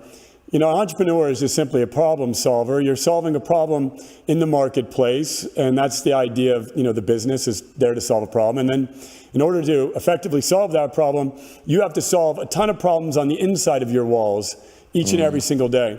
And the better that you get at problem solving, and the better that you hire, quality team members that help you solve those problems as well, the more that you can expand and scale the business. But it's basically one problem after another to build a business, right? And you just have to get good at looking at the negative and turning it into positive, and then learning from the negative as a result. So there's all kinds of challenges to scaling. I've had tremendous challenges of scaling, and in the current business that I'm running now at AlterCall, it's a startup, and so it's 2 years old with a small team of about 14 people. And every single day, we just have to solve problems. The more that we do that, the better the chances that we scale it. Yep, boom. Man, boom. Mic drop on that. Number one, that is super applicable to our audience, which is primarily job seekers, right? Because they are entrepreneurs. Yeah. Right? They're running a business, the business of search. And number two, right, when you look at, and you're going back to where you've come from, and you look at, okay, so how am I going to overcome these challenges? You've got to innovate, and you've got to be that entrepreneur. You have to have that entrepreneur mindset. Ryan, can you talk to us about AlterCall? This is your new mission that you're on right now. And I see your shirt. I love that shirt, by the way. Talk to us about where that came from, the mission of the company, what you're doing, and where did all this stem from with AlterCall? Well, being raised as a Christian, I'd experienced a few altar calls that were life-changing in the spiritual sense. And it dawned on me that I wanted to create a different type of altar call, one where we help people alter their lives so that they can answer their calling. So where our pastor will call us to the front of the room, I want to call people to go to the inside of their room, basically, inside of them, and make the subtle changes that you need to make so that you can answer your calling. So we take people through a process where we help them get their mindset right, their health set right, their soul set right, so that they can be in a position to fulfill their role in the world, whether it be to be a great parent, the role to be a great entrepreneur, a great team member of a company. But we all carry multiple roles. And so my mission is basically to help people fulfill their mission. I love that. Now it's a proprietary, right? Proprietary solution that you've developed, and can you tell us a little bit more about how it works and what that system is? I take entrepreneurs and executives, through a process. So, we have a curriculum that we've built, and we have a number of different questions that we ask them when we onboard them. We take them through a process to have them remove the things that are blocking them so that they can literally shine more light in their lives. Because of my experience, I realize that each of us has a vessel, and in that vessel is the cumulative experience, the good, the bad, and it's everything. And so we help them remove the things that are basically muddying the vessel so that they can shine more light. And so we're a spiritual community. It's filled with entrepreneurs that are faith-based, that are all aligned. And every single person within our community sees their role and the entrepreneurial vehicle that they have as a way for them to make an impact in the world and to tithe more and to give back more. And so my mission is to have thousands of businesses powered by AlterCall that are, doing better in the community and solving problems, but also giving back in unique ways that align with their businesses. I love that. So it's about, removing some of those weeds, removing some of those things that are roadblocks. Now, I have a question, because I saw in the video, in your promo video, it looked like there was some like meditation involved and like things like that. Can you walk us through? Is most of your training in person at like retreats and things like that, or do you have some automation? Is there any courses? Is there stuff that someone can do away from? Like, talk to us about like a little bit more in depth. Well, the most intimate ways when we get together in person, and we do those retreats about every 90 days. And, as the scripture says, where two or more are gathered. So we get together in prayer, and, we go through prayer, we go through meditation, we do some exercises on breath work, we go hiking, we go in the outdoors, and we help people get a breakthrough in their lives, a moment of awareness or clarity that helps them get to that next level. We're all climbing the ladder of enlightenment, and each of us are at different levels, and each of us need to overcome certain challenges and gain a certain level of awareness to get to the next step on the ladder. Every single one of us is on the exact same journey to be molded after the heart of the Creator himself. And it's up to us to determine how fast we want to accelerate that journey. And if we do want to live a life filled with purpose, one where we can make the greatest contribution that we possibly can, and live the world better than we found it, and actually pass down some wisdom, to our loved ones and to the people that we care about. So my job is to speed people up on that transformational journey and to give them the tools to accelerate it. So getting together in person is the most effective way that I have found to do that. But I also have a weekly Zoom meeting, and I do monthly Zoom meetings, with our community. So after people attend our experiences, they tend to join us, in our mastermind and some of our other mentoring curriculums. We do have courses, and we have some other things that are in the works. We have a course called Transformation Accelerator, where we take people through a 90-day journey of transformation.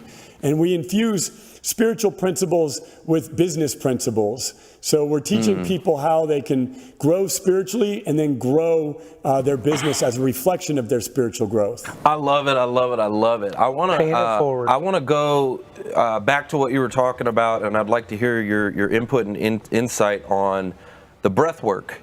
Yeah. Okay. I think there's a lot to breath. God spoke. God said, "Let there be light," right? Spoke things into existence, and it's the breath of life. I think there's a lot to it, and the reason why I'm going here is because what led me to my journey I'm on right now. There was a gentleman that I met over coffee, and he prayed over me, and it was a really bold prayer that maybe might freak some people out, but I was totally like, all right, let's do this. And he was like doing breathing exercises. He was like, and like holding my hand and like telling me to breathe in and out. And like, but that guy changed my life. I'm going to tell you that right now. It like totally set me on a path. And so I just want to hear your input and insight into the breathing element to this whole thing. What's your perspective into it? Well, there's science to support the concept of breath work. There's a number of different ways. If you're heavy at exercise, you might exercise your lungs, and you might have a great lung capacity. But if you're not exercising aggressively, you're not utilizing the full capacity of these lungs and this breath of yours. And so, God breathes love into you with each breath that you take, and it's our job to be able to fully inhale that breath and be able to fully understand the capacity of the lungs that you've been so gifted to receive. So the science behind breath work is, it basically opens you up. And we now know that the body stores information, not just in the brain, but it also stores information all around it. And so as you're breathing, you're releasing some of the pains that you're storing, some of the traumas that you're storing, and you're letting go of some of the things that, you've held inside. If you're a shallow breather, it's because you've been trained to hold things inside deeply. And so we open you up and help you open up your breath. But there's science to support meditation as well. Some people think meditation is connected to spirituality, and it is mentioned in the Bible. And there's other spiritual traditions that also do meditation. But if you just look at the science behind meditation, it really teaches you how to train your attention. And if you train your attention, if you can meditate on a word or meditate on music or meditate on the bird singing, you're learning to train your attention. And if you train your attention, you can focus and you can concentrate. And if you can concentrate, you can create. But when we can't concentrate, we are distracted. And when we are distracted, we literally are living in misery. So these modalities that I teach help a person become more focused and more concentrated so that they can become more creative. And so those are the foundational modalities that I utilize. Another one is voice, for example. You know, we have been gifted with the capacity to change the world with our voice. But the muscles that we need to be able to utilize our voice and be able to express our voice are not worked unless we know how to sing. And so I really encourage people to activate their voice. You know, most men are trained to work their biceps more than the most powerful muscle in the history of the world, which is your voice. So we teach people these modalities as foundational modalities to help them really get their mind and their body activated so that they can actually be in a position to bring the energy necessary to be able to make the income and the impact that they possibly can. Wow. And I'll just share with you a simple formula. You know, energy equals time and time equals money. And so we want to work on our energy so that our time is spent correctly and we have the most energy that we can bring to the time. And if we spend our time correctly and have great energy during our time, we will by default make money. Oh my gosh, that's a mic drop. Woo! Okay. Oh, yeah. Energy equals time, time equals money. So if you want a little extra, you gotta get your energy right. That's right. Well, in the link, right? They've done studies all over the place, but you know, to really concentrate on that, the link between the physiological and the psychological, and how related they are. Like, you know, what a incredible thought. I've never even thought about that, but the shallow breathing, right? And that's people that are holding things in. It's just the way that their mind affects their body. Well, and also focus, right? What you said about focus, because I mean, listen, with social media and just the way our society is built and set up, it's easy to get distracted, right? Like, you'll get into work, you'll be doing something, and all of a sudden, ding, you're like, now you're doing something else, right? Like, it's like easy to get distracted. So, what are some other practical things someone can do to help them regain focus in a world that's so busy? Yeah, well, you know, if you think about it, there are literally thousands of scientists that are trying to steal your attention right now. Thousands of scientists that are at Facebook and Instagram and Twitter and TikTok and the news media, and they're all sitting around saying, how do we steal this human being's attention and sell it to an advertiser? And we don't care how we steal it. We'll steal it with endlessly scrolling through videos of nonsense to make a buck off this person. So just think about, there are $1 billion being spent to steal your attention. You have to know that, and you have to fight to get it back. And the way that you do that is a thing called restriction. See, a restriction is you saying, I'm going to restrict Instagram. And you might even put, as I do, I put a timer on it, and so it locks me out. I put a parental timer on these apps because I know that there's some forces at work that are much smarter than me at Instagram trying to figure out how to steal my attention, and this attention is how I fulfill my purpose. Wow. And so restriction goes to not only the things that distract you, but the things that steal your energy as well. So, you know, I know some people that like to drink. I don't personally drink, but if you have too many glasses of wine, it's going to steal your energy. You know, maybe one is fine. Whatever your beliefs are. I prefer not to leak my energy out to anything. I don't need to drink caffeine because I restrict caffeine, and because I restrict caffeine, my body knows itself, and I can get more rest, and I can, and have more energy. So I restrict anything that drains my energy. I restrict anything that steals my time. And the more that you add up these micro challenges in your life, the more you will get to a place where you're grounded, you're centered, you're present, and you're able to execute. And that's what business is all about. It's about execution. And so restriction is the gateway to execution. I love what you're talking about, and I have another question that's kind of a little bit off the wall, maybe a little off topic, but we were talking about social media is like they got scientists back there trying to figure out how to steal your attention. And I just watched the whole. I watched the keynote about the metaverse. You know, and have you? I don't know if you've seen it or if you know much about the metaverse. What are your thoughts on the metaverse? Because I'm like, man, they're not only trying to steal our attention, they're trying to put us into this thing. Like, what are your thoughts? Well, you know, spiritually, we live in a video game. It really is like a video game. Spiritually, you get points when you do good, you lose points when you do bad. The more points you get, the more light you have. The more light you have, the more of an impact you can make, right? Like, it really feels like a video game. And so all of these companies are just emulating what is happening spiritually to us. So I think it's a natural progression for us to try to deeper understand the game of life. And by modeling various video games and by us, you know, engaging in these games, we're better understanding them. I think there's some benefits to it, but I also think that with anything, you know, there's a balcony, meaning there's good, and then there's a basement.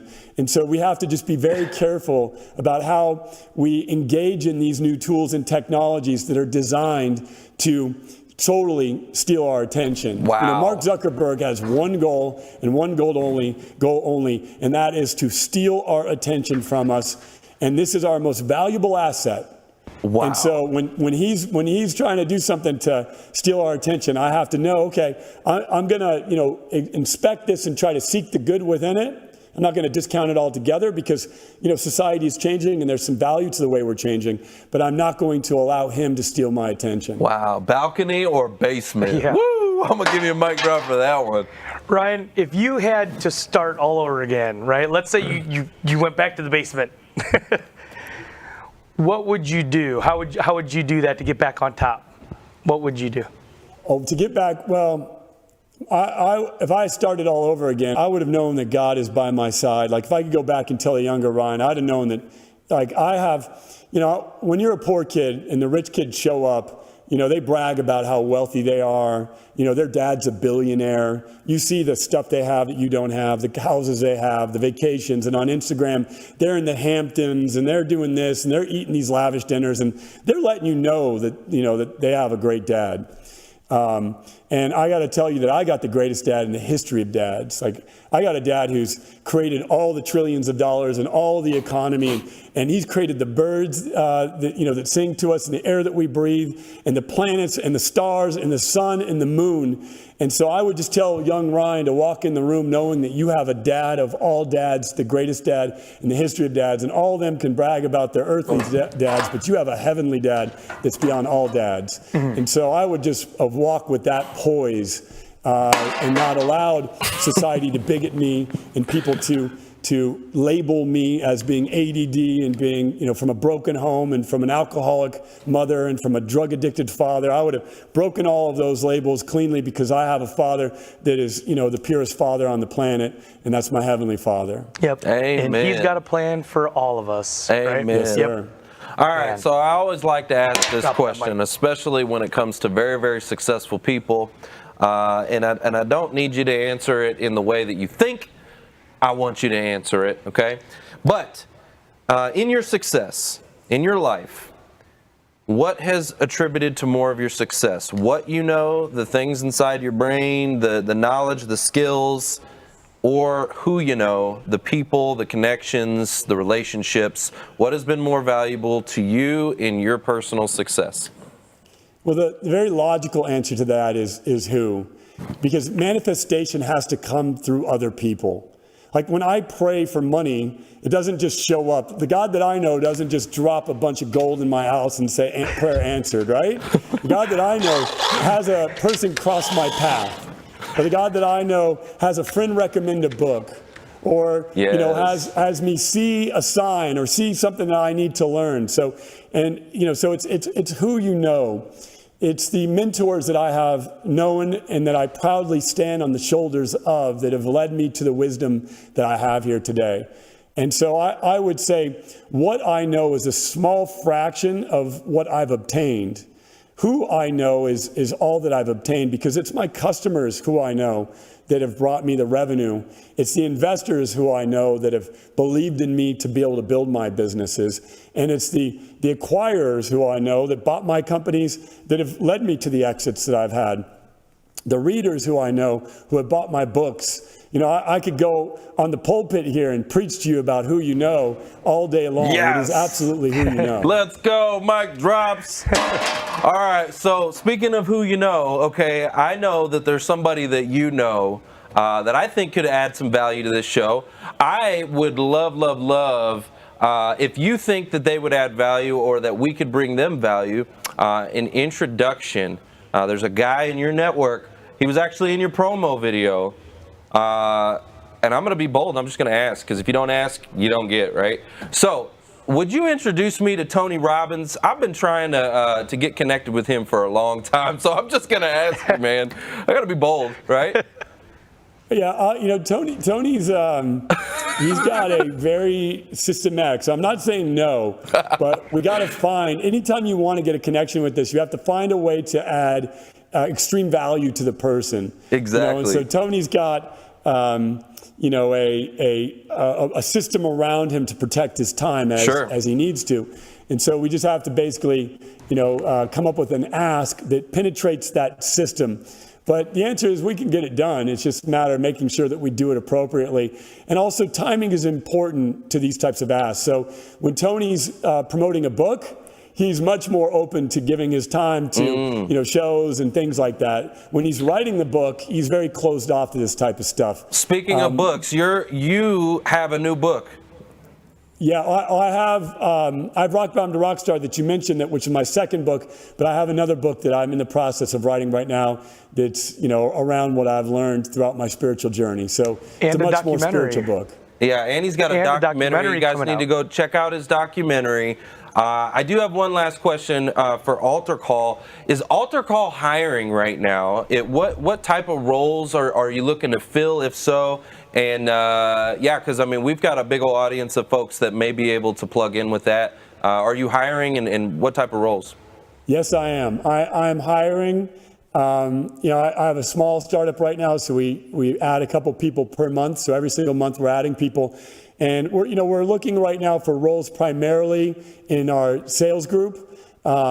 We've been rounding out some of the operational roles very recently, but anybody that that would love to work with helping people, step into their highest self, and people that really have a servant-driven heart and that want to build a movement and build a cause, I'd love to hear from you. And if we're not hiring for that particular role right now, we might soon very well be. I'm going to scale this business, brick by brick. I don't have an exit in mind or an intention to try to sell it. This is going to be my life's work. So God willing, I'll have another 40 plus years where I'll be active as an entrepreneur. And my goal is to spend the next 40 plus years building this into the impact that it's capable of, and, and seeing my message out into the world. And so if a person's really interested in building something that makes a great impact and it's a part of a movement and is willing to, bring a tremendous amount of skill, experience, work ethic, and heart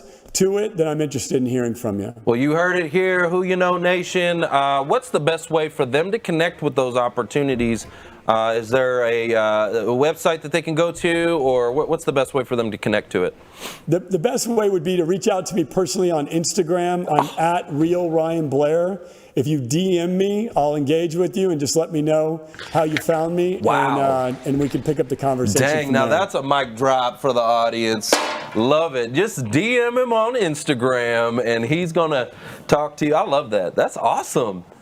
Yeah. That is so cool. So many people won't do that these days, right? And so I think that's just amazing. Guys, if we can do me a big favor in the audience, if you can take a screenshot right now, I want you to take a screenshot of Ryan, and I want you to post it all over social media. I want you to blow him up. I want you to tag him. I want you to let him know how much you appreciate him and how thankful we are at the Who You Know Nation for Ryan Blair. Thank you so much for being here with us today. We appreciate you.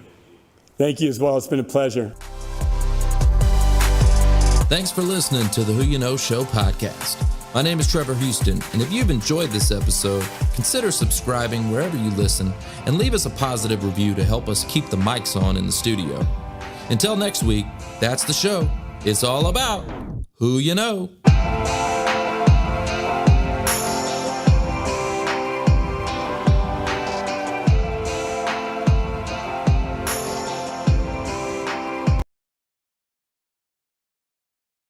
All my guardian angels were working overtime. Everything, when I look at it, everything was just lined up perfectly for me to live. Because when I was hit, I looked down at my leg and it was completely broken into pieces. And it was like, I felt like my leggings were the only thing holding it together. And I didn't want to let go of my leg because I was really afraid it was going to fall off. Oh my God. There were paramedics that were right down the street.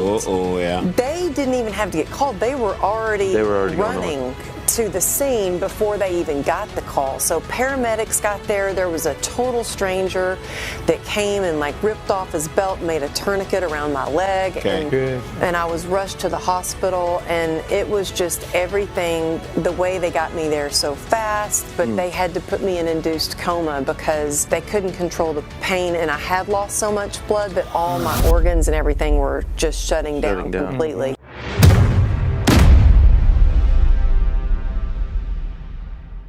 So I know this lady named Amilya Lago. She's a leading expert in the field of resilience and transformation.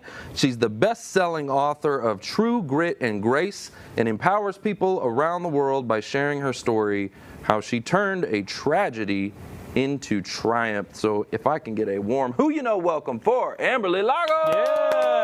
Yeah, and welcome back to Texas. Oh my goodness, I know. Well, I moved here just for y'all.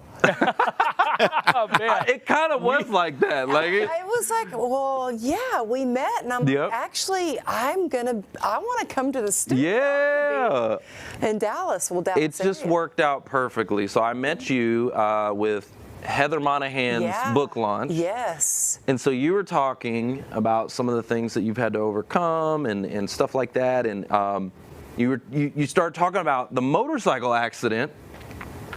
And I was like, I was in a motorcycle accident. I know. We just like clicked. Instantly clicked. Yeah. So let's go back, right? Actually, talk to us about what your life was like before the accident, like before all this stuff changed. Well, what was your life like? I felt like I had finally worked, hard, and I was in a place where I was like, oh, I'm living the California dream. Like, oh, all that hard work is paid off. I finally have a husband that, I'd been divorced twice. I used to be embarrassed about that, but I finally met the man of my dreams, 2 healthy kids. I had this very successful business with all these other trainers that worked with me, and a lot of them out there.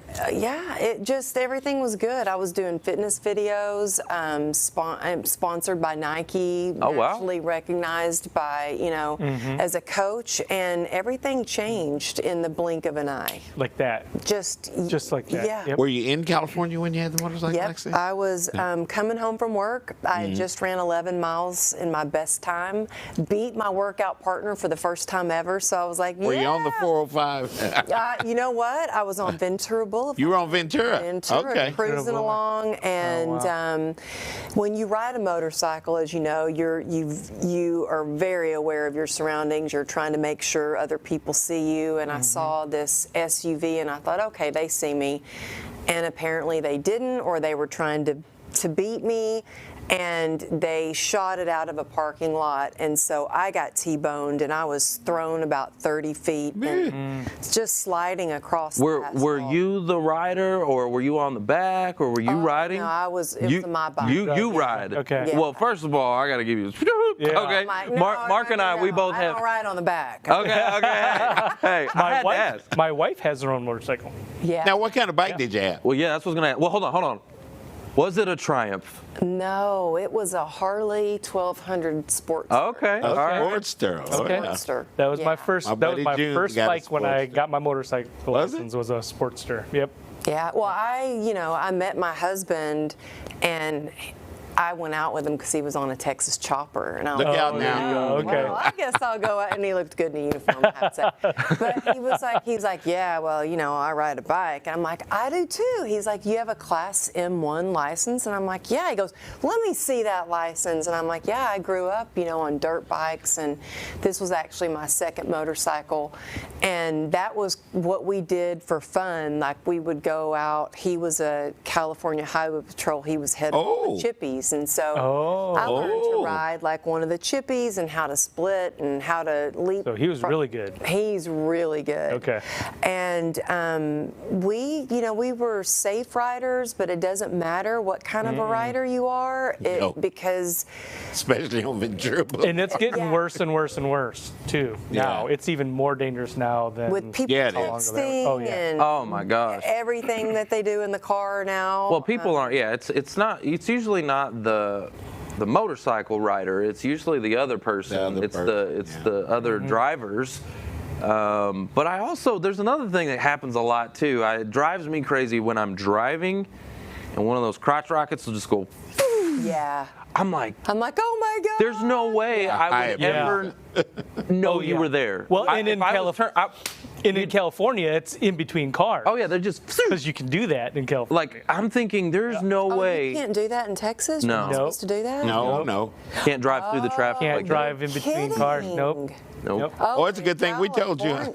I know, it's a good thing you told me. I better not do that now. I don't ride anymore. So you got hit. You got T-boned. Couldn't do that. Yep. Yeah, I was, and you know what? I swear, I had all my guardian angels were working overtime because everything, when I look at it, everything was just lined up perfectly for me to live. Because when I was hit, I, looked down at my leg and it was completely broken into pieces, and it was like I felt like my leggings were the only thing holding it together, and I didn't want to let go of my leg because I was really afraid it was going to fall off. Oh my God. My femoral artery was severed. What? My goodness. I didn't know, like, you can bleed out within minutes. Oh yeah. Oh, within minutes. Severed. And I looked down, and with it is like one of those horror movies, like the blood was coming out with every pulse. There were paramedics that were right down the street. They didn't even have to get called. They were already running to the scene before they even got the call. So paramedics got there. There was a total stranger that came and like ripped off his belt and made a tourniquet around my leg. And I was rushed to the hospital, and it was just everything, the way they got me there so fast, but they had to put me in induced coma because they couldn't control the pain, and I had lost so much blood that all my organs and everything were just shutting down completely. Oh my God. And so when I woke up from a coma is when I learned, they're like, we're going to have to amputate your leg. You only have a 1% chance. And how long was that you were in a coma? I was in a coma for a little over a week. Wow. Okay. And I woke up, and I had, you've got tubes going down your throat, and I was trying to rip out those tubes. Yep. You're like, no, don't do that. Don't do that. And then they brought me a notepad and a pen, and the first thing I wrote was, get off my tubes, because my husband was leaning against my tubes and I couldn't breathe. You think I'd write, I love you, honey. How long have I been out? And I'm like, get off my tubes. Oh my God. I couldn't breathe. And so, but then I learned I had this 1% chance, and it matters so much what you put your focus on, because all I focused on was the 1%. That was my glimmer of hope. And I know y'all talk about giving people hope. And I thought, okay, 1%, well, then there's still a chance. There's still a chance. I need to find a doctor that's willing to I was 3 days it. in a coma, gone, completely intubated, everything, brain aneurysm. Really? Just like that? Just like that. And when you wake up, you are like, how long? I thought I'd been out an hour, and it's... I thought it'd been out 10 minutes after 3 days. Yeah, Wow. you just never know. Yeah. So you went through, like, agonizingly, to say this, but like 30 plus surgeries, right? Like 34 or something like that? Yeah. Now, had I known I was going to have 34 surgeries, I don't know, but I may have said, you know what, go ahead and take the leg. It was in and out of the hospital for years. Yeah. But truly the beginning of my transformation and what eventually led me to my rock bottom was I got out of the hospital. I'm thinking, okay, I've got grit. I can get better. I'm going to heal. I can do this. But I was diagnosed with this nerve disease, and it leaves me in constant chronic pain. So that pain has really been my biggest teacher. But let me tell you, I hit a dark bottom. Well, I want to talk about that for just a second. So, I heard that what's the disease? It's called complex regional pain syndrome. And they call it the suicide disease because the pain is so bad. And there's no known cure. And is this the same times revolving around the accident? Yeah, it's caused as a result of trauma. Like you can get it from breaking something or a sprained ankle, a surgery. It's most common in women. And they're not sure exactly why, but it's your nervous system, your sympathetic nervous system is just all out of whack. So there's a constant loop of pain. And so it feels like I have it in my right leg only. Some people get it full body and it spreads. Mine has not spread. Mine's in my right leg, and it will feel like there's a vice grip around my foot and like ants stinging your leg. So it's a burning. And I was trying every kind of treatment, and had never done any drug, never tried recreational drugs. I didn't even take aspirin. I was on 73 homeopathic pills and 11 different prescription medications. I had done ketamine infusions. I had a spinal stimulator implanted where they implant these metal leads in your back. I was trying everything. What hospital did they put you in initially? Initially, I was in Northridge, but I've got treated. Most of the surgeries were at Cedars. Then I was in UCLA. I mean, I can tell you who has the best food, who has the nicest nurses, the best doctors. Because I've been in so many of the different hospitals. But when nothing was working, I was about ready to give up, and that's when I realized so much that you need purpose, you need community, faith. I mean, God is what really got me through. I mean, I prayed, amen to that. I mean, I got on my knees and prayed, and I had that little bit of light, and I was like, God, I need help.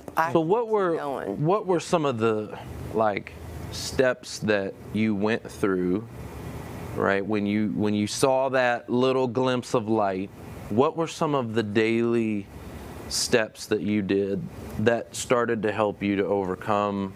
Well, I think first I had to take a good hard look at my life. I had to look at what I was doing, what my part in it was, what was not working. Okay. And that's hard sometimes, you want to place blame, or you want to say it's not your fault, or that's, I'm the victim, whatever. Poor me. And I was like, oh no, I need to look at. What were some of those things? What were some of the, you took accountability, you reflected, and you're like, you know what?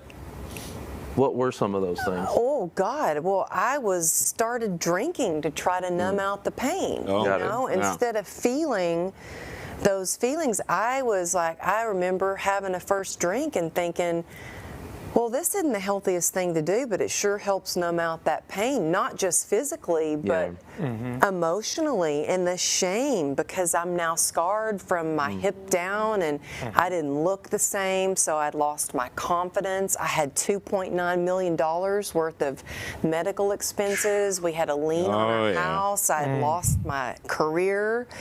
And so I was like, let me just knock these drinks back, and that worked until it didn't. And I had to take a good hard look at that, and when I was like, this isn't working for me, I was like, okay, well, how can I fix it? And I had to be in radical acceptance for my part, what I was doing, what wasn't healthy. And then once I did that, I knew that, okay, I need help. I need to ask for help, which was really hard and took a lot of courage to admit that I was doing some stuff that wasn't so great and I needed help with it. But when we can get into acceptance for where we are, maybe what's going on in our lives, then we can take those first steps to ask for help or to get the right action or look to somebody who's gotten through those circumstances before and they've come out the other side. And so in 2016, I decided to get sober, and one day at a time, I slowly started to get my life back, my health back, build my relationships, which you guys talk so much about, is the relationships. Oh, yeah. And that is what saved me, by the grace of God and with the relationships that I have built. Who were some of those people, right? I'm going to throw this in. So who were some of the people, some of those relationships that helped you get through some of those moments? Well, you know what? I have friends, I call them the God Squad. We call ourselves the God Squad. And it's some of my, sober sisters. And let me tell you, my husband was about ready to trade me in yesterday.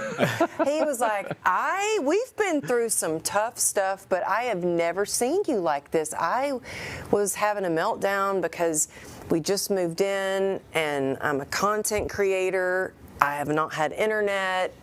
And I lost it. I had spent hours writing all this content up, and we lost internet, and all my work disappeared. Oh, I know that feeling. I flipped out, and my husband was like, "You need to get a grip on yourself." It was, and I'm embarrassed of how I acted, but I was able to call one of my sisters from my God Squad and be like, "I'm freaking out." And in those moments when you're not alone and they've been through that, or even if they haven't been through the same thing, they're with you. If they can just be there with you, hold your hand and hold space for you. I mean, we don't have to have it all figured out for each other, but if we can hold space for each other, if we can just say, you know what, I know you're going to get through this, how can I help you? Then it's that little bit of encouragement, that little optimism that we need to keep going forward. That relationship word, I'm branded, that's my word. I'm branded for that word relationship. And people probably roll their eyes in their head every time I say relationship. But it is very true, those things that you just said. When was it that you really stopped the victim mentality? That's I guess what I really want to know. Was it like at that rock bottom, or when was that? It was in that rock bottom. I remember thinking, how did a good girl like me end up like this? Like, how did I end up here? Jobless, in debt, like struggling, hopeless, no confidence. How did that happen? Overnight. And I thought, this is not the example that I want to be for my daughters. And at that moment, I will not be the victim. I will be the victor of my life. And we are not the victim of the circumstances. We are the product of our resiliency, and we all have that resilience within us. It's just being able to tap into it and practice it every day. Like you were saying, we pray and we give praise. It's like going to the gym every day. We have to build up our stamina. We get stronger every day we go to the gym. The same thing, it goes with our resilience, with our mindset. We work on that every day, so when something comes along and kind of knocks us, off of our way, or gets us out of our routine, we can get back on. We can get back on track. So I've got a two-part question. The second part is, you came from coaching, right? And so you know very well a coach sometimes is the person that gets you to do what you don't want to do, but is going to better you, right? Further you. Who was that person for you? Like somebody that just was able to tell you as it was and say, hey, let's get moving. I would say the person that for me that was, and I'm a huge believer in coaches and mentors and masterminds and networking groups, and you know, I am a coach and I have a coach. I'm a sponsor and I have sponseed people. I think the person that was probably for me was my sponsor in recovery in my 12-step program, and I was so desperate to get better that if she would have said, go run down the street and do some jumping backs and hoot and holler and come back, I would be like, okay, whatever you tell me to do, because I want what you've got. I want to have joy, and I want to have freedom, and I want to have that resilience. And I think it's important to surround yourself with people, whether it's spirituality, or it's in business, or whether it's somebody you want to have, you know, fitness goals like them, to surround yourself with people who have done the things that you want to do, that you aspire to do, because it gives you hope that you can get there, but also you're going to trust, okay, they practice what they preach. I want what they've got. I want to do whatever it takes to get there. I trust them. I'm going to trust their guidance. And so, along with, you know, praying every day and getting on my knees every day, I would say my sponsor. And just wanting to be a better wife, to, you know, be the wife that my husband married me for, you know, so yeah, and mom and friend and sister, and we're a lot of whole things, network. aren't we? We are a lot. Were of you things. training before you had the accident, or during? Right? Yeah, You've so probably been training a long time, man. I was training for years. Yeah. Gosh, I've been training. I still have a handful of clients. I have one client that we still see each other on Zoom through COVID and everything. We've still trained for 26 years now. So before that, I taught dance, and then I got into, you know, fitness training, and I just love working with people, and I love seeing that transformation, whether it's a like spark transformation where you see that light go on, or if it's a slow transformation that takes a little bit more time, you know, that's where I get my joy, is seeing that transformation. And so I've got a question for you. Something that I've thought about a lot with my motorcycle accident. If you had to go back and do it all over again, and get on that motorcycle, would you get back on that motorcycle? Would you get on it? Yeah. You would? Yeah. I mean, I've had a lot of people say, oh, would you take it back? And I used to think, you know, woulda, coulda, shoulda, like if I would have waited one more minute. You know, that day I took the long way home because I wanted to feel the wind through my hair a little bit longer in the sun. And I just wanted to be on Ventura Boulevard a little bit longer. And I thought, gosh, what if I would have waited? What if I would have trained one more client? What if I wouldn't have taken that way home? Why did this happen? And that put me in that helpless feeling and that spiraling down. And so I always think, you know, I wouldn't take it back, because it's led me to the people that I've connected with today. It led me right here with you and everybody that is watching today.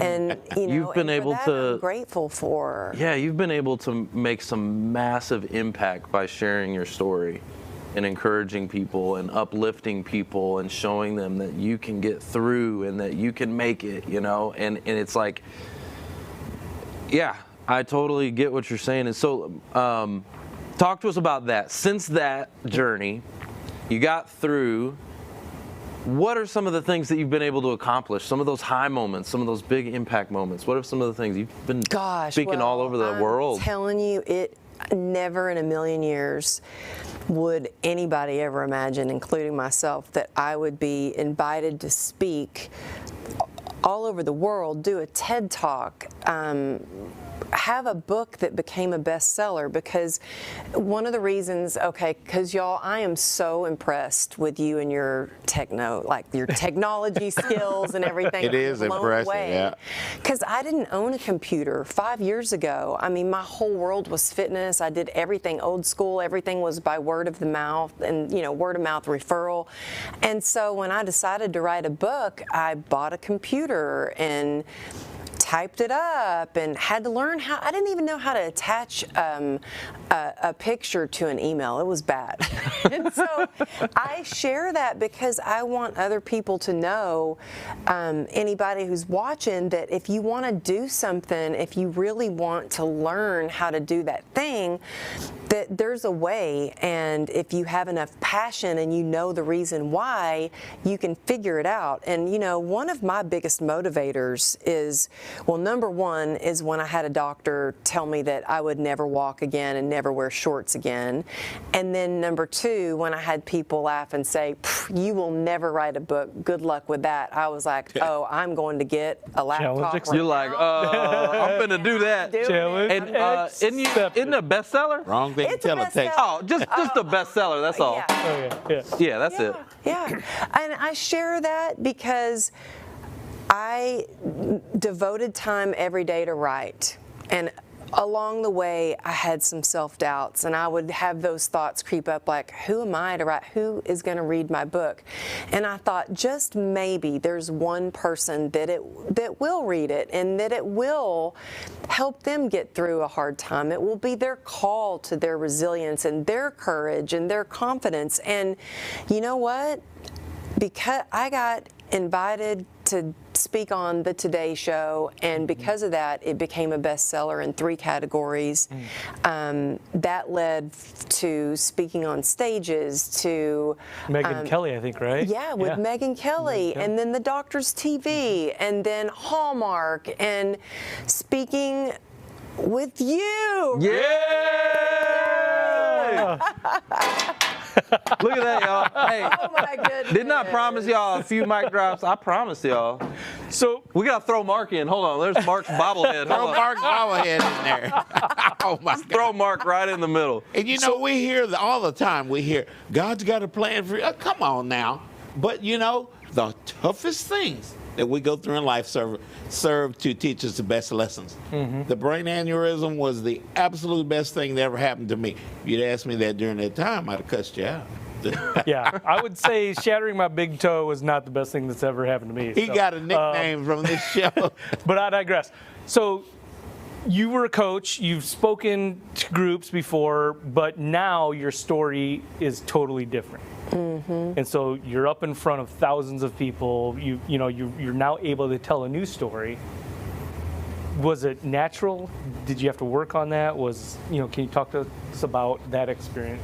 Oh yeah. Well, I started getting asked to do speaking, and I'm like, really? You want me to go share with your group? I'm like, I've never done public speaking, and so I thought, well, I need to hire somebody to teach me how to speak. And so I remember taking a course on, how to be a speaker, and I went to Nordstrom's and bought a suit. I only had workout clothes, and I didn't even know what size I was because I didn't own any suits. And I gave my first talk, and they're like, yeah, that was good, but the whole time you kept your hands in your pocket. Like, I did not know how to do it. And then I started just sharing my message on social media. And when I got a publisher for my book, they're like, we publish your book, but we don't market it. So we don't brand it, we don't market it. If you want to get it out there, you're going to have to do that yourself. And so I thought, okay, I'm going to have to figure out this Instagram thing and this branding thing.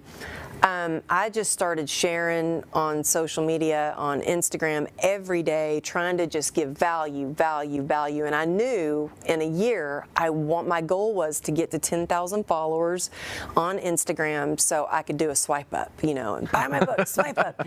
And I did it like almost with a year, and I committed every day to spending like 2 hours a day because I wanted real community, real like friends, and I've met people from all over the world through Instagram that have come in to see me at an event from Australia and New Zealand, and we've met through social media. And so I just started figuring it out every day. And I hear so many people say, oh, I'm too old, I'm too old for that. And I'm like, I'll be 50 next month, and if I can figure it out, if you want it, bad enough, you find a way. If That's you don't, it. you'll find an excuse. Ooh, wait. Say it Reload. again. Reload. Hold on. Reload. If you want it bad enough, you'll find a way. If you don't, you'll find an excuse. There it is, y'all.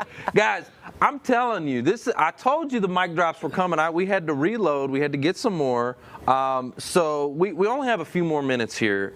So I wanted to make sure we definitely tell the audience where they can connect with you. Where's the best place they can connect with you?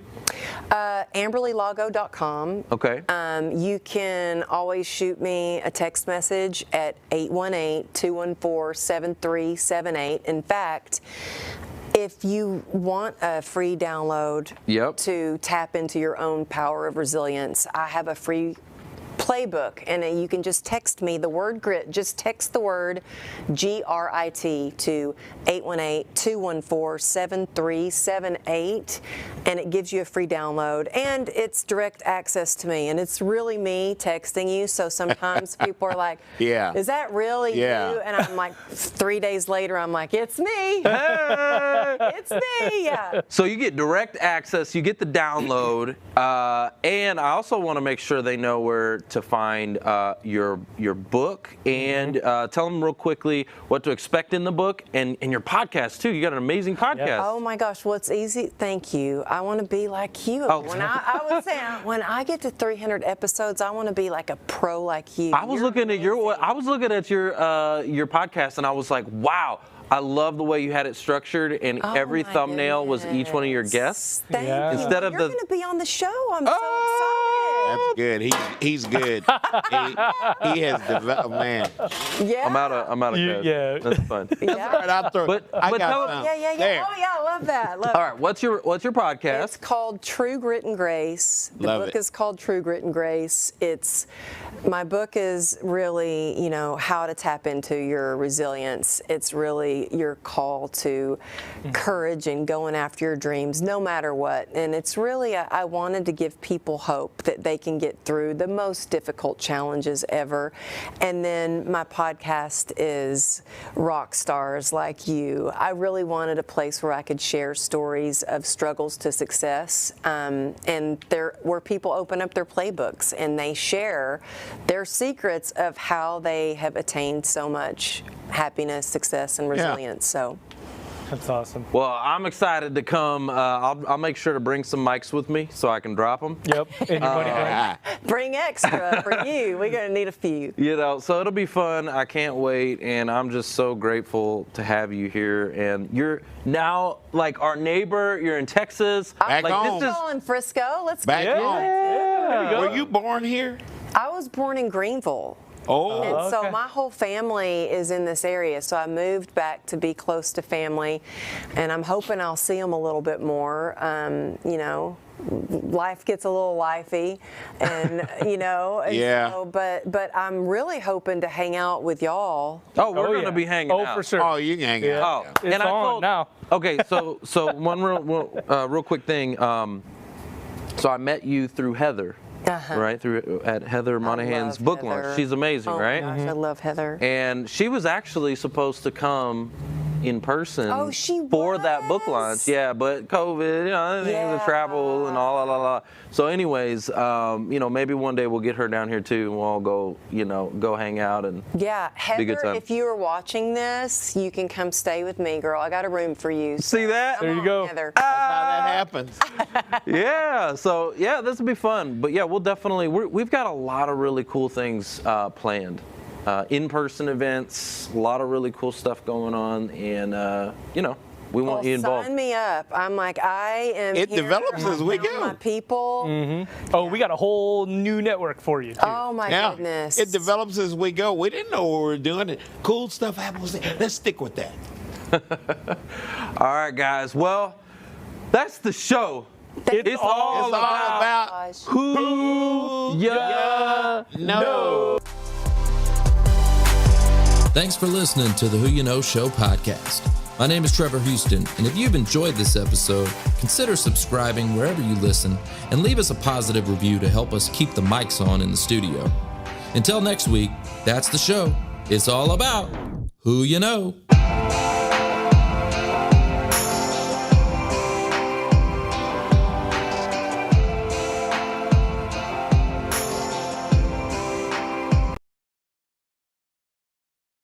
people need to know they can trust you.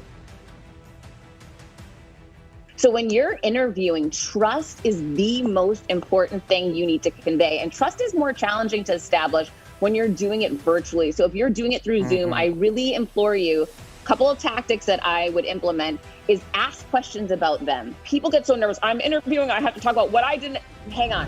People do business with people they know, like, and trust.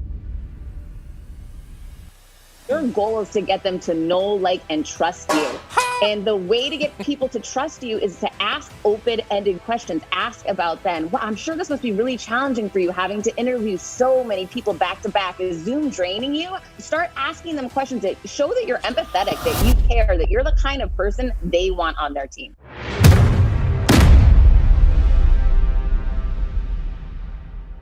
Y'all welcome Heather Monahan. Woo! Yes. And she's faculty at Harvard.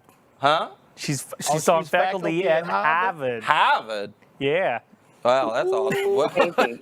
Big time people. Heather. All right, before we get started, okay, we always like to play this fun game, okay? We like to play this fun game. Uh-oh. So I didn't tell you about this, so I'm just going to throw it out there. We like to play this game called Would You Rather? All right, so we're going to play another game of Would You Rather? So Heather, tell me, would you rather be completely invisible for one day or be able to fly for one day? What would you rather do? Completely invisible or be able to fly for one day? Fly, that's easy, fly. Fly? All right. Yeah, Mark? fly. I have those dreams, yeah.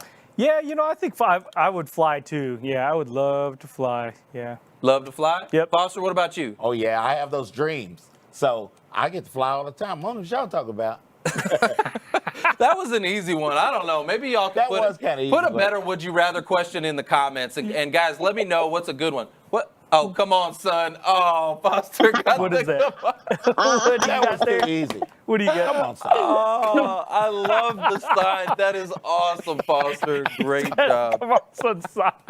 Wow. Okay. Wow. All right, guys. We're going to interrupt our normal programming, okay, because we got Heather in the house. We're flipping the script. We're going to flip it. We're going to go to landings, and we'll do a prayer at the very end. But I want to dive in because we only got so much limited time she's gracing us with, so we're super excited to have her here. Now, Heather, I got to hear you in Glenn Lundy's room, Breakfast with Champions in Clubhouse. There was a conversation going on in that room that really got me excited. It's something that we haven't talked before on this show. And, you were talking about, and we were talking about in that room, how, you got gender inequality, right? How women make less and are promoted less than men because of gender inequality. But there's a flip side to that coin, which is where women are bullying other women and pushing other women down, right, in the workforce. Can you talk more about that? It was a great conversation, and so many people raised their hand and could identify with that. So I'd love to talk about that a little bit. Yeah, I actually did my TED Talk all about this. And the reason why is, listen, this is a huge problem, as you saw, Trevor, when everyone started raising their hands. Yes, happened to me. But nobody wants to address it. And it's very frustrating to me, having been someone who was in that situation. I had so many male advocates in corporate America. I was very blessed to have great mentors, surrounded by a lot of men that were my champions. However, I ended up getting fired after 14 years at the same company, more than doubling the company's revenues in excess of $200 million annually. And I got fired once a woman was promoted to CEO. Oh. So, I had a great experience working with the men, but as soon as I had a female CEO, I was out. Ow. Wow. We're just talking about that at my HR group this morning. We have these breakout groups, Heather, and they're cool. So in your opinion, why was that? Was it competition, or was it you were a threat? Is that what it was? When you are a threat, you will always be the target. And I was that woman's target all day. Okay. Wow. Okay. Yeah, it's just petty jealousy. So how long? Okay, so I'm curious. How long was it?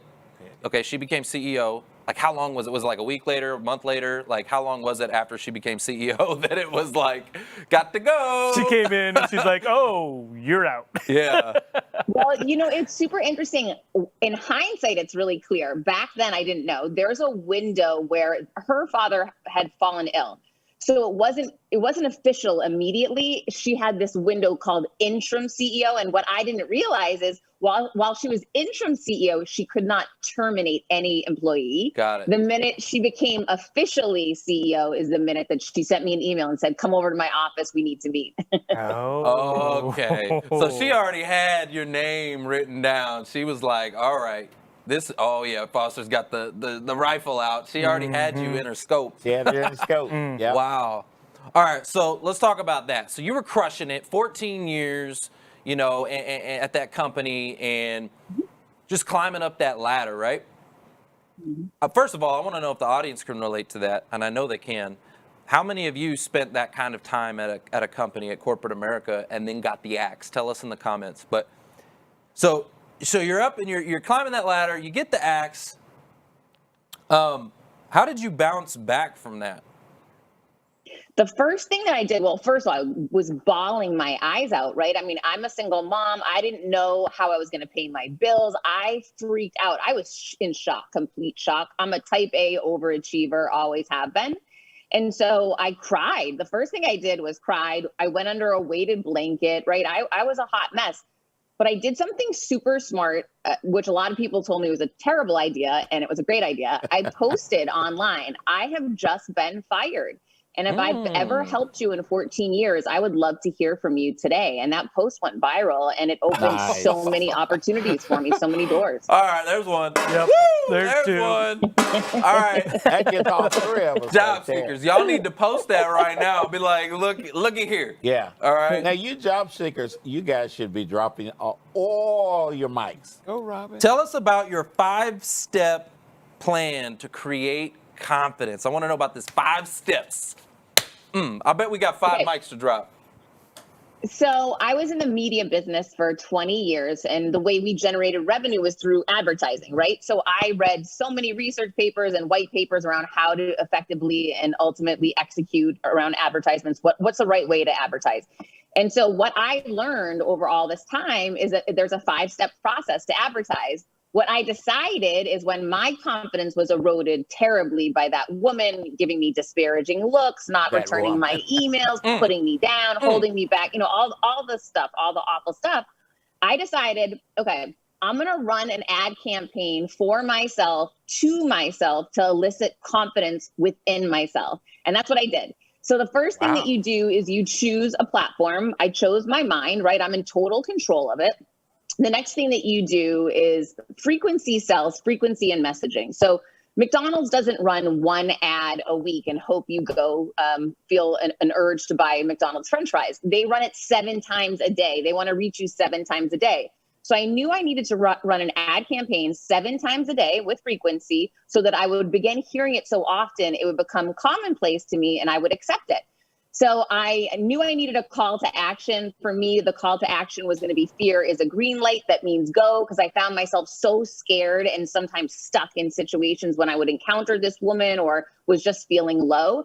My ad campaign was all around I am confident, I am powerful, I am enough, I am creative, all the I am statements that I wanted to step into and be. Then you add a visual component. I happen to have a life-size cutout of myself right over there. Oh, wait. You can't say that, not bringing in the thing. Oh, we got to see that. Yeah, she's like, oh, should I get it? Should I not get it? That's a break. That's a break. I'll right now. Yeah, go get it. Oh, we want to see it. Yeah, go get it. Tracy Morgan's got one. I want to see what hers looks like. Yes. This is awesome. Yep, here we go. Live size. Woo! She's big. She's kind of big. The lady in the red dress. Ooh, you got to go here, girl. The lady in the red dress. That is awesome. I got to give myself. There we go. So you have the cardboard cutout, a picture of where you're just like, yeah, right? You're your Superwoman picture, right? Yeah, just any picture that you don't have to use a life-size cutout like I do, but something where you feel like I'm really confident in this moment. In that moment, I was super confident. I'm like rocking my red dress, feeling like fire. So find an image where you feel really powerful. And while you're owning your I am statements, while you're stepping into your call to action, look at that visual. You know, it's really powerful, and it just locks everything together. And the final step is you want to use a jingle or a song to really ingrain it and encode it in your brain. And I use the song Kendrick Lamar, I Am, I think it's called, the song is called I Am, but it's really all about loving yourself. Yeah. And so I'd play that song, I'd look at the visual, I'd own my I Am statements, I'd talk about fear is a green light that means go. And I did that for a month. And I will tell you, I walked into a meeting in a red dress, just like that, in the boardroom. She was the only other female other than me. She completely ignored me, and I had it at that point. And I raised my hand and I said, hey, good morning. You must have missed me. I'm here. It's great to see you. And I will tell you, her eyes went on fire. And I just knew I'm done eroding my confidence. I'm done with allowing others to treat me poorly. Mm-hmm. And I get it. We're teaching others how to treat us, and I'm done with it. Woo! Done with it. Done with it. Watch that. Yeah. It's a mic overcome fly. that fear. Let me Overcome see, that mics fear. are flying online too, I bet. So I love, you said the frequency, right? Because, like you said, McDonald's, right? So, they don't just market one time. They do it over and over and over and over and over. So you're training your brain. You're just like speaking that life into yourself every single day. You've got the cardboard cutout and you're just like, yes, I've got this. I just love that. I actually, when I was in Clubhouse, I was taking notes. And I don't know why I took the one thing that really stood out was the cardboard cutout. I was like, I need a cardboard Trevor like this. Dun, dun, dun, dun, like that. But Trevor, I'll tell you that the cardboard cutout, where that stems from, I the first time I made that, I was a VP of sales. So this is like a decade ago. I've had many cardboard cutouts. But what it was a difference maker for me. And for anyone listening right now, if you're having a hard time breaking through to somebody, an ultimate decision maker you want to reach, get a cardboard cutout and put like a little, hey, wanted to introduce myself since we haven't been able to connect. And those people, that's how I land on the Steve Harvey show. The executive producer wouldn't call me back. And I was frustrated. I'm like, forget this. I'm sending a life-size cutout. And I sent a note that said, I know it's fun hanging with me in the office, but it's way more fun when the real me comes in. When can I see you? And he called me right back. Just send a life-size cutout. Dump them out. Wow. Hold up. It's like Steve Harvey. You gon' see me, brother. Wow. Dang, that's good stuff. So you sent them the cardboard cutout to get on. Yeah, that's wow. Yeah. I like that. Okay, so job seekers, y'all need to be thinking about that's an outside the box. Where did you think of that? Where did that come from? Was that just in you, or did you? I led teams of people in every city across the United States, and what I would realize after a couple of years of doing this, when I'd fly into town and walk into the office, everyone would respond great, and I'd get their attention, and they'd deliver and execute. But then I'd fly away and they wouldn't be communicating. They wouldn't be delivering on our agreed upon goals. And I started saying to myself, I can't be in every city every day. And I'm tired from traveling.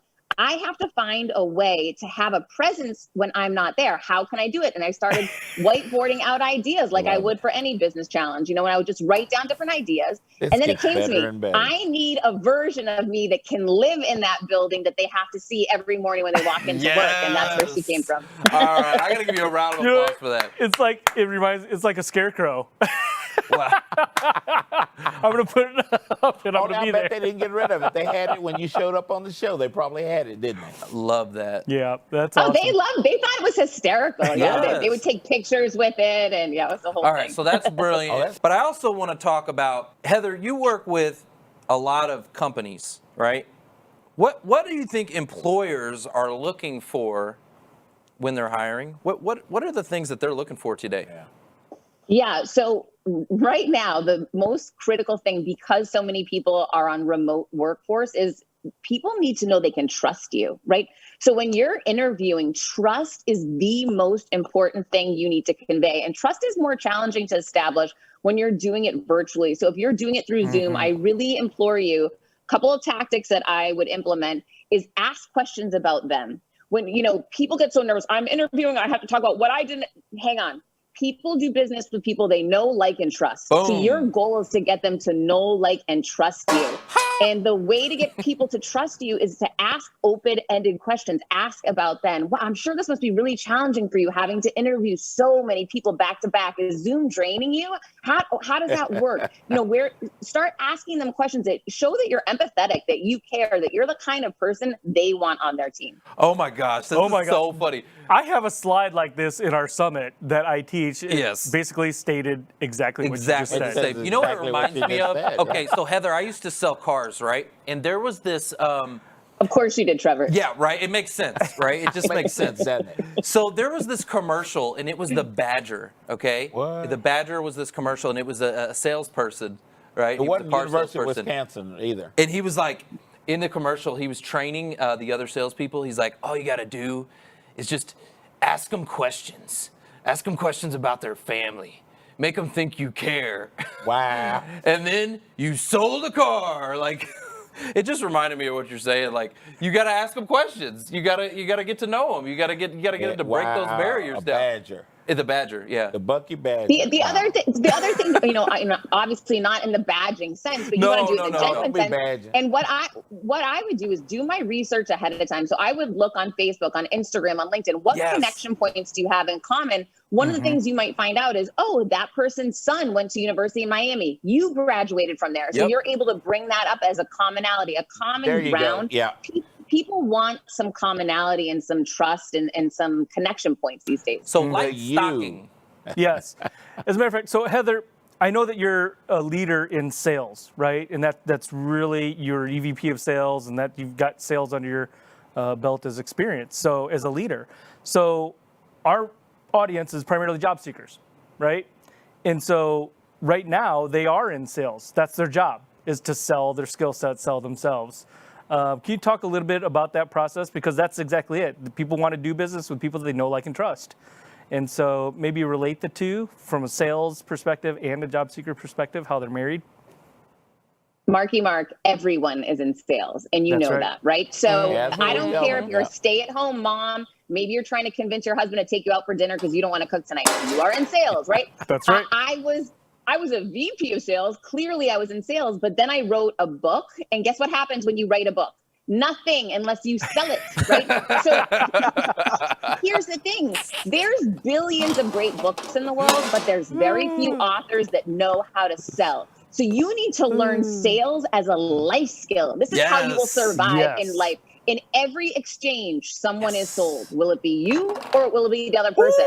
I've devoted my life to being the person that's doing the selling, and I encourage you to do the same. So when you approach, I always suggest to people, put yourself in the shoes of the other person. I did this with my book. I wanted it to get into a company called Books and Books. And I thought, what matters to them? How can I bring value? What is their problem that I can help solve? And I thought to myself, oh, they don't have enough store traffic. Okay, why don't I go there, leverage my social media to draw an audience for them? And if I do so, in lieu of that, they'll add my book to their collection. Boom, problem solved. So start thinking, how can you solve other people's problems? What's unique, valuable, and different about you? I've got a question. Exactly. I've got a question. So we're talking about, okay, we're going to try to sell it, right? We're going to try to convince our customers that we care, right? Here's my question, and you guys listening will not be surprised that I'm asking this. Why can't we care? What do you mean, why can't we care? What you mean? Why can't we care? Why can't we care? Why can't we really give a rip? We gotta care. Being genuine, you mean? Come on, son. Come on, son. Well, there you go. Mic drop. Come on, son. All right. Hey, I got a question from if we Robin. Really care, we can't fool it. People like me, I can tell when you're full of I get what you're saying, Foster. You Like, see why what I'm don't we saying? actually really care? Yep. Like, quit faking it. Actually care about people. Okay, I was confused there for a minute. I'm like, I didn't know what you were saying. Exactly. Me too. Yeah, I think we're all like, the That's Godfather my has brand. spoken. That's my brand. Why don't I'm the we old actually guy. give a dang? Woo! Foster Williams, the Godfather has spoken. We've been dropping mics. Is it time to give something away? I think it's time to give something away. Hold on. Because I told the audience to ask a question, and Robin Triggs, who was the lucky winner earlier, she did ask a question. She wants to know from Heather, best sales training resources, books, videos, courses she would recommend. I know that's a lot. Oh my gosh, this book right here is the best sales book in the world. Get it? It's unfreaking believable. Read the reviews. It's better than Jeff Gedimer's book. Here's the thing, and you guys already know this. People want teach me, and that's great. You want to access knowledge that's going to help support you, and you want to be a constant learner. But you also need to trust yourself, right? The more you show up as the real version of you, the more people will connect with you. You'll pull the right kinds of people towards you and repel the wrong. So instead of focusing so much on, I need the training, I need this, also think about, I need to show up as the real me. Because when you start showing up as the real you, that employer is going to want to train you. Yes. And I like that because that ties into what Foster was saying. Why don't we just really care about people? I care but about maybe you you, don't. I care. Maybe that's not your authentic self. Maybe you just don't care about people. And I don't know. If it's not, there's people like me out there that can see right through that. I think we got another question. Yes. This is right up your alley, Heather. So Smita Mehdi asked, Heather, when asked about your career gaps, how do you present that with confidence? How would you do it? Okay, always honesty.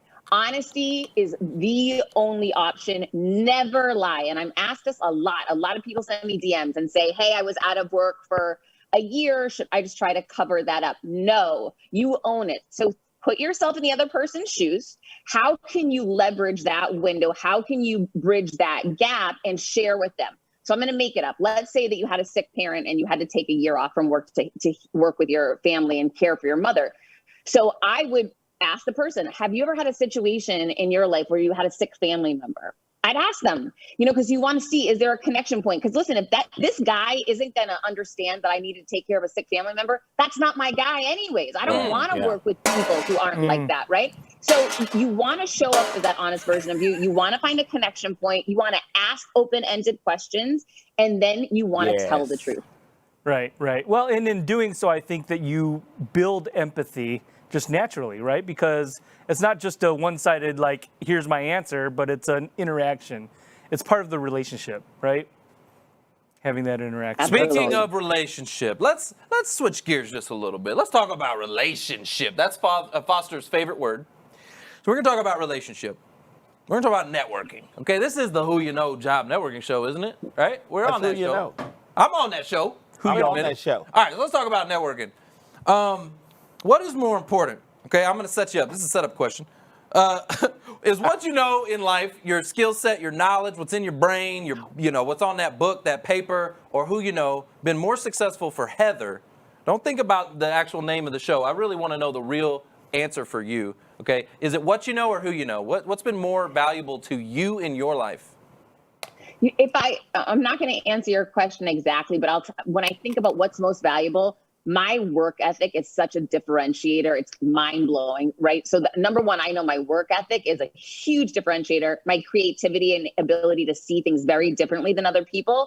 But then thirdly, I mean, these are all three things that I know so many flipping people. It's insane. There's always a person I can hot dial that is going to help me get into wherever I need to go. So all three of those things, and it goes back to, what's unique, special, and different about you, and showing up for other people. I traveled for 20 years in media, and no matter what city I would go to, I didn't go back to the hotel gym and go to bed early. I would book a dinner with someone because I wanted to hear about their life. I wanted to understand them. I wanted to find out how they could plug into my world, how I could help them, how I could show up for them. And I would, it was tiring, and it still is. I'm leaving right after this to go to a meeting to meet with somebody that flew down here to see me, but I'm going to show up for them because it's important to them. Whenever you can show up for other people, you're going to get huge gains and rewards from that. Yeah, I love that. You drop it. You drop it. Woo! Yeah, showing up in a world of flakes today, right? Ooh. In a world of flakes today, you got to show up. If you want an authentic relationship, you got to be there. Like, I have so many friends that I can think of, and I'm like, I don't know if I could rely on them. Yeah. Right? Yeah. No, showing up is key to a relationship. Can I speak to that real quick on showing up? Gosh, I just love we're going here because I was planning on going here, and then I thought I got sidetracked. Okay, but we're going here. Yeah, so, audience, there's been a little bit of a problem that's been going on. We haven't had this problem in years, but it's come back. Okay. And that is showing up. We're having a lot of people register, sign up, like, hey, I'm in search. I need your help, and I'm gonna come and I'm gonna register for this event, and I'm gonna and then there's a 50% no-show rate. 50%. It has not been that high in years. Yeah. And I'm blown away by it. I'm like, are you kidding me? How this many people are going to register for something and this many people show up? Shame on you. You need Trevor, to show up. hang on a second. I think you're taking the wrong approach, and you don't have kids, do you? I do. I got two boys. Yes. That's a weird. Oh boy, then this is a parenting lesson. All right, so here's the thing. You have to think about anytime when I'm hearing you say that, I'm saying to myself, what is Trevor not doing in his communication? What could you be doing differently? Like I always look at myself first, right? Before I look at the audience or the kids or whatever, I think to myself, hang on, is there another way? And typically with sales, and this is sales, you're selling people on coming to an event, right? So there's a two-prong approach. One would be there's a fear factor of you're going to lose something, you're going to take something away, or there's an add-on factor of you get this if you come, right? So I would look at both of those, see if you're leveraging them. One would be, maybe it's just a simple reminder. Hey guys, remember, if you sign up and can't make it, be sure to ping me before 24 hours. Otherwise, you're taking the spot that somebody else could have and other people really need this help. Could you at least do that for me, right? Like have an ask about scarcity. Like there's only so many seats available and relate it back to their kindness and, them as human beings and taking somebody else's seat who warrants it and wants to be there. Or there's an add-on, like some type of a gift, right? So listen, if you sign up by such and such day, you are going to get the blah, blah, blah that you can only get by showing up here. But for some reason, you're not making it impactful enough for them to be there. So you've got to figure out which side do you need to lean on a little bit more. And I love that you're saying that. I really do, and I appreciate it because Mark and I have this conversation. Okay, I'm constantly, trust me, Heather, what can we do to improve? How can we improve this? Mm-hmm. And so, like to your point about, letting them know, hey, this is taking a seat available. Like we've done that. We've done the free value. We've done that. Like I'm like, okay, what is going on? And so I'm scratching my head because we're giving, and I'm like, okay, where's the disconnect? So I really am, and maybe we just need to talk offline. Maybe we can figure this thing out because I'm scratching my head and I'm going, why did we go from 25% just last year, right? There would be 25%. There's always in job search, there's always a high percentage of no-show. Right, you can ask anybody. Are you following back up with the people who don't show with an inquiry as to why they ended up not coming? No, that's a good one. We haven't. Yeah, why don't we ask them directly and let's find out if there's a commonality there? No, yeah. That's great. Great point.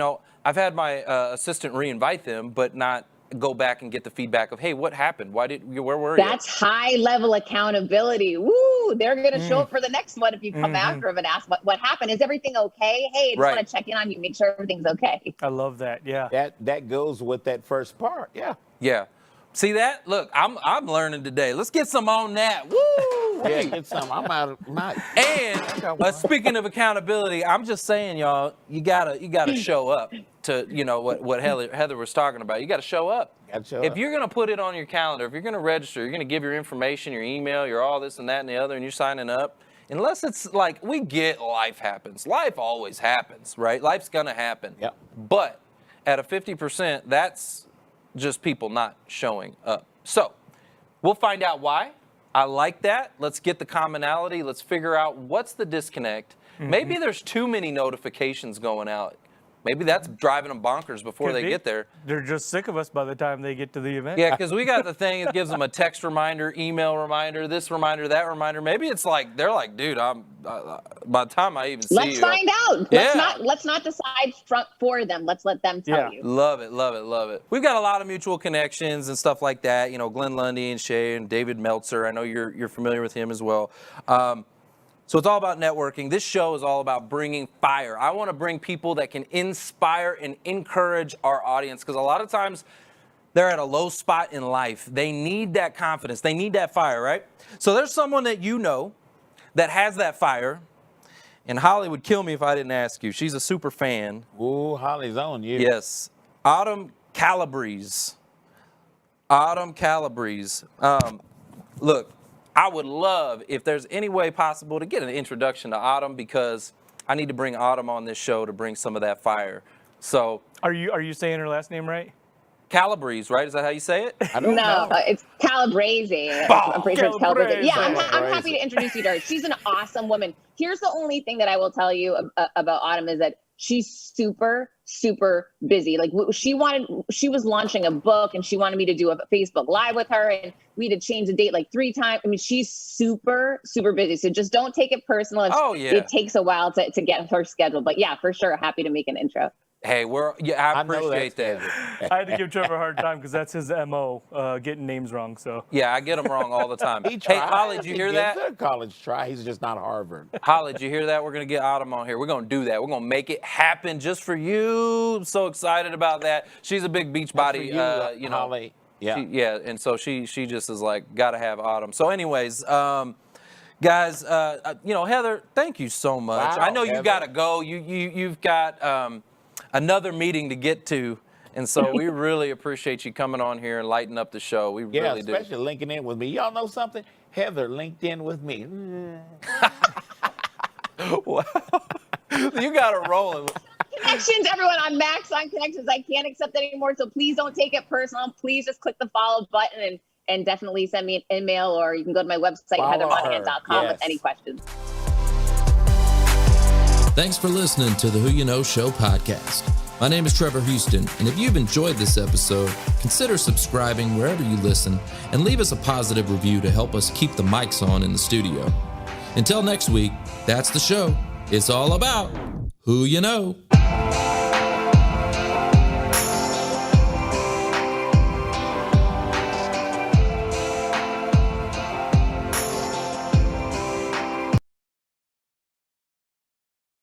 If you have to see it to believe it, you're never going to see it. So my big thing, and it's changed my life too, is that not just with my faith in God, but my faith in anything, is that I believe things are going to happen before they happen.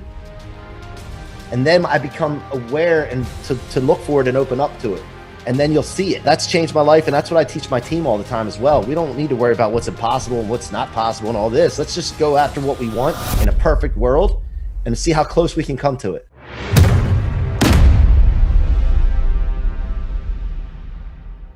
Can you tell us about the People Building Inc.? Tell us a little bit about that and why you started it and what you're doing there. So I run a large mortgage division for Nations Lending with 3 of my best friends and my little brother. I'm very blessed to be in that position. Little bro. And our vehicle, we found out every day we're grinding and going after mortgage business and closing, help people buy homes. And we realized that was our vehicle.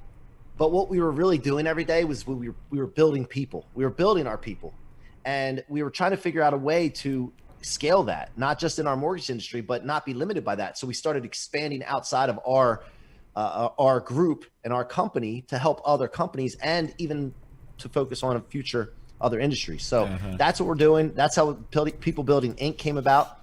And that's where we are. So where did I leave off though after that? Do you remember? Did you ask me another question? Well, I wanted to comment on that because it's very something similar to what Mark and I are doing, right, in our industry. So we're in financial services, right? But we decided to focus on building people to help the job seekers to actually get in there, get in the trenches with them, to train them to focus on how to get noticed and how to get to that next employment opportunity.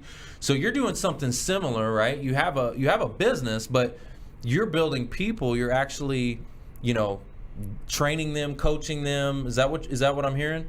Yeah. So basically, it's consulting, and we start off first of all by, I started the What Are You Made Of podcast to get out there and start getting known for doing this, right? And sharing stories and what have you. And then from there, we get a community that we've built, and then it's just about basically finding out where people's weaknesses are, where they feel like they're weak, and then also really throwing rocket fuel on their strengths.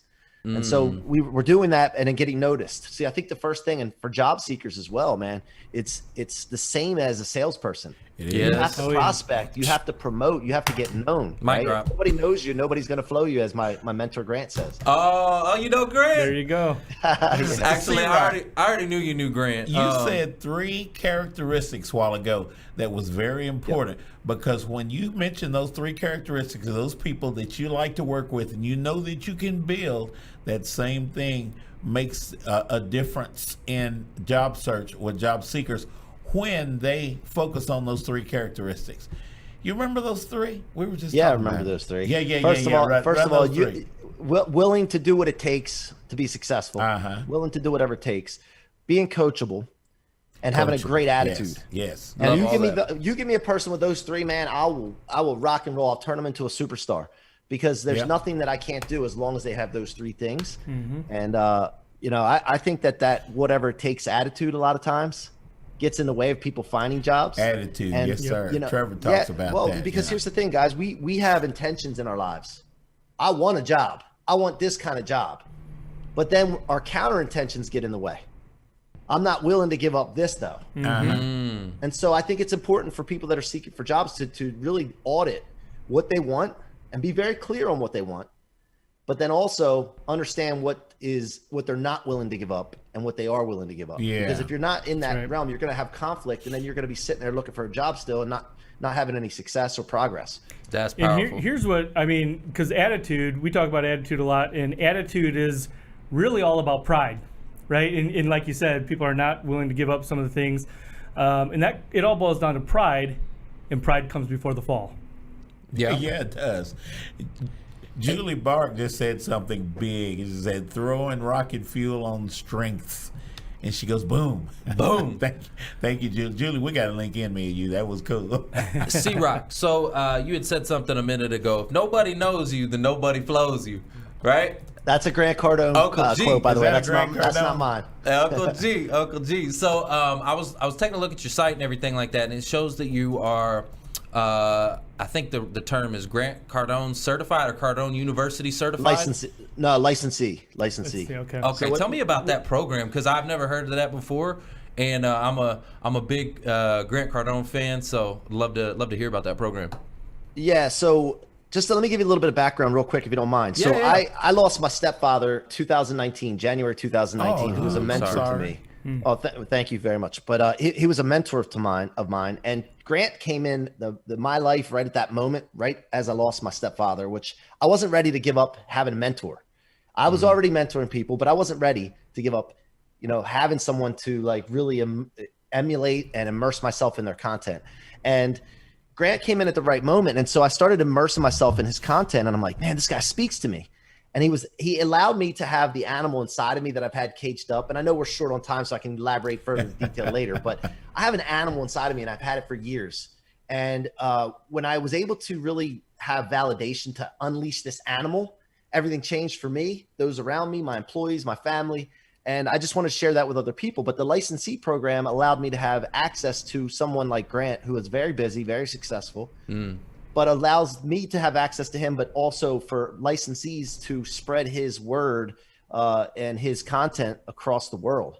And his goal is really big, is to reach 7 billion people. How can he do that? He can't do it by himself. Right. So man. That's what it's about. So I'm gonna give you permission today to unleash that animal. I want you to bring it, man. I want you to bring the heat. Grant's goal of 7 billion people, right? We recently had David Meltzer come on, right?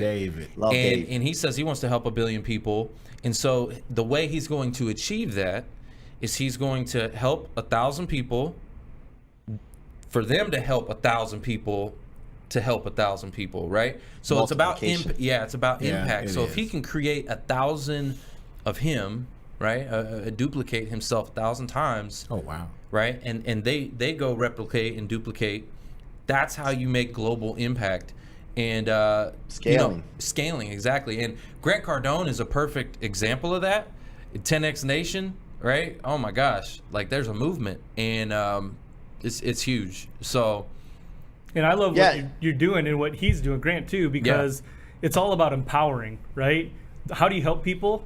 you don't just give them handouts, right? It's about empowering, right, and allowing them to succeed in and of their own selves, right? So love what you're doing there. As a recruiter, I've for years, I won't tell y'all how many years, but I have noticed that everybody is born with a gift.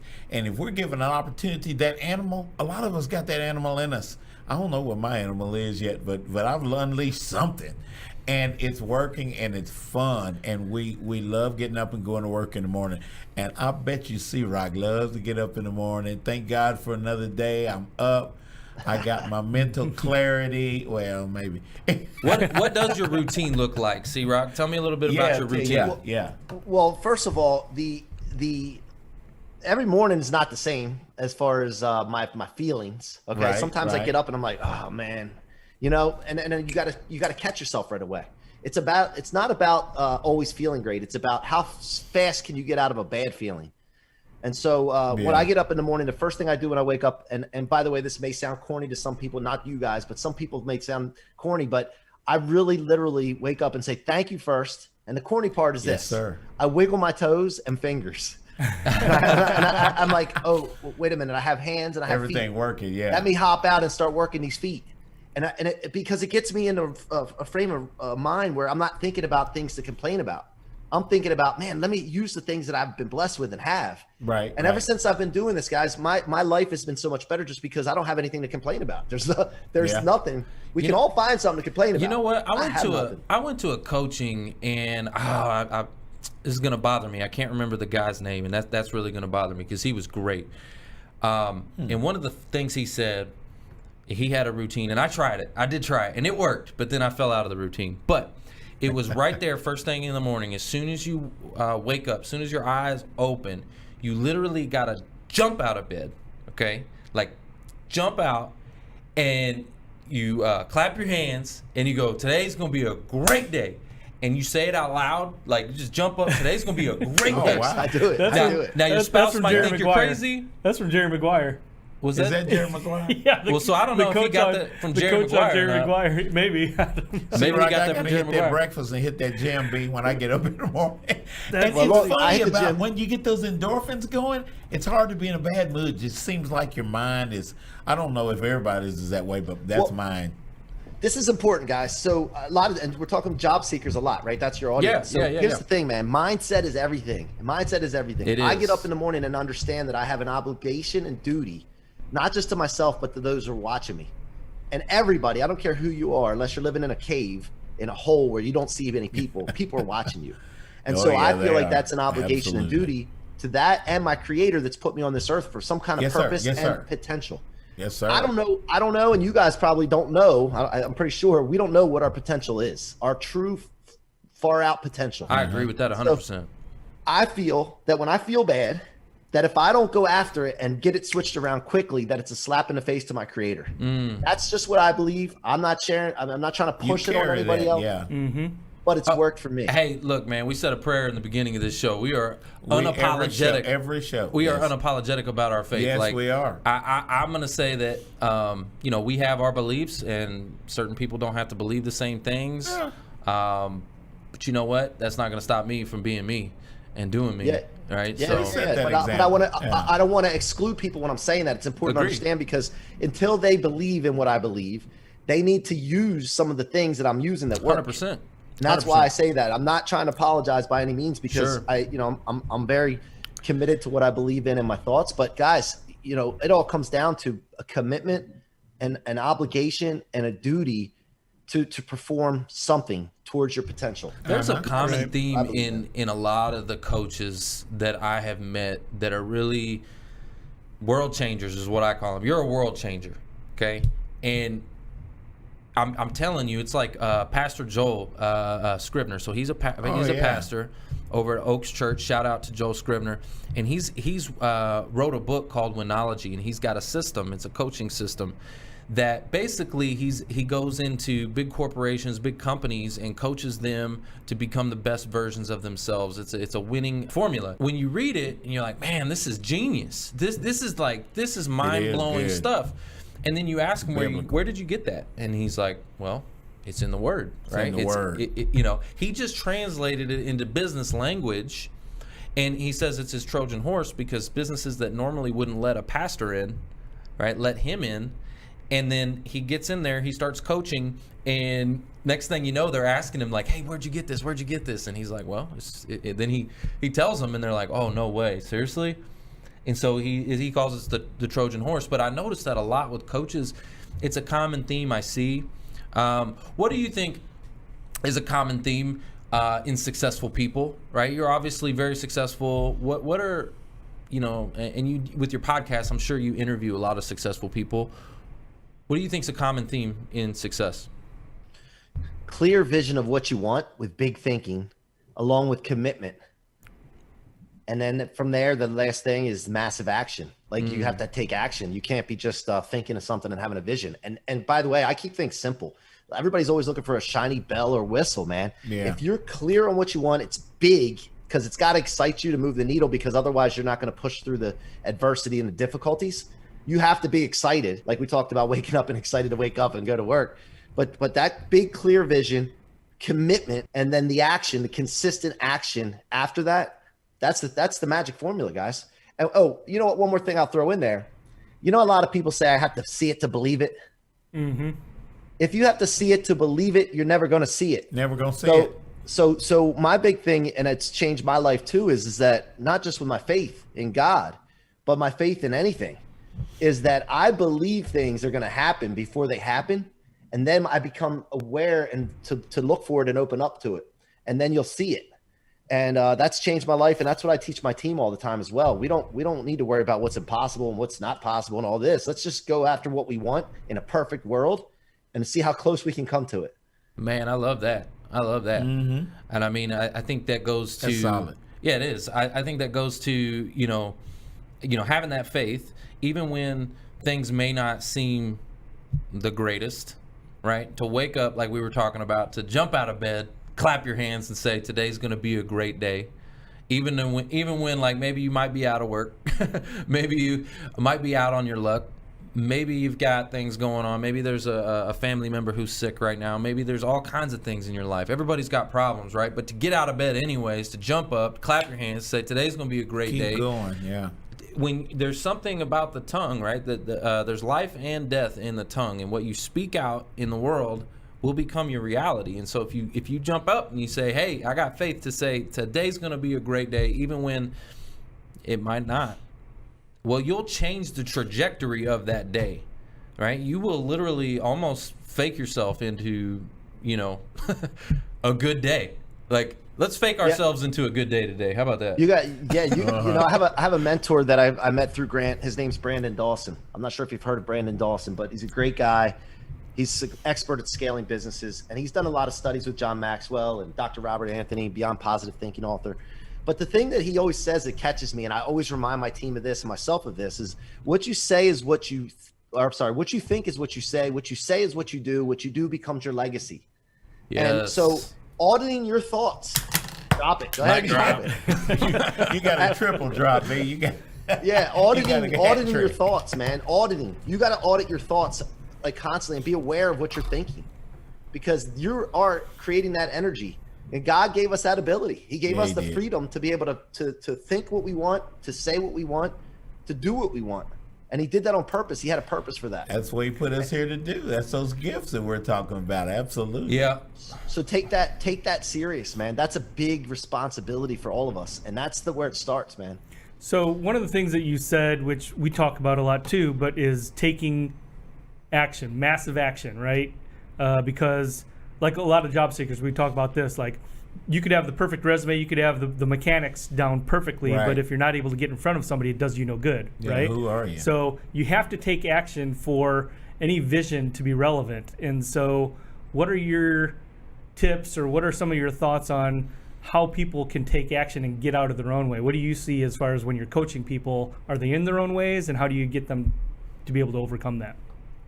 So a couple things. One is people a lot of times don't know what to do. So they don't take action because they don't know what to do. But doing something is better than nothing.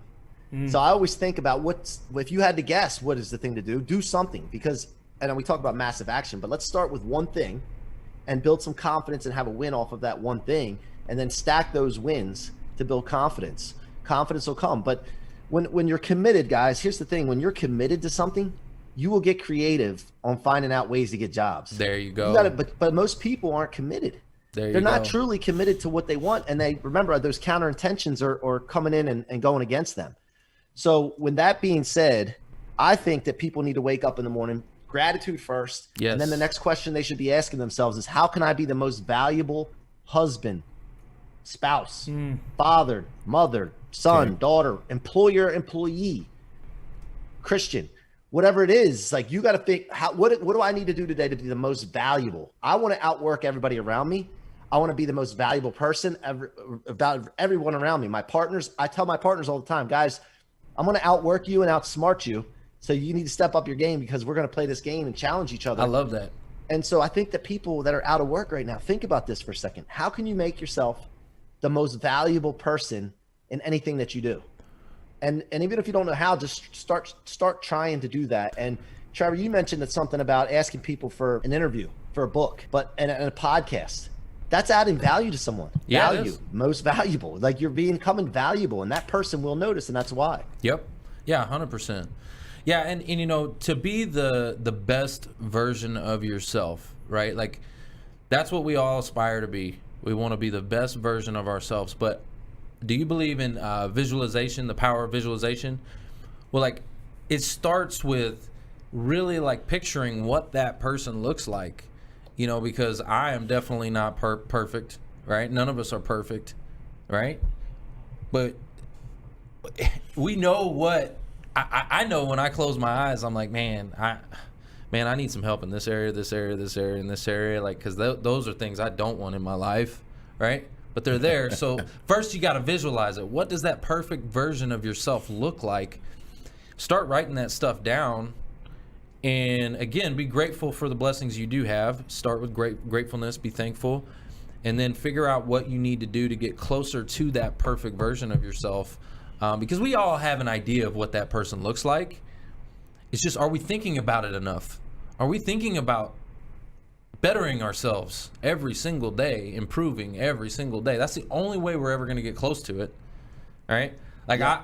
I'll give you an example. So, Mark, man, before this meeting, before this show, I mean, me and Mark had an argument. And Mark, I want to just apologize first and foremost, because it got a little heated, you know. I was in the middle of it. Foster was in the middle of it. Dude, Foster was in the middle, like, oh my gosh. I just want breakfast. You know, I think about, again, the best version of yourself, and I'm like, that's not it, right? What Mark and I were doing, you know, what I was doing, the argument we got into, you know what I'm saying? And I think about that stuff. So you have to really visualize what's the best version of yourself and try to get there every single day. Write that stuff down. Mark and I are going to have a conversation after this, and hopefully we can both get closer to that, right? But it's only through those conversations. You got to have those hard conversations to be able to get to some kind of resolution and to get closer, you know? If you're not worried about being right, and you're worried about developing yourself into the best person and or developing the best relationships, it's about what you're committed to. You have to check your commitments. That's and who right. cares about being right? Right. Yeah. Mm-hmm. At the end of the day, now I don't do this as much as I should, but I've been told time and time and time again that I should journal. At the end of the day, think about those blessings that you've had, because we are blessed to bless other people. That's what I believe. That's how I run my life, my business, whatever. But at the end of the day, I think a lot about the good things that happen, and there's a ton of good things that happen. You know, I should write those things down, and I do some days. What's one of your biggest failures that you've had to overcome, and how did you do it? Well, I think, you know, I take 100% responsibility in everything I do right now. I haven't always done that. And, you know, I started this mortgage company first under a different umbrella and was there for about 12 years. And I got comfortable and complacent. Money was coming in, but we weren't focused on our culture. And I allowed that to happen. And that drives me batty, because I had 20 some employees at that time. And I got comfortable and complacent. And that's my kryptonite now. And so when we switched to a new company after someone at the old company did some things that I take responsibility for letting it happen. We started with culture, and I didn't like shy away from that. And I took responsibility of making sure that the culture is the most important thing that we're going to focus on. And so that was the biggest thing for me looking back. But I talked about rocket fuel, guys. The book is called Rocket Fuel. One of the specialties that I have, and I bottled this, and I got to get this out to people, is the ability to turn setbacks, negativity, difficulties, people that talk trash and then don't encourage you. I found a way to bottle that, converting that into fuel, not just fuel, but rocket fuel, to put you into outer space away from gravitational pull. It's a proactive process. It can't be something that's reactive. You have to know this concept going into things so that you can recognize setbacks and not let them paralyze you, not let them slow you down for long, and really be unaware of when a setback's happening. Understand, oh, wait a minute, C-roc said I'm supposed to convert this into fuel, not just get through it, but convert it to explode out of it. Okay. And so that book that I have is about stories that I've lived where I've used rocket fuel or converted setbacks into rocket fuel to take me into crazy places, man. I love that, because I'm going to tell you, I can totally relate to that. Anytime, like Mark in our business, you know, anytime we've had a major setback, that major failure, that major setback puts me in a position where I have to like dissect it. Like I go crazy about it, as I'm like, why did that happen? Right? How did we go wrong? Where did that mess up? Right? And I start to like really dissect it, look in, which normally I wouldn't do that if things were all great. If things were good, I probably wouldn't pull it apart and try to figure out what was going on. And anytime we've ever had those major setbacks, those major losses, is when I go, okay, this is what it was. Here was the problem. Here's how we fix it. And it has propelled us, like you said, like rocket fuel, forward 10x from where we were. Because we fixed a problem we didn't even know was there until we had a major loss, right? Like, you know what I'm saying? So you can definitely learn through your failures, which I love that. That's some solid advice. You said that you had a fire lit in you at an early age, okay? So I want to know who lit that fire and why, what happened. Give me that backstory. So you guys ready to go deep? Let's go deep. Let's get it. Let's dive. You got the shovel, baby. Before I share this is not to disparage anyone in particular. I'm just sharing my story because I don't know the whole story and what was going through people's heads. But I came from a broken home. I don't remember my parents ever together. And when I was, young, I was dealing with a lot of child support, custody battles. A lot of people have dealt with this. Yeah. And, conflict with step parents coming into the mix and jealousy, all this stuff. And a lot of times as a kid, you don't know if it's you that's causing this or what's going on. And a lot of stuff gets taken out on you as a kid. And so I lived with my dad from about 8 to 11. And during that time, there was a lot of conflict going on. I just knew that it wasn't a right environment for a kid to grow up in. Psychologically, mentally, there was some abuse going on. It just wasn't good. So I decided to get out of that environment. And I told my mom to file court papers. And she told me to stick to my guns. Like, if I'm going to do this, you need to stick to your guns. You got to be firmly, committed, right? We talked about committed, because somebody's going to talk you out of your commitments if you're not fully committed. And because maybe they just have different beliefs than you, or they have to justify their position in life. And they're going to try to do that. So stick to your guns. So my mom did that. I came home from school one day and I walked in the house and my dad had these court papers, and I already walked on eggshells as it was in that house, and my heart just kind of like, man, you get that feeling in your chest, my stomach sunk, and I'm like, here we go. So he said, go to your room. So I sat in my room for about 5 minutes, which felt like 5 hours, and waiting for him to come back. I knew what was in the envelope. And he says, it says here you want to move back with your mom. Is that true? Your mom doesn't have it that good there. Like, you have, by the way, my dad was my hero. He has a masonry business, successful block, brick, pour concrete. And he was big forearms, rough hands. I always looked up to him for being a hard worker. And he always had a wad of $100 bills in his pocket with a rubber band around it. And he used to flash it and all that. I loved that, man. I thought that was so cool. But here he found out that I wanted to leave. And he was like, they don't have it that good there. You have everything you need here. What he didn't understand was the emotional and mental thing that was going on. So he said, if that's the case that you want to leave here, he took that wad of $100 bills out. He crumples up one of the $100 bills and throws it at me and says, you're going to need this when you're living on the streets with your mother one day.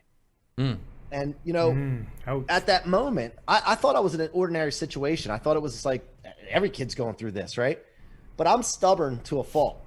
And I said to myself in my mind, like, no way, man. Like, you're not going to write my book. You're not going to determine my destiny. I'm not going to let that happen, one. And number two, since I thought this was an ordinary situation, I thought to myself, I can't be the only one in this situation. I got to be able to relate to people and also just do everything I can to prove them wrong, and then show people that you can come from something like this and be massively successful. I've been living off this for 30 some years and wasn't really aware of it until about 3 years ago. And that's when I realized, wait a minute, I've been bottling up these emotions and then converting them into fuel, storing them in my tank instead of my trunk. And that's why I've been so successful. So then I put it all together, and that's where the Rocket Fuel and What Are You Made Of podcast came from. And now I'm just trying to get it out to millions and millions of people. I'm not to the billion level yet. Maybe I should be shooting for billions, but I just want to reach as many people as possible to share that it's not the encouraging people that stop you in life. It's not the wins and successes that stop you in life. It's the other things, the negatives, discouraging, difficulties, setbacks. And if you can figure out a way, not to just eliminate them, not to just get through them, but to convert them into fuel, to rocket fuel you out into your future, you become unstoppable. I love and that's that. my mission, to show people you can be unstoppable by doing that. Yeah, that's your superpower, man. That's your superpower, and I love that because I can relate to that so much. You know, I grew up with a kind of a broken family, broken home, and a lot of that pain, I actually wouldn't trade it for the world, because those are the things that helped shape and mold me into who I am today. And I use those lessons from back in to definitely know what I don't want and to know what I do want. And it's part of my rocket fuel, man. So I can totally relate 100%. Use those things. I think our scars are there to empower others too, right? I think there's a reason why when Jesus came back, he still had some scars, right? In his hands. Doubting Thomas, right? He wanted to show him, look, have faith, man. Look, here they are. I'm here, right? I love it, man. I think that's amazing. By the way, I thank my dad. If I don't get to talk to him, it's not by my choice. I reach out, I'll text him, happy birthday, never hear back. And there's something stopping him, or someone stopping him right now. But, I don't like have any grudge. I would give my dad a hug today if I saw him, just have dinner with him, whatever the case is. But I thank him because of that challenge, man. Who knows where I would have been if I didn't get that challenge? Yeah. 100%. So. Yeah, that's powerful, man. I really appreciate you sharing that with the audience and sharing that with us. And because I know it sounds like, obviously a personal story. And so we appreciate you going deep with us. Yeah. That was deep. That is deep. Y'all got to hear it first on the Who You Know Job Networking Show. Maybe not first, but you got to hear it right here. And I think it's great because, because of what you've done with that experience, those emotions, those feelings, and you've turned it, right? And you've used it, not harbored it. You've been able to forgive, right? You thank him, right? Rather than hold a grudge against him.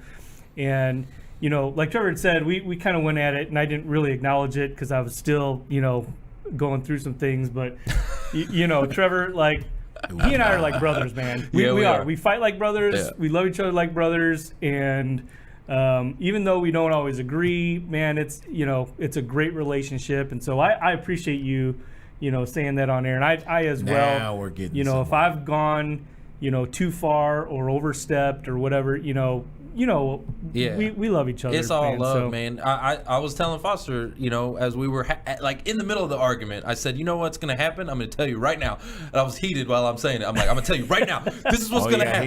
He was on warm. Right? I'm like, this is what's going to happen. Like, Mark and I, we're going to apologize later. We're like brothers. He did say that. We're going to work it out. We're going to work it out, and we're going to grow from it. And I'm like upset while I'm saying it. I'm like, this is ridiculous. Hair standing all up on his head and whatnot. But that also, the whole thing, like you said, it comes down to attitude, right? Yeah. And it's an attitude of moving forward, forgiveness, right? Yeah. And all of that. So thanks for sharing. I work with 3 of my best friends and my little brother, guys. And that's a strength and a weakness, because it's very difficult to hold each other accountable at times. And we'll go argue it. Like, I was at a pizza shop with my family and one of my partners and best friends, and our families are sitting there, they're tight, and we're watching a ball game, but then we got in a heated argument. My wife is uncomfortable, his wife's uncomfortable, people next to the table looking at us, and then 5 minutes later we're like, hey, did you see that play? High five. And so it's like guys, you're not the only ones that have done that before, by the way. You know that. Yeah. It's a common experience. And, just like I said, man, use it as fuel, man. Well, that's what we've always done. And that's why I said that, was because anytime Mark and I, again, we're like brothers. Every once in a while, we'll fight like brothers, and it'll be a brawl, okay?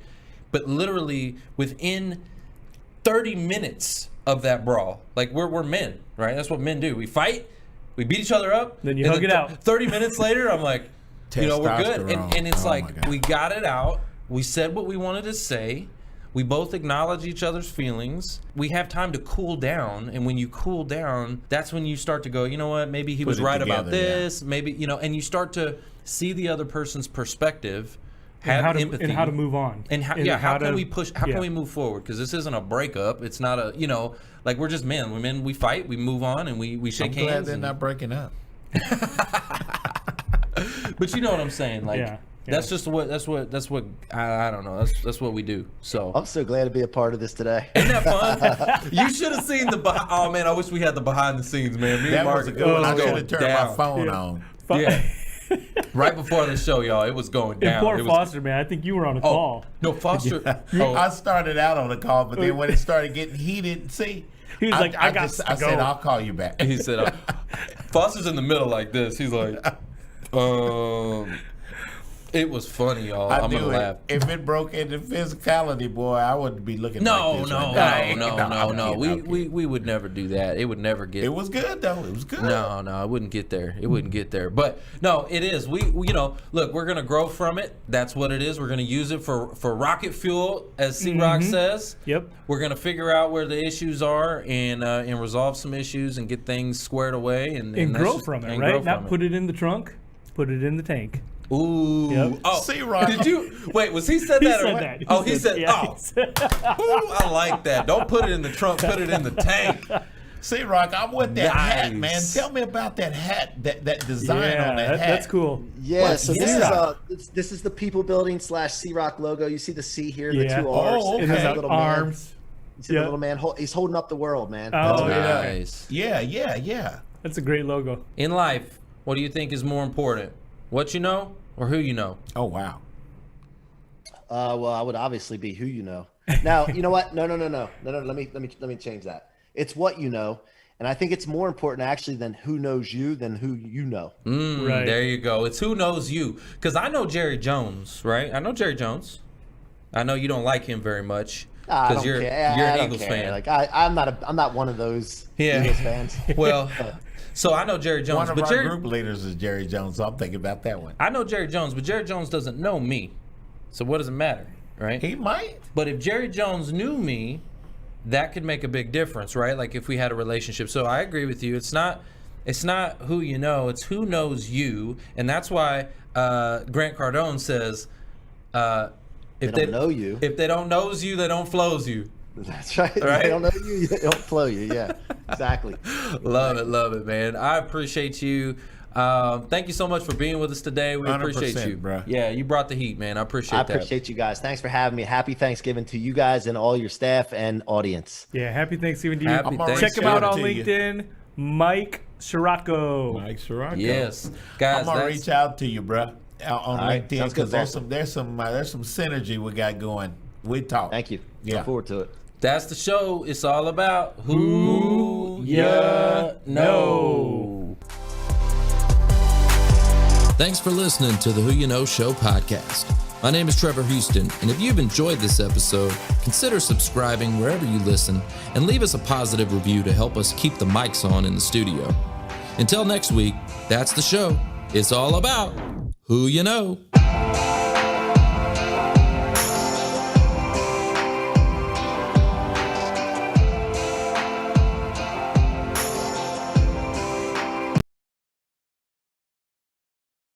When it comes to homelessness, people think, oh, well, you're hungry and that sucks, or you're broke and that sucks. But really the worst part about homelessness is you become invisible, man. Nobody will make eye contact with you. They're afraid you're going to mug them. You're going to ask them for money, whatever. And when you feel invisible and you don't have a spiritual foundation, that loneliness quickly becomes an incredibly dark place.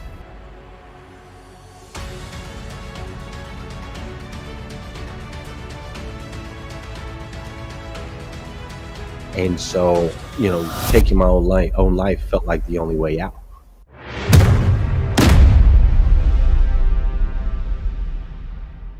Hashtag rise and grind. We are super excited to have the one, the only Glenn Lundy. Hey, Glenn. Welcome. What's going on, Dude, man? Oh man, dude, just so incredibly grateful to be here with you guys this afternoon. This is incredible, man. What an incredible show, incredible setup. I love all your shots, man. You guys look great. This is fantastic, man. What a amazing time to be alive, right? Where we can click buttons and use technology and connect with people. Man, it's incredible, man. It's incredible. So grateful to be here. Man, we're excited. We are super excited to have you. We like that Raider support back there, brother. Hey, That's right, my man. 50 grand, baby. You want to give them we just gotta hide it right there. We just kind of lean at it just a little bit. Lean, yeah. And I gotta Angeles say, Glenn, Raider. thanks for being here with us right now, because I saw like 6 kids, I think, in that video. Yeah, there was a lot of kids in there. One of them looked just I like think there was 6 in that video, and that video's old. So my wife's working on number 8 right now. She's making baby number 8. Woo! You are blessed. Woo! Make your donations to Glenn. No. Yeah, can we? Yeah, hey, people ask me all the time. They're like, Glenn, how do you work and you do this and you do that? I'm like, dude, it's either this or go home, right? Go home to 8 kids. It's a lot more work. It's much easier to run a couple businesses and an online show than it is to do what my wife has to do, man. I can't believe it. It's incredible. Man, that is awesome. That's all right. So Glenn, I would like to give our audience a little bit more of your backstory, where you came from. I know we played that first intro video, and it kind of talked about, at a certain point, life was a little rough, right? Can you kind of walk us through some of that backstory and maybe even what led up to that? Yeah, man. So it's really interesting. Like, I grew up in a really unique way. So my father is my dad is black. My mom is white, and they got divorced when I was 11 years old-ish, somewhere right in there. And my dad, who is black, got remarried and married a black woman. My mom, who's white, got remarried. She remarried a white dude. They ended up moving in 2 apartments apart in the Greenlaw Garden apartment complex in Flagstaff, Arizona. So my dad and his new wife were in apartment 30, and she had 4 kids of her own. And then my mom and her new husband were in apartment 28. There was literally one apartment in between us. Oh my goodness. And I got to tell you, man, every stereotype that you could think of existed in these houses, okay? So Dad's house was like fried chicken, collard greens, gospel music, hip hop, lots of TV, sports, loud, right? It was like, it was, yeah, you know how it is. And then Mom's house was like some country music, maybe some rock and roll every once in a while. I'd see her sitting on the couch, like reading a book, it was all quiet over at Mom's house. So I grew up in these 2 worlds at the same time. And looking back now, I'm so thankful for that, right? Amen. But at the time, it was difficult for me because I didn't really understand where I fit in. My skin was too dark to be considered white. It was too light to be considered black. And so I became a bit of a chameleon to where I could get along with everyone on a surface level, but I didn't really have any like deep relationships with anybody. And I was just constantly trying to figure out where I fit in. So that upbringing at that season of my life led me to get into a lot of trouble, hanging around with the wrong people, making a lot of mistakes. I can relate to that. I also didn't have, you know how it is. Yep. And I also didn't have, at that time, like I didn't have any moral understanding. I didn't have any spiritual understanding. And so I was living a very 2D life is the way I like to describe it. Mind and body. If it looked good and it felt good, I was in, right? I was in. And so that led me to, ultimately making some mistakes early and then, you know, fast forward, you burn enough bridges, you make enough bad decisions, and that landed me on a beach in San Diego, California, homeless, depressed, nowhere to turn, you know, and ultimately thinking, you know, and feeling like the only solution at that point, or the best solution, what made the most sense, was to end my own life. Because, man, I'll tell you, Trevor, when it comes to homelessness, you know, people think, oh, well, you're hungry and that sucks, or you're broke and that sucks. But really, the worst part about homelessness is you become invisible, man. Nobody will make eye contact with you. They're afraid you're going to mug them. You're going to ask them for money, whatever. And when you feel invisible and you don't have a spiritual foundation, that loneliness quickly becomes an incredibly dark place. And so, you know, taking my own life felt like the only way out. Wow. I mean, can totally, you know, relate to some of your story. I have some of a similar upbringing. Kind of grew up in a broken home, and you know, I was in and out of jail when I was a teenager. You know, getting in a lot of trouble, and by the grace of God, I was able to. Actually, the law forced me to move with my father, and I can only imagine where I would be if I never was, you know, taken out of the environment that I was in. I was in a pretty broken environment, and I can relate to what you were talking about the whole chameleon thing, because growing up with my mom, I had a lot of people living with me. My house kind of became like the homeless shelter. She was disabled and couldn't work, and so we had people from all backgrounds, ethnicities. My role models, right? The male role models in my house were like the thugs, the ravers who were doing drugs with the glow sticks, and the goths. Yeah. And what we called the freaks were wearing all black and makeup. And I mean, I had pimps living in the house. Like, we had all kinds of different people living in my house, right? And I was getting in a lot of trouble early on. And then, you know, again, I was forced to move with my father. So I'm so thankful and grateful for that, because it kind of took me out of that environment. And even my family, suicide runs in my family. I mean, no one's been successful, thank God for that, but they've attempted several times. And so a big mission I'm on, I'm actually going on to a new docuseries called The Social Movement. I don't know if you've heard of it. It's going to be on Amazon Prime, releasing next year. But a big mission I'm on is to help like eradicate suicide, and that's what we're going. We're 4 days to help, you know, solve some of these issues that have been going on forever. Yeah. You know, I can identify too, because I'm adopted. So I was born in Korea and was adopted at 5 months old. Grew up in northern Illinois, which is white and black. And I was the middle of three boys. Both my brothers were white. So, you know, nothing to the extent that I think you guys experienced, but I can catch a glimpse of that just because of the, you know, some of the ways that I was confronted with being different, right? And not fitting in. So yeah, totally. I think people are, you know, generally a product of their environment, and we talked about this before. Like, you need good nourishment, you need good soil, you need good light, you need a good environment. So Glenn, tell me, like, all right, I can understand, you know, things got you to that point. What helped you get you out, right? In your video it says the ocean pushed back, right? That's right. Yeah, that's right. Talk to me about that. Like, the ocean thank God the ocean pushed you back, man. Right? So going back to the stereotypes just a little bit, right? So you know, I'm not a very good swimmer. Let's just put it. Oh, come on, Glenn, man. Wow. We got to have a representative, bro. Come on now.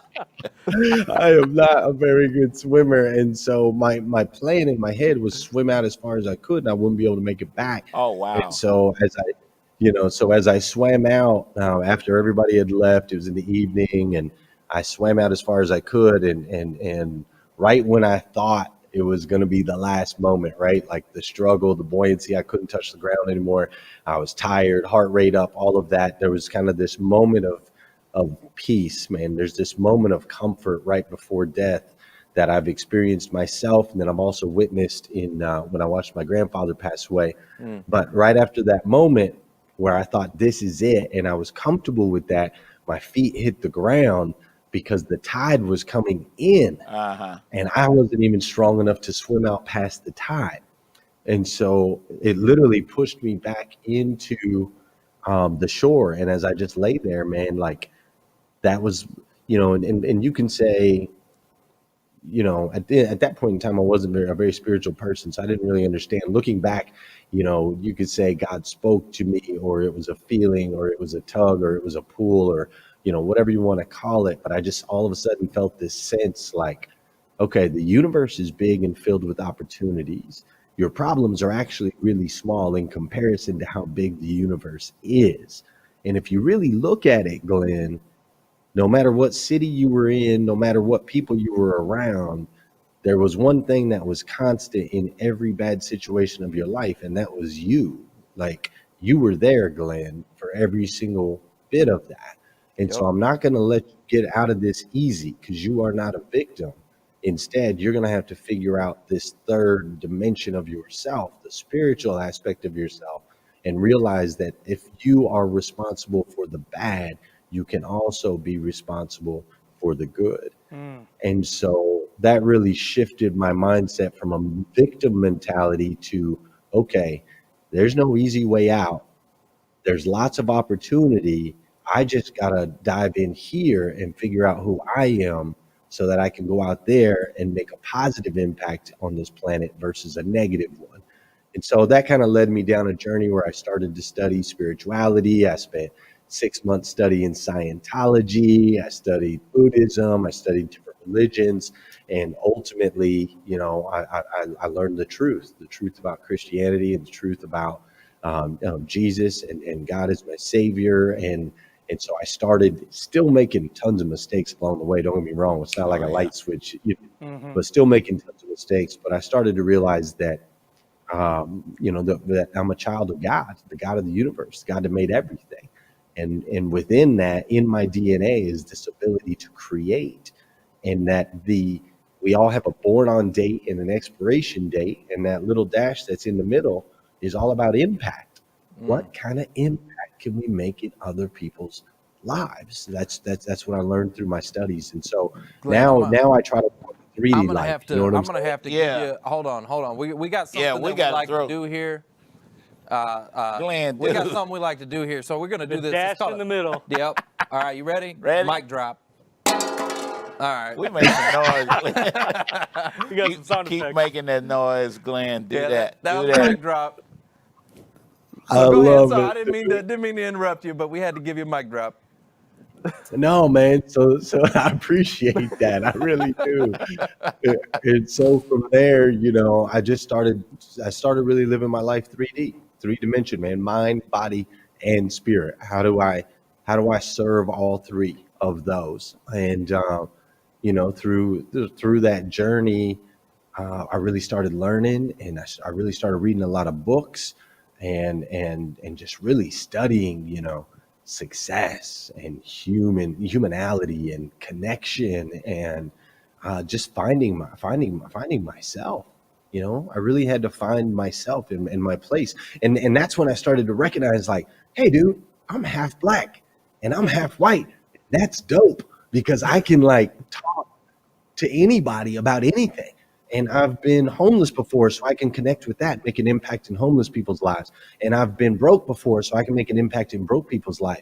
And now here I am, I've experienced some success financially, so I can impact people that have experienced success financially. And I can make an impact with people who've been depressed. I can make an impact, you know, all of those different areas. And so now I understand that we are all given gifts, and the parable of the talents is the parable that I refer to, you know, every day in my life. Is God has given me these gifts, and if I don't go out there and use them to multiply the impact that my life has on this planet, then he will take them away. And believe me, I know it, dude. I know what it's like when it all gets stripped away. And I don't want to experience that anymore. So that's where I'm at now, man. Just trying to make an impact in other people's lives. Glenn, I liked what you said, which is, you know, in essence, that when you found your spiritual path, right, and you found Jesus, became a Christian, that was your path, but you weren't perfect. It wasn't like everything was just perfect at that point, and it wasn't easy. And I think that all is the story about the refiner's fire too, right? You've been refined by fire. Mm-hmm. Oh yeah. And that's made you who you are today, and blessed by gifts that you're now able to give that other people aren't. So, man, that's awesome. Your story is super powerful. It is very powerful. I understand why God would give you 8 children, B. Yeah, you're blessed. Yeah. Hey, Yes, audience, sir. can we put in the comments #blessed? Okay, this man has 8 children. Okay, #blessed in the comments there. Glenn, so what was the next step after that, right? So, like, I know a little bit about your background. You do some automotive training and things like that. Like, how did you get into that? Where did some of the your training come from?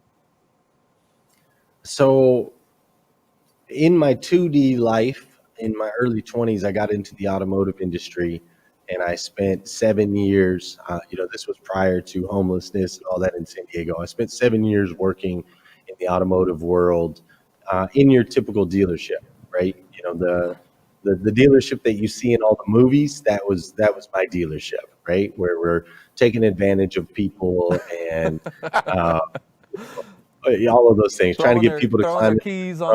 Throwing the keys on the Yeah, roof and yeah, all that stuff. That was my dealership for like 7 years. And so but I was good at it. Like I had a mouthpiece, man. God gave me a mouthpiece. And so I was good and I was making money, but my life outside of those 4 walls was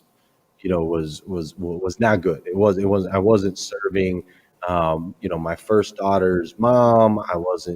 It just wasn't good. And so I went through this whole season, and when I came out of it, I was like, I'm going to stay away from the auto industry. I don't want anything to do with it. I really had a bad taste in my mouth for automotive. And I was doing some other things. I was working in bars and restaurants and, just kind of trying to find my way. And I met my wife now, that I'm getting ready to have my 7th child with, and 8th child overall, 7th with her. And, my wife was like, dude, we got a baby on the way. You gotta get a like, you can't just be hanging. You gotta tighten up your backstroke, man. This ain't gonna work. And so the only thing I knew how to do was sell cars. But now I had a new 3D version of what that could look like. And so I made a commitment that if I was going to go back into the industry, I was going to change the industry. I was going to make an impact on the industry. We were going to, instead of me being a victim to the industry better watch out, because they were about to be my victim. I was about to go through and shake things up. Yes. So I got a position at a small dealership in a small town, Paris, Kentucky, and started as a salesperson, worked my way all the way up to the general manager of the store. And in that process of really looking at the industry, flipping it 180 degrees, in that process, we were able to grow that dealership 800% to take it from a tiny dealership in a podunk town to the 2nd largest used car franchise dealership in the country. So over a period of about 5 years. That's why the 800 Club is that. That's it. That's it. That's 800%. exactly it. 800%. And I see, is that a goal right there? You got #900 on your hat back there. This is actually one of the dealers that I work with, a guy named Brad Wise down in Tampa, and his store goal is to get to 900 cars. That's his store goal. That would be an 800% increase for them. Would be to get to 900. Okay. But yeah, man. So now that's what I do. After we grew that store and had a lot of success, we went from 40 employees to 300. Put that dealership on the map, so on and so forth. And God is crazy, dude, because right when I thought, okay, I'm doing good. I got babies. I got the house. I got the white picket fence. I got the good job. I'm making money. I'm making an impact. Everything's good. And right when I got comfortable, God came over and was like, gave me a little tug, and he was like, "Hey, I'm gonna need you to hop out the boat real quick because we got we got some more for you to do." Yes. You know. And so I quit my job in October of 2018, which shocked the auto industry. People were like, "Why would this dude quit his job? Like, they're winning, they're rolling." I was the face of the dealership, all of those things.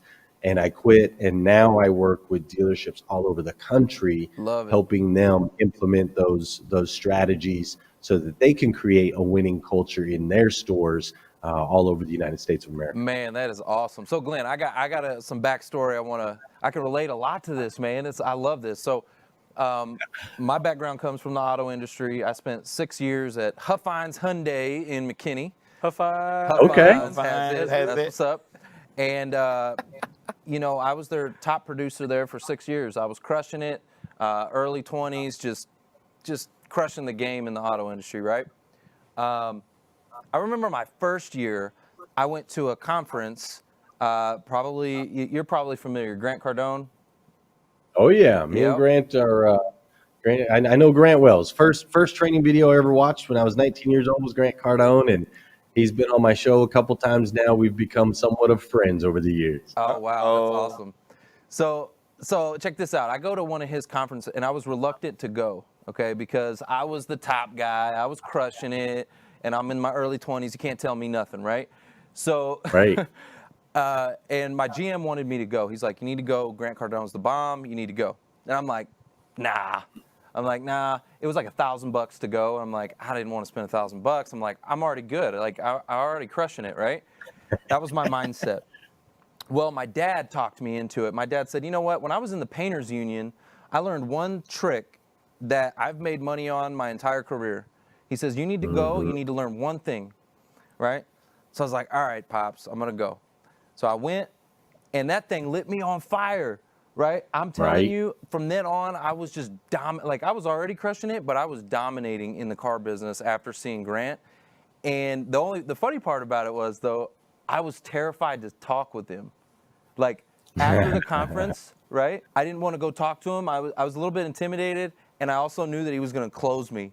He's going to close me on all his books and DVDs. And No doubt. And I didn't want to spend $5,000 on all that stuff. And so I was like, I did one of these numbers. I was like, I didn't want to talk. I didn't want him to make eye contact with me, because if he did, he was going to close me on all the books and tapes and everything. That is a fact, man.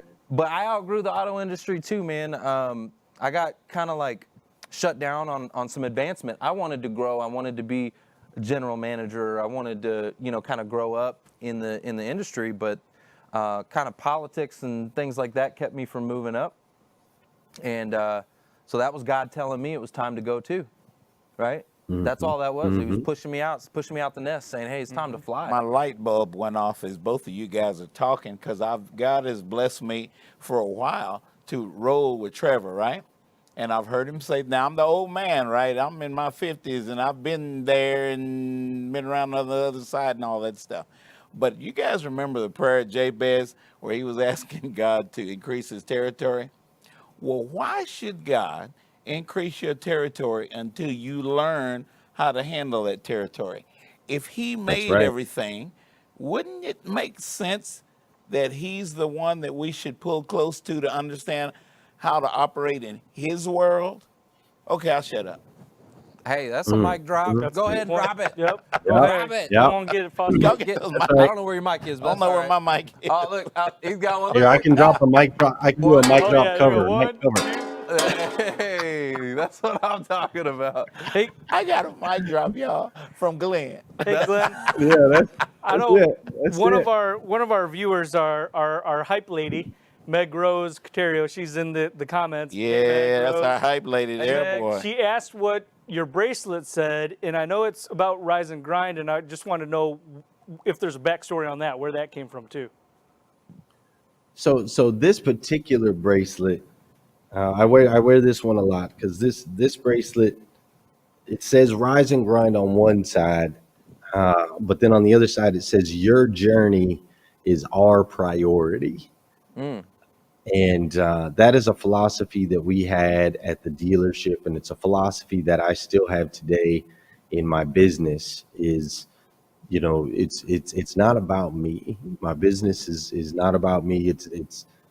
It never has been. My life is not about me. It's your journey. How can I help serve you along your journey? That's my priority in life.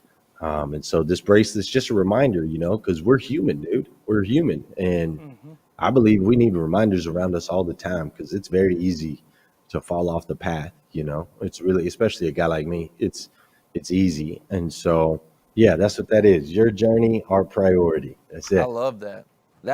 All right, we mic dropping all over this. Come on. Come on. I knew this was going to end up being like that. All right.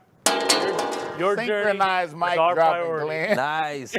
So, guys, I want you to put again. Let's do it again. Hashtag rise and grind. That's what I'm talking about. And I just love your logo, the rise and grind. Get cross, your grind man. on. It's the cross, man. I love that. That's right. It's powerful. You went through all of that stuff, and then Christ said, okay, I'll show you the truth now.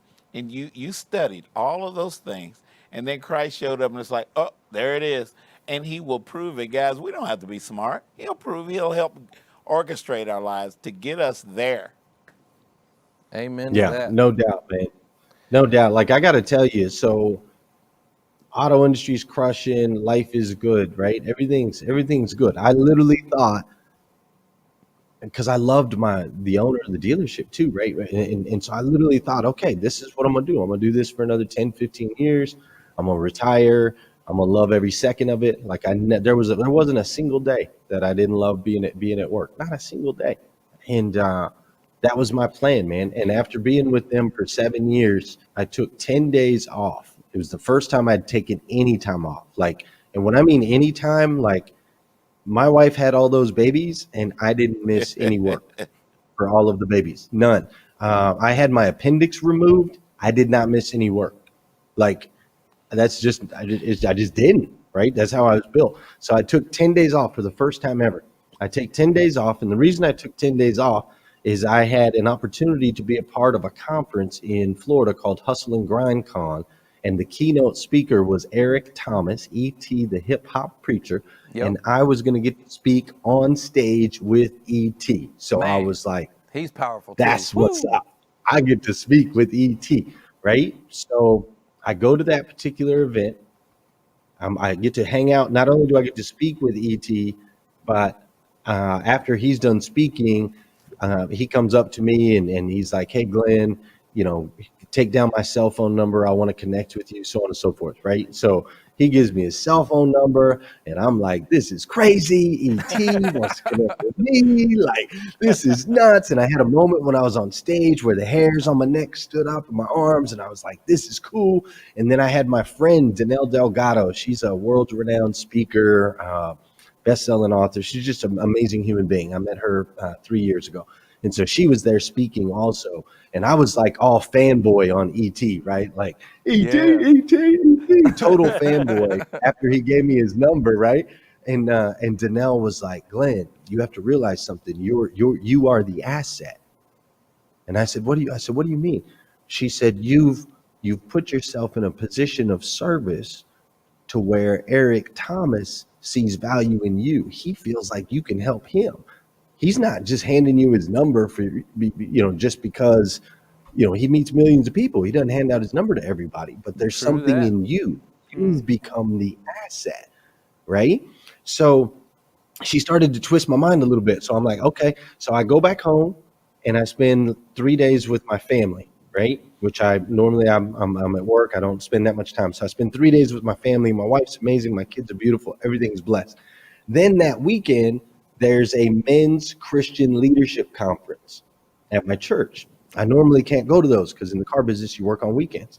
So I had mapped it out so I could do that. So that's why I ended up taking 10 whole days off so I can go to this men's Christian leadership conference. So I'm at the men's Christian leadership conference, and our pastor, Scott Nickel, Scott's up there on stage, and he's got this flannel graph Jesus, right? And he's like, This is what most people think Jesus looks like. This little flannel graph, and he's holding the sheep, and he's smiling, and he's kissing babies, and all this stuff. He's like, but I don't know if you've read the same Bible that I've read, because the Bible that I've read shows me Jesus going in, flipping tables, and telling people like, look, man, I'm not going to put up with this nonsense. This is crazy. So the message of the whole weekend was we need to fiercely fight. Right? Fight, whatever our mission is, whatever it is that God has put us here to do, the impact that we are designed to make. It's supposed to be a fight. We're not supposed to passively go through this life. That's not how it's supposed to be lived. We're supposed to aggressively seek people to serve aggressively, right? So I walk out of this men's Christian leadership conference, and now I'm, ET gave me his number. I'm the asset. Got the beautiful family. I'm like flowing, right? I'm like, Jesus is a fighter. I'm gonna go and fight. We're gonna do all these things, right? And I'm jacked up. And now I get to work Monday morning after being off 10 days, and I got my suit on, boy, and I am ready. And I deliver this powerful morning meeting, man. I'm back, and we're gonna fight. We're gonna do all these things. And as soon as I get out of the meeting, there's two owners, one that I love because he's an amazing human being, and the other one I love because God tells me I have to love all people. So I go into and so I go into this meeting with the other one, right? The one that I love because he's my brother in Christ and no other reason. And in that meeting, the first thing he says to me, now this guy's not great with words. It's not his fault. He's just like, his role in the dealership was to stay behind the scenes. We didn't let him talk to customers and stuff because he just wasn't good with words. And so I'm jacked up. I go sit down in his office. And the first words he says to me, he says, Glenn, I don't like you. Oh, wow. And I went, huh? I've been here almost 8 years. I've given you everything. I've helped you grow to the second largest dealership in the country. I've sacrificed, or I shouldn't say sacrificed, I don't like that word. I've invested time in you versus investing time in my family. I've done all of these things, right? And I know what he really meant is he didn't like that I was doing a lot of social media and that I was getting a lot of credit for the success of the store versus him, whose name's on the building. Yeah. Right? Like I knew what he kind of meant, but the words he used was, I don't like you. And so I kind of got like, I'm like, what? Wait a minute. And so as I'm sitting there and he's explaining to me all of these things, all I hear in my ear is my friend Danelle, you are the asset. You're the asset. You're the asset. And so I heard her voice and he keeps talking. I don't even know what he's saying. I'm over here in my mind. And that's when I felt that tug, dude. God was just telling me like, hey, you can sit right here and this is what it's going to look like a decade from now. Or you can make a decision right here, right now to follow me and I'll take you out and I'll show you what life could really look like for you. And so Dusty got done talking and I was like, I said, I love you. Thank you so much for the last 7 years. I said, I think this season's over. I quit. And his jaw hit the floor. I mean, my jaw almost hit the floor. Like, what? What do you mean? Right? And so I get in my car. I sneak out the back because I don't want to cause a commotion. And I get home. It's 9:30 in the morning. My wife is 9 months pregnant. She's due in like 2 days with our seventh child. Right? And I open the garage door. She sees me. She says, what are you doing here? Because she didn't expect to see me for about a month because I just took 10 days off. So she's like, what are you doing here? And I said, honey, I quit my job. And I'll tell you guys, man, I've never seen my wife smile bigger. Wow. Than when I told her I quit my job, dude. She smiled ear to ear because see, the one thing that I hadn't realized is how much weight I had put on my wife's shoulder. My career was blowing up. Our life looked good, right? We had the white picket fence and the money was taken care of. But my wife was carrying 6 kids basically on her own, man. I was working 70, 80-hour weeks. She never once complained. She was so supportive, man. She encouraged all of my dreams, all of that. But deep down inside, she was hurting, and I didn't know that. See, God knew that. I didn't know that. And so she smiled ear to ear, man. And from that day, I've been creating a business that travels around my family versus my family having to travel around my business. Does that make sense? Yeah, absolutely. And so, man, you are the asset. Glenn, you are the asset, man. We are so grateful to have you come on here and share that story, that testimony. And to our viewers. To our viewers. To our viewers, you are the asset. You are the asset. You are the asset. We That's know right. right now it may not feel that way, right? Sometimes, you're in a rut. Life hands you, some bad cards. Give God a chance to use you like he did with my brother Glenn up there. Glenn, you go ahead and let God use you, man. That's it. I will, man. And thank you for that. I'm just incredibly thankful and blessed. Hey, if God can use a guy like me, Me too, Glenn. I've been to jail Me 17 too. times. I've been homeless. I've been on drugs. I've made mistakes. I've robbed, pillaged, all that stuff, man. Yeah. I even was an advocate that God wasn't real for a good season of my life. So if he'll use a guy like me, I promise he can He's use not you. worried about us and what we're thinking about. That's right. Mic drop on that. Yeah. Oh, yeah, that's right. Boom. Hey, Glenn, before we get out of here, man, I got a big favor to ask of you. Now that you are part of the Who You Know community. Yeah, family. you are. You're family. You're part of the Who You Know Job Networking Show, and this is all about networking, right? Right. So I'm always trying to level up, always trying to bring on better, guests to try to uplift our audience. And so you've mentioned a couple people, man, that I would absolutely love to get an introduction to. You set the bar high, B. Man, you did. You threw out E.T. Boy, man, E.T. That guy. That's good. I don't even That know guy who will E.T. is. just. He lights me up, man. I'm gonna tell you, that guy. Yeah. I hear him speak, and that guy gets me just Does lit. he light you up more than Grant Cardone? Man, I will tell you, Grant, he does, man. He's more of a inspirational speaker than Grant. I love Grant. Because I know your spirit. He is. He's more of an inspiration. That guy, E.T. will. Woo. Eric Thomas has that. You might have heard when you want to succeed as bad as you want to breathe. Yes. That's Eric Thomas's Wow. big video that made him big time famous. But Eric Thomas has been motivational speaking for 31 years now. 31 years. He does like 250 speaking events a year. He's the number one motivational speaker in the world. He's phenomenal. Can I tell you something, Glenn? So this has been something that God has spoken into me, a seed that has been planted into me. I used to be terrified of public speaking. Oh, and he's now not I'm lying. doing stuff like this, and it's just crazy what God is doing in my life. And a big mission that I'm on, again, is to lift up my audience, to lift up the broken, to get people who are on the bottom to leave on a rocket ship. And so like Tony Robbins, right? That guy will get you pumped up, get you jazzed. People like E.T., right? He'll get you jazzed up. So I'm trying to learn from people like you, because one of the things that I want to do is to have almost like a Tony Robbins feel for job seekers, where job seekers can come in and come in broken and leave on a high, feeling like they can accomplish the world, because they can. They can. They are the asset, right? And that's right. And I want them to know that and to feel that. And so, anyways, I'm trying to level up and trying to learn from people like you who have already done it and crushed it. So there you go. Oh, well, thank you.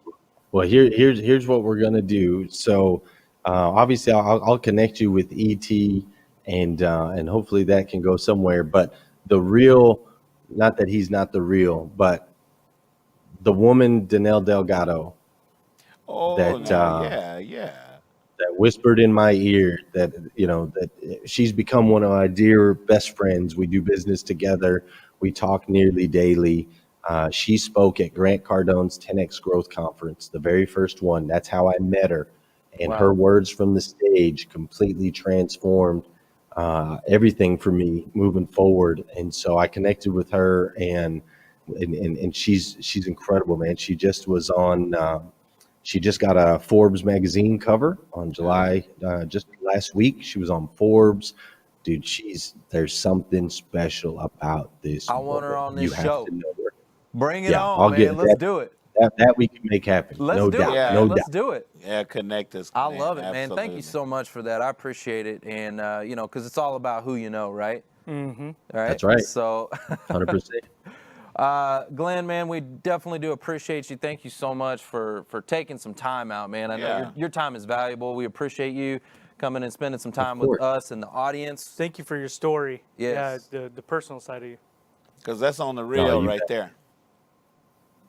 You guys are awesome, man. I can't wait to be in studio with you guys next time I'm in Texas. We got to do that now. Let us know when you're coming to Dallas now. Bring a mic.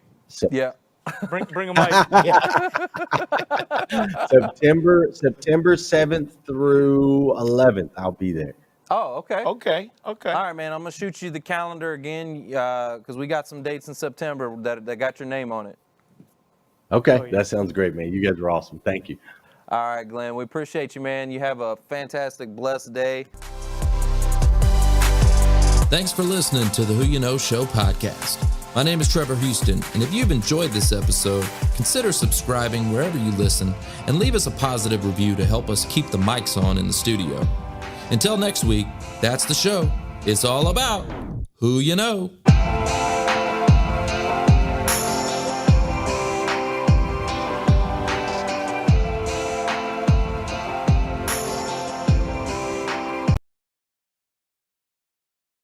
People are looking around, and those people that have gratitude and faith end up in better positions, making more money, helping more people, and are much more happy because they haven't limited their point of entry. They haven't outdone themselves by thinking they're in control of this matter.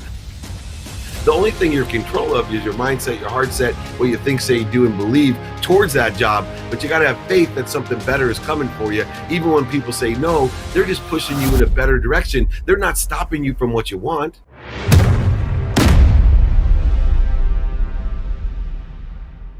We got David Meltzer. What's up, David? What's going on? Hey, David. How are you guys? What a great show and what a great service you guys provide. Man, we appreciate you. We appreciate you. Guys, so David, if you weren't here in the beginning of the show, let me tell you a little bit about this man. So, best-selling author, okay? Forbes top 10 keynote speaker, top 10 entrepreneur podcast, which we found out there's like 7 or 8 podcasts he does. Like, this guy's all over the place. Oh, yeah. Man, we're so excited to have you here, man. This is awesome. Yeah, it's so aligned with what I'm trying to do to empower over 1 billion people to be happy. And in that context, it's really about how do we make a lot of money? How do we create abundance so that we can help a lot of people?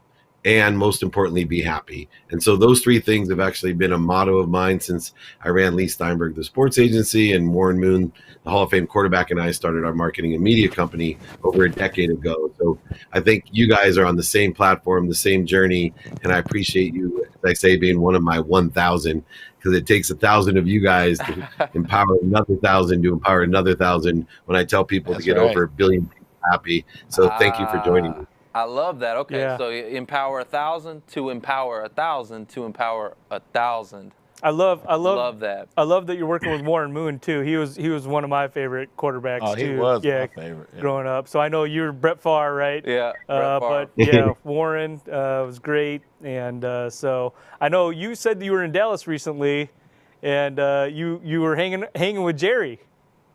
Yeah, Steve and Jerry, we were at the Star. I wanted to check out Frisco, and what a tremendous business they've built. And since I've known them for so long, it's nice to see a true entrepreneurial journey, because a lot of people see the end results and see what they think is an overnight success. But, we've been around Jerry Jones for years, and the amount of faith, I know, Trevor, you were talking about faith earlier, which is a key component to everything that I do.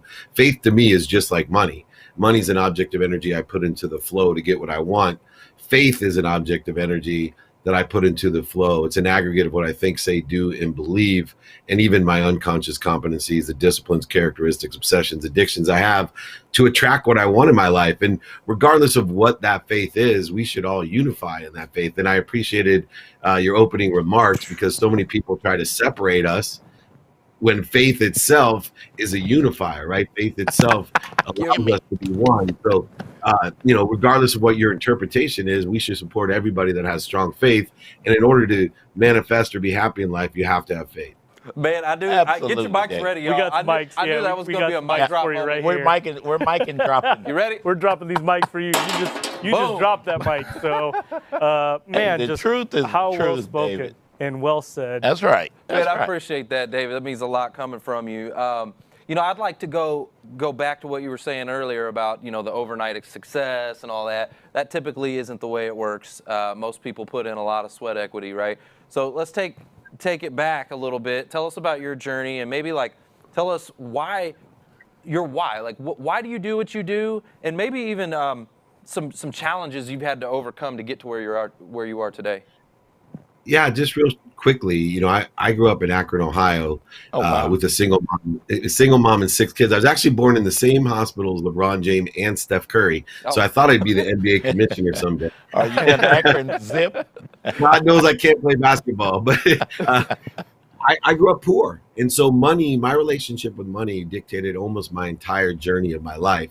And the reason is I grew up with a happiness gene. I was always happy, except for when I caught my mom in financial distress because the car broke down. We didn't have money for food, 2-bedroom apartment. She was packing our dinners in a paper bag to work 2 jobs, 2nd grade teacher, filling up turnstiles at night at the 7-Eleven with greeting cards, And I was still happy, but every time I saw my mom stressed and crying, and I said to myself, I'm going to make a lot of money. I'm going to buy my mom a house and a car, and then I'll be completely happy. And so my life was driven under the guise of money buys happiness and love.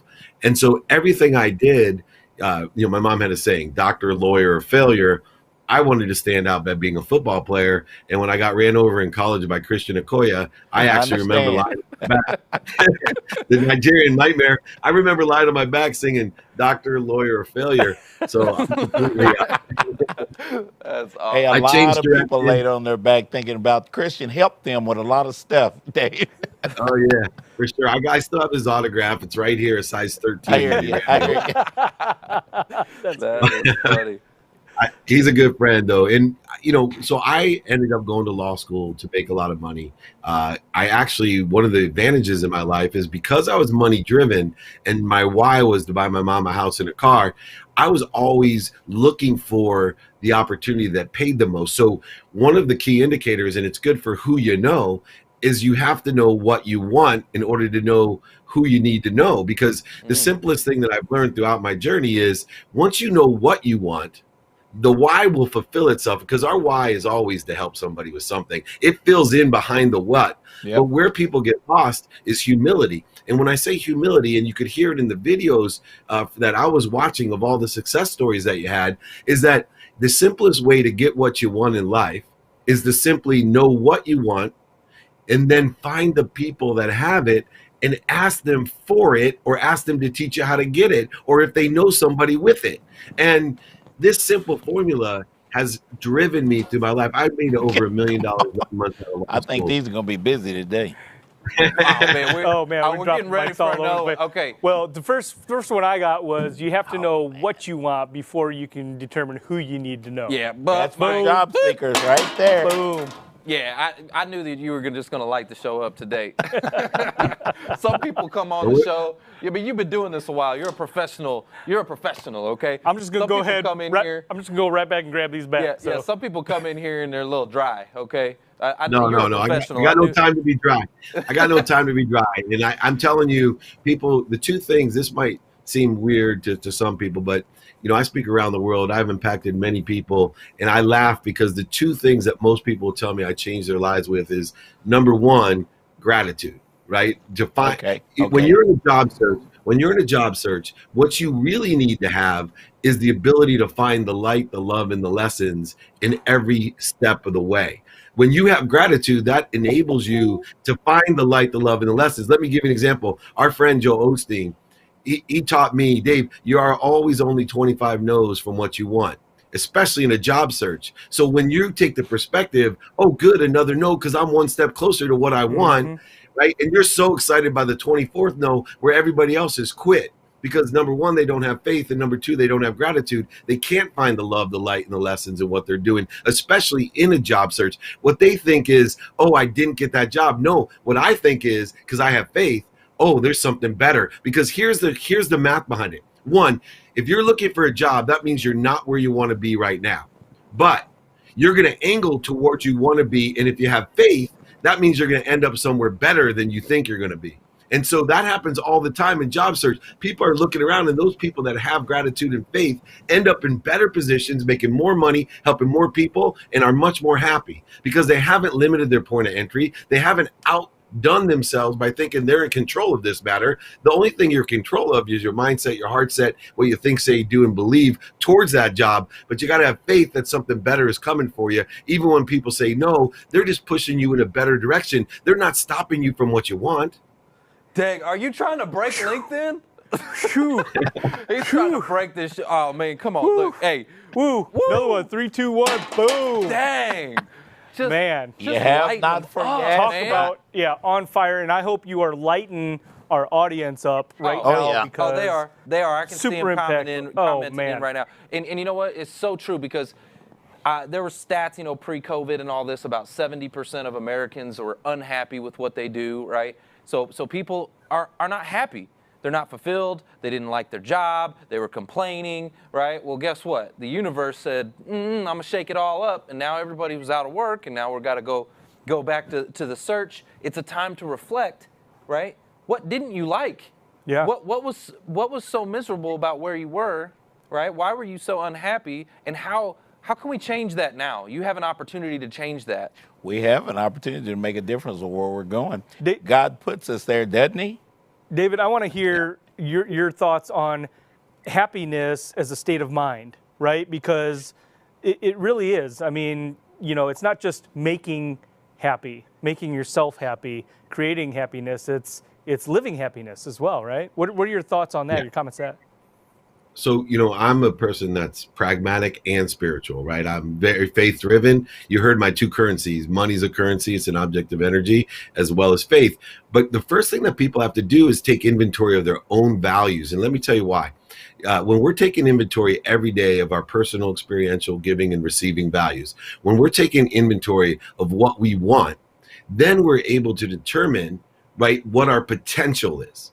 And what's interesting about happiness is that a lot of times we don't determine our own potential and we seek things. So, for example, people ask me, well, Dave, when's the closest that you reach your potential? And why potential is so important is I believe happiness is derived by the enjoyment of the consistent, everyday, persistent, without quit pursuit of my potential, not your guys' potential, not what my mom thinks my potential is because she thinks way too highly of me, and not what my siblings don't they all, and not what my siblings think my potential is because they think so lowly of me, right?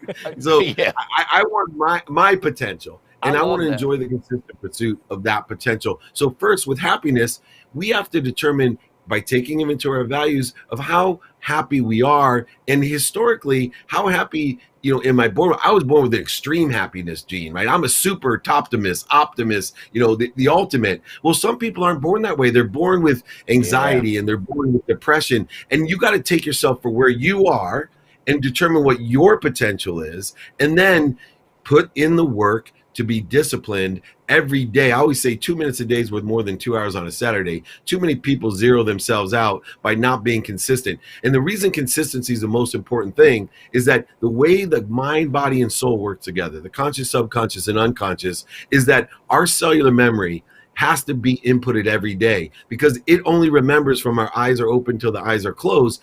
Then if you do that consistently, it goes to the subconscious, where 40,000 of the same thoughts regenerate all these neural pathways, all these systems in your body that talk to your quantum being, your DNA, who you are. They develop your characteristics, your personality.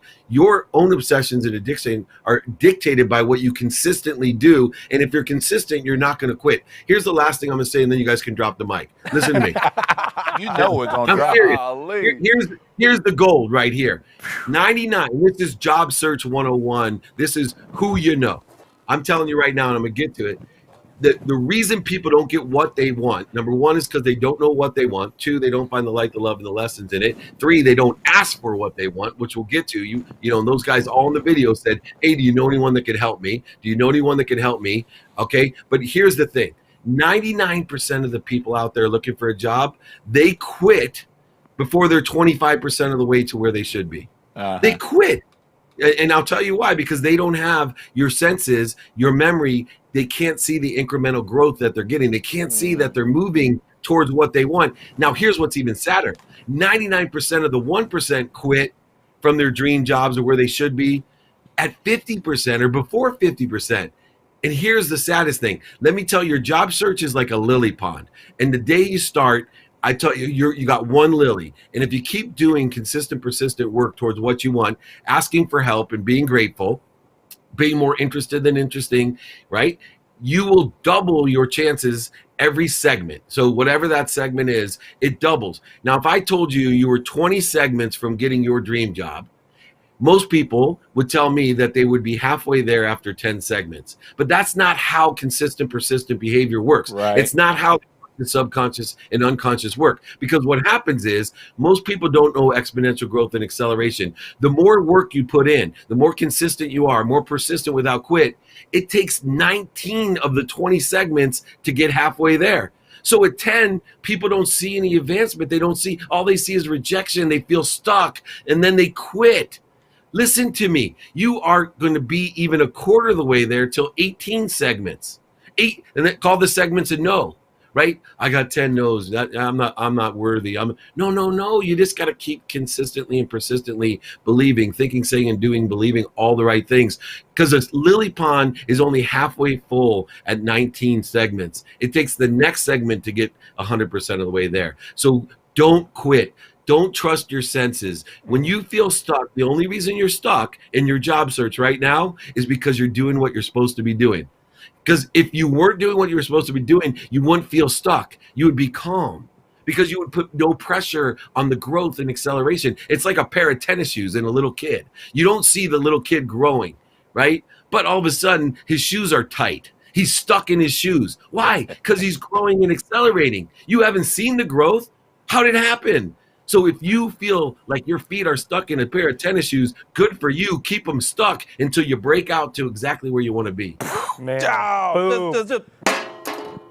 Boom. Man, we're going to break the studio down. Man, okay, you're just lighting us up. I love the passion. I love the energy. I love everything you're saying. Talking about potential, right? You know, we're not living up to our potential. I don't think any of us are living up to our potential, right? I mean, think about it. They say that you only use 10% of your brain, right? Mm-hmm. Imagine if you just used 15%.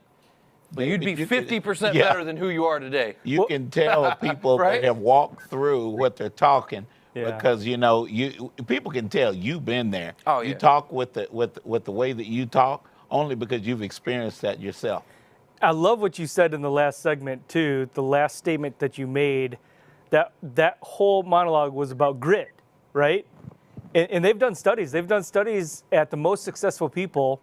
And I know I've talked about this before, so some of you have heard it, but they've done studies with the most successful people, and they've looked at what's made them the most successful. They've interviewed them, and it's not education, it's not background, it is grit. That's the common denominator that they found. Being able to get kicked in the teeth and get back up. Yep, persistently consistent, as you put it. Yep. Yeah. No, you know, I have the Playbook podcast, over 500 episodes with the greatest celebrities, athletes, entertainers, billionaires, and entrepreneurs. And the common denominator is they must be what they can be, right? That's the grit. They wake up and must be what they can be. I love that. I love that segue because I was just going to get into that. So, guys, he's got one of the top 10 podcasts, The Playbook, and it's like he's got 8 sub podcasts. I think I know what I'm doing when it comes to shows and stuff. This is a true professional over here. He's interviewed some big names like Gary Vee, Cameron Diaz you just had on, Jerry Jones, Jason Witten. Man, that's my man, Jason Witten. Don't forget Stephen Jones. Yeah, Damon John. Dak Prescott's coming up. I know it's Dallas. Oh, good. Jordan Belfort, the Wolf of Wall Street. I mean, this guy, you should go check out. You need to go check out his podcast. David, is it dmeltzer.com? Yep, dmeltzer.com. Yeah. And you can also join me for free training at dmeltzer.com too. God is blessed you, David. I like hearing this stuff, man. I know where it comes from. It's all good. I have a question about your podcast. So, David, you've interviewed like a bunch of people, a bunch of high name celebrities and things like that. Who has been one of your favorites and why? Like you're thinking about it right now and you're like, man, this is one of the most fun or most energetic, or like, who was your favorite? I'll tell you, I fought my team. I put a guy named Mike Mooseberger on, and he played for the Cincinnati Bengals, a cup of coffee in the league. Yeah, and my guy, like, nobody's going to know who this is. Well, Mike told a story about playing football and how his own sibling was an addict, and he took drugs, and his parents came home, and he was so high that he killed his own parents. And then when he woke up and saw that, he killed himself. And Mike was playing football, and he gets a call that his brother had killed his parents and then killed himself. Oh, man. And Michael goes through a story about his own faith, but Michael wants to take his own life, and he puts the gun in his mouth. I'm sorry, because it's emotional for me. And the clip falls out of the gun when he pulls the trigger for no reason. And at that moment, he realizes what he's doing, and he's moved on, and he saved thousands of lives. He's a motivational speaker. He tells his story, a faithful story. And that, to me, I cried my way through the episode. I think it's still the number 2 downloaded episode. You know, I've had Warren Moon, Andre Reed, you know, I've had Ray Lewis. I've had everybody on there, man. And I'm gonna have more. I've had Deepak Chopra on there, and he moved me more than Deepak. Yeah. So, you know, it was a beautiful story, but, you know, I think it relates back to what I want people to know is that, you know, the key components that looking for who you know is a simple question. If you're going to write down one thing and drop one mic, it's just that simple question. You know, I talked about gratitude is the one thing that you need to have. The other is ask. You cannot out-ask the universe. You cannot out-ask people. People are here. There are no gatekeepers in the world. That's BS to me. There's only sponsors and power sponsors. We're all connected to help one another. Innately in our being, we want to make investment in each other and help expand and accelerate each other. And so just learn this question today, and I promise you, you'll get what you want in life. Do you know anyone that can help me? That's all you got to ask.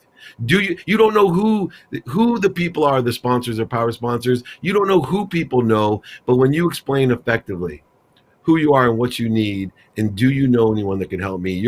Especially today, on average, when we were young, well, at least a few of us were young. You know, you ask for help. You ask for help. You got the golf group, you got the card game, you got the church group, the men's group, the women's group. You know, but today, when you ask someone for help, on average, everybody has 1,000 people that can help you. Everybody. Yeah. And if you're not asking, listen to me, everyone, you're not asking in person. If you're not asking on the phone, if you're not asking via email, and if you're not asking on social media, radio, print, TV, however you can, the more that you ask, I still to this day, I check my sent box every single day to see how many times I'm asking, hey, do you know anyone that can help me? I want more people to be happy. Please have them come to my free trainings on Friday. Here's the dmeltzer.com. Please. Right? I check still today. If you're not asking, you're making a huge mistake. So be grateful and ask. And I promise you, you will get what you want rapidly and accurately. Man, I just love that. Guys, you got to ask. It's all about who you know, right? Mm-hmm. And be specific in your ask as well, because if you just say, hey, who do you know? Like, you know, a lot of times people get that blank stare, deer in a headlight kind of look. Who do you know to help me with what? You got to know the what. Ask yeah, be specific. Shay Rowbottom said that. She spelled that one out. Yep. She said the same thing. So just ask. So you know what? I actually, David, I got to ask of you, man. Well, first of all, I really appreciate you. You have lit this show up. The energy has just been through the roof, and that's what I'm trying to do. I've been trying to get some guests on here that can, lift up our audience because they're hurting right now. A lot of times they're struggling. Their mindset isn't right. So I'm trying to elevate the mindset. So I know you've got a whole laundry list of big time folks that are doing similar things. Who do you know that you think, now that you've seen what we're doing here, that you think would be a good fit for the show? Like, do you think that would light this place up? Like you're doing right now. That I could drop some more mics. We got, I think guys like Carlos Reyes, Jim Quick. I got a list of probably 10 people that I'll give you guys that would lay into how we get there. I just had, he launched his book today, The 5 Steps to Success Business Strategy, Patrick Bet David. Lee lights it up. He's amazing if you haven't checked him out. Unbelievable guest. And if you want some of those Dallas celebrities as well, we got a few of those that we could bring on just and see, where you want to go. But I am happy to provide more of your audience, more impactful, more motivational and inspirational advice, pragmatic and spiritual advice on how to manifest what they want, to make more money, help more people, have more fun, and most of all, understand how and who do you know that can help you. I love that, man. I appreciate that. This guy right here, he is going to help over 1 billion people, right? Y'all feel this? You may already be at 1 billion, David. You may be working on 2. Yeah, how many people are we at right now? How many people do you know? There, man. Thank you. I'm planting seeds under trees I may never sit under, but I know it's going to happen. I love that. I'm planting seeds under trees I may get never sit opportunity under. to do while we're here. Wow. Yeah. Okay, so I asked you, who your favorite guest was. We talked about that. Let me ask you this. Why did you start the podcast in the beginning? What was the reason why you did that? Well, I had a new TV show with Entrepreneur. I was being mentored by Gary Vaynerchuk. I was helping him with his sports agency. And I had a radio show called Sports Blender with the old Yankee and the Angels Radio Network. I was a program where we brought guys on, and podcasting just was kind of starting out, in the more mass side. And somebody mentioned to me, Dave, you'd be great. Just, bring your guys on and take 20 minutes to talk and find their secret to success, their playbook to success, that common denominator, that common thread. And I kind of became the Napoleon Hill of podcasting, bringing in the greats to see what their secret sauce is, and I'm sharing it with everyone, and that's how I got started. That's awesome, man. And you recently got you brought some news to us about Spotify. Is that? Yeah. So we're gonna start being featured on Spotify. We're gonna utilize that platform, follow Joe Rogan there, and hopefully build our audience to the masses. And Spotify is one of the best platforms I've seen, so that's what we've chosen, and they've chosen us to be featured there. So very excited. That is awesome. Congrats. Yeah, Spotify. Okay. And my TV show, the new one, 2 Minute Drill, is going to go on Bloomberg TV. So it's a 2-minute pitch show. Try out. They got huge cash prizes and teach you how to pitch. Remember, one more thing about who you know in the job search, and I teach a lot of cold calling, and most people don't think about it this way. When you're cold calling people, 80% of the people don't answer. But yet, when I ask people, what kind of message do you leave, most of them are selling. No, the only objective you have is to get someone to call you back. Right. And that was the story at the very beginning. Why who you know is important is because 80% of all the people searching for a job never get an opportunity to what? Tell them who they are, to show them what skills, knowledge, and desire they have. And so if you know someone, or ask, do you know someone that can what?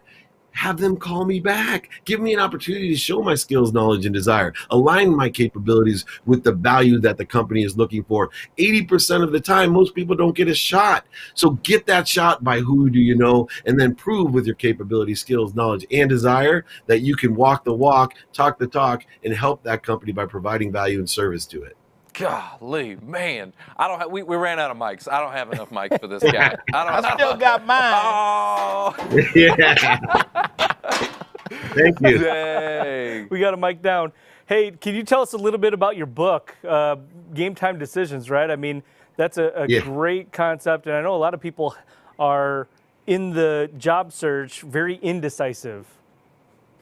yeah, you got to take inventory of your values. And so what I do in the book is game time decision making. I take a lesson about how you make a decision, the best decisions to get what you want. And I tell sports stories that I know to teach those lessons. And then I do a post-game analysis to enforce the lesson. And basically there's 5 things, right? Take inventory of your values, ask and attract, right? Be of service, but ask how you can and who can help you.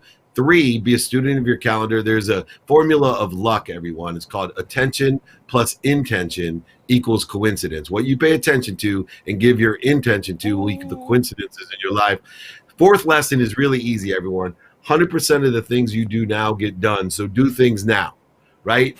Do things now. The difference between successful people and not successful people is successful people get stuff done. Unsuccessful people don't. People forget that. You know, not only do 100% of all putts don't go in, but 100% of things you do now get done. And then finally, last but not least, and I'm going to have to go, my brothers, is simply practice ending fear.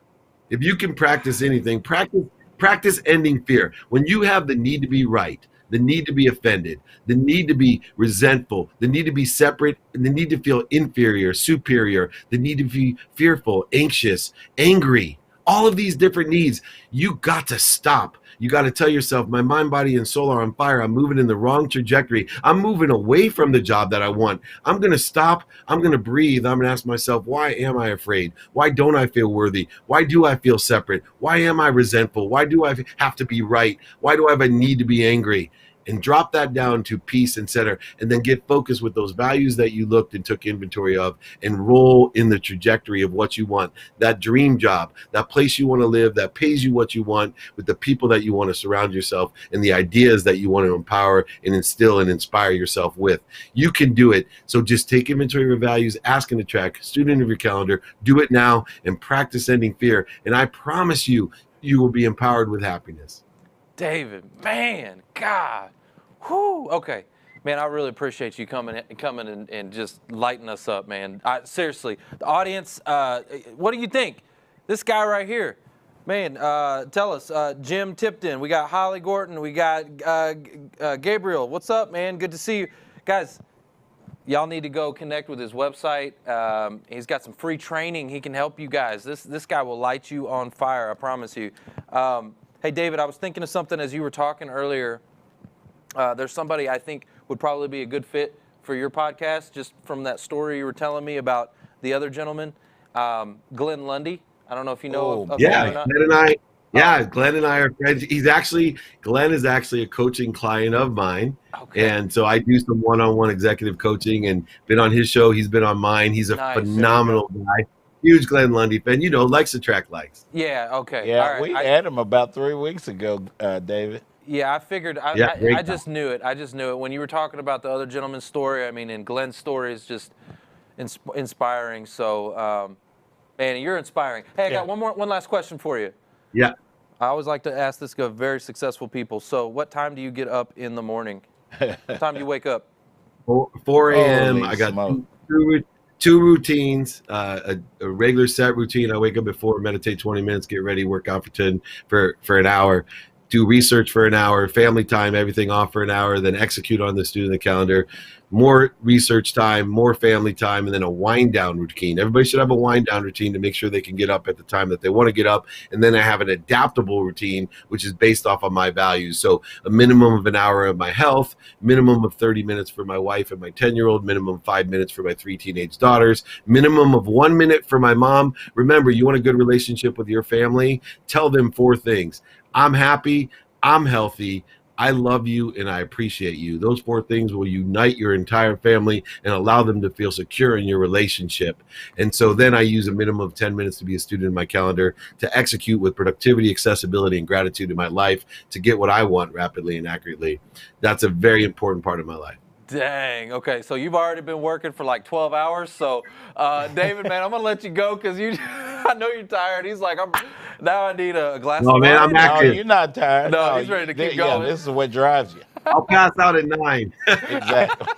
Yeah, I'm the same way. Smooth but out. I need to get up an hour earlier. I get up at 5. I need 4 now. That's what I'm talking about. All right, one last mic drop for David. Boom. Man, we appreciate you. Thank you so much again for lighting our audience up, man. We appreciate that. Join me, everyone. Free training, dmeltzer.com. Thank you, all three of you. I'll do this anytime. You come join me. I'd love to have you guys on office hours or live or something, all right? Awesome. That's great. Appreciate it, David. We'll take you up on that, brother. You got it. Take care. Be happy and healthy. Okay. Get your job. Yes, sir. Thank you. Thanks for listening to the Who You Know Show podcast. My name is Trevor Houston, and if you've enjoyed this episode, consider subscribing wherever you listen and leave us a positive review to help us keep the mics on in the studio. Until next week, that's the show. It's all about Who You Know.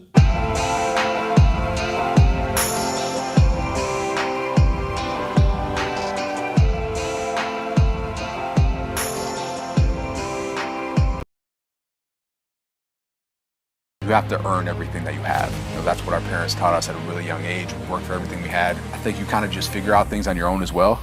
You got to kind of be a go-getter, and you just can't be told what to do every time, man. Just sometimes you have to figure things out, and I think a lot of people lack that these days because the internet is so accessible. Everything's so accessible that you don't really ever learn now how to just dig deep and figure it out.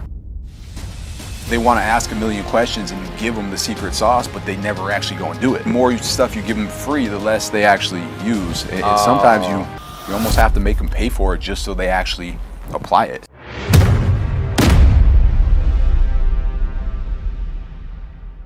We got an amazing guest here.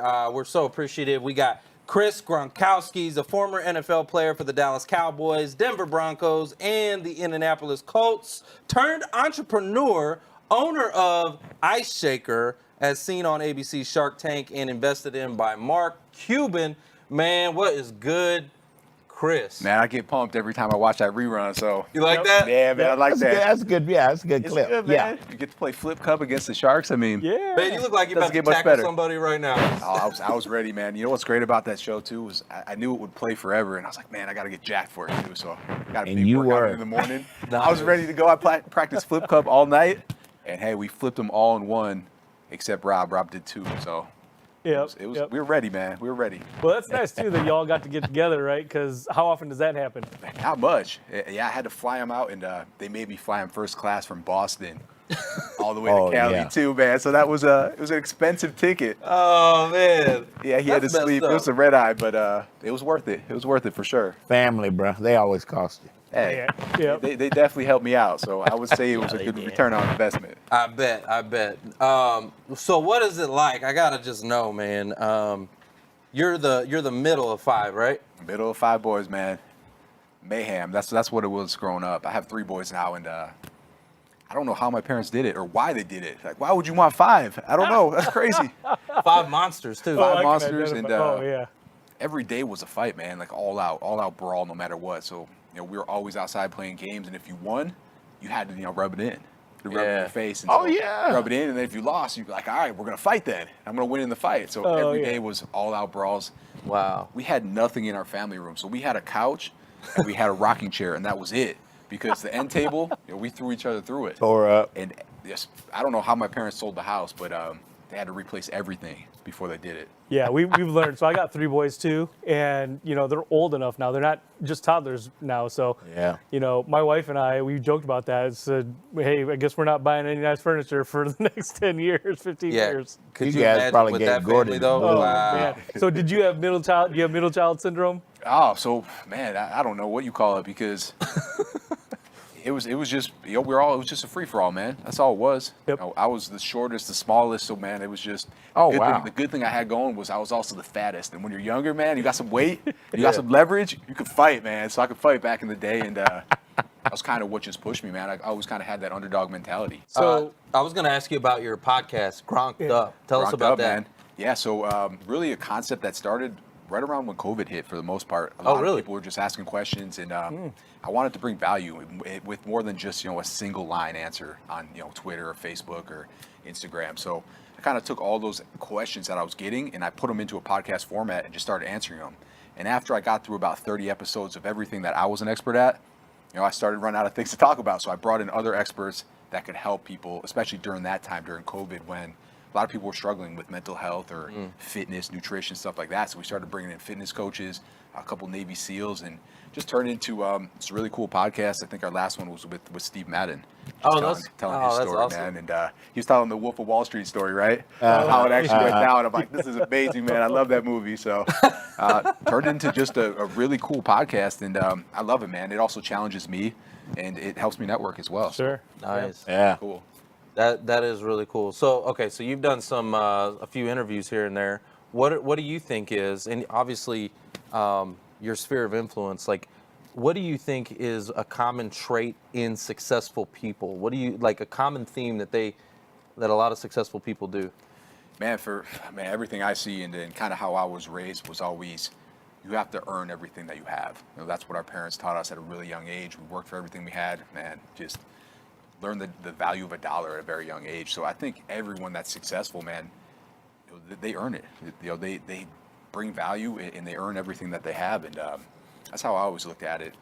I think you kind of just figure out things on your own as well. You got to kind of be a go-getter, and you just can't be told what to do every time, man. Just sometimes you have to figure things out, and I think a lot of people lack that these days because the internet is so accessible. Everything's so accessible that you don't really ever learn now how to just dig deep and figure it out. I can understand that. I get a lot of people that it almost seems like they want you to do it for them, right? They see you and they see success, and they want you. They want to know. And I like the curiosity. They want to know how you achieve the success, but then they want you to do it. They want you to basically hand it to them. Yeah, right. 100%. Right? You ever get that? Absolutely, every time. And they want to ask a million questions, and you give them the secret sauce, but they never actually go and do it and apply it. Yeah, they never apply it. Oh, that's job search. Yeah. Oh yeah. It can be. And it's almost like the more stuff you give them free, the less they actually use. And sometimes you almost have to make them pay for it just so they actually apply it. So that because there's value. Boom. Yep. Okay, because we get that a lot. I'm going to tell you right now. You know, if it's free, it's too easy, right? Absolutely. Even if like, I'll give you an example. Let's say you paid $10 for it. Okay, it's not a lot of money, but you pay $10, you're going to show up. Like, let's say it's an event, right? You bought a ticket, and you paid $10 for that ticket.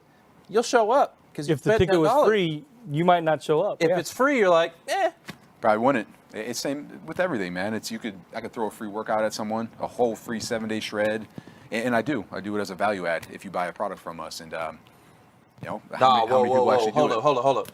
You're saying I'm gonna get me a cup. I'm gonna get me right here. Let me get one of these. So I'm gonna buy me a cup, and then we're gonna shred for 7 days. Hey, you can if you want. That's up to you. If you actually want to apply it. But again, it goes back to, you know, I do it free, and it's actually something I put a ton of time into. I documented every single thing I ate, every workout I did, what time I woke up, what time I went to sleep. So is this like a course, like online, It's just a free ebook. Oh, cool. It links over to like videos as well, but nice. I just did it. Really, man, everything I try to do, and anyone who's successful also, you know, brings value. And it was kind of, you know, how can I bring value to our customers? Just extra value for being a customer of ours. So I did this, and I knew a lot of people were asking me questions about health and fitness. So I said, hey, I'm going to take a week and document every single thing I do and post it for them. So I could give them a legit answer instead of there you go. Hey, eat healthy, you know, hey, work out, you know, once a week. You know, that's one of the cool things about creating content is like, so I've been creating content really heavily in this past year as well. And I now have that. People give me the common questions, right? And then I have a piece of content just for it. And I'm like, instead of having to take my time out, I have an evergreen video that I just, here you go, take a look at this. Evergreen video. Right? I send it to them, and it does the same thing, but I don't have to take my time out every single time to answer that question in person. And it's a better answer, too. Yeah. Right. You had time to actually put it together, and it's well done. It's well done. So I just shoot that over as well anytime someone asks. So what was it like, because we were talking about this earlier, you've gone through a huge transition, right? From the NFL at that level to whatever it is that's next, right? So what was that like? So I was like the luckiest person in the world when it came to this, because that transition is brutal, man. And I have teammates, I have friends and family members that went through it, and you struggle because that's your identity, man. You played football probably since high school, sometimes before that, and you've done nothing else. You have no job experience. You have nothing. And so when you leave, man, you also take a huge salary cut. So when you're getting paid weekly and it's thousands, sometimes hundreds of thousands of dollars, and then you go to a new job that might pay you $50 a year. That's that person's ego a little bit, man. So most guys just don't do it. So they never start. They kind of just chill and live off their money, but then eventually they The run money out of runs money. out. And so for me, They like flash. yeah, because that's the lifestyle you're living, man. So yeah, you keep it going, but the money's not coming anymore. Right. And so they eventually run out. But for me, what happened was I went to 3 teams in 3 years, and my wife, after the 3rd team, was like, "Hey, I'm not looking for another job because it's rough. You guys know." So 3rd year, she's like, "I'm going to find a way to work from home." So she started this online this e-commerce store. It was actually on Etsy. And it was customizing wine glasses.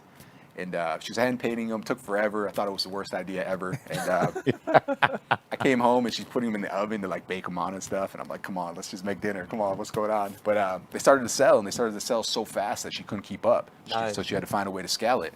And at that point, it was 2012, and really the online personalization market wasn't there. Or if it was like a 1 to 2 to 3 week turnaround time. Long turnaround. So I started looking into it. And I'm like, wow, this is a really good opportunity. And I went on for my 4th year. I got hurt and really started with her full time. And what ended up happening was just did a lot of research and really looked into it. And my first year outside the NFL, we were making more money than I was playing football. So I'm like, man, that was just a blessing, Oh, yeah. It was a blessing. And just grinded, man. Just tried to figure out what to buy, where to buy it, source it all. And I started running my own business from our house on our kitchen tables where we started.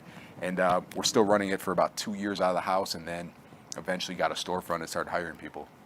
So That is ground awesome. up. Ground up, man. I mean, yep. And then that just led to really 5 years into it, it led to this company. We were personalizing a ton of bottles, and there was insulated drinkware out there, and I couldn't bring it to the gym with me. It would make me mad. So I'd bring 1 cup to work, I'd use it all day, and then I'm like, man, I just want to go make a protein shake or pre-workout or whatever it is, and I have to grab another cup. And I would get mad because there'd be like 4 or 5 cups in the sink at the end of the day, right? I'm like, I just want 1 cup for everything I do. Right. And that's where the idea came from. So essentially, and if I don't let this offend you. I hope this doesn't offend you. Is it essentially like a Yeti with a shaker on it? Yeah, man. It's really the simplest idea that just no one did. No one did that. Is what it came down They to. have Yetis, and they got the flat top, right? I've got like 18 Yetis at the house, flat top. This is a Yeti with a shaker. That's all it is, man. It's really what it comes down to. Same technology. It's going to keep it hot or cold. And then we just added an agitator into it, measurement markings, a handle on it. Just kind of took the Yeti model and just gave it a ton more features. I love that. And made it for everything. Like they say on the tank all the time. They say it's a better mousetrap. It better is, man. Mousetrap. Love that. And it's And easy Chris, to I got to throw this out there, What's bro, that? because you and I we're essentially neighbors. So as you guys are growing, if you need to hire anybody, guess who you need to call? That's right. Boss Bear, the Godfather. That's right. All I do is connect the right talent. I was a recruiter, so I give you the right kind of people that you need to get. And I love it because that is something I don't have experience in. So it is something I struggled with, and I did, probably what most people do. I went and hired family and friends. And, right. Sometimes it works, sometimes it doesn't. And And then it's tough. And then because after a they're while, friends though, and family, right? you also run out of friends and family too. And Right. we're at the point where we ran out of friends and family that we could bring in. So it was a good thing though, because then you really learn how to run a business the right way. Because it's not, I could just trust this person with closing the store. You can't necessarily, because you don't know who's in your store anymore. So it made us get better, a lot better, and put a lot more processes in, and really also helped us find the right people too. What's the biggest challenge that you have overcome in either your, professional or your entrepreneurial? What's something that, in sports, like something that you've overcome that was like a devastating moment that you felt like, this sucks? Yeah, I'll tell you. Gordy beat you up. Nah, no way, man. Something that sucked that I overcame for sure was our first shipment of these bottles, man. So you get all excited. You think you have the best product ever, right? You go through 20 prototypes. You finally get it, and it's finally perfect. You're like, all right, I'm going to put this big order in. And I did. So we got 10,000 bottles was our first shipment. Nice. And Wow. for someone that's ground up, like, no Slanging customer bottles. base, nothing, That's a right? huge order, yeah. Yeah, it's a big order, right? And it was in the upstairs That's of my big. house, just chilling, right? It's a lot of boxes. Big, bro. We go through them, and the first thing I do is I'm gonna QC them. I'm like, all right, I got to quality control, check these puppies and make sure everything's good. Because, you know, it was the very first cups we were sending out. I'm like, there's no way I'm going to send out something that even has a tiny scratch on it. So Yeah.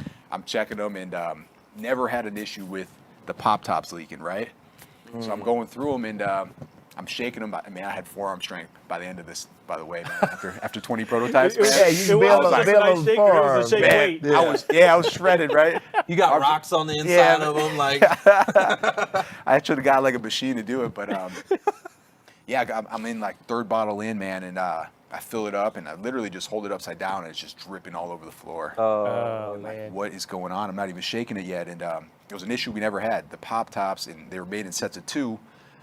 One set of them was just made incorrectly and it wouldn't hold at all. And so it was pretty much impossible to tell them apart. So I had to end up changing each and every lid out. Oh, and so man. this was a process at the time. It was a side hustle, man. So it was a passion of mine. Right. I'm just sitting upstairs in my house, just twisting off lids with my father-in-law, and did that for months, man, for months. And Wow.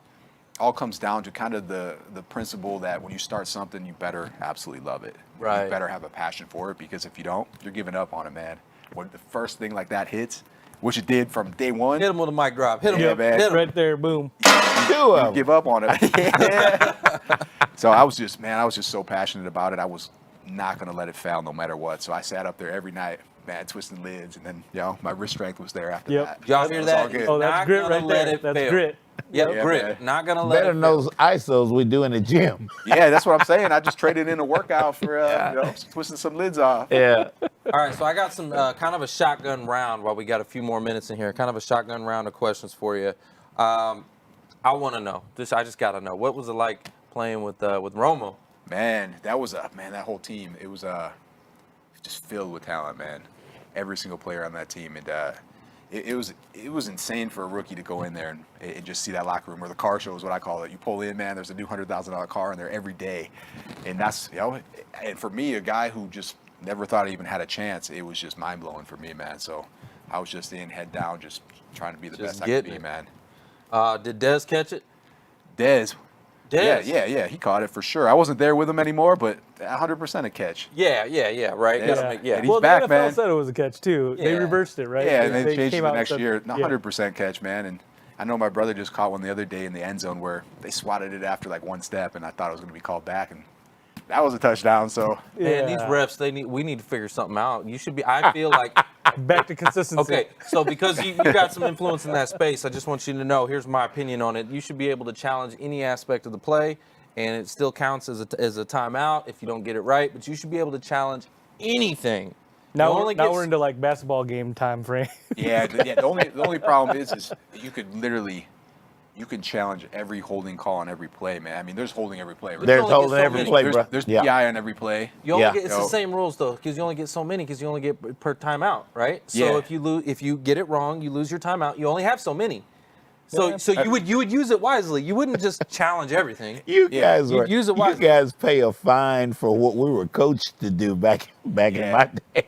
I paid some hefty fines myself, man. The FedEx letter came for me one day because I was always told play to the whistle, right? Right. I let a guy up right before the whistle blew, and then I guess the NFL rules actually, if it's unnecessary before or after the whistle, you still get fined. So, you get fined. Mm-hmm. Yeah, I was seeking a job, so I had to go all out no matter what, and took a nice, I think it was $8,700 fine for that one. Oh wow, yeah. Yeah. Oh my God. I learned the rule after that though. Oh yeah. Yeah. Oh yeah. You that's a classic case of learning through a failure, right? Like you learn your lesson, right? I saw a picture of you. I think it was on your Instagram or something like that. You were golfing with DeMarcus Ware. Yeah, man. D. Ware. Yeah. All right. So who won that game? No, so I wasn't actually golfing with him. Oh, okay. He has a new workout concept that he has going on, and what he's doing is he's actually holding workouts on a Saturday or as a Sunday at Cowboys golf course. Oh, okay. So I went out there, and man, it's funny because I worked out with him 10 years ago, right? He invited me for a workout during the off season, and it was like the most brutal workout I've ever done. It started with 20 sets or 20 reps of cleans at 225. Oh my God, man. Like I almost threw up after the first set. Yeah, no doubt. And so I was like, all right, 10 years later, I'm going to work out with him again, right? And it was just as bad. This time, just straight body weight, 40 minutes just straight burners, man. 45 seconds on with a 10-second break, and then boom, right into the next one. And it was a good workout, though. I'm still sore from it, and that was on Sunday. Wow. Dang. So Mark and I are Cowboys club members, so we need to get together, man, over there at the club and go holler at Jerry, shake him up a little bit, because man, they're not doing anything this year, and look, we need to. Every year we're going to the Super Bowl, but we never go to the Super Bowl. That's football. That's football. No, this is the real 54. Hey, we're still in the hunt. We're still in the hunt. Hey, so are they, man? What do you mean? They're close to the top of the division. Oh, yeah, we're close to the top. I know, yeah. What's it like to work for Cuban? Cuban, man, so what's really cool about him and what he does is he just has a whole team that he's built out. I mean, he's a multi-billionaire, and he invested $75,000 in the company, right? So I'm not gonna get like one-on-one attention every day, right? But at the same time, he does have hundreds of companies that he's probably close to 100 Shark Tank companies, and he's built out this awesome team, and I have advisors I can call each and every day, and again, it's also about networking.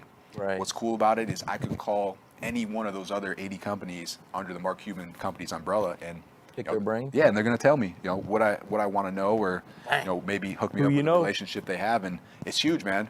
Dude, stuff that I have questions about that I'm not sure about with, do I want to work with QVC, or do I want to bring in this SMS, company to send out text messages? That's a network. Email services, anything like that. They just say, hey man, this company is crushing it with that. Why don't you talk to their CEO? He'll tell you. And now I'll get an unbiased opinion on anything that I want to know instead of hearing it from their sales rep. Dang, now that's a mic drop right there. I got to give a shout out to you got to we got to shout out Mark Cuban for that, because that's awesome. And by the way, if you're listening, go ahead and tag Mark Cuban. Yeah, just tag him. Let him know you're watching. Let him know, man. He's here in D-Town. We need to get He's right up the street. Right, yeah, we need to get Mark on this thing. Yeah, with your influence, man, you could probably get him. Yeah, I'll go knock on his door. I don't care. Yeah. No, I won't. No.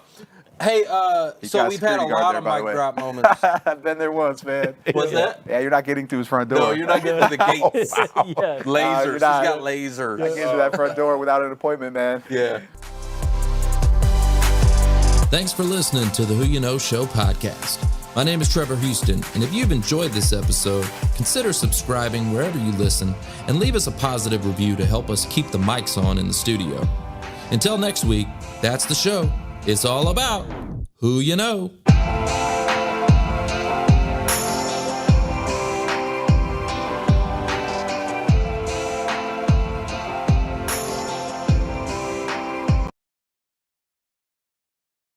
You want to know what's going on in society? I can tell you it's not politics. It's not the major problem. It is a lack of identity. I've never seen human identity under attack like it is in today's world. When we have people that don't know who they are, who they love, why they are the way they are, this is an attack from Satan. Your soul is slowly dying. And I don't care if you're an atheist, a Democrat, a Republican, I don't care what country you're from.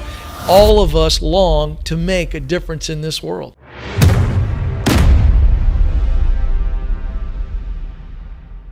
If I can get everybody to give me a warm who you know welcome for Ken Coleman. Let's go. Thank you very much, Trav. Good to be with you, man. Well, I'm so glad you're here. And so the way that all of this, guys, came about was about, it was a who you know moment, okay? So I was actually introduced to Ken through Amilya Lago, who I've built a very strong relationship with. She's been on this show a couple of times, and she's just an amazing person. So shout out to Amilya for setting this up. But let me go ahead and formally introduce Ken for you guys. So Ken is a nationally syndicated radio host. He's a best-selling author and an expert advisor at Ramsey Solutions. And with his guidance, countless individuals have discovered their true calling and successfully achieved their dream job. So you guys are in the right place. I want you to know that right now, okay? So, Ken, I'd really like to just get started into your journey. What brought you into the world of radio? That's actually where we started this show, was radio. So I'd like to hear from you. How did you get started in nationally syndicated radio and even becoming an author? How did that all come about? Well, I got started on Saturday afternoons at 2 o'clock where I had to pay $250 for the privilege to broadcast for an hour. And Saturday afternoons at 2 o'clock on AM talk radio in the South there's about 7 people listening. So, I love when people ask that question of me because it allows me to really answer the question honestly, authentically, but also principally. And the start always sucks. And I think we need to have more people embrace that. Was there still pressure? Even though there were 7 people, was there still pressure? Man, I remember the first broadcast, I couldn't generate spit. Literal spit. My mouth was so dry. Because, when you walk into a radio studio for the first time and you do a show, and I had spoken, I've been on stages my whole life, but there's a difference between the gift of gab and the experience to be able to handle the emotional and mental pressure, because that's what it is. It's a vice. Squeeze between your emotions because you don't want to suck. You got some loved ones listening and things of that nature. You got, a few people listening, but it feels like the way the world is on you when the music starts and you see the countdown and the producer's across from me going like this, and all of a sudden you got 8 minutes, which when you start out, 8 minutes feels like 8 hours. Now 8 minutes now is like I'm barely warmed up, And so in that moment, I was terrified. It looks like a cockpit of a jet plane. All these monitors in front of you, and you're trying to watch the clock. You're trying to have a coherent thought. It was a lot. But I will tell you, it was a great experience. In fact, I tell a lot of people that want to get into the game. I inevitably get a lot of people say, hey, how can I get into the world you're in? I want to be a speaker and a writer. And I always tell people that they need to try to do live radio or television, just because it's a gauntlet and it's the best thing for you to learn how to survive. Hold on. I'm going to give you a mic drop for that. Oh, wow, I wasn't ready for that. You weren't ready for that? It scared me a little bit.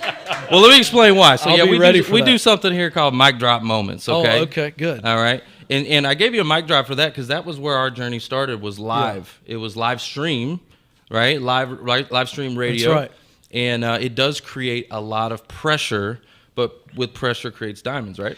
Yeah, I mean, listen, every one of us watching, listening, our live studio audience can remember back to the day when we were little kids, however old you were, when mom and dad said it's time to learn to ride a bike. And whether you had training wheels, I'm talking about when the day comes when the training wheels come off. And maybe mom and dad are holding on to the back of that seat for a bit and running with you. And at some point they let go. And at some point you wreck. And when you get up and you may not have any skin on your leg, but you've learned something. And you get back up on that bike and you figure it out. But it is the threat of the rest of the skin on the other side of your leg coming off that essentially makes you learn to ride that bike. And I think that we've gotten into a place in America for sure where we've taken away the sting of failure. And I'm just going to tell you, we need to teach people to embrace failure, because when I embrace failure, I am learning something and I am also building something. What I'm learning is how not to fail the next time, how to do it better. But even more important, I'm building grit. I'm building that muscle that I am okay. I may stick to the sheets for 3 nights, but I know how to ride a bike. And so that's the idea. And so I think live performance for a person who wants to be a communicator is really important. Do you think that trait of like learning through your mistakes, do you think that's innate in most people? Or do you think... yes, if we let them. But if we're helicopter parents, we take that away from them. Oh. The natural proclivity of a human is to crave progress. You don't have to teach a human being to crave progress. But you can desensitize that. In other words, you can parent them out of that. Because if you're always protecting them, you essentially create an anxious human being. And that's why anxiety is skyrocketing in our world today, because of bike helmets and elbow pads. Oh. Yeah, I'm gonna give one. It's 2. Yeah, it's 2. So it's 3. I'm going for double digits here. Now I'm competing. Let's go. I've got 3 young boys. They're 8, 6, and 4. Yeah. And you are right on the money. I mean, as far as what we've seen is we've been overprotective. Sure. Just by nature of being parents. And so I have seen where it's either you're overprotective or like in your case, where if you're failing, and somebody is harsh about that, which we have caught ourselves being like, well, not harsh, but like critical, right? And then that also makes you not want to continue or not want to try. It demotivates you. It removes that grit, I think, from that learning process. So a question that I have is, so you experienced that, you've got your books, and I don't know which came first. I think I know, and you can tell us. But what has been driving you? Why did you get into this whole topic, this whole industry? Why careers in the first place, Yeah. right? Yeah, well, I would say I'm in the business of helping people do what they were born to do. Okay. So it has work and career context, but where it comes from is, number one, I was born in a home where my mom and dad made it very clear to us that we needed to appreciate history in order to make history. Ooh. And so I grew up in that environment where I had a sense of men and women who were very intentional. I like that he's getting ready. Yeah, Now, oh yeah, we're getting loaded. We're getting loaded. Like, I'm loading up here. Guy's grabbing a mic when I'm in my answer now that I'm feeling the pressure, and I love it. This is good because I'm ready for it. All Let's right. go. So at 16, fast forward. So I grew up in an environment like that, where I very much heard the words and phrases like "you were created," God has a calling on your life, and so that was just very normal. And so when you speak in terms like that, your kids don't understand it at first, Mark, but then they get to the point where they go, "What do you mean by that, Dad?" And you begin to describe it, and your kids begin to, okay, what's that look like? And so I was always wondering, God, what do you have for my life? Fast forward, at 16 years of age, I'm sitting in a school assembly, a state senator by the name of Mark Earley, who went on to become the Attorney General of the Commonwealth of Virginia, where I grew up. He challenged us to think of civic duty as a calling. And so I'm sitting there, and at 16 felt like I was supposed to run for office one day and that I was going to serve in a public role to make the lives of people better. And so that became the driving goal for me at 16.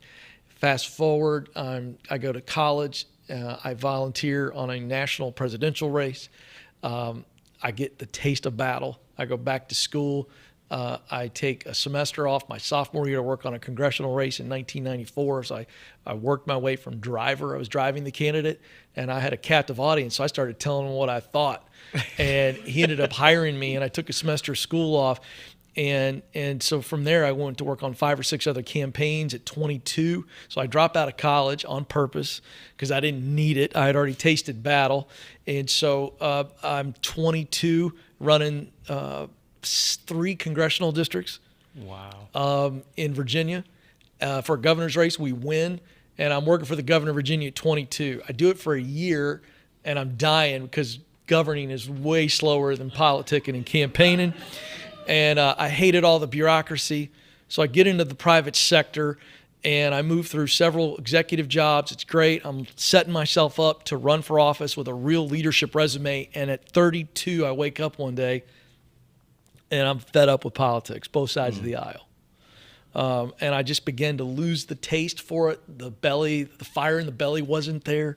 I began to question, is that where I'm supposed to go? But that might be a good age to do it. I have a question for that. How important is it to get those W's, get those wins? Because it sounds like you were very active very early. Yeah. Right? Oh, yeah. How important is that for a young person's success and in their, career? Well, I think it's very important. I think that, we need kids. I mean, I'm all for a gap year. I know that's like a swear phrase to a lot of parents in this country. But, I think if we could have kids, some type of national merit service program where we just took the pressure off of college for kids for a year, even 2 years. There it is. We're keeping score.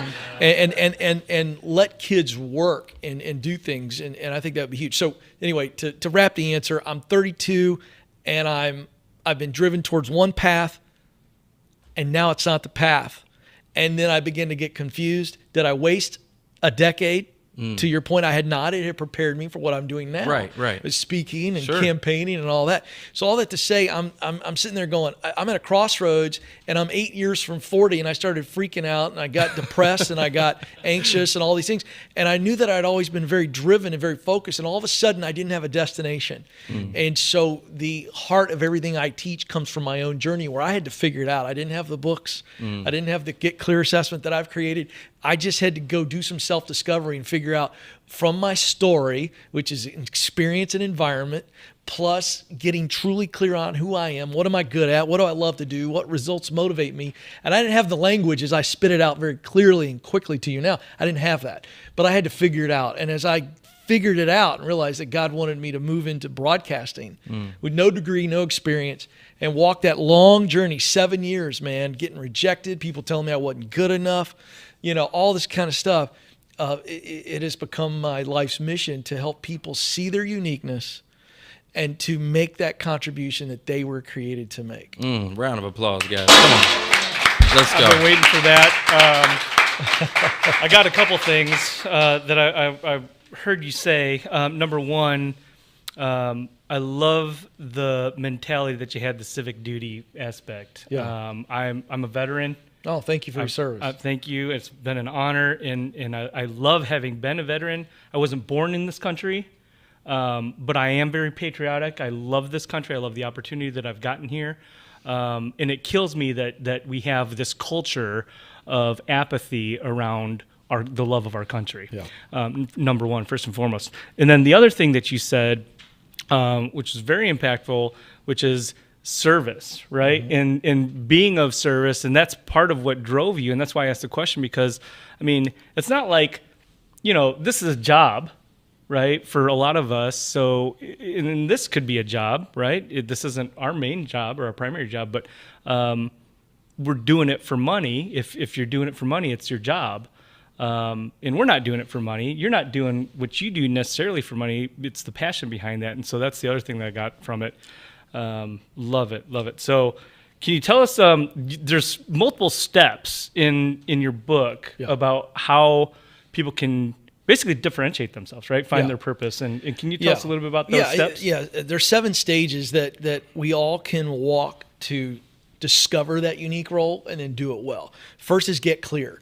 And what I mean by get clear is just simple self-awareness, okay? So there's 5 little exercises. If I were coaching your entire audience live, watching around the world, there's 5 areas of awareness that we all have got to get to. Number one, what do we do well? This is talent. So all of us come into this world hardwired with things we do better than average, and people compliment us for it. They're hard skills and soft skills. We understand that. Second is what moves my heart. And these next 2 elements are heart-based. The first one is kind of technical in that my talent are tools. And if I develop the talent, I can turn them into sharpened skills. In other words, power tools. You know what I'm talking about? The big bird. Yeah. And then we talk about heart next. So passion. What do I love to do? There are tasks, there are roles that all of us look forward to, and then when we get in the middle of it, time seems to just disappear. The third element is mission, a sense of motivation. There's 2 types of motivation, intrinsic and extrinsic. We don't need to get scientific today, but we're talking about intrinsic motivation. What makes a person get up at 5 a.m. to run 5 miles? It's not because they're crazy, although there's a little bit of that in there. A little crazy in there, But there's a deep motivation that makes them do that. And so if we look at those 3 things there, that's where we begin to see the ideas start to formulate. Oh, I'm really good at this. I love to do this, and I'm really passionate. I care about these results. Now, there's 2 other elements. So we got talent, what I do best, passion, what I love to do, and mission, what motivates me. But then there's 2 other elements, and this is a part of your story. So you've got a story. You've got a story. I've got a story. All these people have a story. And there's 2 parts of the story. Number one, my environment. What kind of environment did I grow up in? Good, bad, and ugly, it shapes us. Absolutely. And then the experience part of my story. This is what I've lived through. In other words, my victories, my defeats, people who've helped me, people who've hurt me. If you understand that, live audience, say yes. Yes. Yeah. And so we look back at our story and we go, oh, through my environment and my experience, that has shaped my heart. And then the creator of the universe gave me talent, gave me passion, and a sense of mission. So we put all that together, and now we have a very clear representation, Mark, of who we actually are. We are very unique. And so when I can see how unique I am, then the ideas begin to develop. So we want to get clear. All right, now I'll roll through the rest of them really quick. Once I'm clear on what I want to do, now I got to figure out how to do it. Right. And that's stage 2, get qualified. So am I getting a college degree? Maybe, maybe not. But I've got to go get some learning, and then I've got to practice the learning, and then I can now get to the place where I get a chance to punch my ticket. And then the third stage is get connected. It's a lot of what you guys are teaching. You know, connections come through opportunities come through connections. And it is about who you know. That's it. What'd you say? Who you know. Woo! There you go. Come on. So I got to ask you, is that what this Yes. Is that what this is about? Yeah, that's a deep dive into the power of proximity. The power of proximity. Okay. Yeah, so stage 4 is get started. Once I'm connected, I get opportunities. People show up to me, give me a shot. I get started. I'm on the ladder, and now I'm moving into stage 5, which is get promoted. I'm moving up the ladder, and eventually I'm going to get promoted into the dream job, stage 6, which again, the dream job is this. It's not a unicorn that's impossible. A lot of people think the dream job is a fairy tale. Like for me, if I used the wrong definition of dream job, it would be to be an NBA basketball player. I love the game of basketball, but look at me.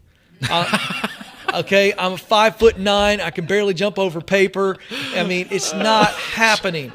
Okay, I can't. I mean, if you put a sheet of paper down there, I got to stretch to get over it. You know what I mean? But the point is that's a fantasy. A dream job is defined by me spending most of my day using what I do best, talent, to do what I love, passion, to produce the results that matter to me. The reason we call it a dream is because it's a longing. So a dream is not a fantasy. A dream is a longing. Dreams are God-given. They're the desires of the heart. And we got to stop teaching kids that dreams are fantasies. We got to teach kids that dreams are desires that are unique to them. The final stage is give yourself away. Where we are working, Mark, as you're describing now, I'm not working for money. I'm working for meaning now. It is about impacting as many people as possible. Hold on. Watch this. Oh! So, okay, you had said something a minute ago that I wanted to touch on, which was motivation, right? And what would you say to somebody who maybe had all of those things and they had their purpose and their mission and all of these things, and then maybe they got that axe from corporate America, right? They're getting let go, furloughed, fired, right? And they lose their motivation. They're in a spot where they're feeling a little bit hopeless, worthless, you know, a little bit stressed out. You know what I'm talking about? I'm sure you see that all the time. Yeah, I would say they haven't lost their motivation. What they have lost is focus. They're focused on the wrong thing. They're focused on, I've been hurt, I've been rejected, I've been wounded, I'm not making money. I mean, these are real reactions. You know, I've had so many calls from spouses on my show who are calling on behalf of a spouse. And they'll say something like, hey, he got let go and he's not motivated. And I feel like, and I can hear a tinge of, he needs to get off of his butt or she needs to get off of her butt. And one of the things I would say to that person who's experiencing that is, if you're not careful, you'll start to feel bad about yourself, and you'll start to look at yourself as lazy because you're hurt and you're afraid to put yourself out there. And I remember saying this one time to a lady, and she started crying when I said it on the show. I said, ma'am, do you feel like your husband's lazy? And she said, yes. And I said, can I just tell you, he's not lazy, he's lost. And there's a big difference. Who among us, when we don't know which way to go, is not paralyzed? The greatest fear, as I've seen it in life, having counseled over 10,000 people, is the fear of the unknown. If you've ever been driving in a car and you have a torrential downpour or you drive into crazy fog, you immediately hit the brakes. You are pulling over. And I would just say that person who's gone through that, the data does not lie. And we know from psychology studies that they equate being fired or laid off as the same level of trauma as losing a loved one. Absolutely. So I point that out to say we need to get to the point where we stop feeling bad about ourselves and we allow ourselves to feel bad. And in other words, we've got to heal. We've got to heal after getting laid off or fired. Because if we don't, we're dragging around an open wound, and it's really hard to move forward when you're injured. So that's my perspective on that. No, I totally agree with you. It is like a loss, and people go through the stages of grief. Yeah, for sure. Through it, right? For sure. I try to tell people to try to go through those stages as quickly as possible. I don't know if you would agree with that, but 100%. And by the way, the quickest way to do that is to do it with other people. Oh, okay. Don't isolate yourself. What we tend to go and lick our wounds and kind of go hang out and watch Netflix and just eat a lot of ice cream or whatever it is. And I think what we've got to do is we've got to be okay crying on other people's shoulder and moping around other people. The worst thing you can do is cry alone and mope alone. But it's great to cry around people that care for you and mope around people that care for you. It's okay, because enough crying and pouting and moping around the right people, you'll get it out of your system, and they'll love you through it, and they'll get you over it. But you cannot do it alone. You know, you're absolutely right. So I just recently, about a month ago, I lost my grandma, who was like a mother to me, and I grew up with her, and she raised me and all that kind of stuff, and it was really hard. But like, I put out some content actually, and the community, the comments, the love, lifted you. Absolutely. Yeah. In a dark time, dark season, it lifted me. And so not doing it alone, and it helped me kind of get through it quicker than I thought I was going to. I knew it was coming, and I was like, this is going to suck for me. Yeah. I'm going to be destroyed for a long time. Yeah. But I got through it pretty quickly. I'll give you a couple people that, just real quick. Yeah. You need a cheerleader. So when you're going through loss, whether it be loss of a loved one, or you've been fired or laid off or whatever, you need to be around a cheerleader. That's the person that just goes, "You're awesome. You're going to be great. You're going to be better." They're like the golden retriever in your life. They're just licking you, jumping all over you. They're great.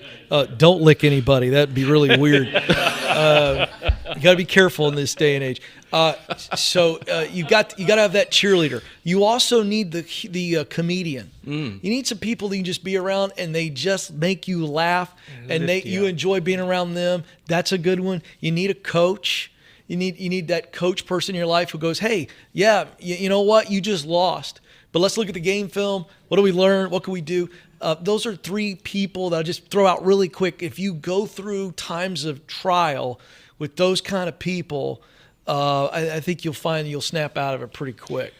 You said this throughout and had this theme, and we are a faith-based show.